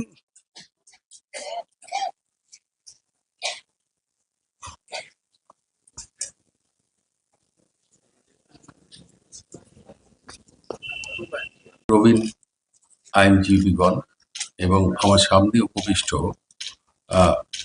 আমার ভাই এবং বোন আইনজীবী এবং অন্যান্য বিশিষ্ট ব্যক্তিগণ, আর আগামী প্রজন্মের যে আইনজীবীগণ আছেন তাদেরকেও আমার শুভেচ্ছা জানিয়ে আমি আমার কথা শুরু করছি। আমার এটা অভ্যেসই ছিল বহুদিনে যে কিছু বলতে গেলে যাদের শ্রোতা তাদেরকে ভাই বোন হিসাবে সম্বোধন করা। তার সাথে সম্প্রতিকালে একটু সংযোজন করতে হয়েছে, তার কারণ বাইরে বেরোলেই এখন অধিকাংশ সময় জেঠু ডাক শুনতে হয়। তাই আমি ভাবলাম যে আমার পরবর্তী প্রজন্মের যারা আইনজীবী আছেন তাদের সন্তান সম আইনজীবী হিসাবে সম্বোধনে যুক্ত করা দরকার রয়েছে। এখানে যারা আছেন তাদের ভারতের সংবিধান সম্বন্ধে, ইতিহাস সম্বন্ধে কারোরই জ্ঞান আমার থেকে কম নয়। তাই সেই আলোচনা করতে গিয়ে আমার মনে হয়েছে যে আমরা যদি যে অবস্থাতে আমাদের সংবিধান তৈরি হয়েছিল সেই আর্থ সামাজিক অবস্থা, সেই জায়গা এবং সেখানে ভারতের মানুষের কি অবস্থান ছিল সেই জায়গা থেকে শুরু করি, তাহলে বোধহয় আমরা প্রত্যেকেই নিজের নিজের মতন করে সংবিধানের প্রাসঙ্গিকতা আছে কিনা সেই উপসংহারে পৌঁছাতে পারব। আমরা দেখেছি যে দীর্ঘ প্রায় 200 বছর যে ব্রিটিশ শাসন, সেই জায়গায় ভারতবাসীদের অনেক যন্ত্রণা ভোগ করতে হয়েছে। এবং যখন ইস্ট ইন্ডিয়া কোম্পানি তার যে বাণিজ্যিক চরিত্র সেটা থেকে নিজেকে শাসকের চরিত্রে পরিবর্তন করে নিয়ে এলো, তখন তাদের অন্যতম মূল উদ্দেশ্য এখান থেকে যত সম্পদ সংগ্রহ করে নিজের দেশে জমা করা যায় অন্যান্য উপনিবেশগুলোর মতন তাই করতে হবে। এবং এটা করতে গিয়ে ভারতের যে মানুষ তাদের মানবাধিকার লঙ্ঘন হচ্ছে, প্রতি পদে পদে তাদের উপরে অত্যাচার হচ্ছে, অবিচার হচ্ছে, দানা বাঁধছে অসন্তোষ। সালটা 1857, হঠাৎ একটা স্ফুলিঙ্গ ছড়িয়ে পড়ল, সিপাহী বিদ্রোহ। এই সিপাহী বিদ্রোহকে ঐতিহাসিকরা বলছেন যে এটা শুধু সিপাহীদের বিদ্রোহ ছিল না।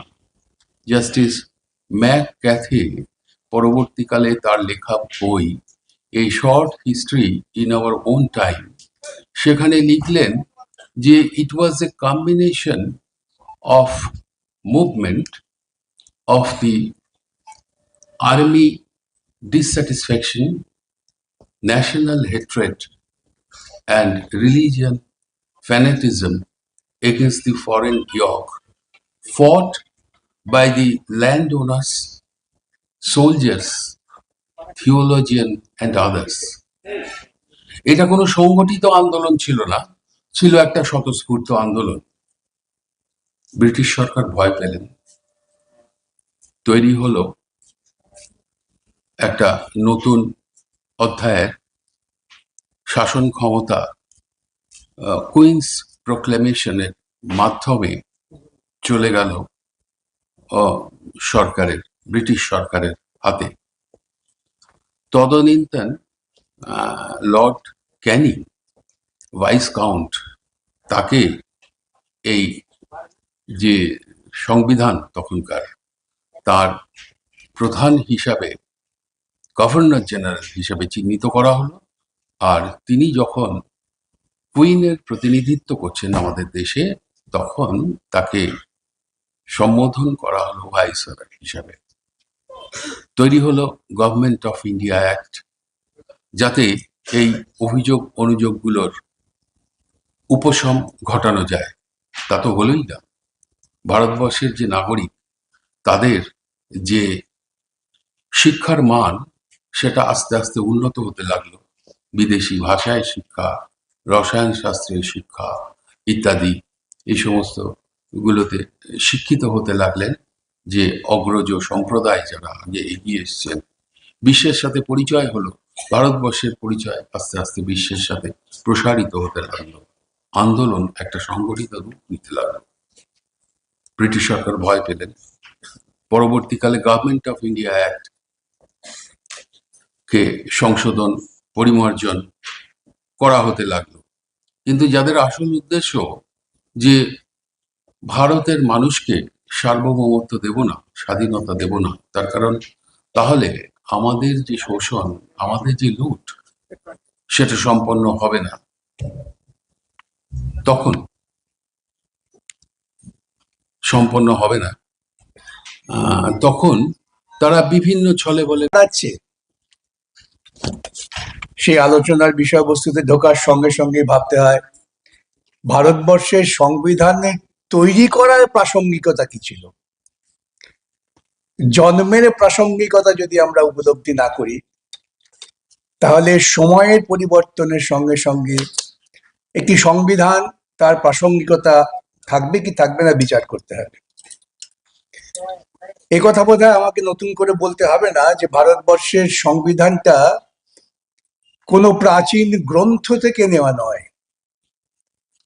ভারতবর্ষের সংবিধানটা মানুষের দীর্ঘ রক্তক্ষয়ী সংগ্রামের একটা পরিণতি, এবং সেজন্যই আমি বিস্তৃত আলোচনায় যাচ্ছি না। যখন সংবিধান সভায় অবজেক্টিভ রেজলিউশনটা পেশ করা হয়, খুব গুরুত্বপূর্ণ, অর্থাৎ সংবিধান সভায় তখন কিন্তু ভারতবর্ষের আমার মতে শ্রেষ্ঠতম বুদ্ধিজীবীরা ছিলেন সমস্ত রাজনৈতিক দৃষ্টিকোণের। কমিউনিস্ট পার্টি, কংগ্রেস, বিজেপি জন্মায়নি তখনও, RSS, হিন্দু মহাসভা, মুসলিম লীগ, এই সমস্ত স্তরের মানুষেরা ছিলেন। তারা আলোচনা করেছেন, দীর্ঘ আলোচনা।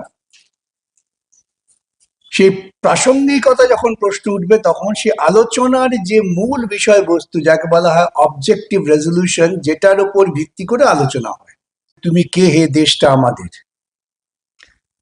আমরা বুঝবো। ভাবো, মেয়ের দাঁড়িয়ে দিয়েছিল 47-এ আমাদের ক্ষমতা হস্তান্তর, 49-এ চীনে ক্ষমতা দখল। গুণগত পার্থক্যটা বুঝতে হবে। এবং সেই ইংরেজ তখন ক্ষমতা হস্তান্তর কেন ভাবলেন? দেখলেন যে পৃথিবীর বুকে শক্তির ভারসাম্য পাল্টে যাচ্ছে, হিটলার আর ক্ষমতায় নেই, পরাজিত। ফ্যাসিবাদ, যা পুঁজিবাদী শোষণের একটা অন্যতম অধ্যায়, তা টিকতে পারছেন না। ওরা বুঝলেন সাম্রাজ্যবাদী শক্তিকে আর বেশি দিন টিকিয়ে রাখা যাবে না। দ্বিতীয় বিশ্বযুদ্ধে সোভিয়েতের জয় শুধু জয় না, তার ফলে গোটা ইউরোপের একটা অংশ জুড়ে মুক্তি ফৌজ মানুষকে মুক্ত করে দিচ্ছেন উপনিবেশিক কবল থেকে। সেই জায়গায় দাঁড়িয়ে ভারতবর্ষের বুকে তারা ক্ষমতা হস্তান্তরের পরিকল্পনা করলেন, এবং সেই পরিকল্পনার পেছনে তারাও একটা বিভাজনের চক্রান্ত করলেন। এটা যেখানেই উপনিবেশ ছিল, প্রত্যেক জায়গায় ইংরেজরা যাওয়ার আগে কিন্তু দেশটাকে বিভাজিত করে দিয়ে গেছেন। বলা হলো যে আমরা তো চলে যাচ্ছি, এতদিন আমাদের শাসন ছিল, তোমরা তো খুব আমাদের বিরুদ্ধে লড়াই করছো, চলে যাচ্ছি। তা আমরা চলে গেলে কি হবে? একদল বললেন যে হ্যাঁ, আমরা তো সংখ্যাগরিষ্ঠ হিন্দু। আমি আজও বুঝি না হিন্দু ধর্ম কি। আমাকে মাফ করবেন, ক্ষমা করবেন, ঢিল ছুটতে পারেন। হিন্দু ধর্ম কি আজও আমি বুঝি না। বেদ, বেদান্ত, উপনিষদে কোথাও হিন্দু ধর্মের হিন্দু বাক্য পর্যন্ত নেই। তারা বললেন এই হিন্দু ধর্মটা হচ্ছে মনুবাদী দর্শন, যে আমরা সংখ্যাগরিষ্ঠ, অতএব আমরাই শাসন করব, আর সবাইকে আমাদের অধীন হয়ে থাকতে হবে। ভারতবর্ষের বুকে জনসংখ্যার বিন্যাসে ওই তথাকথিত হিন্দুর পরেই ছিল তথাকথিত ইসলামী, তাদের সংখ্যাটাও কম ছিল না। তার নেতা ছিলেন একজন প্রখ্যাত আইনজীবী জিন্নাহ সাহেব, যিনি ব্যক্তিগতভাবে জীবন যাপন করতেন সম্পূর্ণ ধর্মনিরপেক্ষভাবে।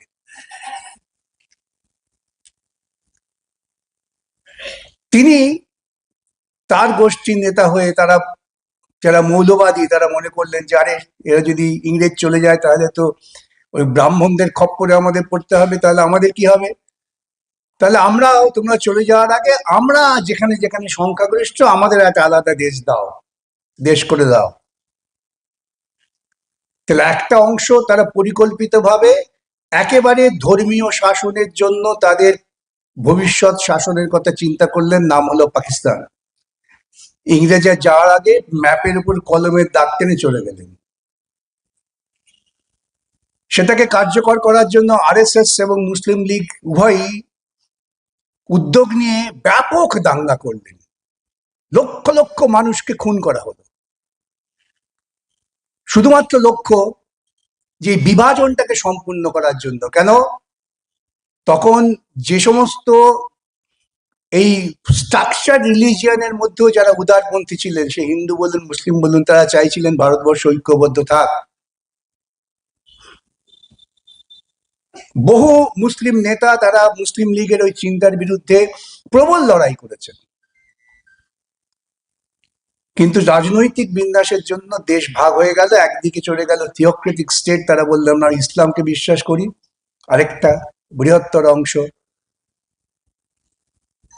তারা কিরকম হবে, কিভাবে দেশ পরিচালনা করা হবে।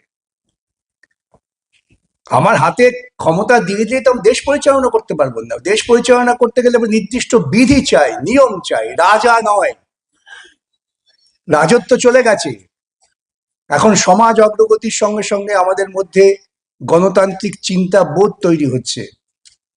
তখন বলা হলো সংবিধান সভায় আলোচনা হোক। সংবিধান সভায় আলোচনার সময় গোবিন্দ শেঠ বলে একজন আরএসএস বা হিন্দু মহাসভার প্রতিনিধি, তিনি সংবিধান সভায় বলছেন, আমি তোমাদের বলছি আমরা কিন্তু বৈদিক ভারতবর্ষে ফিরে যাব না। রবীন্দ্রনাথ কবি একজন, সেই ইতিহাস আপনারা জানেন, আমি সেই ইতিহাসে যাচ্ছি না। কিন্তু এই যে পর্যায়টা এলো, যে পর্যায়ে এসে আমরা বললাম যে ভারতবর্ষকে আমরা এমন একটা নতুন দেশ গড়তে চাই, নতুন ভারতবর্ষ গড়তে চাই। গোবিন্দ শেঠের ভাষায় বৈদিক ভারতবর্ষ নয়, আধুনিক বিজ্ঞানসম্মত ভারতবর্ষ। কনস্টিটিউয়েন্ট অ্যাসেম্বলিতে তার বক্তৃতা আছে। সেই ভারতবর্ষে পৌঁছতে গেলে প্রথম ধাপ কি? ইকোনমিক জাস্টিস, অর্থনৈতিক ন্যায়। তারপরে আসছে সোশ্যাল জাস্টিস। এই সোশ্যাল জাস্টিসটা বৈদিক চিন্তার বিরোধী। সোশ্যাল জাস্টিস মানে হচ্ছে সমস্ত মানুষের সমান ন্যায় পাওয়ার অধিকার।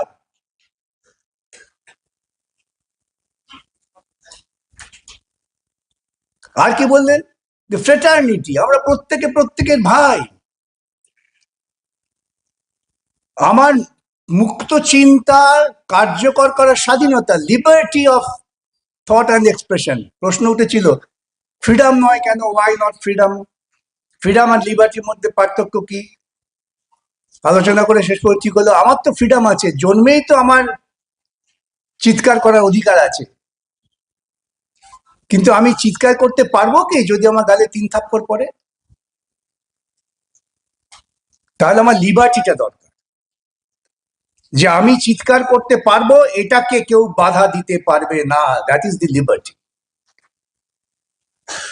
এবং এই liberty of thought and expression, আমি যদি চিন্তা করার স্বাধীনতা আমার থেকে থাকে, মুক্ত স্বাধীনতা, যেখানে কেউ হস্তক্ষেপ করবে না, সেটা করতে গেলে প্রাথমিক কাজ কি? শিক্ষা, যেটা খুব সুন্দর দেবাশিস বলার চেষ্টা করেছেন। তাহলে আমাকে সবাইকে বিজ্ঞান শিক্ষা শিক্ষিত করতে হবে, এটাও আমার সংবিধানের একটা নির্দিষ্ট নির্দেশ। বিজ্ঞান কেন? যেথা তুচ্ছ আচারের মরুবালু রাশি, বিচারে স্রোতপথ ফেলে নাই গ্রাসী। হে পিতা, আমাকে সেই জায়গায় নিয়ে যাও। আচার নয়, বিচার। বিচার মানে তর্ক। তর্ক মানেই বিজ্ঞান, যা বিভিন্ন যুক্তি তর্কের মধ্য দিয়ে সিদ্ধান্তে পৌঁছানো যায় সেটাই বিজ্ঞান। জল মানে H2O, এটা বৈজ্ঞানিক প্রক্রিয়া। এটা আজকে এখানে যেমন সত্য, তেমন আফ্রিকার জঙ্গলেও সত্য।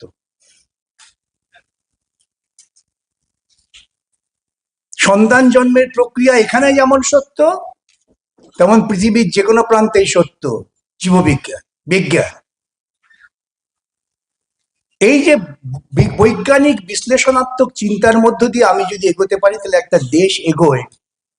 এবং সেটা কি করে সম্ভব, সেটা আমাদের ওই প্রিয়াম্বলে বলা আছে, যেটা পরবর্তীকালে ফান্ডামেন্টাল রাইটসে বিধৃত করা হলো। প্রত্যেকের অধিকারকে রক্ষা করতে হবে। মাইনরিটি শুধুমাত্র ধর্ম নয়, মাইনরিটি ভাষা, কৃষ্টি, এই সবকে রক্ষা করতে হবে। তুমি বাড়ির গার্জিয়ান হয়েছো, তুমি শুধুমাত্র বড় ছেলেকেই একটু যত্ন করবে আর ছোটটা দুধ করবে, তা তো হতে পারে না। সরকার তো হচ্ছে অভিভাবক। যে সরকারকে আমরা নির্বাচিত করব, সেই সরকারকে এই সাংবিধানিক লক্ষ্যের দিকে এগিয়ে নিয়ে যেতে হবে। আমরা কি আজও ইকোনমিক জাস্টিস পেয়েছি? Social justice? দুদিন আগে আমি দেখলাম উড়িষ্যাতে একজন দলিতকে ধরে মাথা কামিয়ে ছেড়ে দেওয়া হয়েছে। কেন? সে ব্রাহ্মণ মেয়ের সঙ্গে তার প্রেম হচ্ছিল। প্রেমের ক্ষেত্রেও দলিত এবং ব্রাহ্মণ। পর শেষ পর্যন্ত তৈরি হলো ভারতবর্ষের সংবিধানের হৃদয়, সেটা হচ্ছে প্রিয়াম্বল। আমি এই রবীন্দ্রনাথকে বারবার মনে পড়ে যায়, ওই যে হৃদয়ের কথা কহিতে ব্যাকুল, শুধাইল না মনে কেহ। সংবিধান এত কথার দরকারটা কি? শুধুমাত্র প্রিয়াম্বলটাই যদি আমরা উপলব্ধি করি, তাহলে দেখব এর প্রাসঙ্গিকতা কোনোদিনও শেষ হবে না। প্রিয়াম্বল হচ্ছে ভারতবর্ষের হৃদয়, এবং এটা আপনারা সকলেই জানেন যে সংবিধানের সব আলোচনার পর সব শেষে প্রিয়াম্বলটা লেখা হয়েছিল। তাহলে ভারতের হৃদয়টা কি? We the people of India. We Hindus বললো না তো, হিন্দু তো সংখ্যাগরিষ্ঠ। এখন তো হিন্দু বাঁচাও চলছে, হিন্দু ভাই ভাই চলছে। তো আমি একজনকে জিজ্ঞেস করেছিলাম, ভাই হিন্দু ভাই ভাই করছো, কোন হিন্দু? কার ভাই? ব্রাহ্মণের ভাই দলিত, কেউ হিন্দু। তখন বলে তোমার খালি কাজ হচ্ছে এইসব কথা বলা। তাহলে we the people of India যদি হই, তাহলে ভারতবর্ষে যে ভৌগোলিক পরিসীমা তৈরি হয়েছিল ব্রিটিশ সাম্রাজ্যবাদ যাবার সময় কেটে দিয়ে গেছিলেন, তার প্রতিটা মানুষ, এবং ভারতবর্ষের যে বৈচিত্র্য, তা নিয়ে তো আমাকে বলতে হবে না, রবীন্দ্রনাথ ঠাকুর বলে গেছেন কত যুগ আগে।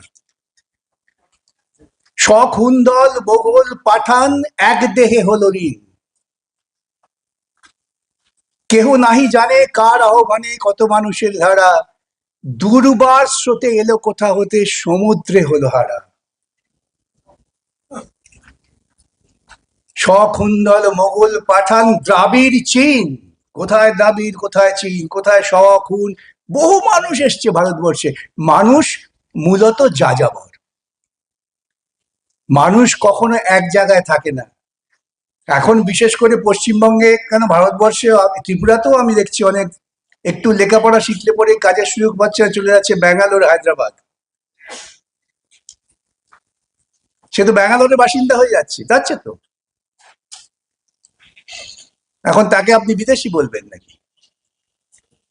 ঠিক এইরকম ভাবে মানুষ যাযাবরত্ব বলেই বিভিন্ন বর্ণের, বিভিন্ন ধর্মের, বিভিন্ন মানুষ বিভিন্ন জায়গায় বসতি স্থাপন করেছেন। এই সাম্রাজ্যবাদী পুঁজিবাদী চিন্তার আগে তো দেশ বলে কিছু ছিল না, সীমান্ত বলে কিছু ছিল না। এই কয়েকদিন আগে দেখবেন আমাদের এই শুভাংশু, তিনি আকাশে গিয়ে প্রধানমন্ত্রীকে বলছেন, কেন সীমারেখা নেই? আমি লিখেছিলাম, প্রধানমন্ত্রী কি কথা বোঝেন?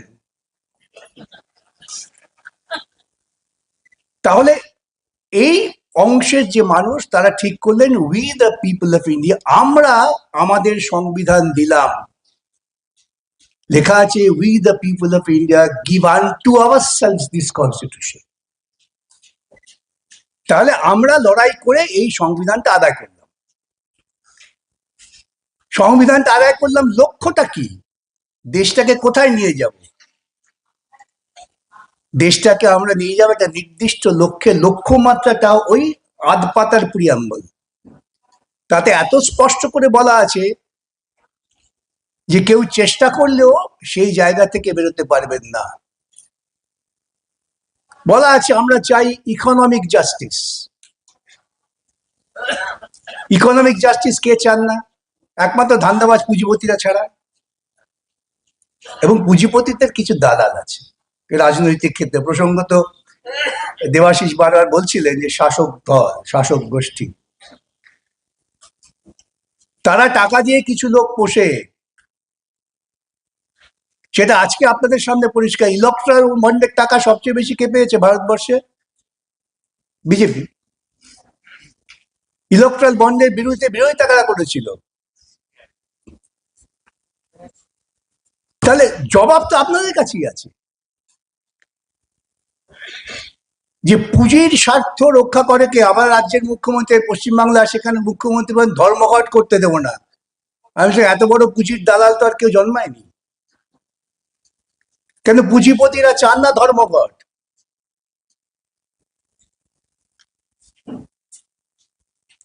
যখন ভারতবর্ষের স্বাধীনতা সংগ্রামে একটা জঙ্গি দিক ছিল, মাস্টারদা সূর্য সেন, ভগৎ সিং ইত্যাদি যারা লড়ছিলেন মুখোমুখি লড়াই করো, সেটাকে দমন করার জন্য ইংরেজরা প্রচুর চেষ্টা করেছিলেন, জালিয়ানওয়ালাবাগ তৈরি করলেন। সংখ্যালঘুদের উপর অথবা যে কোনো আক্রমণ, ধর্মের ভিত্তিতে যে আক্রমণ, সেটাকে আমরা সহ্য করব না, বরদাস্ত করবো না, তার বিরুদ্ধে আমরা আন্দোলন করে আসছি। আমরা গণতন্ত্রের পক্ষে, কাজে অগণতান্ত্রিক কাজকে আমরা সমর্থন করতে পারি না। আমরা সমাজতন্ত্রের পক্ষে, ন্যায় বিচারের পক্ষে। এই জন্য আজকে আমরা মনে করেছি যে সারা ভারতবর্ষের মানুষ যদি ঐক্যবদ্ধভাবে এই সমস্ত অগণতান্ত্রিক কাজের বিরুদ্ধে এবং বর্তমান কেন্দ্রীয় এবং রাজ্য সরকার যেভাবে দেশটাকে এবং রাজ্যটাকে পরিচালনা করছে তার বিরুদ্ধে যদি শক্তি গড়ে তোলা না যায় লড়াইয়ের মধ্য দিয়ে ঐক্যবদ্ধভাবে, তাহলে মানুষ আরও বিপদগ্রস্ত হবে, দেশ আরও বিপন্ন হবে, সংবিধানটা টিকবে না, দেশটা ধ্বংস হয়ে যাবে, মানুষ আমরা বাঁচতে পারবো না। তাই আমরা মনে করেছি সারা ভারতবর্ষে আমাদের সংগঠন এইভাবে বিভিন্ন রাজ্যে এইভাবে সেমিনার করে আমাদের বক্তব্য তুলে ধরার চেষ্টা করছি। এবং এই বক্তব্য সমর্থনে যারা নাকি আমাদের কলকাতা হাইকোর্টের প্রাক্তন প্রধান বিচারপতি, ওনারা সংবিধান বিশেষজ্ঞ লোক, ওনাদের অনেক অভিজ্ঞতা, ওনাদের আমরা আমন্ত্রণ করছি। উনি আমাদের আমন্ত্রণে সাড়া দিয়ে এখানে এসেছেন, ওনাকে ধন্যবাদ ওনার ব্যস্ততার মধ্যেও। আর আমাদের বিকাশবাবু, বিকাশ সঞ্জীব মঠে যে আপনারা দেখছেন প্রতিদিনই সারা ভারতবর্ষে ঘুরে ঘুরে এই সমস্ত সভা করছেন। আজকে হয়তো ত্রিপুরা, কালকে চলে যাবেন হরিয়ানা, এভাবেই চলছে। কাজেই আমরা মনে করি আইনজীবী হিসাবে, আমরা মনে করি আমাদের সংগঠন এআইএলইউ হিসাবে এই মানুষকে সচেতন করার পক্ষে। সচেতন আপনারা আছেন, শুধু একসাথে মিলিত হয়ে আমরা আমাদের বক্তব্যটা আপনার কাছে নিয়ে যাচ্ছি যাতে আমরা ঐক্যবদ্ধভাবে এর বিরুদ্ধে লড়াই করতে পারি। আমরা আশা করব আজকের এই যে সেমিনার, এই ঘরগুলিতে গিয়ে এই যখন পরিস্থিতি, আমাদের যে সংগঠন সারা ভারত আইনজীবী ইউনিয়ন, আমাদের যে মূল স্লোগান, তাদের ভারতের সংবিধান সম্বন্ধে, ইতিহাস সম্বন্ধে কারোরই মর্যাদার অধিকার এখনো ভারতবর্ষের বিভিন্ন জায়গায় অস্পৃশ্যতা, মন্দিরে ঢুকলে। তাছাড়া যারা নাকি এই সংবিধানের পক্ষে কাজ করবে কিন্তু রাষ্ট্র সীমারেখার বাইরে যাচ্ছে, মানুষ আন্দোলন করছে,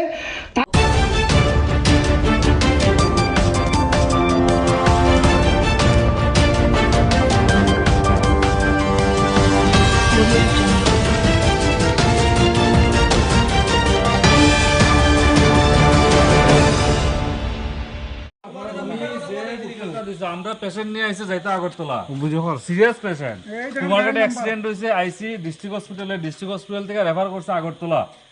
নিয়ে যেতাম আগরতলা, রাত্র কটা বাজে 12টা। আপনি বলছেন থানার তখন পারমিশন আইসি আমরা তেল ভরতাম, তুমি কিতা কইতেছো পারমিশন দিলে তেল ভরবাই, এটাই তো কথা। তোমার অথরিটি জানাও তাইলে, আমরা কইতেছি অথরিটি জানাও, তুমি জানাইতে পারতেছো না, কইতেছো অথরিটি জানাও না। প্রথম তুমি কথাই কইছো, আরে আমি কিতা বলছি ভাই, তোমার ছেলে মেয়ে আগে তুমি কিতা বললাইলে এটা না তো আমাকে বলছ না, কিছু করা নাই, আমরা কথা কইরা বা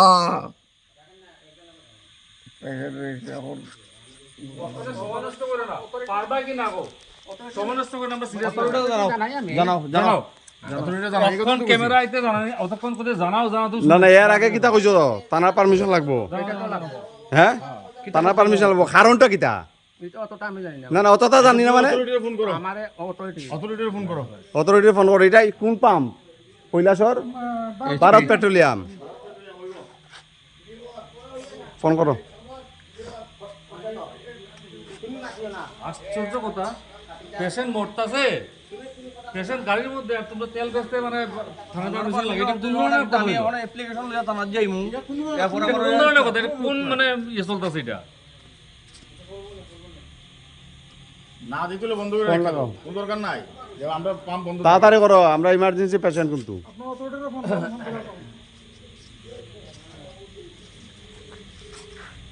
এই দেখেন এটা হচ্ছে ভারত পেট্রোলিয়াম পাম্প। স্যার তারা আইসে রুগী, অ্যাক্সিডেন্টাল রুগী আগরতলা নিয়ে যাইতো। থানা থেকে তো এমনি তো লিখিত কিছু আনছে না, তারা ওই যে থানা কই আইছে।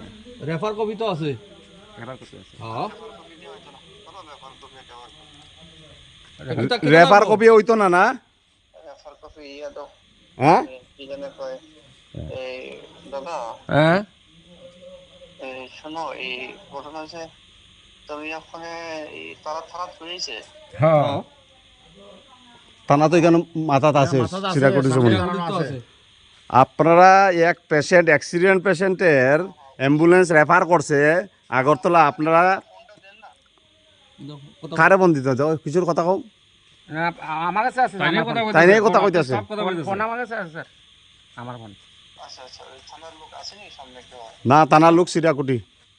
আরে আপনারা কথা কইতেছেন না, ও আপনি কোন সিরাকুটি স্টাফ, থানা স্টাফ আছে এইখানে কয়া টয়ে আইছে তারা। সিরাকুটি থানা স্টাফ আছে? হ্যাঁ আচ্ছা আচ্ছা, আইবনি থানা স্টাফের দিকে একটু। আরে আমরা রইলে অ্যাক্সিডেন্ট সিরিয়াস না, তারা তো আইতো না, এখানে তো অন ডিউটিতে আছে সিরাকুটি। যদি তাহলে তেলটা দিয়ে আসলে যদি আরো 3 জন আয়ে, ওটা তো এরকম তো কয়বার মাইপিট হইছে, এর লাগি তো সমস্যা, নতুবা আগে তো দিয়া যাবে। অ্যাম্বুলেন্স তো সামনে, অ্যাম্বুলেন্সের ভিতরে তো পেশেন্ট আছে, আরে পেশেন্ট তো ভিডিও কল কথা কইতেন কিটা কথা কইতেন জানা কথা কইতেন। দাদা এখানে 4-5 মাইর হইছে, ঝগড়া হইছে, পিটা গাইছে, পিটা গাইছে, আপনারা এরকম কইলে হইতো না, এখানে পিটা আমরা গাইছি।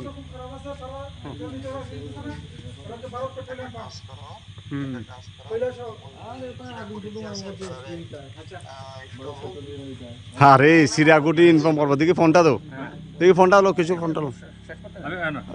হ্যালো হ্যালো, হ্যাঁ নমস্কার। অ্যাকচুয়ালি কুমারঘাটে অ্যাক্সিডেন্ট হয়েছে, বুঝছেন? অ্যাক্সিডেন্ট হয়েছে, কুমারঘাট থেকে রেফার করছে কৈলাসর ডিস্ট্রিক্টে। আপনার কথাটা বলছেন।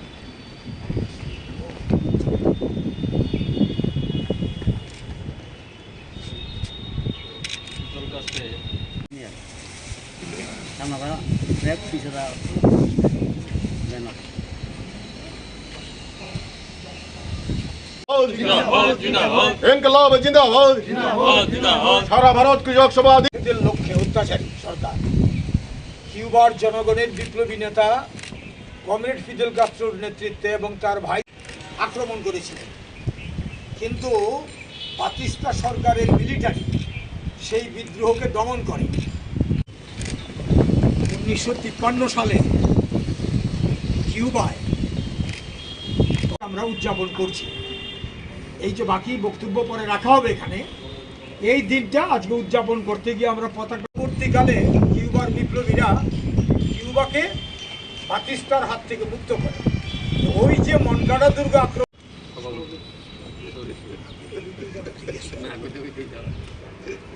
পুষ্পার্পণ করবেন জেলা কমিটির সম্পাদক কমরেড মধু দাস। একে একে প্রত্যেককে শ্রদ্ধা জানানোর জন্য অনুরোধ করা হচ্ছে।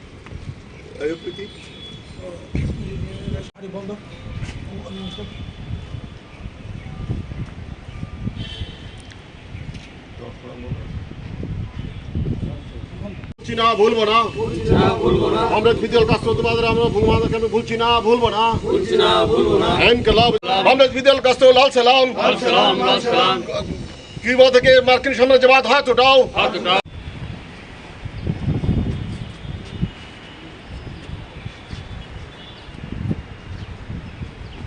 কিউবা, আজকে যে সমাজতন্ত্রের কিউবা, তার সূচনা কমরেড ফিদেল কাস্ত্রোর নেতৃত্বে সামান্য কিছু বিপ্লবী প্রথমে এটা শুরু করেছিলেন। এরপরে দীর্ঘ লড়াই হয়।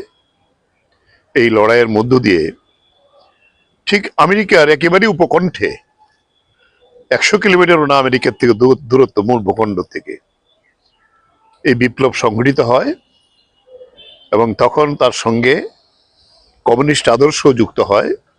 সমাজতান্ত্রিক কিউবা তার জন্ম লাভ করেন।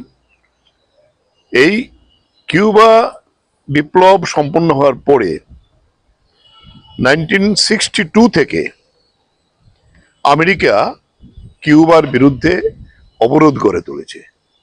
খাদ্য যেতে পারবে না, ঔষধ যেতে পারবে না, এমনকি বাচ্চাদের স্কুল সামগ্রী পঠন পাঠনের এটাও যেতে পারবে না। এই ধরনের একটা অবরোধ এটা দীর্ঘদিন আজকে পর্যন্ত চলছে। তাই সারা ভারত কৃষক সভা, কিউবান সলিডারিটি একটা সংগঠন আমাদের দেশের মধ্যে তৈরি হয়েছে। সারা ভারত কৃষক সভা তার অন্যতম একটি অংশ। আমরা সিদ্ধান্ত করেছি কিউবার বিপ্লবের, মহান বিপ্লবের এই যে সূচনার দিনটি থেকে আমরা 1 সপ্তাহ 26 থেকে 1 আগস্ট পর্যন্ত গোটা দেশে এ প্রচার আমরা চালাবো। এবং আমরা আরো একটা সিদ্ধান্ত নিয়েছি, আমাদের যারা সংগঠনের সভ্য প্রত্যেকে কমপক্ষে 1 টাকা দিয়ে এই কিউবার স্যাংশনের বিরুদ্ধে আমাদের অর্থ সাহায্য আমরা করব। আমাদের কেন্দ্রীয় কমিটি সিদ্ধান্ত নিয়েছে এবং গোটা দেশেই সংগ্রহ চলছে এবং এই সংগ্রহ আমরা আমাদের দেশের যে কিউবা সংহতি সংগঠন আছে তার মারফতে আমরা কিউবা কাছে পাঠাবো। এর আগেও 1995-এ তখন সারা ভারত কৃষক সভা আমাদের সবচেয়ে প্রবীণ নেতা, আজকে তিনি প্রয়াত, হরকিষাণ সিরজিতের নেতৃত্বে কিউবায় 1 জাহাজ বলা যেতে পারে গম এবং খাদ্য সামগ্রী, আর আমাদের ছাত্র ফেডারেশন তখন কিউবার ছাত্রদের জন্য খাতা, বই এবং সেখানে পেন্সিল সামগ্রী সহ ইত্যাদি তুলে দিয়ে, ওষুধপত্র আমাদের বিভিন্ন জায়গাতে আমরা তুলে দিয়েছিলাম। এই জায়গায় যেটা বলার ব্যাপার, তারপরেও তারা এই সমাজতন্ত্রের আদর্শকে লক্ষ্য রেখেই এই কাজ করছেন। কিউবার বিপ্লবের যে নেতা ফিদেল কাস্ত্রো, 90 বছরে তিনি প্রয়াত হন। এই বছর তার জন্মশতবার্ষিকীও আছে, এটা 13ই আগস্ট হবে। আমরা আমাদের রাজ্যে প্রথম অবস্থাতে এইটা সারা রাজ্যে এটা পালিত হবে আজকে থেকে এবং আমরা সংগ্রহ করব আমাদের সভ্যদের কাছ থেকে। এরপরে আমরা 1 তারিখে আগরতলায় একটি আলোচনা সভা করব কিউবা বিপ্লবের উপর সংহতি জানিয়ে। 1 তারিখ বিকাল 4টায় আমাদের এই অফিসেই হবে। ফলে সেই জায়গায় দাঁড়িয়ে আমরা আজকে যেহেতু এই দিনটা সূচনা পর্ব, তাই প্রাথমিকভাবে আমরা ফিদেল কাস্ত্রোর ছবিতে শ্রদ্ধা জানিয়ে এবং আমাদের সংগঠনের পতাকা তুলে এই শপথ নিতে চাই। এবং আমরা আমাদের রাজ্য কমিটির মিটিং গেছে, এই রাজ্য কমিটির মিটিংয়ে আমরা বলেছি আমাদের প্রায় 9 শতাধিকের উপরে প্রাথমিক কমিটি রয়েছে। প্রত্যেকটা কমিটি অন্তত পক্ষে 100 টাকা করে সেখানে তুলবেন, যাতে তুলে আমাদের কাছে পাঠাবেন। আমরা এটা দিল্লিতে এই কিউবা সংহতির যে তহবিল সেই তহবিলে পাঠাবো। এই যে সমাজতান্ত্রিক বিপ্লবের প্রতি অজেয় বিপ্লব, এত আক্রমণ, এত আমেরিকার নাকের ডগায় দাঁড়িয়ে তারা যে লড়াইটা করছেন, সাফল্য হলো এই যে কোভিড হয়েছিল 1 বছর, গোটা কিউবাতে কোনো কোভিড মহামারী ঢুকতে দেয়নি তারা, সেখানকার ডাক্তাররা বিশ্ববিখ্যাত ডাক্তার, এবং কোভিডের সময়তে তারা পৃথিবীর 25 থেকে 30টা দেশে ডাক্তার ওষুধ পাঠিয়ে কোভিডের বিরুদ্ধে সেই সংগ্রাম করেছেন। আজকেও কিউবা এত কিছুর পরেও সমাজতান্ত্রিক নির্মাণকে সামনে রেখে কিউবার স্বাস্থ্য পরিষেবা পৃথিবীর মধ্যে সেরা, এই কাজ তারা করে চলেছেন। কিউবার বিপ্লব আরেকটা মূল কারণ কেন আমেরিকা তো ভয়, কারণ এই বাতিস্তা যে ছিল কিউবার বিপ্লবের এই যে নেতা, তিনি প্রথম যে কাজটা করেছিলেন বিপ্লবে 1 লক্ষ গ্রামীণ কৃষককে জমি দিয়েছিলেন। এটাই হলো আমেরিকার সবচেয়ে বড় যে সাধারণ মানুষকে জমি দিয়েছিলেন, শৃঙ্খল মুক্ত করেছিলেন। এবং এখানে আজকে সমাজতান্ত্রিক কিউবা এই দীর্ঘদিন যাবৎ এটা দাঁড়িয়ে আছেন এত বাধা সত্ত্বেও, তাই তার পাশে দাঁড়ানো কৃষক সভার একটা প্রধান দায়িত্ব। এই দায়িত্বের জন্য আমরা এই সপ্তাহব্যাপী এই ক্যাম্পেইন আমরা করব, এবং ফিদেল কাস্ত্রোকে স্মরণে রেখে আমরা আরো প্রোগ্রাম আমরা নেব। আজকের প্রাথমিকভাবে এই সূচনা লগ্নে আমি যারা এসছেন তাদের বলবো যে যার যার এলাকাতে এই কাজটা করার জন্য আপনারা দায়িত্ব নেবেন, এই আবেদন রেখে আবারও সবাইকে সংগ্রামে অভিনন্দন জানিয়ে এবং ফিদেল কাস্ত্রোর প্রতি আমাদের শ্রদ্ধা এবং কিউবান বিপ্লবের যে ধারা তাকে অব্যাহত রাখার জন্য ভারতবর্ষের কৃষকরা তার পাশে আছে, এই বার্তা দিয়েই আমরা আমাদের আজকের কর্মসূচি এখানে শেষ করতে চাই। ইনকিলাব জিন্দাবাদ।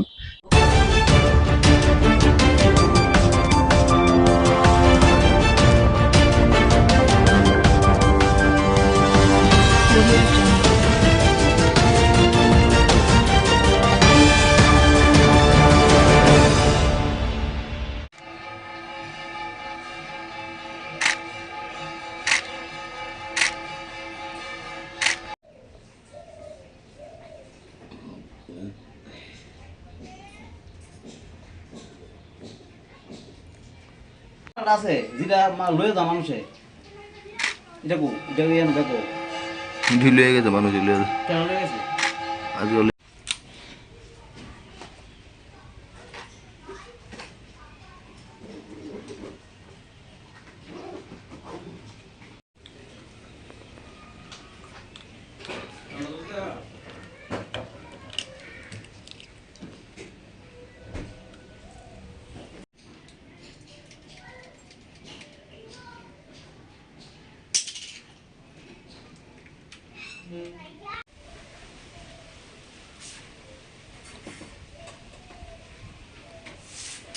সেদিন অর্জুন থাকবে তাদের পরে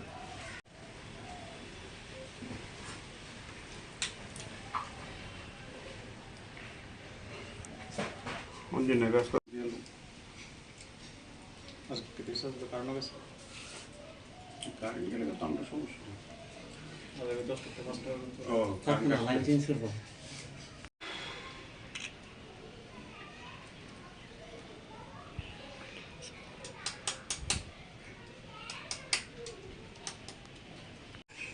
बच्ची क्या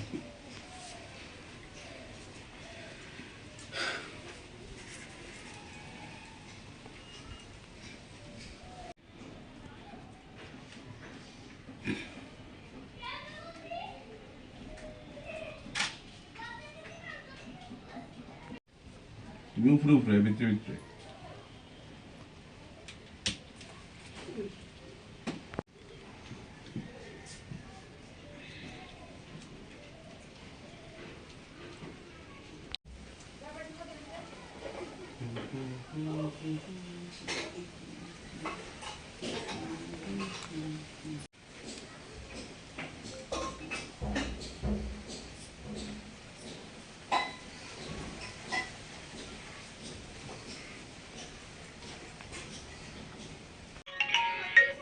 হ্যাঁ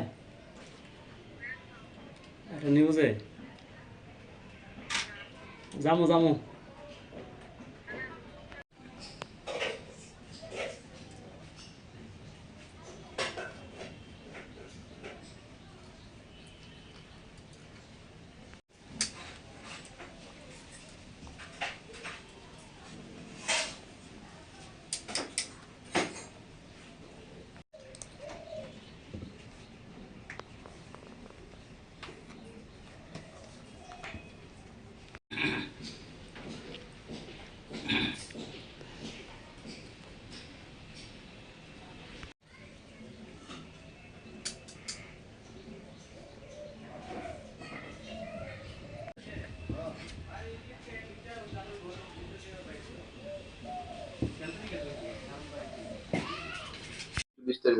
নমস্কার, আমার নাম বিজয় দেবনাথ। আজকে 26শে জুলাই উপলক্ষে, কার্গিল বিজয় দিবস উপলক্ষে আমি আমাদের ভারতের সেনাদের উদ্দেশ্য করে আমি আমার আর্টের মাধ্যমে তাদের একটা জিনিস মানে উপহার দিতে চাই, যেটা হলো আমি তাদের মানে এই যে যুদ্ধ বিজয়ের জন্য যে মানে একটা দেশলাই কাঠি দিয়ে 103টা দেশলাই কাঠি ইউজ হয়েছে, এই জিনিসটা যে বানিয়েছি আমি তাদেরকে উদ্দেশ্য করে আমি এই জিনিসটা বানিয়েছি। আজকে মহান বিজয় দিবস উপলক্ষে তাদেরকে আমি এই জিনিসটা উৎসর্গ করতে চাই। কি তৈরি করেছেন? আমি তাদেরকে উৎসর্গ করে মানে আমাদের যে সেনাবাহিনী বিজয় হয়েছে, তো এই জিনিসটা আমি দেখাতে চাই মানে আমার আর্টের মাধ্যমে, তাই আমি এই জিনিসটা মানে বানালাম। এটা দেশলাই কাঠি ইউজ হয়েছে, তারপর আঠা ইউজ হয়েছে, কালার ইউজ করেছি, আমি একটু কাগজ ইউজ হয়েছে। এটা বানাতে কতদিন সময় লেগেছে? এটা বানাতে মূলত আমার 4 থেকে 5 ঘন্টা সময় লেগেছে। এটা কি জিনিসটা? এটা মানে মানে মেছের কাঠি? হ্যাঁ, দেশলাই কাঠি। এটা মূলত মানে কি মেসেজ দিয়ে চাইছেন এই ধরনের জিনিস? এটাই মানে আমাদের যে সৈন্যরা মানে পাকিস্তানকে হারিয়ে বিজয় অর্জন করেছে, তো সেটাই উদ্দেশ্য করে আমি তাদেরকে মানে উৎসর্গ করতে চাই যে এই জিনিসটা।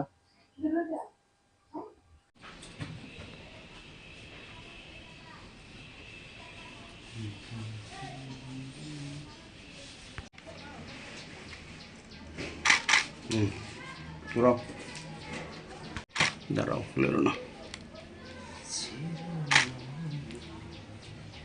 ঘোরাও।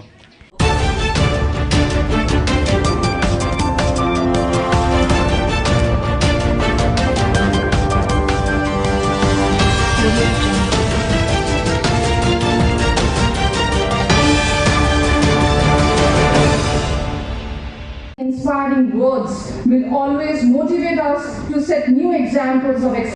Raj Vishwas Menon, coordinator of this program, to come forward and deliver the vote of thanks. Thank you very much, sir, for your thought-provoking address. আমি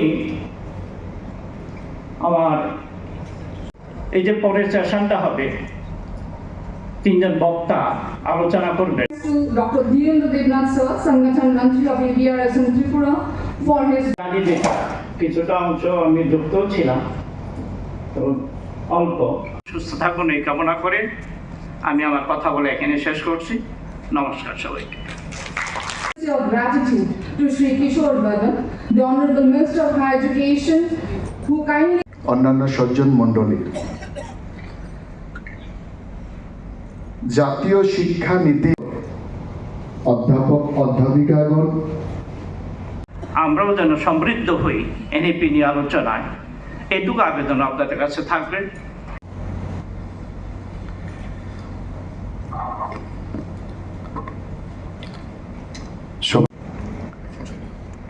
মা সরস্বতীর চরণে আমার কোটি কোটি প্রণাম।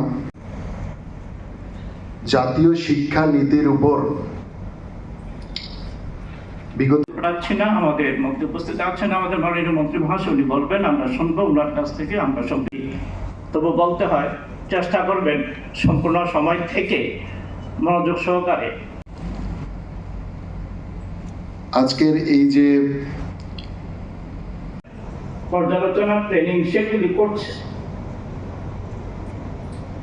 Education Institutes in Tripura, academic luminaries, resource speakers, distinguished ladies and gentlemen. On behalf of Akhil Bharatiya Rashtriya Shaikshik Mahasangh Tripura, Mahavidyalaya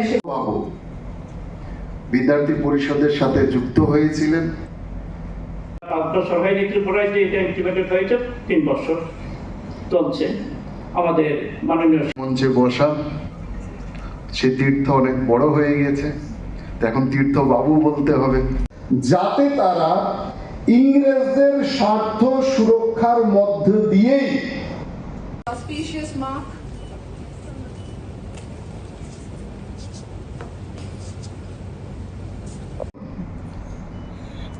রাষ্ট্রীয় শৈক্ষিক মহাসংঘ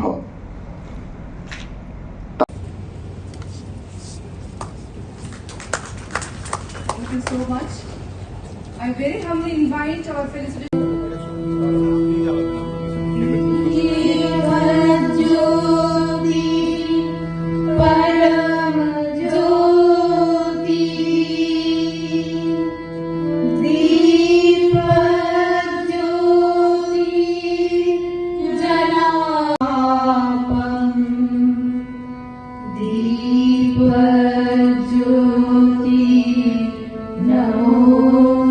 আজকের এই প্রোগ্রাম এটা অখিল ভারতীয় রাষ্ট্রীয় শৈক্ষিক মহাসংঘে তারা আয়োজন করেছে। তো আজকের এই প্রোগ্রামের মূল উদ্দেশ্য হচ্ছে আমাদের দেশে 2020 সালের 29শে জুলাই যে জাতীয় শিক্ষানীতির অনুমোদন হয়েছে, প্রায় 5 বছর হতে চলল।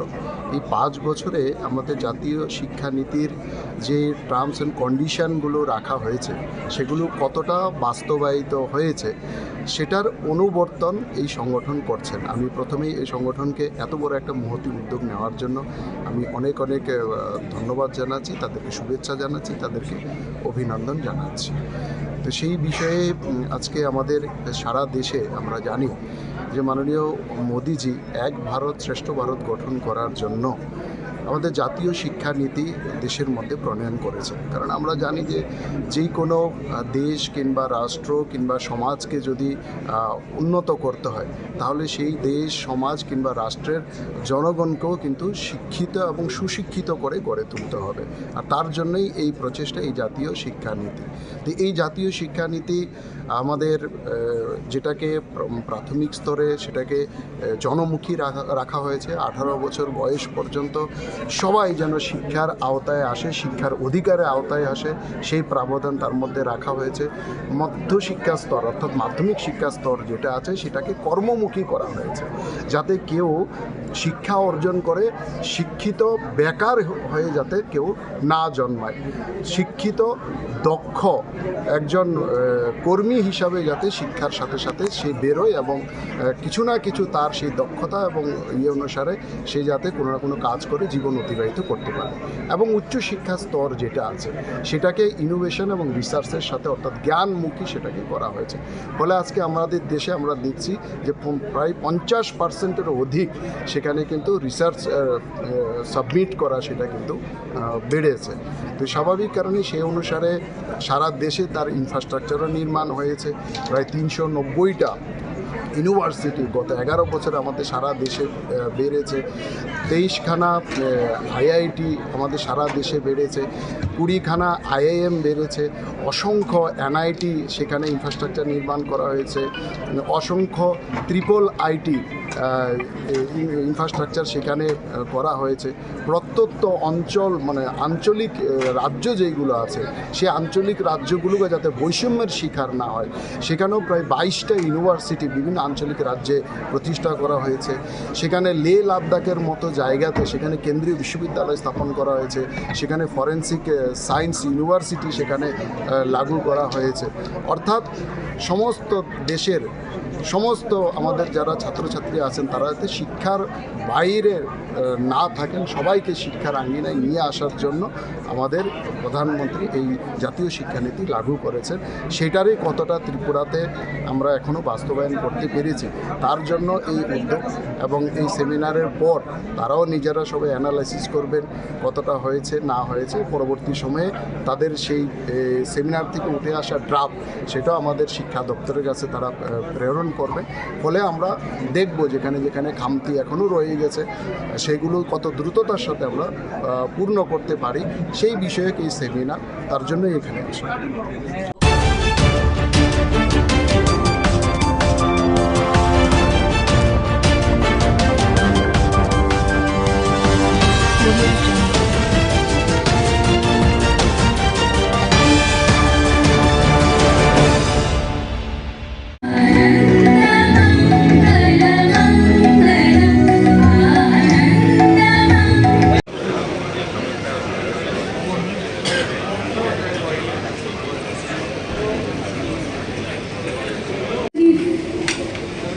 প্রধান অতিথি তথা মাননীয় উদ্বোধক প্রসেনজিৎ নন্দী এবং শিল্পী সমীরণ রায়। এবারে অত্যন্ত বিনম্রতার সাথে অনুরোধ করব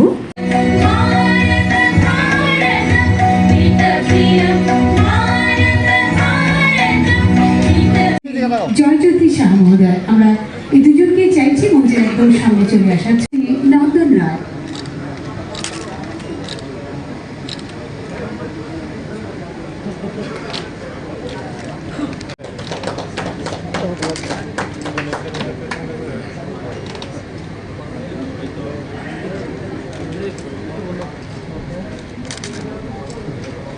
নন্দন রায়,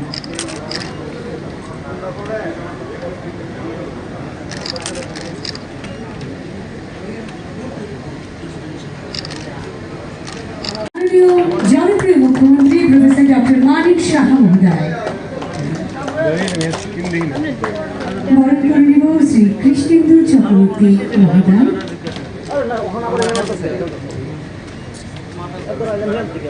অত্যন্ত বিনম্রতার সাথে মঞ্চে আহ্বান করব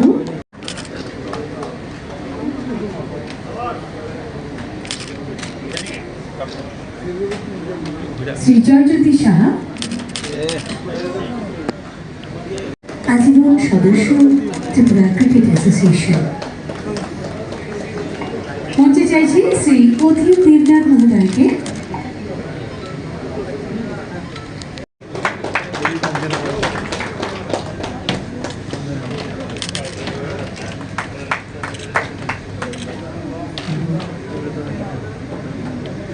ধন্যবাদ। মঞ্চে চাইছি শ্রী সৌমিত্র গোপ মহোদয়। ত্রিপুরা ক্রিকেট অ্যাসোসিয়েশনের যারা নতুন আজীবন সদস্য যারা হয়েছেন তাদেরকে যে আজকে সংবর্ধনা প্রধান অনুষ্ঠান, সেই অনুষ্ঠানে আমাদের মাঝে উপস্থিত আছেন ত্রিপুরা সরকারের মাননীয় মন্ত্রী শ্রী টিঙ্কু রায় মহোদয়, যিনি বিস্তারিত এখানে আলোচনা এখানে রেখেছেন। আমাদের মাঝে উপস্থিত আছেন শ্রী তপন লোধ মহোদয়, অনারেবল প্রেসিডেন্ট ত্রিপুরা ক্রিকেট অ্যাসোসিয়েশনের। উনিও ওনার বক্তব্য আমাদের সামনে প্লেস করেছেন। তাছাড়া যিনি স্বাগত ভাষণ আমাদের সামনে রেখেছেন শ্রী সুব্রত দেব, অনারেবল সেক্রেটারি ত্রিপুরা ক্রিকেট অ্যাসোসিয়েশনের। এবং এখানে উপস্থিত আছেন জাস্টিস অরিন্দম লোধ, প্রাক্তন জাস্টিস এবং এখন চেয়ারম্যান ত্রিপুরা হিউম্যান রাইটস কমিশনের।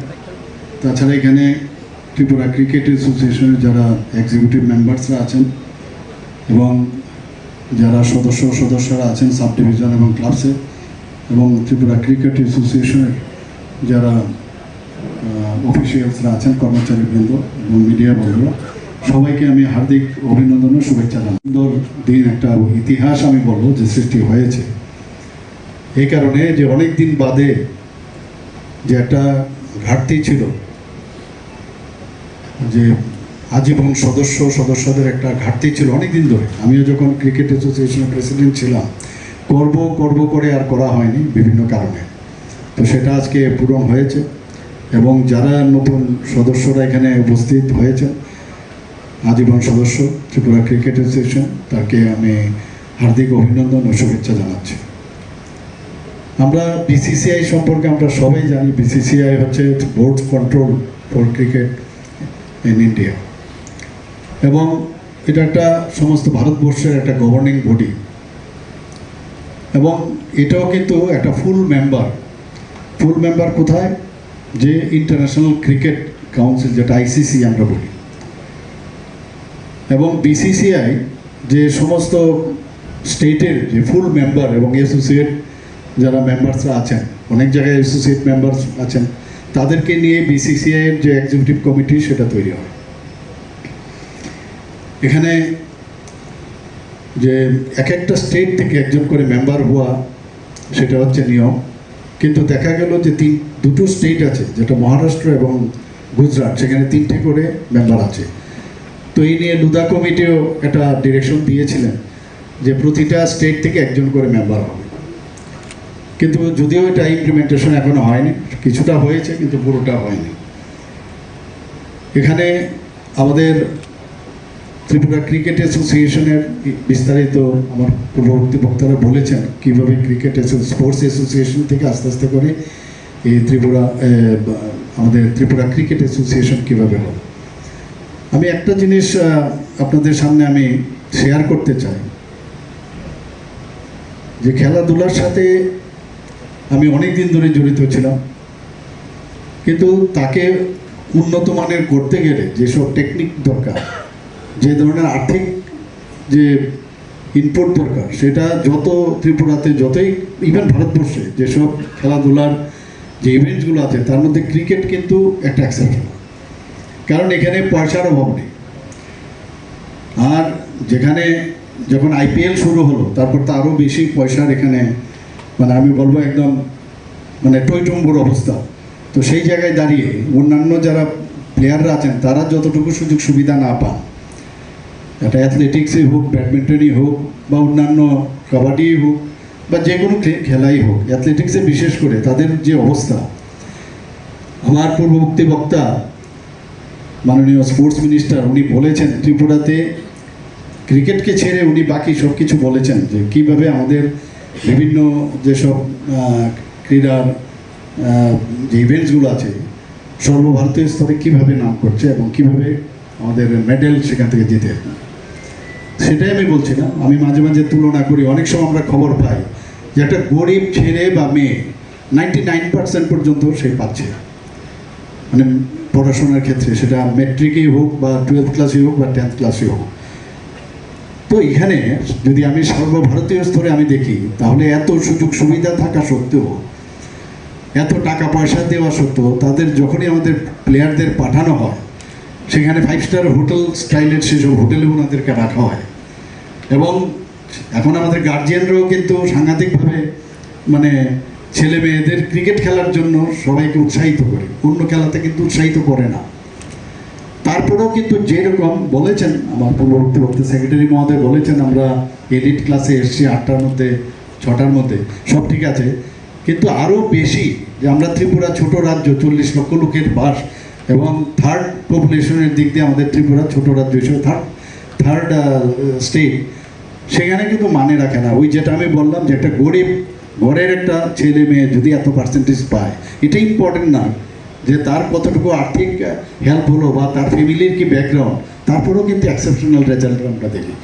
ত্রিপুরার ছেলে মেয়েরা আমরা দেখেছি বাইরে যে কোনো জগতেই যখন ন্যাশনাল লেভেলে, ইন্টারন্যাশনাল লেভেলে যায়, যখন সে জায়গাটা পায় তখন তার ট্যালেন্ট কিন্তু দেখাতে পারে। তো আমি আশা করবো এখানে এত কিছু আমাদের মেম্বাররা, এখানে যারা এসছেন নতুন নতুন মেম্বাররা, তারা নিশ্চয়ই এই বিষয়ে আপনারা ওনাদেরকে আইডিয়া দেবেন, এবং তাতে করে আরও ভালো করে ত্রিপুরা ক্রিকেট অ্যাসোসিয়েশন সামনের দিকে এগিয়ে যাবে। আমরা স্বচ্ছতার কথা সবসময় বলি, কিন্তু ক্রিকেট অ্যাসোসিয়েশনকে নিয়ে বা ক্রিকেটের যে বিষয় নিয়ে অনেক সময় অনেকে মানে এটা নিয়ে আলোকপাত করেন। আমি এটাই বলবো যে স্বচ্ছতার সাথে যদি আগামী দিন এই ক্রিকেটকে আমরা সামনের দিকে এগিয়ে নিয়ে যেতে পারি, এবং বর্তমান যে ক্রিকেট অ্যাসোসিয়েশন আছে, আমি মানে ইনডাইরেক্টলি, আমি তো ডাইরেক্টলি এই বিষয়ে কথা বলতে পারি না, ইনডাইরেক্টলি আমি কিন্তু তার নজরদারি আমি রাখি যে কোনো জায়গায় কোনো রকম যেন অস্বচ্ছতার কোনো স্থান না থাকে। কারণ এগুলো কিন্তু হয় যখনই কোনো একটা বিশেষ একটা জায়গা থাকে যেখানে মানে পয়সাপাতির বিষয় আছে, সেখানে কিন্তু অনেকের আবার এখানে ইন্টারফেয়ার করার একটা টেন্ডেন্সি থাকে। তো সেই জায়গায় আমাদের এটা একটা মানে আন্দোলন বলা যায় যে কোনো অবস্থায় এখানে অস্বচ্ছতার যে কোনো অবস্থান। আমাদের ত্রিপুরা সরকার এর মধ্যে যখন ক্রিকেট যে নতুন স্টেডিয়াম এখানে হচ্ছে ইন্টারন্যাশনাল ক্রিকেট অ্যাসোসিয়েশনের যে উদ্যোগে, সেখানে আমাকে বললো যে কিছু জায়গার সমস্যা আছে, কারণ গাড়ি যদি ভিতরে যায় সেখানে কিন্তু জায়গা সেভাবে নেই যে গাড়ি ঘুরে সেখানে আসবে। আমাকে বারবার বললো যে এখানে কিছু মানে জায়গায় একুইজিশন করতে হবে। আমি সাথে সাথে আধিকারিকদের বললাম, সেটারও প্রায় কাজ আমি মনে হয় সেটা হয়ে গেছে, প্রায় শেষের পথে। আমার কাছে গতকাল একটা ফাইল এসছে গত 2-3 দিন আগে, যে সাপ্রুমেও একটা এডুকেশন ডিপার্টমেন্ট থেকে একটা জায়গা ক্রিকেট অ্যাসোসিয়েশনকে দিতে হবে। আমি সাথে সাথে সেটাকে মঞ্জুরি দিয়ে দিয়েছি, সেখানেও একটা ত্রিপুরা ক্রিকেট অ্যাসোসিয়েশন একটা ক্রিকেট মাঠ সেখানে হবে। এখানে যারা আমার আগের বক্তারা বলেছেন, মাননীয় সভাপতি সম্পাদক দুজনেই বলেছেন যে আমরা টিসিএ সম্মানের সঙ্গে এবং এটার যে গরিমা সেটাকে বজায় রেখে আমরা কাজ করছি। মাননীয় মুখ্যমন্ত্রী যিনি, তিনিও এই টিসিএর সভাপতি ছিলেন। অত্যন্ত গর্বিত আমরা এই টিসিএকে নিয়ে। কিন্তু আমাদের মাথায় রাখতে হবে, আমরা কিন্তু উত্তর পূর্বাঞ্চলের মধ্যে যে দুটো রাজ্য খেলাধুলায় খুব অগ্রণী ভূমিকায় রয়েছে, সেটা একটা মণিপুর আর একটা ত্রিপুরা রাজ্য। আপনারা যেহেতু খেলার সঙ্গে যুক্ত রয়েছেন, আপনাদের এই কথাগুলো না বললে না হয়। মাননীয় মুখ্যমন্ত্রী অনেক ব্যস্ততা রয়েছে, অন্য জায়গায় যাবেন, তারপরেও আমি এই এক দুটা কথা আপনাদেরকে বলতে হয় যে আমরা উত্তর পূর্বাঞ্চলের মধ্যে ছোট রাজ্য হলেও এমন একটা রাজ্য ত্রিপুরা, যেখানে মণিপুরের পরে কোনো রাজ্যে খেলাধুলায় রাষ্ট্রপতি অ্যাওয়ার্ড ইতিমধ্যে আমরা 7খানা পেয়েছি। যারা পদ্মশ্রী, অর্জুন অ্যাওয়ার্ড, দ্রোণাচার্য অ্যাওয়ার্ড, এরকম 7খানা অ্যাওয়ার্ড একমাত্র কোনো খেলায় যেখানে আমরা রাষ্ট্রপতি পুরস্কার পেয়েছি সেই রাজ্য হচ্ছে আমাদের ত্রিপুরা রাজ্য। যেখানে কল্পনা দেবনাথ পেয়েছে, মন্টু দেবনাথ পেয়েছে, আমাদের সোম দেববর্মন পেয়েছে, আমাদের দীপা কর্মকার যিনি পদ্মশ্রী অ্যাওয়ার্ড পেয়েছে, খেলরত্ন অ্যাওয়ার্ড, ভারতবর্ষের সবচেয়ে যে প্রেস্টিজিয়াস অ্যাওয়ার্ড যেটা, সেটাও সে পেয়েছে। ইতিমধ্যে আরও অনেক খেলোয়াড়রা জাতীয় স্তরে এবং আন্তর্রাষ্ট্রীয় স্তরে ভালো সুনাম অর্জন করেছে আমাদের রাজ্যের অনেক মেয়েরা, অনেক ছেলেরা। আপনারা জানলে খুশি হবেন, কয়েকদিন আগেই আমাদের প্রতিষ্ঠা সামন্ত জুনিয়র জিমন্যাস্টিক প্লেয়ার ছিল, ভারত সরকার রেল মন্ত্রকে চাকরি দিয়েছে, অর্থাৎ তাকে খেলার সুযোগ করে দিয়েছে। সে ভারত সরকার রেল মন্ত্রকে কাজ করবে, কিন্তু সেখানে সে প্রশিক্ষণ নেবে এবং আরও যেন অলিম্পিকে পার্টিসিপেট করতে পারে, সেরকম একটা সম্ভাবনা আমরা দেখছি। আমাদের অস্মিতা দে, যেটা উত্তরপ্রদেশ গভর্নমেন্ট নিয়েছে, উড়িষ্যাতে আমাদের এখানকার অনেক ছেলে মেয়েদেরকে উড়িষ্যা গভর্নমেন্ট নিয়েছে। তো ইতিমধ্যে ভারতবর্ষের মধ্যপ্রদেশ গভর্নমেন্ট, উত্তরপ্রদেশ সরকার এবং ভারত সরকার আমাদের এখানকার অনেক ছেলে মেয়েদেরকে যারা নিয়েছে, যারা জাতীয় স্তরে এবং আন্তর্রাষ্ট্রীয় স্তরে ভালো সুনামের সঙ্গে তারা খেলাধুলা করছে। আমরাও আমাদের রাজ্যে খেলাধুলার পরিকাঠামো যেভাবে টিসিএ তাদের এখন বর্তমানে আমাদের ইন্টারন্যাশনাল স্টেডিয়ামের কাজ হচ্ছে, এছাড়া অনেকগুলো ইনডোর হল প্র্যাকটিসের জন্য করছে। আমরাও কিন্তু ত্রিপুরা সরকার আমাদের অনেকগুলো মাঠ, আমরা ইতিমধ্যে সিনথেটিক টার্ফ ফুটবল মাঠ 15খানা, ট্রাইবাল ওয়েলফেয়ার এবং স্পোর্টস দপ্তর মিলে 15খানা মাঠ আমরা অলমোস্ট কমপ্লিট সবগুলো মাঠই ধরে নিতে পারে। অনেক মাঠে খেলাধুলা হচ্ছে, বাকি 1-2টা মাঠ যেগুলো ইনোগ্রেশন হবে, এরকম 15খানা মাঠ আমরা ট্রাইবাল ওয়েলফেয়ার দপ্তর এবং আমাদের স্পোর্টস দপ্তর রেডি করেছি। এটা উত্তর পূর্বাঞ্চলে আমরা বলতে পারি সবচেয়ে বেশি মাঠ কোনো রাজ্যে, সেটা আমাদের ত্রিপুরাতে 15খানা সিনথেটিক ফুটবল মাঠ রয়েছে। আপনারা যারা খেলার বিশেষজ্ঞ যারা রয়েছে, অনেকে ভাবছেন যে সিনথেটিক মাঠ তো শুধু যারা বুট পরে খেলবে তাদের জন্য এই মাঠগুলো আপনারা করছেন। ন্যাচারাল আমরা 20খানা মাঠ একসঙ্গে আমরা কাজ করছি, ন্যাচারাল ঘাসের 20খানা মাঠ আমরা তৈরি করছি এবং অনেকগুলো মাঠ তৈরি হয়েছে। এছাড়া যেগুলো তৈরি হচ্ছে জোলাইবাড়িতে, আমাদের ফটিকরায়, কৈলাসহর এবং আমাদের এখানে শান্তির বাজারে মিনি স্টেডিয়াম সহ আমরা মাঠ তৈরি করছি। এই ধরনের আমাদের সিনথেটিক অ্যাথলেটিক ট্র্যাক 2খানা ট্র্যাক তৈরি হয়েছে আমাদের রাজ্যে, একটা পালিসাগর, একটা আগরতলাতে রয়েছে। আমাদের হকি মাঠ, সিনথেটিক হকি মাঠ ইতিমধ্যে আমরা ইনোগ্রেশন করেছি। মিনি স্টেডিয়াম আমরা জেলাগুলোতে ইনডোর হল, ইতিমধ্যে 3খানা জেলাগুলোতে ইনডোর হল তৈরি করছি। আগে কি হতো, সমস্ত টুর্নামেন্ট যেগুলো হতো আগরতলা কেন্দ্রিক ছিল, আগরতলা হতো, কিন্তু এখন আগরতলা না, এখন সারা রাজ্যে যেন খেলাধুলার প্রচার এবং প্রসার দুটোই ঘটে, এর জন্য কিন্তু আমরা সেই সমস্ত জায়গায় এক ধরনের খেলাগুলোও করছি। আমাদের স্কুল দপ্তরে যে সমস্ত খেলা হয়, স্কুল স্পোর্টস আমাদের দপ্তর এবং এডুকেশন ডিপার্টমেন্ট মিলে আন্ডার 17 যত খেলা হতো আগে আগরতলাতে হতো, এগুলো কিন্তু এখন আমরা মফস্বলে করছি, গ্রামীণ এলাকাতে সেগুলোকে জেলায় জেলায় মহকুমাতে আমরা সেই ধরনের খেলা আয়োজন করছি। সেখানে আমরা জাতীয় মানের টেনিস কোর্ট, জাতীয় মানের ভলিবল কোর্ট, ন্যাচারাল ঘাসের মাঠ, এগুলো আমরা গোটা রাজ্যে করছি। একদিকে যেমন এই পরিকাঠামো উন্নয়ন হচ্ছে, অন্যদিকে খেলোয়াড়দের জন্য আগে যারা খেলোয়াড়রা বাইরে যেত তাদেরকে কোনো ধরনের ইন্স্যুরেন্স ছিল না, কোনো দুর্ঘটনা ঘটলে তাদের চিকিৎসার ব্যবস্থা বা পুনরায় সে মাঠে ফিরে আসবে তার সম্ভাবনা খুব কম ছিল। এখন কিন্তু আমরা তাদের জন্য বিমান ব্যবস্থা করে দিয়েছি, কোনো খেলোয়াড়রা বাইরে গিয়ে কোনো কারণে কোনো দুর্ঘটনা হয়ে গেলে তাকে পুনরায় চিকিৎসা করানো এবং সে মাঠে ফিরতে পারে, তার জন্য সরকার আর্থিক ব্যবস্থা করেছে। এছাড়াও আমরা তাদের জন্য বিভিন্ন টুর্নামেন্ট থেকে যারা অ্যাওয়ার্ড দিচ্ছে, জাতীয় স্তরে বা আন্তর্রাষ্ট্রীয় স্তরে যারা অ্যাওয়ার্ড দিচ্ছে, তাদেরকেও আমরা আর্থিক সাহায্যের ব্যবস্থা রেখেছি। আমরা ইতিমধ্যে যে সমস্ত ছেলেমেয়েরা বাইরে মেডেল দিচ্ছে, এদেরকে আমরা 1 লক্ষ টাকা গোল্ড এবং সিলভার 50,000 টাকা, ব্রোঞ্জ 25,000 টাকা দিচ্ছি।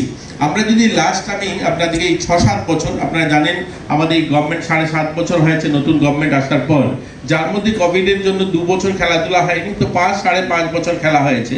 সেখানে জাতীয় স্তরে খেলো ইন্ডিয়া বা ন্যাশনাল গেমসে আমরা 46 অর্থাৎ 46টা গোল্ড মেডেল এবং 50টা সিলভার মেডেল এবং ব্রোঞ্জ মেডেল 7খানা জিতেছি আমাদের রাজ্য। এবং আমাদের এখানে যারা অ্যাসোসিয়েশনগুলো, যারা বড়, যারা 19 বছর উপরে যারা খেলাধুলা করে, তারাও 17খানা গোল্ড এবং 18টা সিলভার, 30টা ব্রোঞ্জ মেডেল জিতেছি।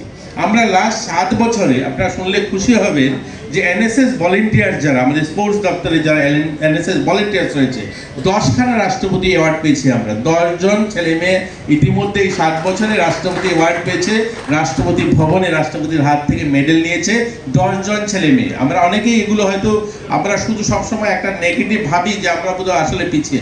ছোট রাজ্য হলো, একদিকে যেমন সরকার মানুষের জীবনমান উন্নয়নের জন্য কাজ করছে। আমি উত্তর ত্রিপুরা থেকে আসি, যেখানে 7 ঘন্টা আগরতলায় আসতে লাগতো, এখন হয়তো সেটা আসলে মানুষ কি হয় পাওয়ার পরে সেটা রিয়েলাইজেশন থাকে না, ভুলে যায়। যারা পুলিশে কাজ করেন তারা বলতে পারবেন যে 6 থেকে 7 ঘন্টা সময় ধর্মনগর থেকে আগরতলা আসতে আজ 2.5 ঘন্টা আমরা চলে আসি। এটা পরিবর্তন হয়েছে। এটা আগরতলাতে যারা আছেন তারা সেটা রিয়েলাইজ করতে পারবেন না, কিন্তু আমরা বুঝি যে আমরা যখন আসতাম যে বর্ষার সময় আগরতলা আসবো কিনা সেটা সন্দেহ থাকতো। যে একটা ন্যাশনাল হাইওয়ে কোনো কারণে বন্ধ হয়ে গেল, 18 মধ্যে মাটি ভেঙে পড়ে গেল রাস্তায়, তাহলে আর আসা যাবে না, সেই 18 মধ্যে ফিরে আবার ধর্মনগর যেতে হতো। আজ কিন্তু অল্টারনেটিভ ন্যাশনাল হাইওয়ে আমরা প্রায় মহতী অনুষ্ঠানে উপস্থিত হয়েছেন। রয়েছি আমরা ত্রিপুরা ক্রিকেট অ্যাসোসিয়েশনের নতুন আজীবন সদস্য পদের জন্য যাদেরকে আমরা পেয়েছি, অত্যন্ত আনন্দিত। আমরা বরণ করে নেব শ্রী অরিন্দম নাথ মহোদয়কে। পথে আমার সময় সেখানে আমি 2-3 বার গেছি, সেখানেও গিয়ে দেখেছি অনেক জায়গার মধ্যে যেটাকে 100% প্রপার কাজ করা দরকার, সেখানেও আমি দেখেছি যে কিছু সমস্যা থাকে, মানে সমস্যাই সমস্যা, কিন্তু সমস্যাটাকে কীভাবে সমাধান, এর জন্য যে চেষ্টা, সেটা আমরা আমার সময় আমি চেষ্টা করেছি, এবার ওনারা করে সেটাকে সমাপ্ত করেছে। ধর্মনগরও একটা সুন্দর একটা স্টেডিয়াম সেখানে হয়েছে। এবং এখানে যারা নতুন যারা মেম্বার্স হয়েছেন তাদের কাছে আমার একটা অনুরোধ থাকবে, আপনারা সময় সময় আপনারা নিজেরাও বসবেন, আপনাদের একজন রিপ্রেজেন্টেটিভ মেম্বার থাকবে। কিন্তু একটা কথা বলতে হবে যে আমরা যারা এখানে এই ক্রিকেট অ্যাসোসিয়েশন আমরা করেছি, তা কাদের জন্য করেছি? তো আসলে প্লেয়ারদের জন্য। তো প্লেয়ারদের প্রপার ট্রেনিং এখানে বলা হয়েছে যে ক্রিকেটের একটা এখানে একটা ইয়ে করবে, আপনাদের একাডেমি করা হবে। আমার সময় আমি অনেক ট্রাই করেছিলাম, বেঙ্গালুরু আমি গিয়েছিলাম, সেখানে কিভাবে ক্রিকেট একাডেমি করতে হয়, কীভাবে মানে সেখানে ওদেরকে ট্রেনিং দেওয়া হয়, এবং সেটা সত্যিকার অর্থে এটা খুব প্রয়োজন, কথাই নয় কাজের মাধ্যমে সেটা হয়। আমি বলবো যে ওনারা যে কয়েকটা জায়গার মধ্যে বলেছেন যে কিছু লোক ইন্টারেস্ট ওনারা জানিয়েছেন, যদি সেটা না হয় আমাদের সরকারের তরফ থেকে আমরা ইচ্ছে করলে সেই জায়গা আমরা দিতে পারি, কোনো সমস্যা নেই। এবং সেখানে প্রপারলি একদম ডিজাইন শুদ্ধ একদম যা যা দরকার, practice makes a man perfect. আমি প্র্যাকটিসের উপর কিচ্ছু হবে না। এবং আজকাল আমরা দেখি যে খেলার জগতে বহুত ছেলে মেয়েদের ওরা তো আসেই, তাতে করে যে ড্রাগ এডিকশনের যে বিষয়, তার থেকেও আমরা কিন্তু অনেকটা মানে ওদেরকে মুক্ত রাখতে পারি। কিন্তু আমার নিজে যখন আমি প্রেসিডেন্ট ছিলাম তখন আমি দেখেছি কয়েকজনকে সব ড্রাগ এডিক্টেড কয়েকজন আমি ছেলেদের আমি দেখেছি।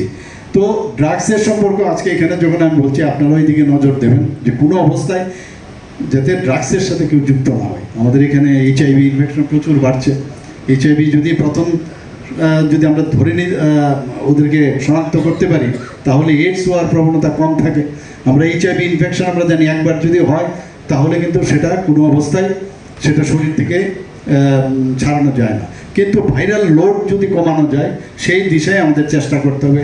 আগে ভাগে যখন এটাকে আমরা শনাক্ত যদি করতে পারি, অটো ইমিউন যে ডিজিজ যেটা হয় যে এইডসের, সেটা কিন্তু মানে আমাদের যে ভাইরাস, সেই ভাইরাসের HIV ভাইরাসের কারণে কিন্তু সেটা হয় না, সেটা হয় আমাদের শরীরের যে মানে WBC সেটার কিন্তু কমজোর করে দেয়, সেটাকে আঘাত করে। তো যেহেতু আমাদের শরীরের মধ্যে যখন এই HIV ভাইরাস হয়, সেই WBC যখন তার ডিপ্লিশন হয় তখনই কিন্তু অপরচুনিস্টিক যে ব্যাকটেরিয়া ভাইরাস বা অন্যান্য যেসব মাইক্রো অর্গানিজম তখন তাকে ধরে, সেই কারণে কিন্তু মারা যায়। তা আমাদের যারা প্লেয়ার আছে তারা যদি এইসব দিকে ধাবিত না হয়, সেই দিকে আপনারা সবাই নজর রাখবেন, তাদেরকে এই বিষয়ে বলবেন। পুরো শুধু তাদের সমস্যা না হয়, তাদের হয় না, হিউম্যান রিসোর্সেরও সমস্যা হয়, আমাদের পরিবারের সমস্যা হয় এবং রাজ্যেরও সমস্যা হয়। এই দিকেও আপনারা মাঝে মাঝে এই অ্যাওয়ারনেসের বিষয় সেগুলো আপনারা বলবেন, কারণ আমরা কিছুদিন আগে অ্যাসেম্বলির মধ্যে আমরা আলোচনা করেছি, সেখানে যারা অ্যাসেম্বলির মেম্বাররা আছেন তাদেরকে নিয়েও আমরা কমিটি করেছি এবং আমি আশা করি আপনারাও ওই বিষয়গুলো আপনারা কথা বলবেন। বিভিন্ন এলিমিনেশন অফ টিউবারকুলোসিস থেকে আরম্ভ করে সব দিক থেকে আমাদের ছেলে মেয়েরা যদি সুস্থ থাকে, স্বাস্থ্যবান হয়, তাহলে আগামী দিন ভালো প্লেয়ার হতে পারবে। তো এই বিষয়গুলো আপনাদের রাখতে হবে। আরেকটা হচ্ছে যে প্র্যাকটিস, শ্যাডো প্র্যাকটিস থেকে আরম্ভ করে বিভিন্ন আজকাল যে কোচরা আছেন, বেস্ট কোচ, ক্রিকেট অ্যাসোসিয়েশনের টাকার অভাব যেহেতু নেই, তো বেস্ট যে কোচ তাদেরকে এনে দরকার পড়লে আমাদের ছেলে মেয়েদের মানে ভালোভাবে তাদের শিক্ষিত করা তোলা উচিত। এবং আগামী দিন আমি শিওর যেভাবে নাম ত্রিপুরার এখন বিভিন্ন যেসব প্যারামিটার সব দিকে কিন্তু আমরা অনেক উন্নত মানের আছি, খেলার জগতেও আমরা সেটা করব। আর ক্রিকেটে আমি আশা করি যে রেজাল্ট আমরা এসে এর থেকে আরও ভালো করে যাতে রেজাল্ট করতে পারি সেই দিকে আপনারা নজর রাখবেন। এখানে যারা আবার নতুন মেম্বার এসছেন সবাইকে আবার স্বাগত জানিয়ে আমার কথা বলা শেষ করছি। সবাইকে নমস্কার, জয় হিন্দ। মাননীয় জনপ্রিয় মুখ্যমন্ত্রী শ্রদ্ধেয় প্রফেসর শুভেচ্ছা স্বাগত। আজকে দীর্ঘদিন পর রিটায়ার্ড হাইকোর্ট জাস্টিস শ্রদ্ধেয় অরিন্দম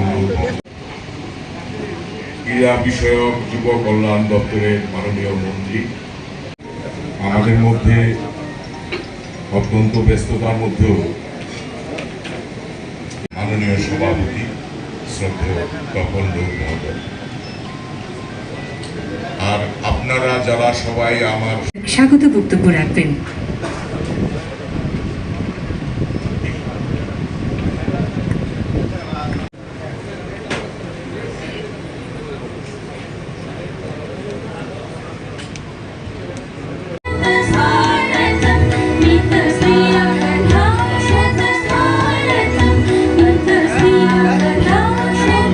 আমাদের জন্য কাছে চলে এসেছে। এরকম আমাদের রাজ্যের ছেলেমেয়েরাও, আপনারা যারা এখানে অভিভাবকরা রয়েছেন, লাইফ মেম্বাররা যারা রয়েছেন, তাপসদা রয়েছেন, আমি দেখছি অনেক সিনিয়র মেম্বার, ওনারা যখন দিল্লি মুম্বাই যেতেন বিভিন্ন কাজে, তারা গুয়াহাটি থেকে ট্রেনে বসতে হতো। আজ কিন্তু গুয়াহাটি বসতে হয় না, আগরতলা শহরে এখানে ট্রেনে চেপে 18টা শহরে ভারতবর্ষের যাওয়া যায়। এগুলো পরিবর্তন হয়েছে, এগুলো আমরা হয়তো ভুলে যাই অনেকে। 1964 ধর্মনগরে রেল এসছে, আর ওই রেল 25 বছর সময় লেগেছে কুমারঘাট আসতে। 1989-এ কুমারঘাট রেল এসছে, অর্থাৎ 30 কিলোমিটার রাস্তা আসতে 25 বছর সময় লেগেছে। আর এই রেল আজ সাবরুম পর্যন্ত 2014 সালের পর সাবরুম থেকে বদরপুর বটগেজ হয়েছে মাত্র 5 বছরে। আর সেখান থেকে সারা ভারতবর্ষে 18খানা ট্রেন আর গোটা ভারতে যায় বিভিন্ন প্রান্তে। এখন আমরা হাতের কাছে এগুলো পেয়ে গেছি, তাই আমরা ভুলে গিয়েছি যে এত কিছু ডেভেলপমেন্ট হয়েছে। যাই হোক, আমি প্রসঙ্গের বাইরে গেছি যে এরকম আমাদের মাননীয় মুখ্যমন্ত্রী এমন একজন, আমি যদিও ক্রীড়ামন্ত্রী, আমি খেলায় খুব একটা সেখানে নিজেকে সামিল করিনি কোনোদিনই, কিন্তু মাননীয় মুখ্যমন্ত্রী একজন স্পোর্টসম্যান, এবং ওনার যেহেতু স্পোর্টসম্যান, তিনি এই খেলাধুলার প্রতি এত ওনার ভালোবাসা বা খেলার প্রতি ওনার এত আগ্রহ, আজকের দিনে আমি বলতে পারি যে আমাদের এইখানে পার্শ্ববর্তী উমাকান্ত মাঠটা, ভাবুন এই মাঠটা তো সিনথেটিক হয়েছে, বা এই মাঠের নামকরণ যদি দেখুন, বা আমাদের আজ বাধারঘাটে যে ফুটবল মাঠগুলো আমরা করেছি, ফুটবল মাঠ, সিনথেটিক হকি ট্র্যাক বা অ্যাথলেটিক ট্র্যাক করেছি, এখানে ওনার ভাবনাটা যদি দেখুন সেটা আপনারা অনুভব করতে পারবেন যে আজ থেকে 50 বছর আগে একজন প্লেয়ার ফুটবল খেলতে গিয়ে এই উমাকান্ত মাঠে মারা যান, গোল ধরতে গিয়ে, গোলকিপার। ওনার নামে আমরা যখন মাঠটা তৈরি করলাম, ওনার কাছে যখন বললাম যে এই মাঠটা তৈরি হয়েছে, আপনি ইনগুরেশন করবেন, তিনি তখন বললেন ওই প্রতুল ভট্টাচার্য নামে একজন খেলোয়াড় আজ থেকে 50 বছর আগে যার মৃত্যু হয়েছে ফুটবল খেলতে গিয়ে, ওনার নামে যদি এই মাঠটাকে করা যায় তাহলে কি হবে। এই যে ভাবনাটা, খেলোয়াড়দের প্রতি সম্মান যে, এবং প্রতুল ভট্টাচার্যের নামে শুধু মাঠ নয়, আমরা যুব আবাস করেছি আমবাসাতে, সেখানে মধুসূদন ঝার নামে সেই আবাসটাকে উৎসর্গিত করা হয়েছে, বা আমরা আমাদের যে অ্যাথলেটিক ট্র্যাক বা আমাদের হকি মাঠ, প্রত্যেকটা মাঠকে আজ আমরা আমাদের রাজ্যের যারা এরকম খেলোয়াড়রা যারা নিজের জীবন দিয়েছেন খেলার জন্য, একটা লম্বা সময় এই রাজ্যে সম্মানের জন্য দিয়েছেন, এই রাজ্যকে সারা দেশের সামনে তোলার জন্য তুলে দিয়েছেন, এদের নামে আজ সেই মাঠগুলো আমরা যুব আবাস বা অন্যান্য পরিকাঠামো যেগুলো করছি সেগুলো উৎসর্গিত করা হয়েছে। এতে প্রমাণ করে, এতে আমরা বুঝতে পারি যে মাননীয় মুখ্যমন্ত্রী খেলার প্রতি যে ওনার আগ্রহ বা উনি খেলাকে কতটুকু ভালোবাসেন। যাই হোক, ওনার নেতৃত্বে আজ আমরা আমাদের রাজ্যে খেলা অনেকখানি এগিয়েছে। আমরা আশাবাদী আগামী দিন অলিম্পিকে আমরা অনেক প্লেয়ারকে আমাদের রাজ্য থেকে দেখতে পারবো। আমরা 2025 সাল শুরু হয়েছে, মাত্র 7 মাস চলছে। এই 7 মাসের অ্যাচিভমেন্ট যদি আমি বলি আপনাদেরকে, আমি এই কথাগুলি এর জন্য বলছি, ক্রিকেটে যারা আছেন, যারা ক্রিকেট পরিচালনা করছেন, আপনাদের কাছে আরও আশাবাদী, আমরা আরও ভালো করা চাই। মানে আপনারা করছেন, আমি আপনাদেরকে বলছি না আপনারা করছেন, কিন্তু আরও করতে হবে। অন্যান্য খেলা যেভাবে আমরা অ্যাচিভমেন্ট করছি, সাব জুনিয়র ন্যাশনাল জুডো হয়ে চ্যাম্পিয়নশিপ হয়েছে 2025-এ, আমরা সেখানে গোল্ড মেডেল এবং সিলভার মেডেল দুজনে আমাদের পেয়েছে। আমাদের 68 ন্যাশনাল যোগা হয়েছে 2025 হায়দ্রাবাদে, সেখানে গোল্ড মেডেল কৃতিকা দত্ত পেয়েছে। আমাদের এখানে 68 ন্যাশনাল স্কুল গেম 2024-25 পাঞ্জাবে হয়েছে, সেখানে গোল্ড মেডেল পেয়েছে তানিয়া দাস এবং সিলভার মেডেল পেয়েছে ওমা বেগম। খেলো ইন্ডিয়া হয়েছে 2025 বিহারে, সেখানেও আমাদের ব্রোঞ্জ মেডেল তানিয়া দিয়ে জিতেছে। জিমন্যাস্টিক ন্যাশনাল চ্যাম্পিয়নশিপ হয়েছে 2025, গোল্ড মেডেল শ্রীপর্ণা দেবনাথ জিতেছে। আমরা শ্রীপর্ণা দেবনাথকে আরও ভালো খেলার জন্য কয়েকদিন আগে মাননীয় মুখ্যমন্ত্রী উনি বলেছেন, এবং আমরা ওকে 4 লক্ষ টাকা দিয়েছি যেন আরও ভালো কোচিং নিতে পারে। বাইরে আমরা তাকে অলিম্পিকে দেখতে চাই, তার জন্য বিশেষ কোচিংয়ের জন্য আমরা বাইরে তাকে পাঠিয়েছি। আমরা 2025 12 জানুয়ারি দিল্লিতে যে লোকনৃত্য বিভাগে অনুষ্ঠান হয়েছিল, সেখানে 3rd পজিশন পেয়েছি। প্রতিযোগিতা বিভিন্ন জায়গায় ন্যাশনাল লেভেলে ইউথ ফেস্টিভ্যাল হয়েছে, সেখানেও আমরা কিন্তু ক্লাসিক্যাল ভোকালে 3rd হয়েছি, আমরা ভারতনাট্যমে 2nd হয়েছি, লোকসঙ্গীতে 3rd হয়েছি। তো এরকম বিভিন্ন জায়গাতে নর্থ ইস্ট ড্রামা ফেস্টিভ্যাল হয়েছে, সেখানে 3rd হয়েছি। তো আমাদের রাজ্যের ছেলেমেয়েরা ভালো করছে, প্রতিভাবান ছেলেমেয়েরা আমাদের রাজ্যে রয়েছে। আমরা চাই ক্রিকেটও আরও ভালো করুক, আমরা যেন জাতীয় স্তরে আমরা ইন্ডিয়ান টিমে আমাদের ছেলে মেয়েদের টিমে আমরা আমাদের খেলোয়াড়কে দেখতে চাই। আমরা শুধু রঞ্জিতে পার্টিসিপেট করবো এরকম নয়, আমরা আমাদের ছেলে মেয়েদেরকে আমরা দেখতে চাই ওই সমস্ত জায়গায়। তার জন্য সকলে মিলে আজকে নতুন যারা নবাগত যারা লাইন মেম্বার হয়েছেন, পুরনো যারা আছেন এবং যারা টিসি এর মেম্বার যারা আছেন, সকলে মিলে সকলের প্রয়াসে আমরা আমাদের এই ক্রিকেটকে জাতীয় স্তরে দেখতে চাই, জাতীয় স্তরে খেলোয়াড় দেখতে চাই। এই প্রত্যাশা নিয়ে সবাইকে শুভেচ্ছা জানিয়ে আমি আমার আলোচনা শেষ করলাম। জয় হিন্দ।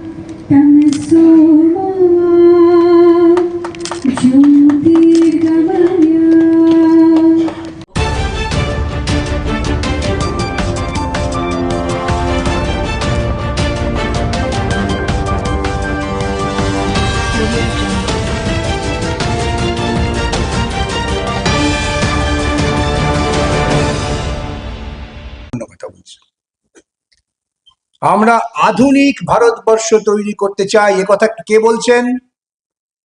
তিনি একজন হিন্দু মহাসভার প্রতিনিধি।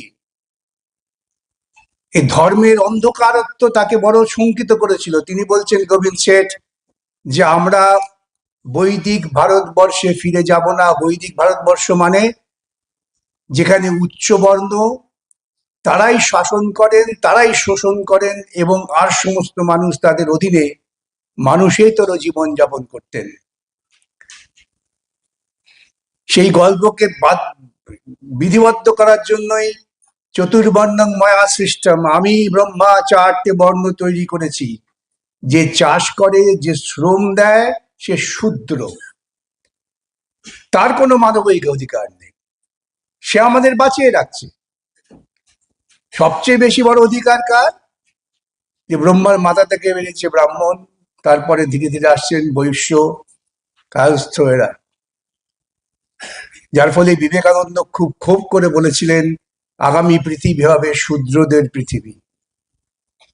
বিবেকানন্দ থেকে বড় বেদান্ত বেদ বিশারদ তো খুব কম ছিলেন।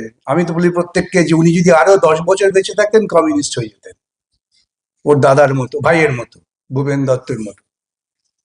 যেমন রবীন্দ্রনাথ ঠাকুর শুরু করেছিলেন উপনিষদ দিয়ে, শেষ করছেন ওই মাঠে চাষা যারা চাষ করে তারাই আমার প্রাণ। এই জায়গায় দাঁড়িয়ে যখন ভারতবর্ষের সংবিধান সভা আলোচনা হচ্ছে, আমি যেমন গোবিন্দ সেটের কথা বললাম, তেমন আরেকজনের কথা বলতে হয়। তিনি হচ্ছেন আদিবাসীদের প্রতিনিধি ছিলেন, জয়পাল সিং মুন্ডে। যখন এইরকম কথা হচ্ছে যে এই ভারতবর্ষ কি তাহলে ধর্মীয় শাসন হবে, যে ভারতবর্ষে আমি আপনি জন্মেছি, তিনি উঠে বলছেন দেখো তোমরা যারা এত ধর্ম করছো, তোমরা কেউ ভারতবাসী নও। একটা অত্যন্ত গুরুত্বপূর্ণ ঐতিহাসিক কথা তিনি বললেন, তোমরা কেউ ভারতবাসী নও, তোমরা সবাই ইনভেডার, তোমরা সবাই বিদেশ থেকে এসে ভারতবর্ষে অনুপ্রবেশ করেছো, তোমরা আক্রমণ করেছো, আক্রমণকারী ইনভেডার। আমরা আদিবাসীরা মূল ভারতবাসী। আমাদের কাছে ধর্ম কি? তিনি বলছেন আমাদের কাছে ধর্ম হচ্ছে প্রকৃতি। আমরা পাহাড় পুজো করি, আমরা গাছ পুজো করি, আমরা জন্তুর পুজো করি, কিন্তু তারা আমাদের বাঁচিয়ে রেখেছেন। ভারতবর্ষটা আমাদের, তোমাদের নয়। তোমরা এইরকম ধর্ম করে ঝগড়া করো না। ভারতবর্ষে থাকতে গেলে সম্মিলিতভাবে থাকতে হবে। আর গণতন্ত্র, আদিবাসীদের কাছে গণতন্ত্র তোমাদের শিখতে হবে। এই সমস্ত বিভিন্ন বিদগ্ধ আলোচনার পর প্রশ্ন এলো তাহলে ভারতবর্ষ কি হবে? অবজেক্টিভ রেজলিউশনে জওয়াহরলাল নেহরু বললেন আমরা গণতন্ত্র চাই। আরেকজন বললেন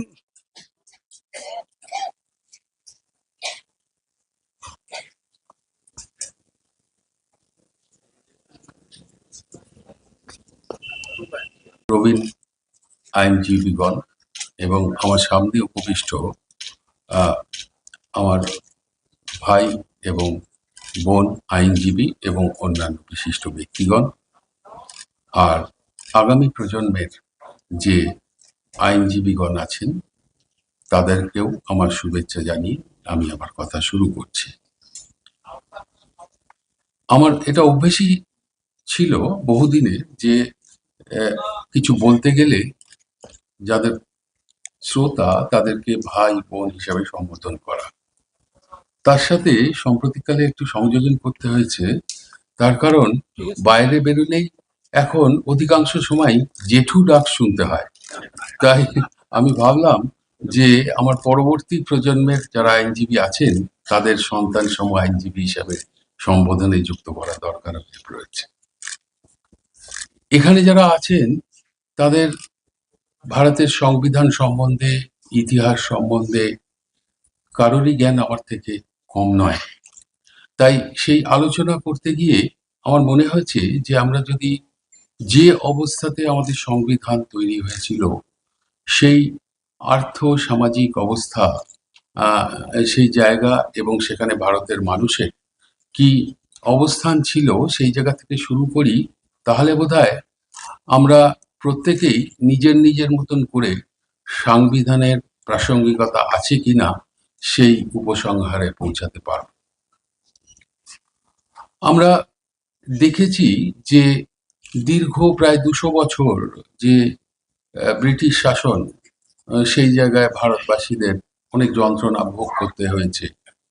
এবং যখন ইস্ট ইন্ডিয়া কোম্পানি তার যে বাণিজ্যিক চরিত্র সেটা থেকে নিজেকে শাসকের চরিত্রে পরিবর্তন করে নিয়ে এলো, তখন তাদের অন্যতম মূল উদ্দেশ্য এখান থেকে যত সম্পদ সংগ্রহ করে নিজের দেশে জমা করা যায় অন্যান্য উপনিবেশগুলোর মতন তাই করতে হবে। এবং এটা করতে গিয়ে ভারতের যে মানুষ তাদের মানবাধিকার লঙ্ঘন হচ্ছে, প্রতি পদে পদে তাদের উপরে অত্যাচার হচ্ছে, অবিচার হচ্ছে, দানা বাঁধছে অসন্তোষ। সালটা 1857। হঠাৎ একটা স্ফুলিঙ্গ ছড়িয়ে পড়ল, সিপাহী বিদ্রোহ। এই সিপাহী বিদ্রোহকে ঐতিহাসিকরা বলছেন যে এটা শুধু সিপাহীদের বিদ্রোহ ছিল না। জাস্টিস ম্যাক ক্যাথে পরবর্তীকালে তার লেখা বই এই short history in our own time, সেখানে লিখলেন যে it was a combination of movement of the army dissatisfaction, national hatred and religion fanatism against the foreign yoke fought by the landowners, soldiers, theologians and others. এটা কোনো সংগঠিত আন্দোলন ছিল না, ছিল একটা স্বতঃস্ফূর্ত আন্দোলন। ব্রিটিশ সরকার ভয় পেলেন, তৈরি হলো একটা নতুন অধ্যায়ের শাসন ক্ষমতা কুইন্স প্রোক্লেমেশনের মাধ্যমে চলে গেল সরকারের, ব্রিটিশ সরকারের হাতে। তদনীন্তন লর্ড ক্যানিং, ভাইস কাউন্ট, তাকে এই যে সংবিধান তখনকার, তার প্রধান হিসাবে, গভর্নর জেনারেল হিসেবে চিহ্নিত করা হলো। আর তিনি যখন কুইনের প্রতিনিধিত্ব করছেন আমাদের দেশে, তখন তাকে সম্বোধন করা হলো ভাইসরয় হিসাবে। তৈরি হলো গভর্নমেন্ট অফ ইন্ডিয়া অ্যাক্ট, যাতে এই অভিযোগ অনুযোগগুলোর উপশম ঘটানো যায়। তা তো হলোই না, ভারতবর্ষের যে নাগরিক তাদের যে শিক্ষার মান সেটা আস্তে আস্তে উন্নত হতে লাগলো। বিদেশি ভাষায় শিক্ষা, রসায়ন শাস্ত্রের শিক্ষা ইত্যাদি এই সমস্ত গুলোতে শিক্ষিত হতে লাগলেন যে অগ্রজ সম্প্রদায় যারা আগে এগিয়ে এসছেন। বিশ্বের সাথে পরিচয় হলো, ভারতবর্ষের পরিচয় আস্তে আস্তে বিশ্বের সাথে প্রসারিত হতে লাগলো। আন্দোলন একটা সংগঠিত রূপ নিতে লাগলো। ব্রিটিশ সরকার ভয় পেলেন। পরবর্তীকালে গভর্নমেন্ট অফ ইন্ডিয়া অ্যাক্ট কে সংশোধন, পরিমার্জন করা হতে লাগলো। কিন্তু যাদের আসল উদ্দেশ্য যে ভারতের মানুষকে সার্বভৌমত্ব দেব না, স্বাধীনতা দেব না, তার কারণ তাহলে আমাদের যে শোষণ, আমাদের যে লুট, সেটা সম্পন্ন হবে না।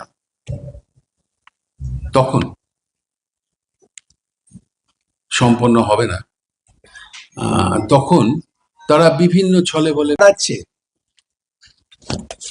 সেই আলোচনার বিষয়বস্তুতে ঢোকার সঙ্গে সঙ্গে ভাবতে হয় ভারতবর্ষের সংবিধানে তৈরি করার প্রাসঙ্গিকতা কি ছিল। জন্মের প্রাসঙ্গিকতা যদি আমরা উপলব্ধি না করি, তাহলে সময়ের পরিবর্তনের সঙ্গে সঙ্গে একটি সংবিধান তার প্রাসঙ্গিকতা থাকবে কি থাকবে না বিচার করতে হবে। এ কথা বোধহয় আমাকে নতুন করে বলতে হবে না যে ভারতবর্ষের সংবিধানটা কোনো প্রাচীন গ্রন্থ থেকে নেওয়া নয়। ভারতবর্ষের সংবিধানটা মানুষের দীর্ঘ রক্তক্ষয়ী সংগ্রামের একটা পরিণতি, এবং সেজন্যই আমি বিস্তৃত আলোচনায় যাচ্ছি না। যখন সংবিধান সভায় অবজেক্টিভ রেজলিউশনটা পেশ করা হয়, খুব গুরুত্বপূর্ণ, অর্থাৎ সংবিধান সভায় তখন কিন্তু ভারতবর্ষের আমার মতে শ্রেষ্ঠতম বুদ্ধিজীবীরা ছিলেন সমস্ত রাজনৈতিক দৃষ্টিকোণের। কমিউনিস্ট পার্টি, কংগ্রেস, বিজেপি জন্মায়নি তখনও, RSS, হিন্দু মহাসভা, মুসলিম লীগ, এই সমস্ত স্তরের মানুষেরা ছিলেন। তারা আলোচনা করেছেন, দীর্ঘ আলোচনা। সেই প্রাসঙ্গিকতা যখন প্রশ্ন উঠবে, তখন সেই আলোচনার যে মূল বিষয়বস্তু, যাকে বলা হয় অবজেক্টিভ রেজলিউশন, যেটার উপর ভিত্তি করে আলোচনা হয়। তুমি কে হে দেশটা আমাদের, আমরা বুঝবো। ভাবো, মেয়ের দাঁড়িয়ে দিয়েছিল। 47-এ আমাদের ক্ষমতা হস্তান্তর, 49-এ চীনে ক্ষমতা দখল। গুণগত পার্থক্যটা বুঝতে হবে। এবং সেই ইংরেজ তখন ক্ষমতা হস্তান্তর কেন ভাবলেন? দেখলেন যে পৃথিবীর বুকে শক্তির ভারসাম্য পাল্টে যাচ্ছে, হিটলার আর ক্ষমতায় নেই, পরাজিত। ফ্যাসিবাদ, যা পুঁজিবাদী শোষণের একটা অন্যতম অধ্যায়, তা টিকতে পারছেন না। ওরা বুঝলেন সাম্রাজ্যবাদী শক্তিকে আর বেশি দিন টিকিয়ে রাখা যাবে না। দ্বিতীয় বিশ্বযুদ্ধে সোভিয়েতের জয় শুধু জয় না, তার ফলে গোটা ইউরোপের একটা অংশ জুড়ে মুক্তি ফৌজ মানুষকে মুক্ত করে দিচ্ছেন উপনিবেশিক কবল থেকে। সেই জায়গায় দাঁড়িয়ে ভারতবর্ষের বুকে তারা ক্ষমতা হস্তান্তরের পরিকল্পনা করলেন, এবং সেই পরিকল্পনার পেছনে তারাও একটা বিভাজনের চক্রান্ত করলেন। এটা যেখানেই উপনিবেশ ছিল, প্রত্যেক জায়গায় ইংরেজরা যাওয়ার আগে কিন্তু দেশটাকে বিভাজিত করে দিয়ে গেছেন। বলা হলো যে আমরা তো চলে যাচ্ছি, এতদিন আমাদের শাসন ছিল, তোমরা তো খুব আমাদের বিরুদ্ধে লড়াই করছো, চলে যাচ্ছি। তা আমরা চলে গেলে কি হবে? একদল বললেন যে হ্যাঁ, আমরা তো সংখ্যাগরিষ্ঠ হিন্দু। আমি আজও বুঝি না হিন্দু ধর্ম কি। আমাকে মাফ করবেন, ক্ষমা করবেন, ঢিল ছুটতে পারেন। হিন্দু ধর্ম কি আজও আমি বুঝি না। বেদ, বেদান্ত, উপনিষদে কোথাও হিন্দু ধর্মের হিন্দু বাক্য পর্যন্ত নেই। তারা বললেন এই হিন্দু ধর্মটা হচ্ছে মনুবাদী দর্শন, যে আমরা সংখ্যাগরিষ্ঠ, অতএব আমরাই শাসন করব, আর সবাইকে আমাদের অধীন হয়ে থাকতে হবে। ভারতবর্ষের বুকে জনসংখ্যার বিন্যাসে ওই তথাকথিত হিন্দুর পরেই ছিল তথাকথিত ইসলামী। তাদের সংখ্যাটাও কম ছিল না। তার নেতা ছিলেন একজন প্রখ্যাত আইনজীবী, জিন্না সাহেব, যিনি ব্যক্তিগতভাবে জীবন যাপন করতেন সম্পূর্ণ ধর্মনিরপেক্ষভাবে।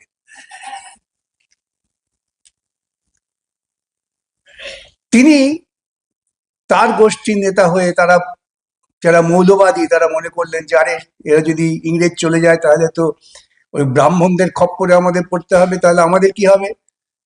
তাহলে আমরাও, তোমরা চলে যাওয়ার আগে আমরা যেখানে যেখানে সংখ্যাগরিষ্ঠ, আমাদের একটা আলাদা দেশ দাও, দেশ করে দাও।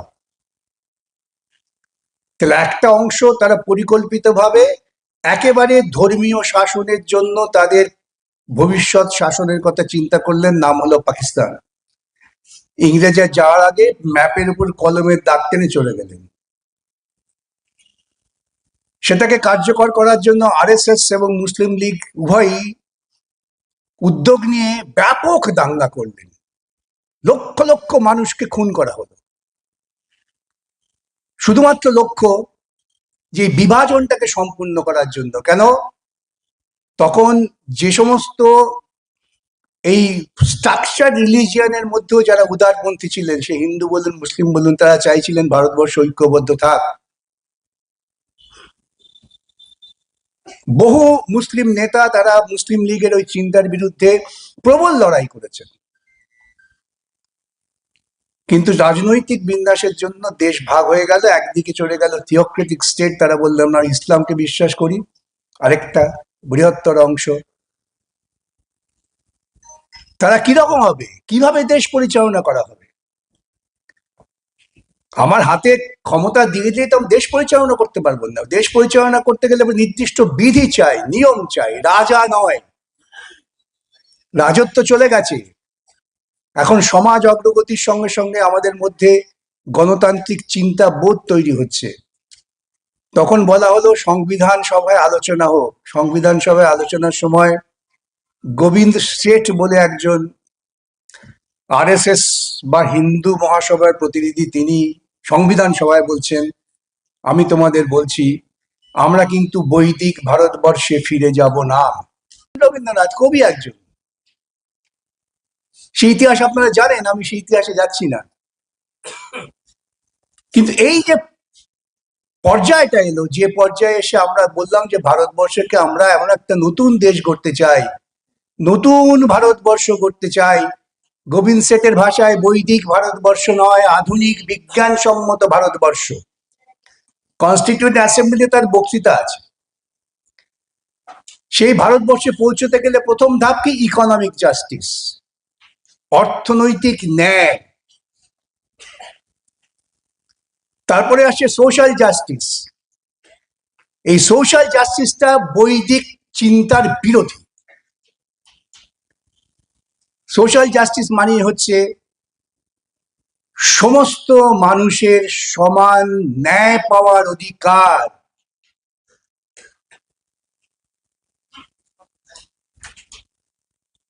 আর কি বললেন?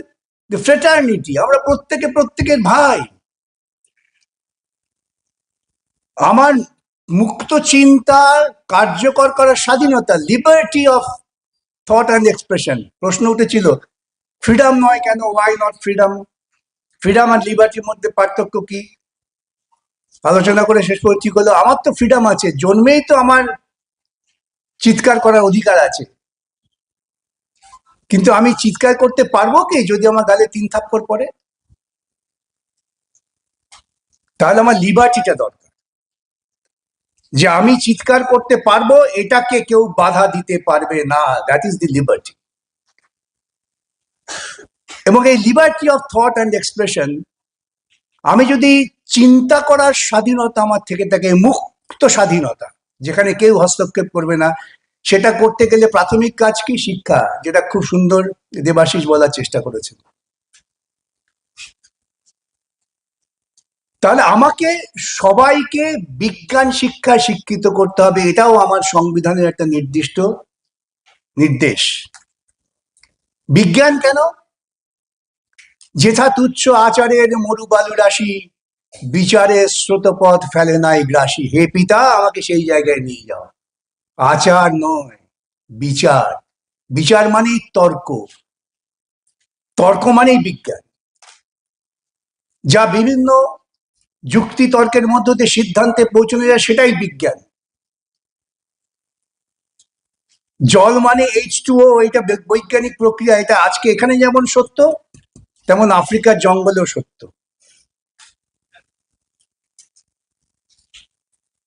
সন্তান জন্মের প্রক্রিয়া এখানে যেমন সত্য, তেমন পৃথিবীর যে কোনো প্রান্তেই সত্য। জীববিজ্ঞান, বিজ্ঞান। এই যে বৈজ্ঞানিক বিশ্লেষণাত্মক চিন্তার মধ্য দিয়ে আমি যদি এগোতে পারি, তাহলে একটা দেশ এগোয়। এবং সেটা কি করে সম্ভব? সেটা আমাদের ওই প্রিয়াম্বলে বলা আছে, যেটা পরবর্তীকালে ফান্ডামেন্টাল রাইটসে বিধৃত করা হলো, প্রত্যেকের অধিকারকে রক্ষা করতে হবে। মাইনরিটি শুধুমাত্র ধর্ম নয়, মাইনরিটি ভাষা, কৃষ্টি, এই সবকে রক্ষা করতে হবে। তুমি বাড়ির গার্জিয়ান হয়েছ, তুমি শুধুমাত্র বড় ছেলেকেই একটু যত্ন করবে আর ছোটটা দুধ করবে, তা তো হতে পারে না। সরকার তো হচ্ছে অভিভাবক। যে সরকারকে আমরা নির্বাচিত করব, সেই সরকারকে এই সাংবিধানিক লক্ষ্যের দিকে এগিয়ে নিয়ে যেতে হবে। আমরা কি আজও ইকোনমিক জাস্টিস পেয়েছি? Social justice? 2 দিন আগে আমি দেখলাম উড়িষ্যাতে একজন দলিতকে ধরে মাথা কামিয়ে ছেড়ে দেওয়া হয়েছে। কেন? সে ব্রাহ্মণ মেয়ের সঙ্গে তার প্রেম হচ্ছিল। প্রেমের ক্ষেত্রেও দলিত এবং ব্রাহ্মণ। পর শেষ পর্যন্ত তৈরি হলো ভারতবর্ষের সংবিধানের হৃদয়, সেটা হচ্ছে প্রিয়াম্বল। আমি এই রবীন্দ্রনাথকে বারবার মনে পড়ে যায়, ওই যে হৃদয়ের কথা কহিতে ব্যাকুল, শুধাইল না মনে কেহ। সংবিধান এত কথার দরকারটা কি? শুধুমাত্র প্রিয়াম্বলটাই যদি আমরা উপলব্ধি করি, তাহলে দেখব এর প্রাসঙ্গিকতা কোনোদিনও শেষ হবে না। প্রিয়াম্বল হচ্ছে ভারতবর্ষের হৃদয়, এবং এটা আপনারা সকলেই জানেন যে সংবিধানের সব আলোচনার পর সব শেষে প্রিয়াম্বলটা লেখা হয়েছিল। তাহলে ভারতের হৃদয়টা কি? We the people of India. We Hindus বললো না তো, হিন্দু তো সংখ্যাগরিষ্ঠ। এখন তো হিন্দু বাঁচাও চলছে, হিন্দু ভাই ভাই চলছে। তো আমি একজনকে জিজ্ঞেস করেছিলাম, ভাই হিন্দু ভাই ভাই করছো, কোন হিন্দু কার ভাই? ব্রাহ্মণের ভাই দলিত, কেউ হিন্দু। তখন বলে তোমার খালি কাজ হচ্ছে এইসব কথা বলা। তাহলে we the people of India যদি হই, তাহলে ভারতবর্ষে যে ভৌগোলিক পরিসীমা তৈরি হয়েছিল ব্রিটিশ সাম্রাজ্যবাদ যাবার সময় কেটে দিয়ে গেছিলেন, তার প্রতিটা মানুষ এবং ভারতবর্ষের যে বৈচিত্র্য তা নিয়ে তা আমাকে বলতে হবে না, রবীন্দ্রনাথ ঠাকুর বলে গেছেন কত যুগ আগে। সখুন্দল মোগল পাঠান এক দেহে হল ঋণ, কেহ নাহি জানে কার আহ্বানে কত মানুষের ধারা, দুর্বার স্রোতে এলো কোথা হতে সমুদ্রে হলো হারা। সখুন্দল মোগল পাঠান দ্রাবিড় চীন, কোথায় দ্রাবিড় কোথায় চীন কোথায় সখুন, বহু মানুষ এসছে ভারতবর্ষে। মানুষ মূলত যাযাবর, মানুষ কখনো এক জায়গায় থাকে না। এখন বিশেষ করে পশ্চিমবঙ্গে, কেন ভারতবর্ষে ত্রিপুরাতেও আমি দেখছি অনেক একটু লেখাপড়া শিখলে পরে কাজের সুযোগ বাচ্চারা চলে যাচ্ছে ব্যাঙ্গালোর হায়দ্রাবাদ। সে তো ব্যাঙ্গালোরের বাসিন্দা হয়ে যাচ্ছে তো। এখন তাকে আপনি বিদেশি বলবেন নাকি? ঠিক এইরকম ভাবে মানুষ যাযাবরত্ব বলেই বিভিন্ন বর্ণের, বিভিন্ন ধর্মের, বিভিন্ন মানুষ বিভিন্ন জায়গায় বসতি স্থাপন করেছেন। এই সাম্রাজ্যবাদী পুঁজিবাদী চিন্তার আগে তো দেশ বলে কিছু ছিল না, সীমান্ত বলে কিছু ছিল না। এই কয়েকদিন আগে দেখবেন আমাদের এই শুভাংশু, তিনি আকাশে গিয়ে প্রধানমন্ত্রীকে বলছেন, কেন সীমারেখা নেই? আমি লিখেছিলাম প্রধানমন্ত্রী কি কথা বোঝেন?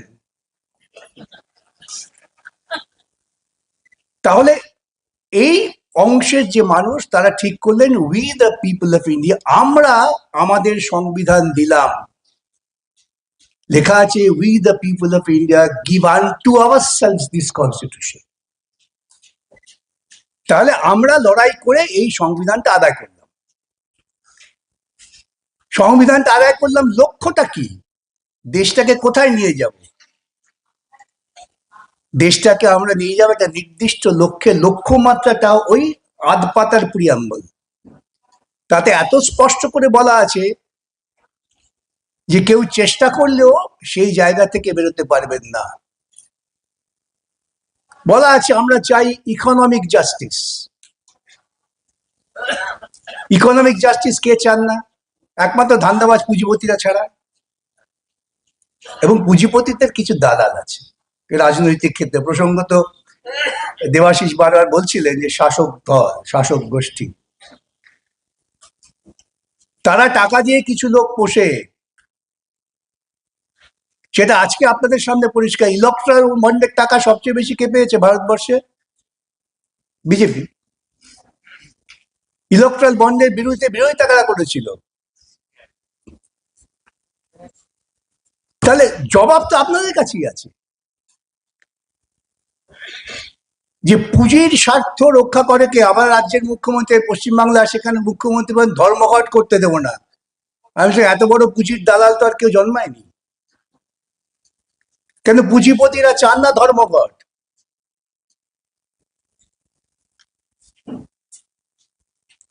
যখন ভারতবর্ষের স্বাধীনতা সংগ্রামে একটা জঙ্গি দিক ছিল, মাস্টারদা সূর্য সেন, ভগৎ সিং ইত্যাদি যারা লড়ছিলেন মুখোমুখি লড়াই করো, সেটাকে দমন করার জন্য ইংরেজরা প্রচুর চেষ্টা করেছিলেন, জালিয়ানওয়ালাবাগ তৈরি করলেন। সংখ্যালঘুদের উপর অথবা যে কোনো আক্রমণ, ধর্মের ভিত্তিতে যে আক্রমণ, সেটাকে আমরা সহ্য করব না, বরদাস্ত করবো না, তার বিরুদ্ধে আমরা আন্দোলন করে আসছি। আমরা গণতন্ত্রের পক্ষে, কাজে অগণতান্ত্রিক কাজকে আমরা সমর্থন করতে পারি না। আমরা সমাজতন্ত্রের পক্ষে, ন্যায় বিচারের পক্ষে।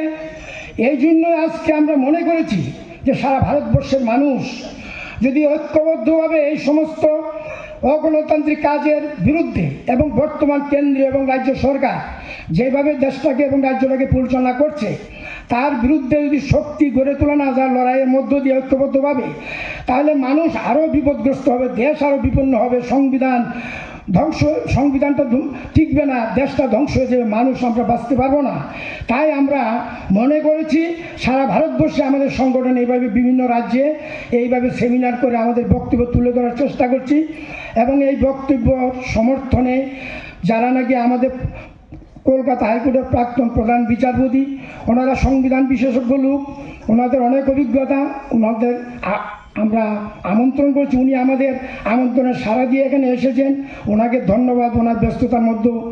আর আমাদের বিকাশবাবু, বিকাশ রঞ্জন ভট্টাচার্য আপনারা দেখছেন প্রতিদিনই সারা ভারতবর্ষে ঘুরে ঘুরে এই সমস্ত সভা করছেন। আজকে হয়তো ত্রিপুরা, কালকে চলে যাবেন হরিয়ানা, এভাবেই চলছে। কাজেই আমরা মনে করি আইনজীবী হিসাবে আমরা মনে করি আমাদের সংগঠন এআইএলইউ হিসাবে এই মানুষকে সচেতন করার পক্ষে সচেতন আপনারা আছেন, শুধু একসাথে মিলিত হয়ে আমরা আমাদের বক্তব্যটা আপনার কাছে নিয়ে যাচ্ছি যাতে আমরা ঐক্যবদ্ধভাবে এর বিরুদ্ধে লড়াই করতে পারি। আমরা আশা করব আজকের এই যে সেমিনার এই দলগুলিতে গিয়ে এই যখন পরিস্থিতি, আমাদের যে সংগঠন সারা ভারত আইনজীবী ইউনিয়ন, আমাদের যে মূল স্লোগান, তাদের ভারতের সংবিধান সম্বন্ধে, ইতিহাস সম্বন্ধে কারোরই জ্ঞান, মর্যাদার অধিকার এখনো ভারতবর্ষের বিভিন্ন জায়গায় অস্পৃশ্যতা, মন্দিরে ঢুকলে তাছাড়া যারা নাকি এই সংবিধানের পক্ষে কাজ করবে কিন্তু রাষ্ট্র সীমারেখার বাইরে যাচ্ছে, মানুষ আন্দোলন করছে,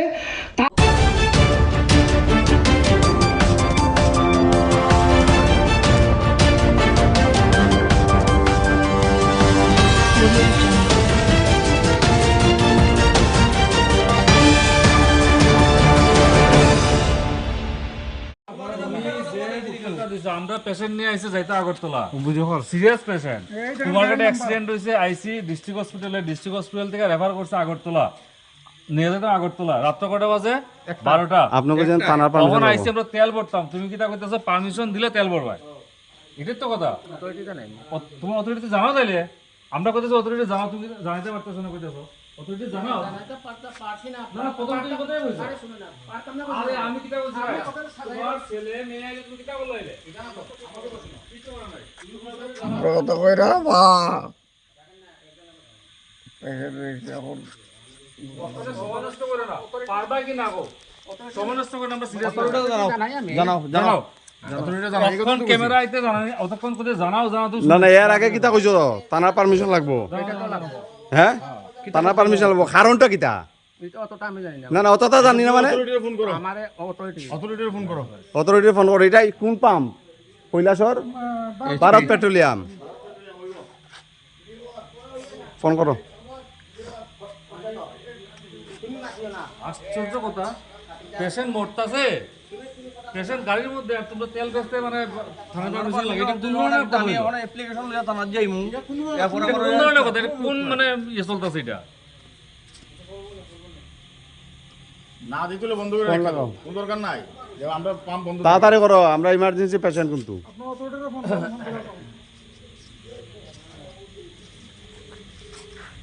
এই দেখেন এটা হচ্ছে ভারত পেট্রোলিয়াম পাম্প। স্যার তারা আইসে রুগী, অ্যাক্সিডেন্টাল রুগী আগরতলা নিয়ে যাইতো। থানা থেকে তো এমনি তো লিখিত কিছু আনছে না, তারা থানা কই আইছে, রেফার কপি তো আছে, রেফার কপি আছে, রেফার কপি হইতো না না, রেফার কপি ইয়া দাও, হ্যাঁ কি জানে কয় এই দাদা, হ্যাঁ শোনো এই ঘটনা আছে, তুমি ওখানে এই তারা থানা হয়েছে, হ্যাঁ থানা তো এখানে মাথাত আছে, সিরাকুটি সময় আপনারা এক পেশেন্ট, অ্যাক্সিডেন্ট পেশেন্টের অ্যাম্বুলেন্স রেফার করছে আগরতলা, আপনারা কারে বন্দিত কিছুর কথা কও? আমার কাছে আছে, তাই নিয়ে কথা কইতাছে, ফোন আমার কাছে আছে স্যার, আমার ফোন। আচ্ছা আচ্ছা, ওই থানার লোক আছে নি সামনে কেউ? না থানার লোক সিরাকুটি। আরে আপনারা কথা কইতেছেন, আপনি ও ও আপনি কোন চিরাগুটি স্টাফ থানা স্টাফ আছে এইখানে কয়া টয়া আছে তারা কয় চিরাকুটির থানা স্টাফ আছে। হ্যাঁ আচ্ছা আচ্ছা, বাইগুনি থানা স্টাফ এদিকে একটু আরে আমরা হইলে অ্যাক্সিডেন্ট সিরিয়াস না, তারা তো আইতো না, এখানে তো অন ডিউটিতে আছে চিরাগুটি। যদি প্যানেলের তেলটা দিয়ে আসে যদি আরো 3 জন আয়ে ওটা তো এরকম তো কয়বার মাইপিট হয়েছে, এর লেগে তো সমস্যা, নতুবা আগে তো দিয়ে দেবো। অ্যাম্বুলেন্স তো সামনে অ্যাম্বুলেন্সের ভিতরে তো পেশেন্ট আছে, আরে পেশেন্ট তো ভিডিও কল কথা কইতেন না, কিটা কথা কইতেন জানা কথা কইতেন। দাদা এখানে 4-5 মাইর হইছে, ঝগড়া হইছে, পিটা খাইছে, পিটা খাইছে, আপনারা এরকম কইলে হইতো না, এখানে পিটা আমরা খাইছি।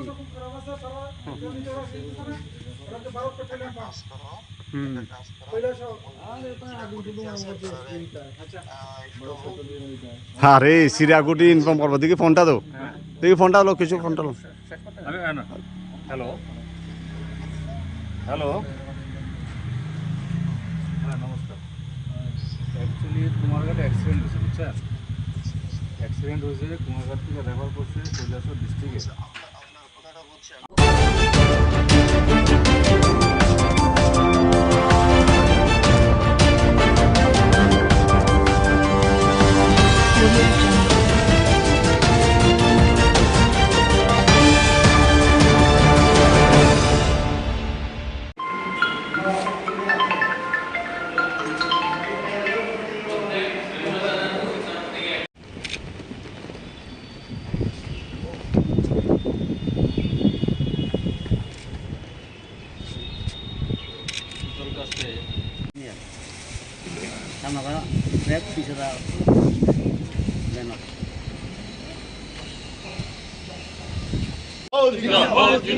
ইনকলাব জিন্দাবাদ, সারা ভারত কৃষক সভা লক্ষ্যে অত্যাচারী সরকার কিউবার জনগণের বিপ্লবী নেতা কমরেড ফিদেল কাস্ত্রোর নেতৃত্বে এবং তার ভাই আক্রমণ করেছিলেন, কিন্তু বাতিস্তা সরকারের মিলিটারি সেই বিদ্রোহকে দমন করে। 1953 সালে কিউবায় আমরা উদযাপন করছি। এই যে বাকি বক্তব্য পরে রাখা হবে এখানে, এই দিনটা আজকে উদযাপন করতে গিয়ে আমরা পতাকা পরবর্তীকালে কিউবার বিপ্লবীরা কিউবাকে বাতিস্তার হাত থেকে মুক্ত করে। ওই যে মনগাড়া দুর্গ আক্রমণ,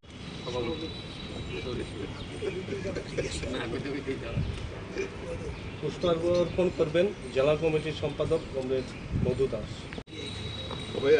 একে একে প্রত্যেককে শ্রদ্ধা জানানোর জন্য অনুরোধ করা হচ্ছে।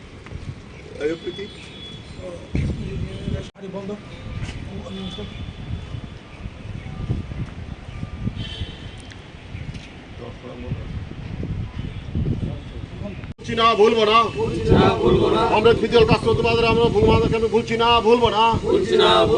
ইনকলাব কমরেড ফিদেল কাস্ত্রো, লাল সালাম। কিউবা থেকে মার্কিন সাম্রাজ্যবাদ, হাত উঠাও।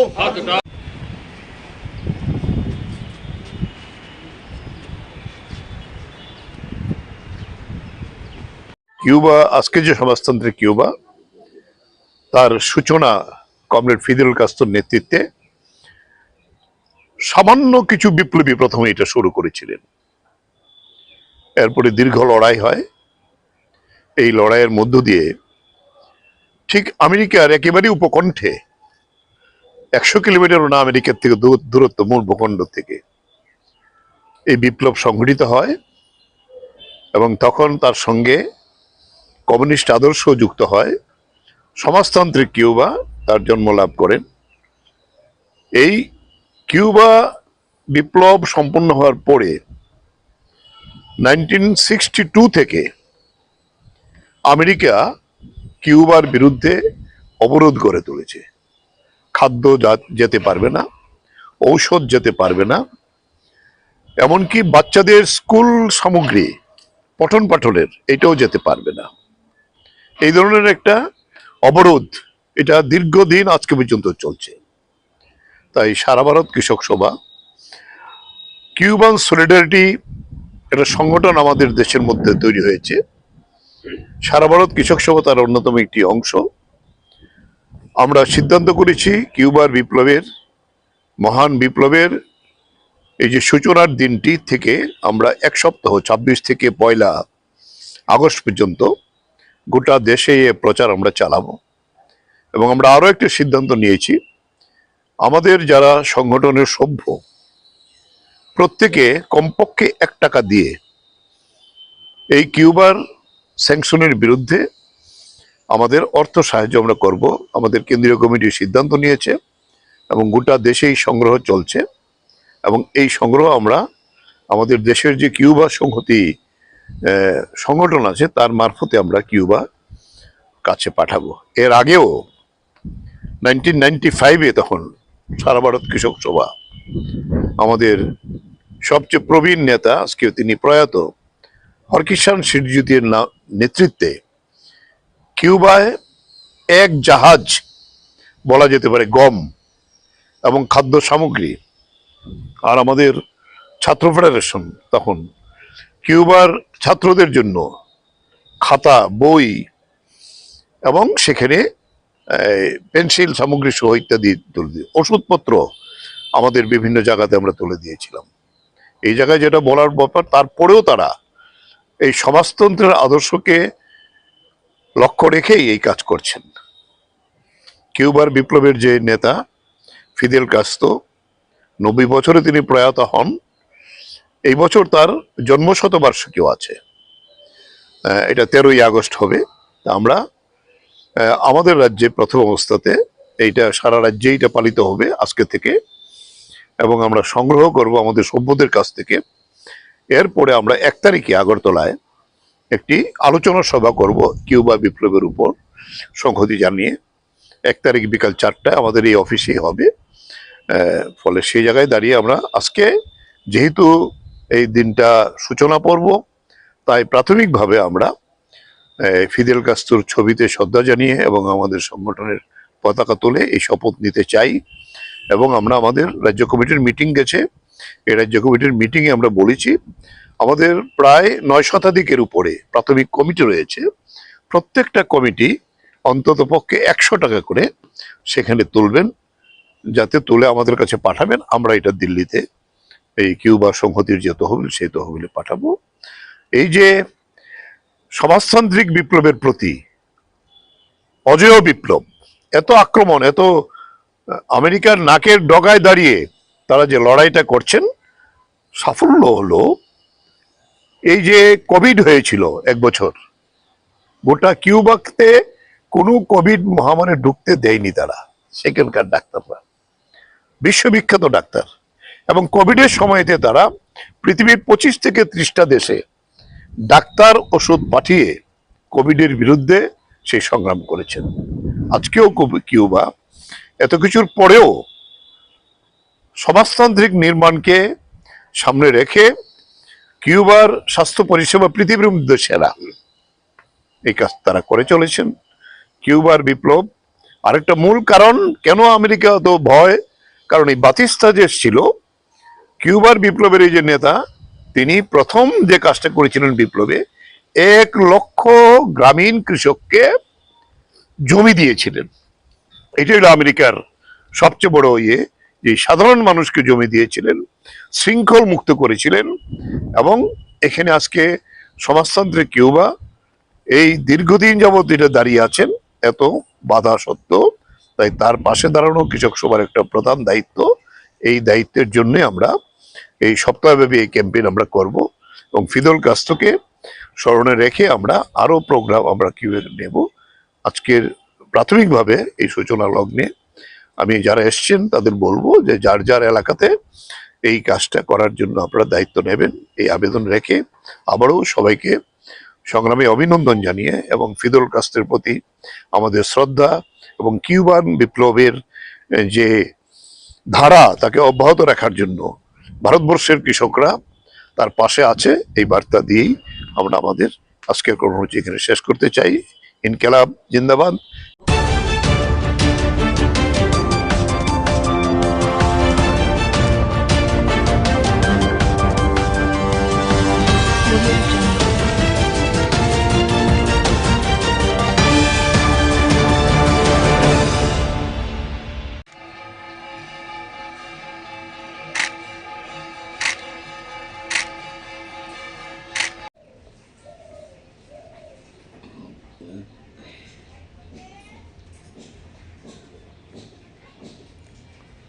আছে যেটা লয়ে যা মানুষে এটা কো এটা এনে দেখো ঢিল হয়ে গেছে মানুষ ঢিল হয়ে কেন লয়ে গেছে আজকে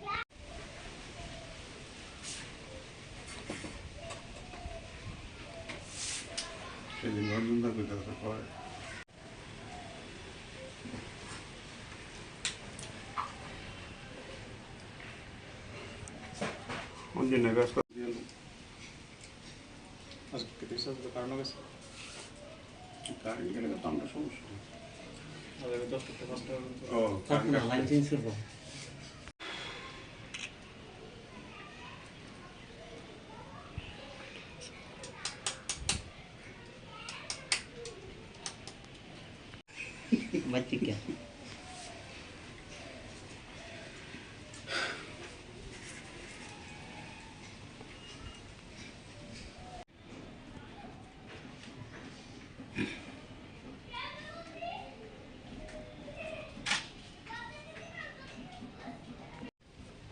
উপরে উপরে ভিতরে ভিতরে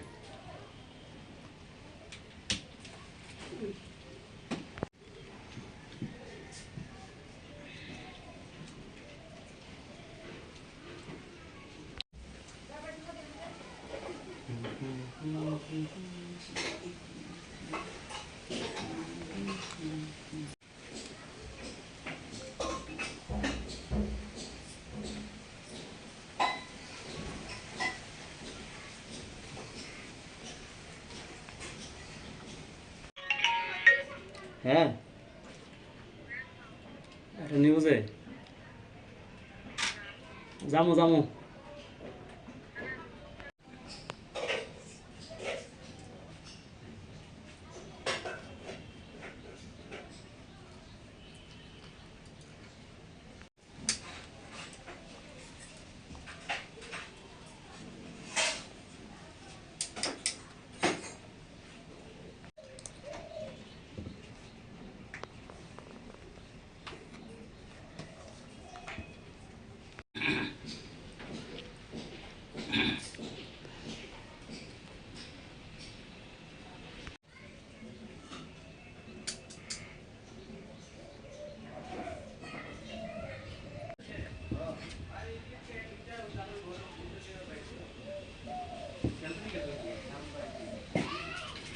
বিস্তারিত বলা।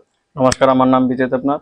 আজকে 26শে জুলাই উপলক্ষে, কার্গিল বিজয় দিবস উপলক্ষে আমি আমাদের ভারতের সেনাদের উদ্দেশ্য করে আমি আমার আর্টের মাধ্যমে তাদের একটা জিনিস মানে উপহার দিতে চাই, যেটা হলো আমি তাদের মানে এই যে যুদ্ধ বিজয়ের জন্য যে মানে একটা দেশলাই কাঠি দিয়ে 103টা দেশলাই কাঠি ইউজ হয়েছে, এই জিনিসটা যে বানিয়েছি আমি তাদেরকে উদ্দেশ্য করে আমি এই জিনিসটা বানিয়েছি।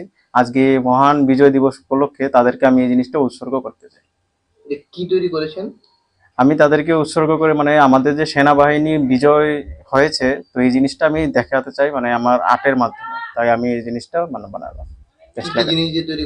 এটা দেশলাই কাঠি ইউজ হয়েছে, তারপর আঠা ইউজ হয়েছে, কালার ইউজ করেছি আমি, একটু কাগজ ইউজ হয়েছে। এটা বানাতে কতদিন সময় লেগেছে? এটা বানাতে মূলত আমার 4 থেকে 5 ঘন্টা সময় লেগেছে। এটা কি জিনিসটা? এটা মানে মানে মেছের কাঠি? হ্যাঁ, দেশলাই কাঠি। এটা মূলত মানে কি মেসেজ দিয়ে চাইছেন এই ধরনের জিনিস? এটাই মানে আমাদের যে সৈন্যরা মানে পাকিস্তানকে হারিয়ে বিজয় অর্জন করেছে, তো সেটাই উদ্দেশ্য করে আমি তাদেরকে মানে উৎসর্গ করতে চাই যে এই জিনিসটা।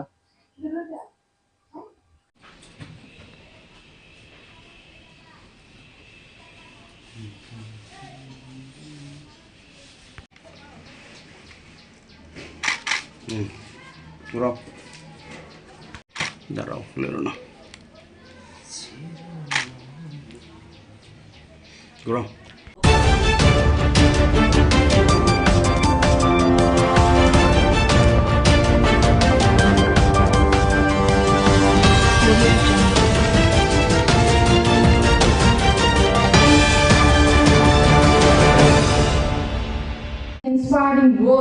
will always motivate us to set new examples of excellence. Dash Vishwas Manan, coordinator of this program, to come forward and deliver the vote of thanks.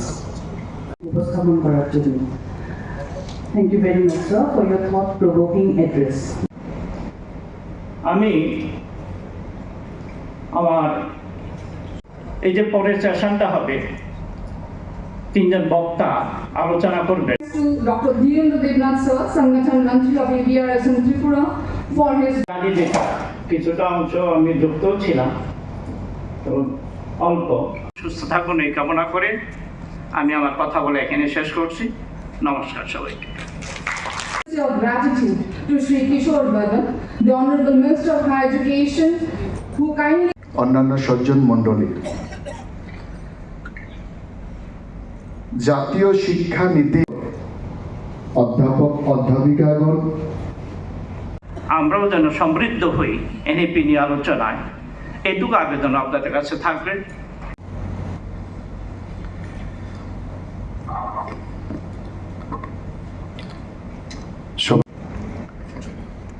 মা সরস্বতীর চরণে আমার কোটি কোটি প্রণাম। জাতীয় শিক্ষা নীতির উপর বিগত না আমাদের মধ্যে উপস্থিত আছেন আমাদের মাননীয় মন্ত্রী মহাশয়, উনি বলবেন, আমরা শুনবো ওনার কাছ থেকে। আমরা সবই তবু বলতে হয়, চেষ্টা করবেন সম্পূর্ণ সময় থেকে মনোযোগ সহকারে। আজকের এই যে পর্যালোচনা ট্রেনিং সেগুলি করছে Education Institutes in Tripura, academic luminaries, resource speakers, distinguished ladies and gentlemen. On behalf of Akhil Bharatiya Rashtriya Shaikshik Mahasangh Tripura, Mahavidyalaya বাবু বিদ্যার্থী পরিষদের সাথে যুক্ত হয়েছিলেন। 5 বছর হয়নি ত্রিপুরায় যে এটা ইন্টিগ্রেটেড হয়েছে, 3 বছর চলছে। আমাদের মাননীয় মঞ্চে বসা, সে তীর্থ অনেক বড় হয়ে গেছে, এখন তীর্থ বাবু বলতে হবে, যাতে তারা ইংরেজদের স্বার্থ সুরক্ষার মধ্য দিয়েই auspicious mark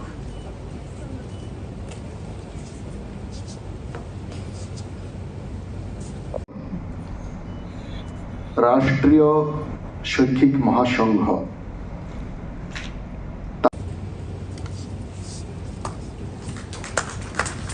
Thank you so much. I very humbly invite our fellow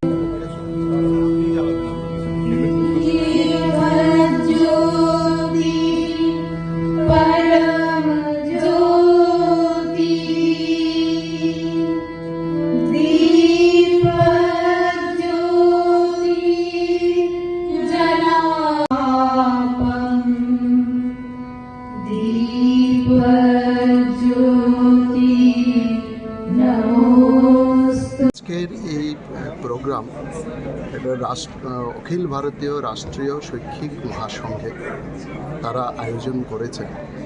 তো আজকের এই প্রোগ্রামের মূল উদ্দেশ্য হচ্ছে আমাদের দেশে 2020 সালের 29শে জুলাই যে জাতীয় শিক্ষানীতির অনুমোদন হয়েছে, তো প্রায় 5 বছর হতে চলল। এই 5 বছরে আমাদের জাতীয় শিক্ষানীতির যে টার্মস অ্যান্ড কন্ডিশনগুলো রাখা হয়েছে সেগুলো কতটা বাস্তবায়িত হয়েছে সেটার অনুবর্তন এই সংগঠন করছেন। আমি প্রথমেই এই সংগঠনকে এত বড় একটা মহতী উদ্যোগ নেওয়ার জন্য আমি অনেক অনেক ধন্যবাদ জানাচ্ছি, তাদেরকে শুভেচ্ছা জানাচ্ছি, তাদেরকে অভিনন্দন জানাচ্ছি। তো সেই বিষয়ে আজকে আমাদের সারা দেশে আমরা জানি যে মাননীয় মোদিজি এক ভারত শ্রেষ্ঠ ভারত গঠন করার জন্য আমাদের জাতীয় শিক্ষানীতি দেশের মধ্যে প্রণয়ন করেছে। কারণ আমরা জানি যে কোনো দেশ কিংবা রাষ্ট্র কিংবা সমাজকে যদি উন্নত করতে হয় তাহলে সেই দেশ সমাজ কিংবা রাষ্ট্রের জনগণকেও কিন্তু শিক্ষিত এবং সুশিক্ষিত করে গড়ে তুলতে হবে। আর তার জন্যই এই প্রচেষ্টা, এই জাতীয় শিক্ষানীতি। তো এই জাতীয় শিক্ষানীতি আমাদের যেটাকে প্রাথমিক স্তরে সেটাকে জনমুখী রাখা হয়েছে। 18 বছর বয়স পর্যন্ত সবাই যেন শিক্ষার আওতায় আসে, শিক্ষার অধিকারের আওতায় আসে, সেই প্রাবধান তার মধ্যে রাখা হয়েছে।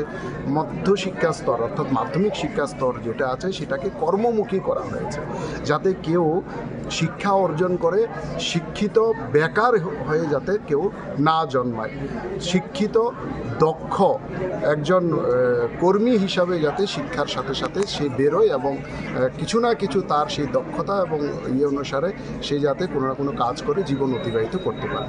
এবং উচ্চশিক্ষা স্তর যেটা আছে সেটাকে ইনোভেশন এবং রিসার্চের সাথে অর্থাৎ জ্ঞানমুখী সেটাকে করা হয়েছে। ফলে আজকে আমাদের দেশে আমরা দেখছি যে প্রায় 50%-এরও অধিক সেখানে কিন্তু রিসার্চ সাবমিট করা সেটা কিন্তু বেড়েছে।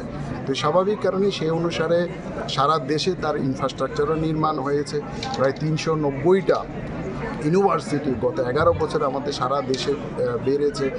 23খানা আইআইটি আমাদের সারা দেশে বেড়েছে, 20খানা আইআইএম বেড়েছে, অসংখ্য এনআইটি সেখানে ইনফ্রাস্ট্রাকচার নির্মাণ করা হয়েছে, অসংখ্য ট্রিপল আইটি ইনফ্রাস্ট্রাকচার সেখানে করা হয়েছে।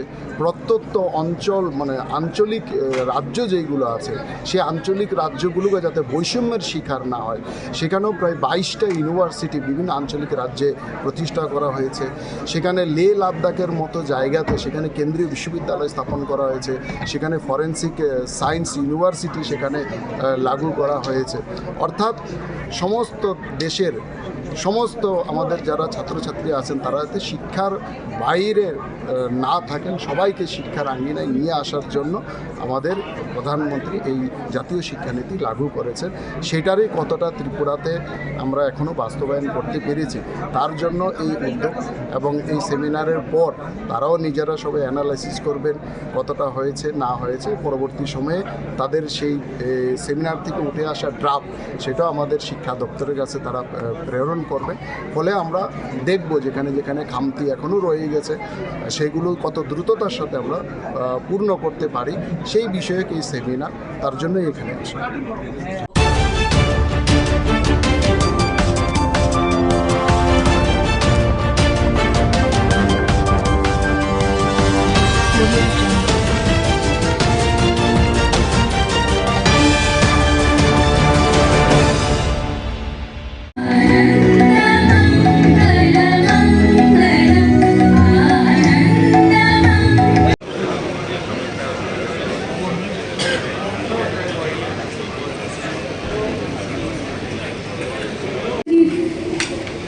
প্রধান অতিথি তথা মাননীয় উদ্বোধক প্রসেনজিৎ নন্দী এবং শিল্পী সমীরণ রায়।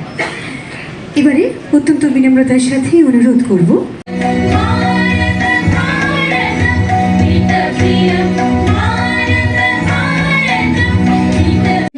জয়জ্যোতি শাহ মহোদয়, আমরা এই দুজনকে চাইছি মঞ্চের একদম সামনে চলে আসার নন্দন রায়।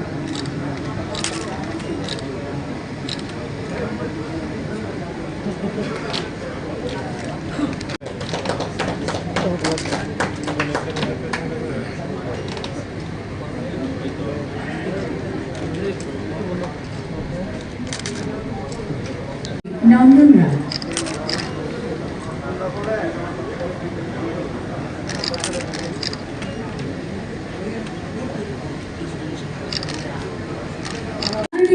জনপ্রিয় মুখ্যমন্ত্রী প্রফেসর ডক্টর মানিক শাহ মহোদয়, বরণ করে নেব শ্রী কৃষ্ণেন্দু চক্রবর্তী মহোদয়,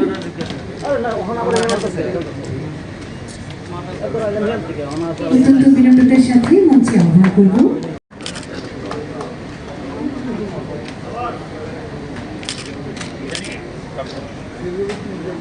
শ্রী জয়জ্যোতি সাহা, আজীবন সদস্য ত্রিপুরা ক্রিকেট অ্যাসোসিয়েশন। মঞ্চে চাইছি শ্রী অধীর দেবনাথ মহোদয়কে।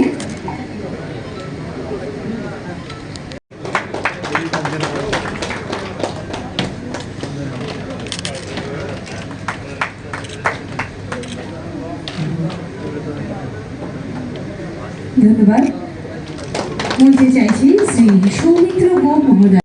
ত্রিপুরা ক্রিকেট অ্যাসোসিয়েশনের যারা নতুন আজীবন সদস্য যারা হয়েছেন তাদেরকে যে আজকে সংবর্ধনা প্রধান অনুষ্ঠান সেই অনুষ্ঠানে আমাদের মাঝে উপস্থিত আছেন ত্রিপুরা সরকারের মাননীয় মন্ত্রী শ্রী টিঙ্কু রায় মহোদয়, যিনি বিস্তারিত এখানে আলোচনা এখানে রেখেছেন। আমাদের মাঝে উপস্থিত আছেন শ্রী তপন লোধ মহোদয়, অনারেবল প্রেসিডেন্ট ত্রিপুরা ক্রিকেট অ্যাসোসিয়েশনের। উনিও ওনার বক্তব্য আমাদের সামনে প্লেস করেছেন। তাছাড়া যিনি স্বাগত ভাষণ আমাদের সামনে রেখেছেন শ্রী সুব্রত দেব, অনারেবল সেক্রেটারি ত্রিপুরা ক্রিকেট অ্যাসোসিয়েশনে। এবং এখানে উপস্থিত আছেন জাস্টিস অরিন্দম লোধ, প্রাক্তন জাস্টিস এবং এখন চেয়ারম্যান ত্রিপুরা হিউম্যান রাইটস কমিশনের। তাছাড়া এখানে ত্রিপুরা ক্রিকেট অ্যাসোসিয়েশনের যারা এক্সিকিউটিভ মেম্বার্সরা আছেন এবং যারা সদস্যরা আছেন সাব ডিভিশন এবং ক্লাবসে, এবং ত্রিপুরা ক্রিকেট অ্যাসোসিয়েশনের যারা অফিসিয়ালসরা আছেন, কর্মচারীবৃন্দ এবং মিডিয়া বন্ধুরা, সবাইকে আমি হার্দিক অভিনন্দন ও শুভেচ্ছা জানাই। সুন্দর দিন, একটা ইতিহাস আমি বলবো যে সৃষ্টি হয়েছে এই কারণে যে অনেক দিন বাদে যে একটা ঘাটতি ছিল, যে আজীবন সদস্যদের একটা ঘাটতি ছিল অনেক দিন ধরে। আমিও যখন ক্রিকেট অ্যাসোসিয়েশনের প্রেসিডেন্ট ছিলাম, করব করে আর করা হয়নি বিভিন্ন কারণে। তো সেটা আজকে পূরণ হয়েছে এবং যারা নতুন সদস্যরা এখানে উপস্থিত হয়েছেন, আজীবন সদস্য ত্রিপুরা ক্রিকেট অ্যাসোসিয়েশন, তাকে আমি হার্দিক অভিনন্দন ও শুভেচ্ছা জানাচ্ছি। আমরা বিসিসিআই সম্পর্কে আমরা সবাই জানি, বিসিসিআই হচ্ছে board control for cricket in India, এবং এটা একটা সমস্ত ভারতবর্ষের একটা গভর্নিং বডি, এবং এটাও কিন্তু একটা ফুল মেম্বার কোথায়, যে ইন্টারন্যাশনাল ক্রিকেট কাউন্সিল, যেটা আইসিসি আমরা বলি। এবং বিসিসিআই যে সমস্ত স্টেটের যে ফুল মেম্বার এবং অ্যাসোসিয়েট যারা মেম্বার্সরা আছেন, অনেক জায়গায় অ্যাসোসিয়েট মেম্বার্স আছেন, তাদেরকে নিয়ে বিসিসিআইয়ের যে এক্সিকিউটিভ কমিটি সেটা তৈরি হয়। এখানে যে এক একটা স্টেট থেকে একজন করে মেম্বার হওয়া, সেটা হচ্ছে নিয়ম। কিন্তু দেখা গেল যে দুটো স্টেট আছে, যেটা মহারাষ্ট্র এবং গুজরাট, সেখানে 3টে করে মেম্বার আছে। তো এই নিয়ে লুদা কমিটিও একটা ডিরেকশন দিয়েছিলেন যে প্রতিটা স্টেট থেকে একজন করে মেম্বার হবে। কিন্তু যদিও এটা ইমপ্লিমেন্টেশন এখনো হয়নি, কিছুটা হয়েছে কিন্তু পুরোটা হয়নি। এখানে আমাদের ত্রিপুরা ক্রিকেট অ্যাসোসিয়েশনের বিস্তারিত আমার পূর্ববর্তী বক্তারা বলেছেন কীভাবে স্পোর্টস অ্যাসোসিয়েশন থেকে আস্তে আস্তে করে এই আমাদের ত্রিপুরা ক্রিকেট অ্যাসোসিয়েশন কীভাবে হবে। আমি একটা জিনিস আপনাদের সামনে আমি শেয়ার করতে চাই, যে খেলাধুলার সাথে আমি অনেক দিন ধরে জড়িত ছিলাম, কিন্তু তাকে উন্নত মানের করতে গেলে যেসব টেকনিক দরকার, যে ধরনের আর্থিক যে ইনপুট দরকার, সেটা যত ত্রিপুরাতে, যতই ইভেন ভারতবর্ষে যেসব খেলাধুলার যে ইভেন্টসগুলো আছে, তার মধ্যে ক্রিকেট কিন্তু একটা এক্সেপশন। কারণ এখানে পয়সার অভাব নেই। আর যেখানে যখন আইপিএল শুরু হলো, তারপর তো আরও বেশি পয়সার এখানে, মানে আমি বলবো একদম মানে টইটুম্বুর অবস্থা। তো সেই জায়গায় দাঁড়িয়ে অন্যান্য যারা প্লেয়াররা আছেন, তারা যতটুকু সুযোগ সুবিধা না পান, এটা অ্যাথলেটিক্সই হোক, ব্যাডমিন্টনই হোক, বা অন্যান্য কাবাডিই হোক, বা যে কোনো খেলাই হোক, অ্যাথলেটিক্সে বিশেষ করে তাদের যে অবস্থা, আমার পূর্ববর্তী বক্তা মাননীয় স্পোর্টস মিনিস্টার উনি বলেছেন ত্রিপুরাতে ক্রিকেটকে ছেড়ে উনি বাকি সব কিছু বলেছেন, যে কীভাবে আমাদের বিভিন্ন যেসব ক্রীড়ার যে ইভেন্টসগুলো আছে সর্বভারতীয় স্তরে কীভাবে নাম করছে এবং কীভাবে আমাদের মেডেল সেখান থেকে জিতে। সেটাই আমি বলছি না, আমি মাঝে মাঝে তুলনা করি। অনেক সময় আমরা খবর পাই যে একটা গরিব ছেলে বা মেয়ে 99% পর্যন্ত সে পাচ্ছে, মানে পড়াশোনার ক্ষেত্রে, সেটা ম্যাট্রিকেই হোক বা 12th ক্লাসেই হোক বা 10th ক্লাসেই হোক। তো এখানে যদি আমি সর্বভারতীয় স্তরে আমি দেখি, তাহলে এত সুযোগ সুবিধা থাকা সত্ত্বেও, এত টাকা পয়সা দেওয়া সত্ত্বেও, তাদের যখনই আমাদের প্লেয়ারদের পাঠানো হয়, সেখানে 5 স্টার হোটেল স্টাইলের সেসব হোটেলে ওনাদেরকে রাখা হয়। এবং এখন আমাদের গার্জিয়ানরাও কিন্তু সাংঘাতিকভাবে মানে ছেলে মেয়েদের ক্রিকেট খেলার জন্য সবাইকে উৎসাহিত করে, অন্য খেলাতে কিন্তু উৎসাহিত করে না। তারপরেও কিন্তু যেরকম বলেছেন আমার পূর্ববর্তী বক্তা সেক্রেটারি মহোদয় বলেছেন, আমরা এলিট ক্লাসে এসছি 8টার মধ্যে 6টার মধ্যে, সব ঠিক আছে, কিন্তু আরও বেশি যে আমরা ত্রিপুরা ছোট রাজ্য, 40 লক্ষ লোকের বাস, এবং থার্ড পপুলেশনের দিক দিয়ে আমাদের ত্রিপুরা ছোট রাজ্য হিসেবে থার্ড স্টেট, সেখানে কিন্তু মানে রাখে না। ওই যেটা আমি বললাম যে একটা গরিব ঘরের একটা ছেলে মেয়ে যদি এত পার্সেন্টেজ পায়, এটা ইম্পর্টেন্ট না যে তার কতটুকু আর্থিক হেল্প হলো বা তার ফ্যামিলির কি ব্যাকগ্রাউন্ড, তারপরেও কিন্তু এক্সেপশনাল রেজাল্ট আমরা দেখি। ত্রিপুরার ছেলে মেয়েরা আমরা দেখেছি বাইরে যে কোনো জগতেই যখন ন্যাশনাল লেভেলে ইন্টারন্যাশনাল লেভেলে যায়, যখন সে জায়গাটা পায় তখন তার ট্যালেন্ট কিন্তু দেখাতে পারে। তো আমি আশা করবো এখানে এত কিছু আমাদের মেম্বাররা, এখানে যারা এসছেন নতুন নতুন মেম্বাররা, তারা নিশ্চয়ই এই বিষয়ে আপনারা ওনাদেরকে আইডিয়া দেবেন এবং তাতে করে আরও ভালো করে ত্রিপুরা ক্রিকেট অ্যাসোসিয়েশন সামনের দিকে এগিয়ে যাবে। আমরা স্বচ্ছতার কথা সবসময় বলি, কিন্তু ক্রিকেট অ্যাসোসিয়েশনকে নিয়ে বা ক্রিকেটের যে বিষয় নিয়ে অনেক সময় অনেকে মানে এটা নিয়ে আলোকপাত করেন। আমি এটাই বলবো যে স্বচ্ছতার সাথে যদি আগামী দিন এই ক্রিকেটকে আমরা সামনের দিকে এগিয়ে নিয়ে যেতে পারি, এবং বর্তমান যে ক্রিকেট অ্যাসোসিয়েশন আছে, আমি মানে ইনডাইরেক্টলি, আমি তো ডাইরেক্টলি এই বিষয়ে কথা বলতে পারি না, ইনডাইরেক্টলি আমি কিন্তু তার নজরদারি আমি রাখি যে কোনো জায়গায় কোনো রকম যেন অস্বচ্ছতার কোনো স্থান না থাকে। কারণ এগুলো কিন্তু হয় যখনই কোনো একটা বিশেষ একটা জায়গা থাকে যেখানে মানে পয়সাপাতির বিষয় আছে, সেখানে কিন্তু অনেকের আবার এখানে ইন্টারফেয়ার করার একটা টেন্ডেন্সি থাকে।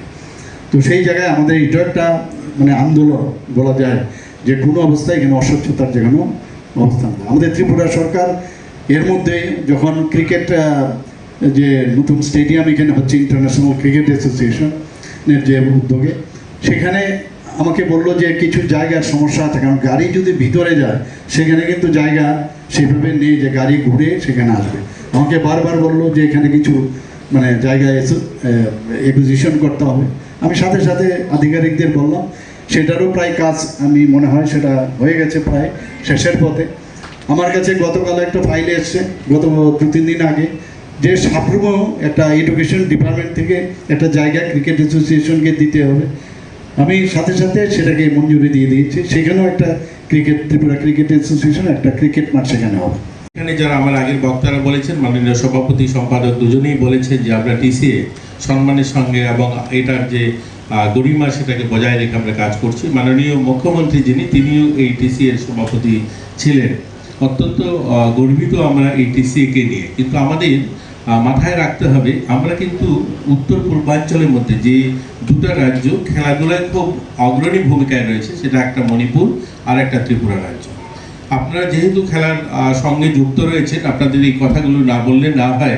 মাননীয় মুখ্যমন্ত্রী অনেক ব্যস্ততা রয়েছে, অন্য জায়গায় যাবেন, তারপরেও আমি এই 1-2টা কথা আপনাদেরকে বলতে হয় যে আমরা উত্তর পূর্বাঞ্চলের মধ্যে ছোট রাজ্য হলেও এমন একটা রাজ্য ত্রিপুরা, যেখানে মণিপুরের পরে কোনো রাজ্যে খেলাধুলায় রাষ্ট্রপতি অ্যাওয়ার্ড ইতিমধ্যে আমরা 7খানা পেয়েছি, যারা পদ্মশ্রী, অর্জুন অ্যাওয়ার্ড, দ্রোণাচার্য অ্যাওয়ার্ড, এরকম 7খানা অ্যাওয়ার্ড একমাত্র কোনো খেলায় যেখানে আমরা রাষ্ট্রপতি পুরস্কার পেয়েছি সেই রাজ্য হচ্ছে আমাদের ত্রিপুরা রাজ্য। যেখানে কল্পনা দেবনাথ পেয়েছে, মন্টু দেবনাথ পেয়েছে, আমাদের সোম দেববর্মন পেয়েছে, আমাদের দীপা কর্মকার যিনি পদ্মশ্রী অ্যাওয়ার্ড পেয়েছে, খেলরত্ন অ্যাওয়ার্ড, ভারতবর্ষের সবচেয়ে যে প্রেস্টিজিয়াস অ্যাওয়ার্ড যেটা, সেটাও সে পেয়েছে। ইতিমধ্যে আরও অনেক খেলোয়াড়রা জাতীয় স্তরে এবং আন্তর্রাষ্ট্রীয় স্তরে ভালো সুনাম অর্জন করেছে আমাদের রাজ্যের অনেক মেয়েরা, অনেক ছেলেরা। আপনারা জানলে খুশি হবেন, কয়েকদিন আগেই আমাদের প্রতিষ্ঠা সামন্ত জুনিয়র জিমন্যাস্টিক প্লেয়ার ছিল, ভারত সরকার রেল মন্ত্রকে চাকরি দিয়েছে, অর্থাৎ তাকে খেলার সুযোগ করে দিয়েছে। সে ভারত সরকার রেল মন্ত্রকে কাজ করবে, কিন্তু সেখানে সে প্রশিক্ষণ নেবে এবং আরও যেন অলিম্পিকে পার্টিসিপেট করতে পারে সেরকম একটা সম্ভাবনা আমরা দেখছি। আমাদের অস্মিতা দে, যেটা উত্তরপ্রদেশ গভর্নমেন্ট নিয়েছে, উড়িষ্যাতে আমাদের এখানকার অনেক ছেলে মেয়েদেরকে উড়িষ্যা গভর্নমেন্ট নিয়েছে। তো ইতিমধ্যে ভারতবর্ষের মধ্যপ্রদেশ গভর্নমেন্ট, উত্তরপ্রদেশ সরকার এবং ভারত সরকার আমাদের এখানকার অনেক ছেলে মেয়েদেরকে যারা নিয়েছে, যারা জাতীয় স্তরে এবং আন্তর্রাষ্ট্রীয় স্তরে ভালো সুনামের সঙ্গে তারা খেলাধুলা করছে। আমরাও আমাদের রাজ্যে খেলাধুলার পরিকাঠামো যেভাবে টিসিএ তাদের এখন বর্তমানে আমাদের ইন্টারন্যাশনাল স্টেডিয়ামের কাজ হচ্ছে, এছাড়া অনেকগুলো ইনডোর হল প্র্যাকটিসের জন্য করছে। আমরাও কিন্তু ত্রিপুরা সরকার আমাদের অনেকগুলো মাঠ, আমরা ইতিমধ্যে সিনথেটিক টার্ফ ফুটবল মাঠ 15খানা, ট্রাইবাল ওয়েলফেয়ার এবং স্পোর্টস দপ্তর মিলে 15খানা মাঠ আমরা অলমোস্ট কমপ্লিট সবগুলো মাঠই ধরে নিতে পারে। অনেক মাঠে খেলাধুলা হচ্ছে, বাকি 1-2টা মাঠ যেগুলো ইনোগ্রেশন হবে, এরকম 15খানা মাঠ আমরা ট্রাইবাল ওয়েলফেয়ার দপ্তর এবং আমাদের স্পোর্টস দপ্তর রেডি করেছি। এটা উত্তর পূর্বাঞ্চলে আমরা বলতে পারি সবচেয়ে বেশি মাঠ কোনো রাজ্যে, সেটা আমাদের ত্রিপুরাতে 15খানা সিনথেটিক ফুটবল মাঠ রয়েছে। আপনারা যারা খেলার বিশেষজ্ঞ যারা রয়েছে, অনেকে ভাবছেন যে সিনথেটিক মাঠ তো শুধু যারা বুট পরে খেলবে তাদের জন্য এই মাঠগুলো আপনারা করছেন। ন্যাচারাল আমরা 20খানা মাঠ একসঙ্গে আমরা কাজ করছি, ন্যাচারাল ঘাসের 20খানা মাঠ আমরা তৈরি করছি এবং অনেকগুলো মাঠ তৈরি হয়েছে। এছাড়া যেগুলো তৈরি হচ্ছে জুলাইবাড়িতে, আমাদের ফটিকরায়, কৈলাসহর এবং আমাদের এখানে শান্তির বাজারে মিনি স্টেডিয়াম সহ আমরা মাঠ তৈরি করছি। এই ধরনের আমাদের সিনথেটিক অ্যাথলেটিক ট্র্যাক 2খানা ট্র্যাক তৈরি হয়েছে আমাদের রাজ্যে, একটা পালিসাগর, একটা আগরতলাতে রয়েছে। আমাদের হকি মাঠ, সিনথেটিক হকি মাঠ ইতিমধ্যে আমরা ইনোগ্রেশন করেছি। মিনি স্টেডিয়াম আমরা জেলাগুলোতে ইনডোর হল, ইতিমধ্যে 3খানা জেলাগুলোতে ইনডোর হল তৈরি করছি। আগে কি হতো, সমস্ত টুর্নামেন্ট জায়গাগুলো হতো আগরতলা কেন্দ্রিক ছিল, আগরতলা হতো, কিন্তু এখন আগরতলা না, এখন সারা রাজ্যে যেন খেলাধুলার প্রচার এবং প্রসার দুটোই ঘটে, এর জন্য কিন্তু আমরা সেই সমস্ত জায়গায় এক ধরনের খেলাগুলোও করছি। আমাদের স্কুল দপ্তরে যে সমস্ত খেলা হয়, স্কুল স্পোর্টস আমাদের দপ্তর এবং এডুকেশন ডিপার্টমেন্ট মিলে আন্ডার-17 যত খেলা হতো আগে আগরতলাতে হতো, এগুলো কিন্তু এখন আমরা মফস্বলে করছি, গ্রামীণ এলাকাতে সেগুলোকে জেলায় জেলায় মহকুমাতে আমরা সেই ধরনের খেলা আয়োজন করছি। সেখানে আমরা জাতীয় মানের টেনিস কোর্ট, জাতীয় মানের ভলিবল কোর্ট, ন্যাচারাল ঘাসের মাঠ, এগুলো আমরা গোটা রাজ্যে করছি। একদিকে যেমন এই পরিকাঠামো উন্নয়ন হচ্ছে, অন্যদিকে খেলোয়াড়দের জন্য আগে যারা খেলোয়াড়রা বাইরে যেত তাদেরকে কোনো ধরনের ইন্স্যুরেন্স ছিল না, কোনো দুর্ঘটনা ঘটলে তাদের চিকিৎসার ব্যবস্থা বা পুনরায় সে মাঠে ফিরে আসবে তার সম্ভাবনা খুব কম ছিল। এখন কিন্তু আমরা তাদের জন্য বিমার ব্যবস্থা করে দিয়েছি। কোনো খেলোয়াড়রা বাইরে গিয়ে কোনো কারণে কোনো দুর্ঘটনা হয়ে গেলে তাকে পুনরায় চিকিৎসা করানো এবং সে মাঠে ফিরতে পারে, তার জন্য সরকার আর্থিক ব্যবস্থা করেছে। এছাড়াও আমরা তাদের জন্য বিভিন্ন টুর্নামেন্ট থেকে যারা অ্যাওয়ার্ড দিচ্ছে, জাতীয় স্তরে বা আন্তর্রাষ্ট্রীয় স্তরে যারা অ্যাওয়ার্ড দিচ্ছে, তাদেরকেও আমরা আর্থিক সাহায্যের ব্যবস্থা রেখেছি। আমরা ইতিমধ্যে যে সমস্ত ছেলেমেয়েরা বাইরে মেডেল দিচ্ছে এদেরকে আমরা 1 লক্ষ টাকা গোল্ড এবং সিলভার 50,000 টাকা, ব্রোঞ্জ 25,000 টাকা দিচ্ছি। আমরা যদি লাস্ট আমি আপনাদেরকে এই 6-7 বছর, আপনারা জানেন আমাদের এই গভর্নমেন্ট 7.5 বছর হয়েছে নতুন গভর্নমেন্ট আসার পর, যার মধ্যে কোভিডের জন্য 2 বছর খেলাধুলা হয়নি, তো 5-5.5 বছর খেলা হয়েছে। সেখানে জাতীয় স্তরে খেলো ইন্ডিয়া বা ন্যাশনাল গেমসে আমরা 46 অর্থাৎ 46টা গোল্ড মেডেল এবং 50টা সিলভার মেডেল এবং ব্রোঞ্জ মেডেল 7খানা জিতেছি আমাদের রাজ্য। এবং আমাদের এখানে যারা অ্যাসোসিয়েশনগুলো, যারা বড়, যারা 19 বছর উপরে যারা খেলাধুলা করে, তারাও 17খানা গোল্ড এবং 18টা সিলভার, 30টা ব্রোঞ্জ মেডেল জিতেছি।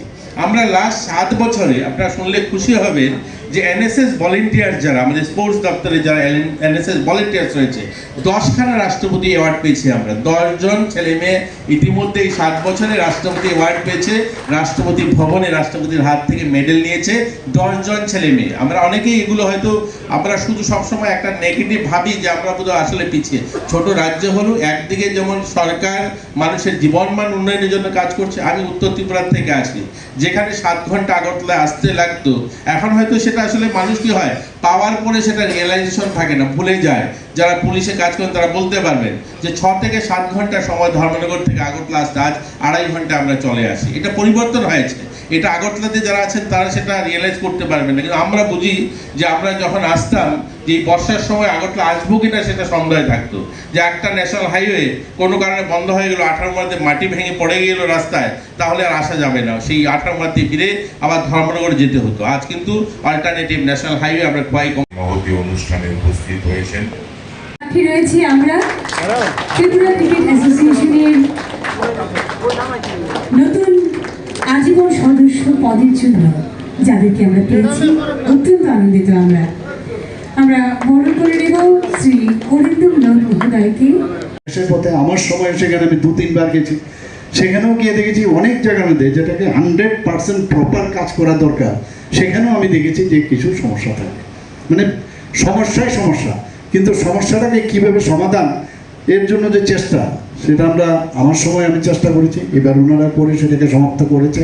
ধর্মনগরও একটা সুন্দর একটা স্টেডিয়াম সেখানে হয়েছে। এবং এখানে যারা নতুন যারা মেম্বার্স হয়েছেন তাদের কাছে আমার একটা অনুরোধ থাকবে, আপনারা সময় সময় আপনারা নিজেরাও বসবেন, আপনাদের একজন রিপ্রেজেন্টেটিভ মেম্বার থাকবে। কিন্তু একটা কথা বলতে হবে যে আমরা যারা এখানে এই ক্রিকেট অ্যাসোসিয়েশন আমরা করেছি তা কাদের জন্য করেছি? তো আসলে প্লেয়ারদের জন্য। তো প্লেয়ারদের প্রপার ট্রেনিং এখানে বলা হয়েছে যে ক্রিকেটের একটা এখানে একটা ইয়ে করবে, আপনাদের একাডেমি করা হবে। আমার সময় আমি অনেক ট্রাই করেছিলাম, বেঙ্গালুরু আমি গিয়েছিলাম, সেখানে কিভাবে ক্রিকেট একাডেমি করতে হয়, কীভাবে মানে সেখানে ওদেরকে ট্রেনিং দেওয়া হয়, এবং সেটা সত্যিকারের অর্থে এটা খুব প্রয়োজন, কথাই নয় কাজের মাধ্যমে সেটা হয়। আমি বলবো যে ওনারা যে কয়েকটা জায়গার মধ্যে বলেছেন যে কিছু লোক ইন্টারেস্ট ওনারা জানিয়েছেন, যদি সেটা না হয় আমাদের সরকারের তরফ থেকে আমরা ইচ্ছে করলে সেই জায়গা আমরা দিতে পারি, কোনো সমস্যা নেই। এবং সেখানে প্রপারলি একদম ডিজাইন শুদ্ধ একদম যা যা দরকার, practice makes a man perfect. আমি প্র্যাকটিসের উপর কিচ্ছু হবে না। এবং আজকাল আমরা দেখি যে খেলার জগতে বহুত ছেলে মেয়েদের ওরা তো আসেই, তাতে করে যে ড্রাগ এডিকশনের যে বিষয় তার থেকেও আমরা কিন্তু অনেকটা মানে ওদেরকে মুক্ত রাখতে পারি। কিন্তু আমার নিজে যখন আমি প্রেসিডেন্ট ছিলাম তখন আমি দেখেছি কয়েকজনকে সব ড্রাগ এডিক্টেড কয়েকজন আমি ছেলেদের আমি দেখেছি। তো ড্রাগসের সম্পর্ক আজকে এখানে যখন আমি বলছি আপনারা ওই দিকে নজর দেবেন যে কোনো অবস্থায় যাতে ড্রাগসের সাথে কেউ যুক্ত না হয়। আমাদের এখানে HIV ইনফেকশন প্রচুর বাড়ছে। HIV যদি প্রথম যদি আমরা ধরে নিই ওদেরকে শনাক্ত করতে পারি তাহলে এইডস হওয়ার প্রবণতা কম থাকে। আমরা HIV ইনফেকশন আমরা জানি একবার যদি হয় তাহলে কিন্তু সেটা কোনো অবস্থায় সেটা শরীর থেকে ছাড়ানো যায় না। কিন্তু ভাইরাল লোড যদি কমানো যায় সেই দিশায় আমাদের চেষ্টা করতে হবে। আগে ভাগে যখন এটাকে আমরা শনাক্ত যদি করতে পারি, অটো ইমিউন যে ডিজিজ যেটা হয় যে এইডসের, সেটা কিন্তু মানে আমাদের যে ভাইরাস, সেই ভাইরাসের HIV ভাইরাসের কারণে কিন্তু সেটা হয় না, সেটা হয় আমাদের শরীরের যে মানে WBC সেটার কিন্তু কমজোর করে দেয়, সেটাকে আঘাত করে। তো যেহেতু আমাদের শরীরের মধ্যে যখন এই HIV ভাইরাস হয়, সেই WBC যখন তার ডিপ্লিশন হয় তখনই কিন্তু অপরচুনিস্টিক যে ব্যাকটেরিয়া ভাইরাস বা অন্যান্য যেসব মাইক্রো অর্গানিজম তখন তাকে ধরে, সেই কারণে কিন্তু মারা যায়। তা আমাদের যারা প্লেয়ার আছে তারা যদি এইসব দিকে ধাবিত না হয় সেই দিকে আপনারা সবাই নজর রাখবেন, তাদেরকে এই বিষয়ে বলবেন। পুরো শুধু তাদের সমস্যা না হয়, তাদের হয় না, হিউম্যান রিসোর্সেরও সমস্যা হয়, আমাদের পরিবারের সমস্যা হয় এবং রাজ্যেরও সমস্যা হয়। এই দিকেও আপনারা মাঝে মাঝে এই অ্যাওয়ারনেসের বিষয় সেগুলো আপনারা বলবেন। কারণ আমরা কিছুদিন আগে অ্যাসেম্বলির মধ্যে আমরা আলোচনা করেছি, সেখানে যারা অ্যাসেম্বলির মেম্বাররা আছেন তাদেরকে নিয়েও আমরা কমিটি করেছি, এবং আমি আশা করি আপনারাও ওই বিষয়গুলো আপনারা কথা বলবেন। বিভিন্ন এলিমিনেশন অফ টিউবারকুলোসিস থেকে আরম্ভ করে সব দিকে আমাদের ছেলে মেয়েরা যদি সুস্থ থাকে, স্বাস্থ্যবান হয়, তাহলে আগামী দিন ভালো প্লেয়ার হতে পারবে। তো এই বিষয়গুলো আপনাদের রাখতে হবে। আরেকটা হচ্ছে যে প্র্যাকটিস, শ্যাডো প্র্যাকটিস থেকে আরম্ভ করে বিভিন্ন আজকাল যে কোচরা আছেন, বেস্ট কোচ, ক্রিকেট অ্যাসোসিয়েশনের টাকার অভাব যেহেতু নেই, তো বেস্ট যে কোচ তাদেরকে এনে দরকার পড়লে আমাদের ছেলে মেয়েদের মানে ভালোভাবে তাদের শিক্ষিত করা তোলা উচিত।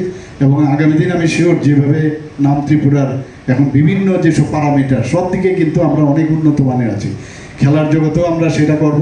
আর ক্রিকেটে আমি আশা করি যে রেজাল্ট আমরা এসে এর থেকে আরও ভালো করে যাতে রেজাল্ট করতে পারি সেই দিকে আপনারা নজর রাখবেন। এখানে যারা আবার নতুন মেম্বার এসছেন সবাইকে আবার স্বাগত জানিয়ে আমার কথা বলা শেষ করছি। সবাইকে নমস্কার, জয় হিন্দ। মাননীয় জনপ্রিয় মুখ্যমন্ত্রী শ্রদ্ধেয় প্রফেসর শুভেচ্ছা স্বাগত। আজকে দীর্ঘদিন পর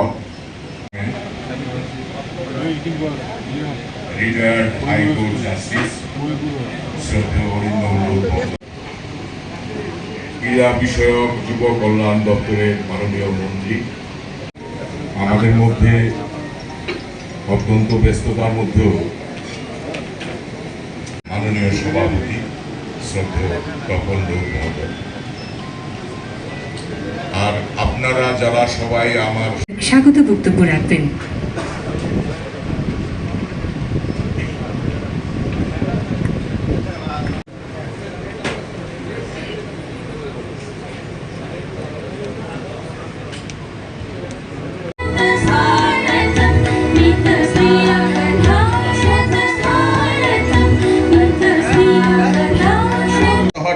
জন্য কাছে চলে এসেছি। এরকম আমাদের রাজ্যের ছেলেমেয়েরাও, আপনারা যারা এখানে অভিভাবকরা রয়েছেন, লাইফ মেম্বাররা যারা রয়েছেন, তাপসদা রয়েছেন, আমি দেখছি অনেক সিনিয়র মেম্বার, ওনারা যখন দিল্লি মুম্বাই যেতেন বিভিন্ন কাজে, তারা গুয়াহাটি থেকে ট্রেনে বসতে হতো। আজ কিন্তু গুয়াহাটি বসতে হয় না, আগরতলা শহরে এখানেই ট্রেনে চেপে 18টা শহরে ভারতবর্ষের যাওয়া যায়। এগুলো পরিবর্তন হয়েছে, এগুলো আমরা হয়তো ভুলে যাই অনেকে।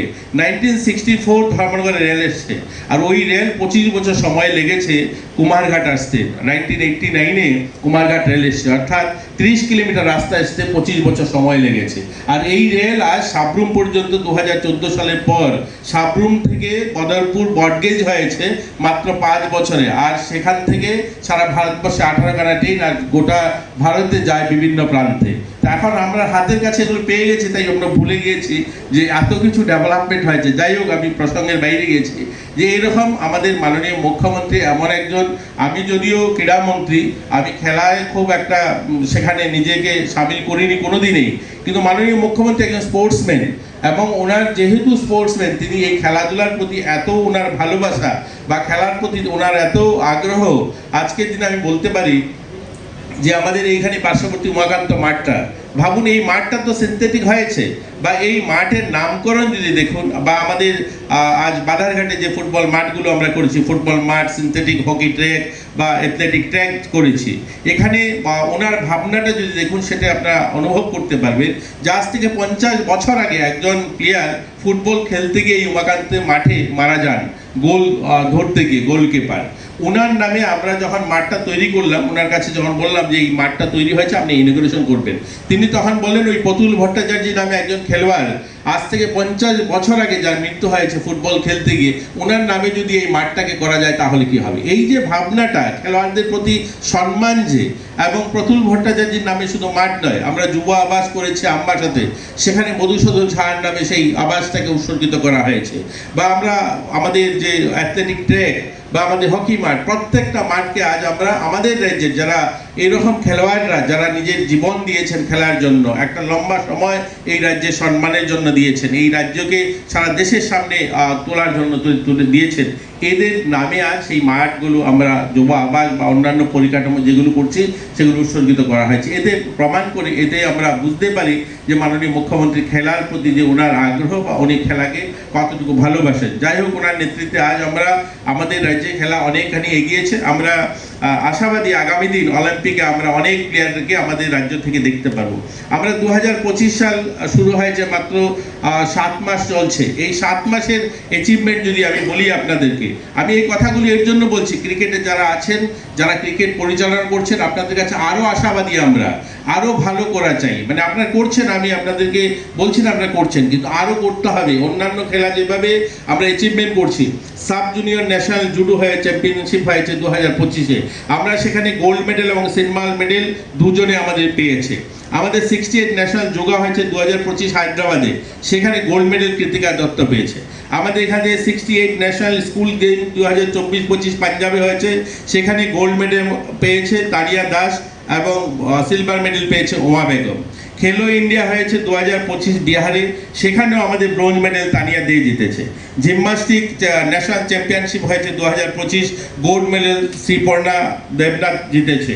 আমরা শ্রীপর্ণা দেবনাথকে আরও ভালো খেলার জন্য কয়েকদিন আগে মাননীয় মুখ্যমন্ত্রী উনি বলেছেন, এবং আমরা ওকে 4 লক্ষ টাকা দিয়েছি যেন আরও ভালো কোচিং নিতে পারে। বাইরে আমরা তাকে অলিম্পিকে দেখতে চাই, তার জন্য বিশেষ কোচিংয়ের জন্য আমরা বাইরে তাকে পাঠিয়েছি।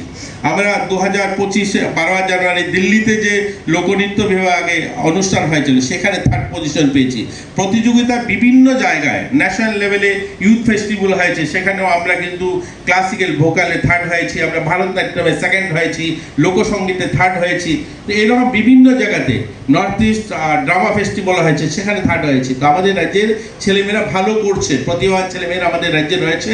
আমরা চাই ক্রিকেটও আরও ভালো করুক, আমরা যেন জাতীয় স্তরে আমরা ইন্ডিয়ান টিমে আমাদের ছেলেমেয়েদের, আমরা ছেলেমেয়েদের টিমে আমরা আমাদের খেলোয়াড়কে দেখতে চাই। আমরা শুধু রঞ্জিতে পার্টিসিপেট করবো এরকম নয়, আমরা আমাদের ছেলেমেয়েদেরকে আমরা দেখতে চাই ওই সমস্ত জায়গায়, তার জন্য সকলে মিলে আজকে নতুন যারা নবাগত যারা লাইভ মেম্বার হয়েছেন, পুরনো যারা আছেন এবং যারা টিসিএর মেম্বার যারা আছেন, সকলে মিলে সকলের প্রয়াসে আমরা আমাদের এই ক্রিকেটকে জাতীয় স্তরে দেখতে চাই, জাতীয় স্তরে খেলোয়াড় দেখতে চাই।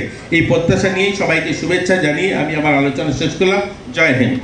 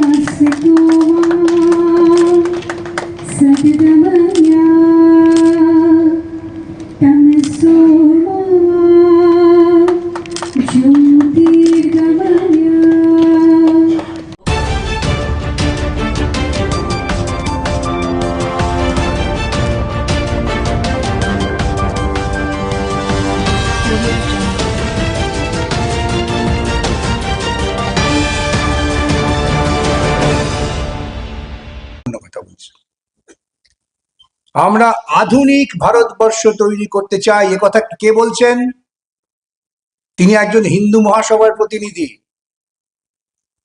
এই ধর্মের অন্ধকারত্ব তাকে বড় শঙ্কিত করেছিল। তিনি বলছেন, গোবিন্দ শেঠ, যে আমরা বৈদিক ভারতবর্ষে ফিরে যাব না। বৈদিক ভারতবর্ষ মানে যেখানে উচ্চবর্ণ তারাই শাসন করেন, তারাই শোষণ করেন এবং আর সমস্ত মানুষ তাদের অধীনে মানুষেতর জীবন যাপন করতেন।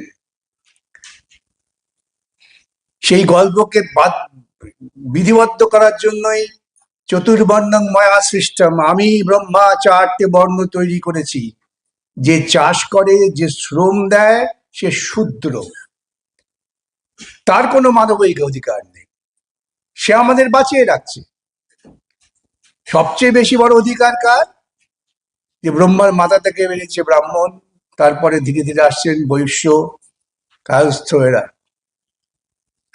যার ফলে বিবেকানন্দ খুব ক্ষোভ করে বলেছিলেন, আগামী পৃথিবী হবে শূদ্রদের পৃথিবী।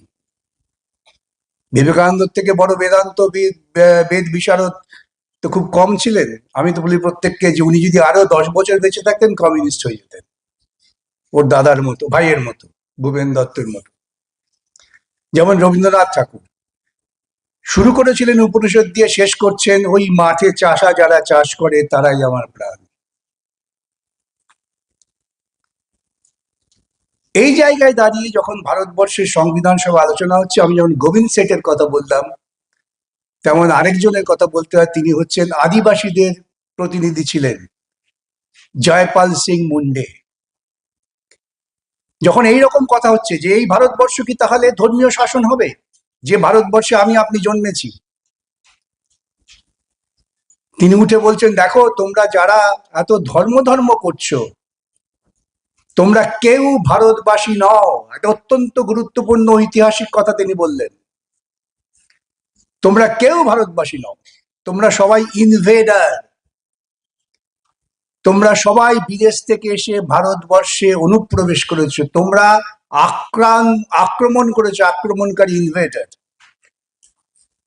আমরা আদিবাসীরা মূল ভারতবাসী। আমাদের কাছে ধর্ম কি? তিনি বলছেন, আমাদের কাছে ধর্ম হচ্ছে প্রকৃতি। আমরা পাহাড় পুজো করি, আমরা গাছ পুজো করি, আমরা জন্তুর পুজো করি, কিন্তু তারা আমাদের বাঁচিয়ে রেখেছেন। ভারতবর্ষটা আমাদের, তোমাদের নয়। তোমরা এইরকম ধর্ম করে ঝগড়া করো না। ভারতবর্ষে থাকতে গেলে সম্মিলিতভাবে থাকতে হবে। আর গণতন্ত্র, আদিবাসীদের কাছে গণতন্ত্র তোমাদের শিখতে হবে। এই সমস্ত বিভিন্ন বিদগ্ধ আলোচনার পর প্রশ্ন হলো, তাহলে ভারতবর্ষ কি হবে? অবজেক্টিভ রেজলিউশনে জওয়াহরলাল নেহরু বললেন আমরা গণতন্ত্র চাই। আরেকজন বললেন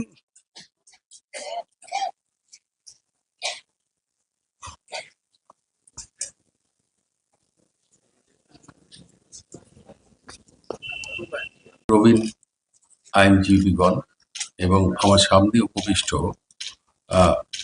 আমার ভাই এবং বোন আইনজীবী এবং অন্যান্য বিশিষ্ট ব্যক্তিগণ, আর আগামী প্রজন্মের যে আইনজীবীগণ আছেন তাদেরকেও আমার শুভেচ্ছা জানিয়ে আমি আমার কথা শুরু করছি। আমার এটা অভ্যেসই ছিল বহুদিনের যে কিছু বলতে গেলে যাদের শ্রোতা তাদেরকে ভাই বোন হিসাবে সম্বোধন করা, তার সাথে সম্প্রতিকালে একটু সংযোজন করতে হয়েছে। তার কারণ বাইরে বেরোলেই এখন অধিকাংশ সময় জেঠু ডাক শুনতে হয়। তাই আমি ভাবলাম যে আমার পরবর্তী প্রজন্মের যারা আইনজীবী আছেন তাদের সন্তান সম আইনজীবী হিসাবে সম্বোধনে যুক্ত করা দরকার রয়েছে। এখানে যারা আছেন তাদের ভারতের সংবিধান সম্বন্ধে, ইতিহাস সম্বন্ধে কারোরই জ্ঞান আমার থেকে কম নয়। তাই সেই আলোচনা করতে গিয়ে আমার মনে হয়েছে যে আমরা যদি যে অবস্থাতে আমাদের সংবিধান তৈরি হয়েছিল সেই আর্থ সামাজিক অবস্থা, সেই জায়গা এবং সেখানে ভারতের মানুষের কি অবস্থান ছিল সেই জায়গা থেকে শুরু করি, তাহলে বোধহয় আমরা প্রত্যেকেই নিজের নিজের মতন করে সংবিধানের প্রাসঙ্গিকতা আছে কিনা সেই উপসংহারে পৌঁছাতে পারব। আমরা দেখেছি যে দীর্ঘ প্রায় 200 বছর যে ব্রিটিশ শাসন, সেই জায়গায় ভারতবাসীদের অনেক যন্ত্রণা ভোগ করতে হয়েছে। এবং যখন ইস্ট ইন্ডিয়া কোম্পানি তার যে বাণিজ্যিক চরিত্র সেটা থেকে নিজেকে শাসকের চরিত্রে পরিবর্তন করে নিয়ে এলো, তখন তাদের অন্যতম মূল উদ্দেশ্য এখান থেকে যত সম্পদ সংগ্রহ করে নিজের দেশে জমা করা যায় অন্যান্য উপনিবেশগুলোর মতন তাই করতে হবে। এবং এটা করতে গিয়ে ভারতের যে মানুষ তাদের মানবাধিকার লঙ্ঘন হচ্ছে, প্রতি পদে পদে তাদের উপরে অত্যাচার হচ্ছে, অবিচার হচ্ছে, দানা বাঁধছে অসন্তোষ। সালটা 1857, হঠাৎ একটা স্ফুলিঙ্গ ছড়িয়ে পড়ল, সিপাহী বিদ্রোহ। এই সিপাহী বিদ্রোহকে ঐতিহাসিকরা বলছেন যে এটা শুধু সিপাহীদের বিদ্রোহ ছিল না। জাস্টিস ম্যাক ক্যাথে পরবর্তীকালে তার লেখা বই এই short history in our own time, সেখানে লিখলেন যে it was a combination of movement of the army dissatisfaction, national hatred and religion fanatism against the foreign yoke fought by the landowners, soldiers, theologian and others. এটা কোনো সংগঠিত আন্দোলন ছিল না, ছিল একটা স্বতঃস্ফূর্ত আন্দোলন।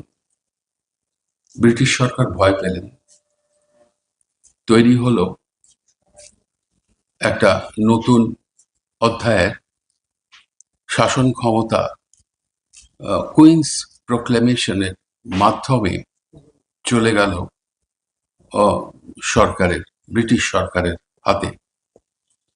তদনীন্তন লর্ড ক্যানিং, ভাইস কাউন্ট, তাকে এই যে সংবিধান তখনকার তার প্রধান হিসাবে, গভর্নর জেনারেল হিসেবে চিহ্নিত করা হলো। আর তিনি যখন কুইনের প্রতিনিধিত্ব করছেন আমাদের দেশে, তখন তাকে সম্বোধন করা হলো ভাইসরয় হিসাবে।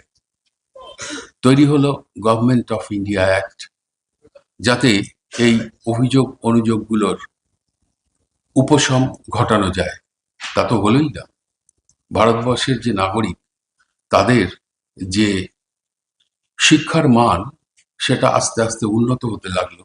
বিদেশি ভাষায় শিক্ষা, রসায়ন শাস্ত্রের শিক্ষা ইত্যাদি এই সমস্ত গুলোতে শিক্ষিত হতে লাগলেন যে অগ্রজ সম্প্রদায় যারা আগে এগিয়ে এসছেন। বিশ্বের সাথে পরিচয় হলো, ভারতবর্ষের পরিচয় আস্তে আস্তে বিশ্বের সাথে প্রসারিত হতে লাগলো। আন্দোলন একটা সংগঠিত রূপ নিতে লাগলো। ব্রিটিশ সরকার ভয় পেলেন। পরবর্তীকালে গভর্নমেন্ট অফ ইন্ডিয়া অ্যাক্ট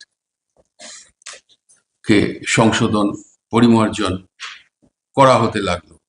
কিন্তু যাদের আসল উদ্দেশ্য যে ভারতের মানুষকে সার্বভৌমত্ব দেব না, স্বাধীনতা দেব না, তার কারণ তাহলে আমাদের যে শোষণ, আমাদের যে লুট, সেটা সম্পন্ন হবে না। তখন সম্পন্ন হবে না, তখন তারা বিভিন্ন ছলে বলে যাচ্ছে। সেই আলোচনার বিষয়বস্তুতে ঢোকার সঙ্গে সঙ্গে ভাবতে হয় ভারতবর্ষের সংবিধানে তৈরি করার প্রাসঙ্গিকতা কি ছিল। জন্মের প্রাসঙ্গিকতা যদি আমরা উপলব্ধি না করি, তাহলে সময়ের পরিবর্তনের সঙ্গে সঙ্গে একটি সংবিধান তার প্রাসঙ্গিকতা থাকবে কি থাকবে না বিচার করতে হবে। এ কথা বোধহয় আমাকে নতুন করে বলতে হবে না যে ভারতবর্ষের সংবিধানটা কোনো প্রাচীন গ্রন্থ থেকে নেওয়া নয়। ভারতবর্ষের সংবিধানটা মানুষের দীর্ঘ রক্তক্ষয়ী সংগ্রামের একটা পরিণতি, এবং সেজন্যই আমি বিস্তৃত আলোচনায় যাচ্ছি না। যখন সংবিধান সভায় অবজেক্টিভ রেজলিউশনটা পেশ করা হয়, খুব গুরুত্বপূর্ণ, অর্থাৎ সংবিধান সভায় তখন কিন্তু ভারতবর্ষের আমার মতে শ্রেষ্ঠতম বুদ্ধিজীবীরা ছিলেন সমস্ত রাজনৈতিক দৃষ্টিকোণের। কমিউনিস্ট পার্টি, কংগ্রেস, বিজেপি জন্মায়নি তখনও, RSS, হিন্দু মহাসভা, মুসলিম লীগ, এই সমস্ত স্তরের মানুষেরা ছিলেন। তারা আলোচনা করেছেন, দীর্ঘ আলোচনা। সেই প্রাসঙ্গিকতা যখন প্রশ্ন উঠবে, তখন সেই আলোচনার যে মূল বিষয়বস্তু, যাকে বলা হয় অবজেক্টিভ রেজলিউশন, যেটার উপর ভিত্তি করে আলোচনা হয়। তুমি কে হে দেশটা আমাদের, আমরা বুঝবো। ভাগ্য মেয়ের দাঁড়িয়ে দিয়েছিল। 47-এ আমাদের ক্ষমতা হস্তান্তর, 49-এ চীনে ক্ষমতা দখল। গুণগত পার্থক্যটা বুঝতে হবে। এবং সেই ইংরেজ তখন ক্ষমতা হস্তান্তর কেন ভাবলেন? দেখলেন যে পৃথিবীর বুকে শক্তির ভারসাম্য পাল্টে যাচ্ছে, হিটলার আর ক্ষমতায় নেই, পরাজিত। ফ্যাসিবাদ, যা পুঁজিবাদী শোষণের একটা অন্যতম অধ্যায়, তা টিকতে পারছেন না। ওরা বুঝলেন সাম্রাজ্যবাদী শক্তিকে আর বেশি দিন টিকিয়ে রাখা যাবে না। দ্বিতীয় বিশ্বযুদ্ধে সোভিয়েতের জয় শুধু জয় না, তার ফলে গোটা ইউরোপের একটা অংশ জুড়ে মুক্তি ফৌজ মানুষকে মুক্ত করে দিচ্ছেন উপনিবেশী কবল থেকে। সেই জায়গায় দাঁড়িয়ে ভারতবর্ষের বুকে তারা ক্ষমতা হস্তান্তরের পরিকল্পনা করলেন, এবং সেই পরিকল্পনার পেছনে তারাও একটা বিভাজনের চক্রান্ত করলেন। এটা যেখানেই উপনিবেশ ছিল, প্রত্যেক জায়গায় ইংরেজরা যাওয়ার আগে কিন্তু দেশটাকে বিভাজিত করে দিয়ে গেছেন। বলা হলো যে আমরা তো চলে যাচ্ছি, এতদিন আমাদের শাসন ছিল, তোমরা তো খুব আমাদের বিরুদ্ধে লড়াই করছো, চলে যাচ্ছি। তা আমরা চলে গেলে কি হবে? একদল বললেন যে হ্যাঁ, আমরা তো সংখ্যাগরিষ্ঠ হিন্দু। আমি আজও বুঝি না হিন্দু ধর্ম কি। আমাকে মাফ করবেন, ক্ষমা করবেন, ঢিল ছুটতে পারেন। হিন্দু ধর্ম কি আজও আমি বুঝি না। বেদ, বেদান্ত, উপনিষদে কোথাও হিন্দু ধর্মের হিন্দু বাক্য পর্যন্ত নেই। তারা বললেন এদের হিন্দু ধর্মটা হচ্ছে মনুবাদী দর্শন, যে আমরা সংখ্যাগরিষ্ঠ, অতএব আমরাই শাসন করব, আর সবাইকে আমাদের অধীন হয়ে থাকতে হবে। ভারতবর্ষের বুকে জনসংখ্যার বিন্যাসে ওই তথাকথিত হিন্দুর পরেই ছিল তথাকথিত ইসলামী। তাদের সংখ্যাটাও কম ছিল না। তার নেতা ছিলেন একজন প্রখ্যাত আইনজীবী জিন্নাহ সাহেব, যিনি ব্যক্তিগতভাবে জীবন যাপন করতেন সম্পূর্ণ ধর্মনিরপেক্ষভাবে।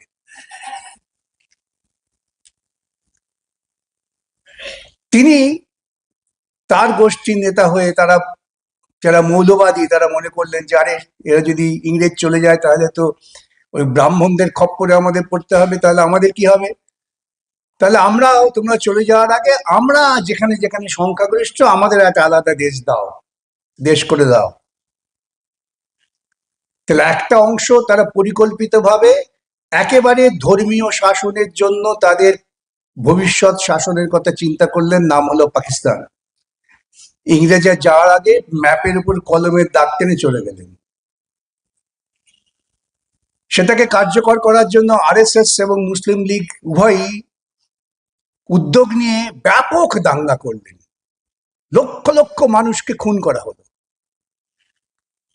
শুধুমাত্র লক্ষ্য যে বিভাজনটাকে সম্পূর্ণ করার জন্য। কেন তখন যে সমস্ত এই স্ট্রাকচার রিলিজিয়নের মধ্যেও যারা উদারপন্থী ছিলেন, সে হিন্দু বলুন মুসলিম বলুন, তারা চাইছিলেন ভারতবর্ষ ঐক্যবদ্ধ থাক। বহু মুসলিম নেতা তারা মুসলিম লীগের ওই চিন্তার বিরুদ্ধে প্রবল লড়াই করেছেন, কিন্তু রাজনৈতিক বিন্যাসের জন্য দেশ ভাগ হয়ে গেল। একদিকে চলে গেল থিওক্রেটিক স্টেট, তারা বললাম না ইসলামকে বিশ্বাস করি, আরেকটা বৃহত্তর অংশ তারা কিরকম হবে, কিভাবে দেশ পরিচালনা করা হবে। আমার হাতে ক্ষমতা দিয়ে দিয়ে তো দেশ পরিচালনা করতে পারবো না। দেশ পরিচালনা করতে গেলে নির্দিষ্ট বিধি চাই, নিয়ম চাই, রাজা নয়। রাজত্ব চলে গেছে, এখন সমাজ অগ্রগতির সঙ্গে সঙ্গে আমাদের মধ্যে গণতান্ত্রিক চিন্তা বোধ তৈরি হচ্ছে। তখন বলা হলো সংবিধান সভায় আলোচনা হোক। সংবিধান সভায় আলোচনার সময় গোবিন্দ শেঠ বলে একজন আরএসএস বা হিন্দু মহাসভার প্রতিনিধি, তিনি সংবিধান সভায় বলছেন, আমি তোমাদের বলছি আমরা কিন্তু বৈদিক ভারতবর্ষে ফিরে যাব না। রবীন্দ্রনাথ কবি একজন, সেই ইতিহাস আপনারা জানেন, আমি সেই ইতিহাসে যাচ্ছি না। কিন্তু এই যে পর্যায়টা এলো, যে পর্যায়ে এসে আমরা বললাম যে ভারতবর্ষকে আমরা এমন একটা নতুন দেশ গড়তে চাই, নতুন ভারতবর্ষ গড়তে চাই, গোবিন্দ শেঠের ভাষায় বৈদিক ভারতবর্ষ নয়, আধুনিক বিজ্ঞানসম্মত ভারতবর্ষ। কনস্টিটিউয়েন্ট অ্যাসেম্বলিতে তার বক্তৃতা আছে। সেই ভারতবর্ষে পৌঁছতে গেলে প্রথম ধাপ কি? ইকোনমিক জাস্টিস, অর্থনৈতিক ন্যায়। তারপরে আসছে সোশ্যাল জাস্টিস। এই সোশ্যাল জাস্টিসটা বৈদিক চিন্তার বিরোধী। সোশ্যাল জাস্টিস মানে হচ্ছে সমস্ত মানুষের সমান ন্যায় পাওয়ার অধিকার।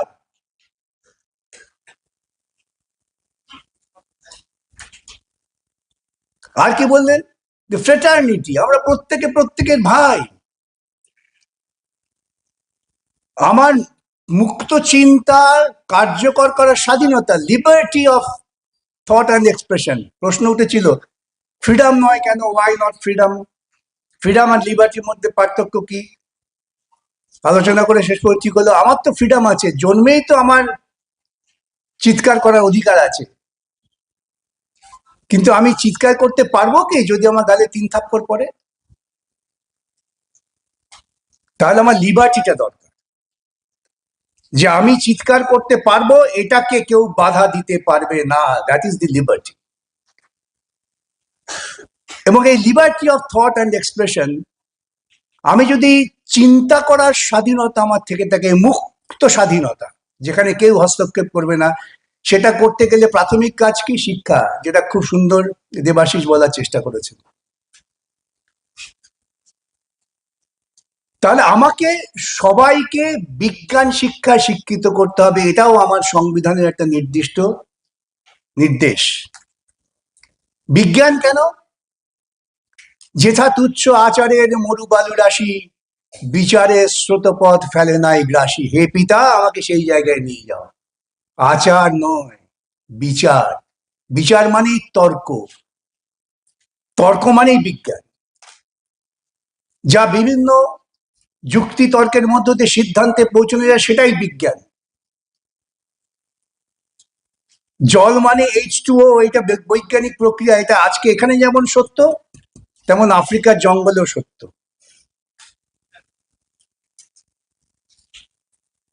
সন্তান জন্মের প্রক্রিয়া এখানে যেমন সত্য, তেমন পৃথিবীর যে কোনো প্রান্তেই সত্য।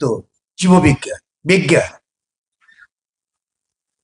এই যে বৈজ্ঞানিক বিশ্লেষণাত্মক চিন্তার মধ্য দিয়ে আমি যদি এগোতে পারি, তাহলে একটা দেশ এগোয়। এবং সেটা কি করে সম্ভব?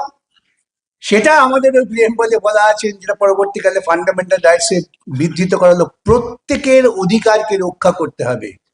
মাইনরিটি শুধুমাত্র ধর্ম নয়, মাইনরিটি ভাষা, কৃষ্টি, এই সবকে রক্ষা করতে হবে। তুমি বাড়ির গার্জিয়ান হয়েছো, তুমি শুধুমাত্র বড় ছেলেকেই একটু যত্ন করবে আর ছোটটা দুধ করবে, তা তো হতে পারে না। সরকার তো হচ্ছে অভিভাবক। যে সরকারকে আমরা নির্বাচিত করব, সেই সরকারকে এই সাংবিধানিক লক্ষ্যের দিকে এগিয়ে নিয়ে যেতে হবে। আমরা কি আজও ইকোনমিক জাস্টিস পেয়েছি? Social justice? দুদিন আগে আমি দেখলাম উড়িষ্যাতে একজন দলিতকে ধরে মাথা কামিয়ে ছেড়ে দেওয়া হয়েছে। কেন? সে ব্রাহ্মণ মেয়ের সঙ্গে তার প্রেম হচ্ছিল। প্রেমের ক্ষেত্রেও দলিত এবং ব্রাহ্মণ। পর শেষ পর্যন্ত তৈরি হলো ভারতবর্ষের সংবিধানের হৃদয়, সেটা হচ্ছে প্রিয়াম্বল। আমি এই রবীন্দ্রনাথকে বারবারে মনে পড়ে যায়, ওই যে হৃদয়ের কথা কহিতে ব্যাকুল, শুধাইল না মনে কেহ। সংবিধান এত কথার দরকারটা কি? শুধুমাত্র প্রিয়াম্বলটাই যদি আমরা উপলব্ধি করি, তাহলে দেখব এর প্রাসঙ্গিকতা কোনোদিনও শেষ হবে না। প্রিয়াম্বল হচ্ছে ভারতবর্ষের হৃদয়, এবং এটা আপনারা সকলেই জানেন যে সংবিধানের সব আলোচনার পর সব শেষে প্রিয়াম্বলটা লেখা হয়েছিল। তাহলে ভারতের হৃদয়টা কি? We the people of India. We Hindus বললো না তো, হিন্দু তো সংখ্যাগরিষ্ঠ। এখন তো হিন্দু বাঁচাও চলছে, হিন্দু ভাই ভাই চলছে। তো আমি একজনকে জিজ্ঞেস করেছিলাম, ভাই হিন্দু ভাই ভাই করছো, কোন হিন্দু? কার ভাই? ব্রাহ্মণের ভাই দলিত, এও হিন্দু। তখন বলে, তোমার খালি কাজ হচ্ছে এইসব কথা বলা। তাহলে we the people of India যদি হই, তাহলে ভারতবর্ষে যে ভৌগোলিক পরিসীমা তৈরি হয়েছিল ব্রিটিশ সাম্রাজ্যবাদ যাবার সময় কেটে দিয়ে গেছিলেন, তার প্রতিটা মানুষ, এবং ভারতবর্ষের যে বৈচিত্র্য, তা নিয়ে তো আমাকে বলতে হবে, কিন্তু রবীন্দ্রনাথ ঠাকুর বলে গেছেন কত যুগ আগে। সখুন্দল মোগল পাঠান এক দেহে হলো ঋণ, কেহ নাহি জানে কার আহ্বানে কত মানুষের ধারা, দুর্বার স্রোতে এলো কোথা হতে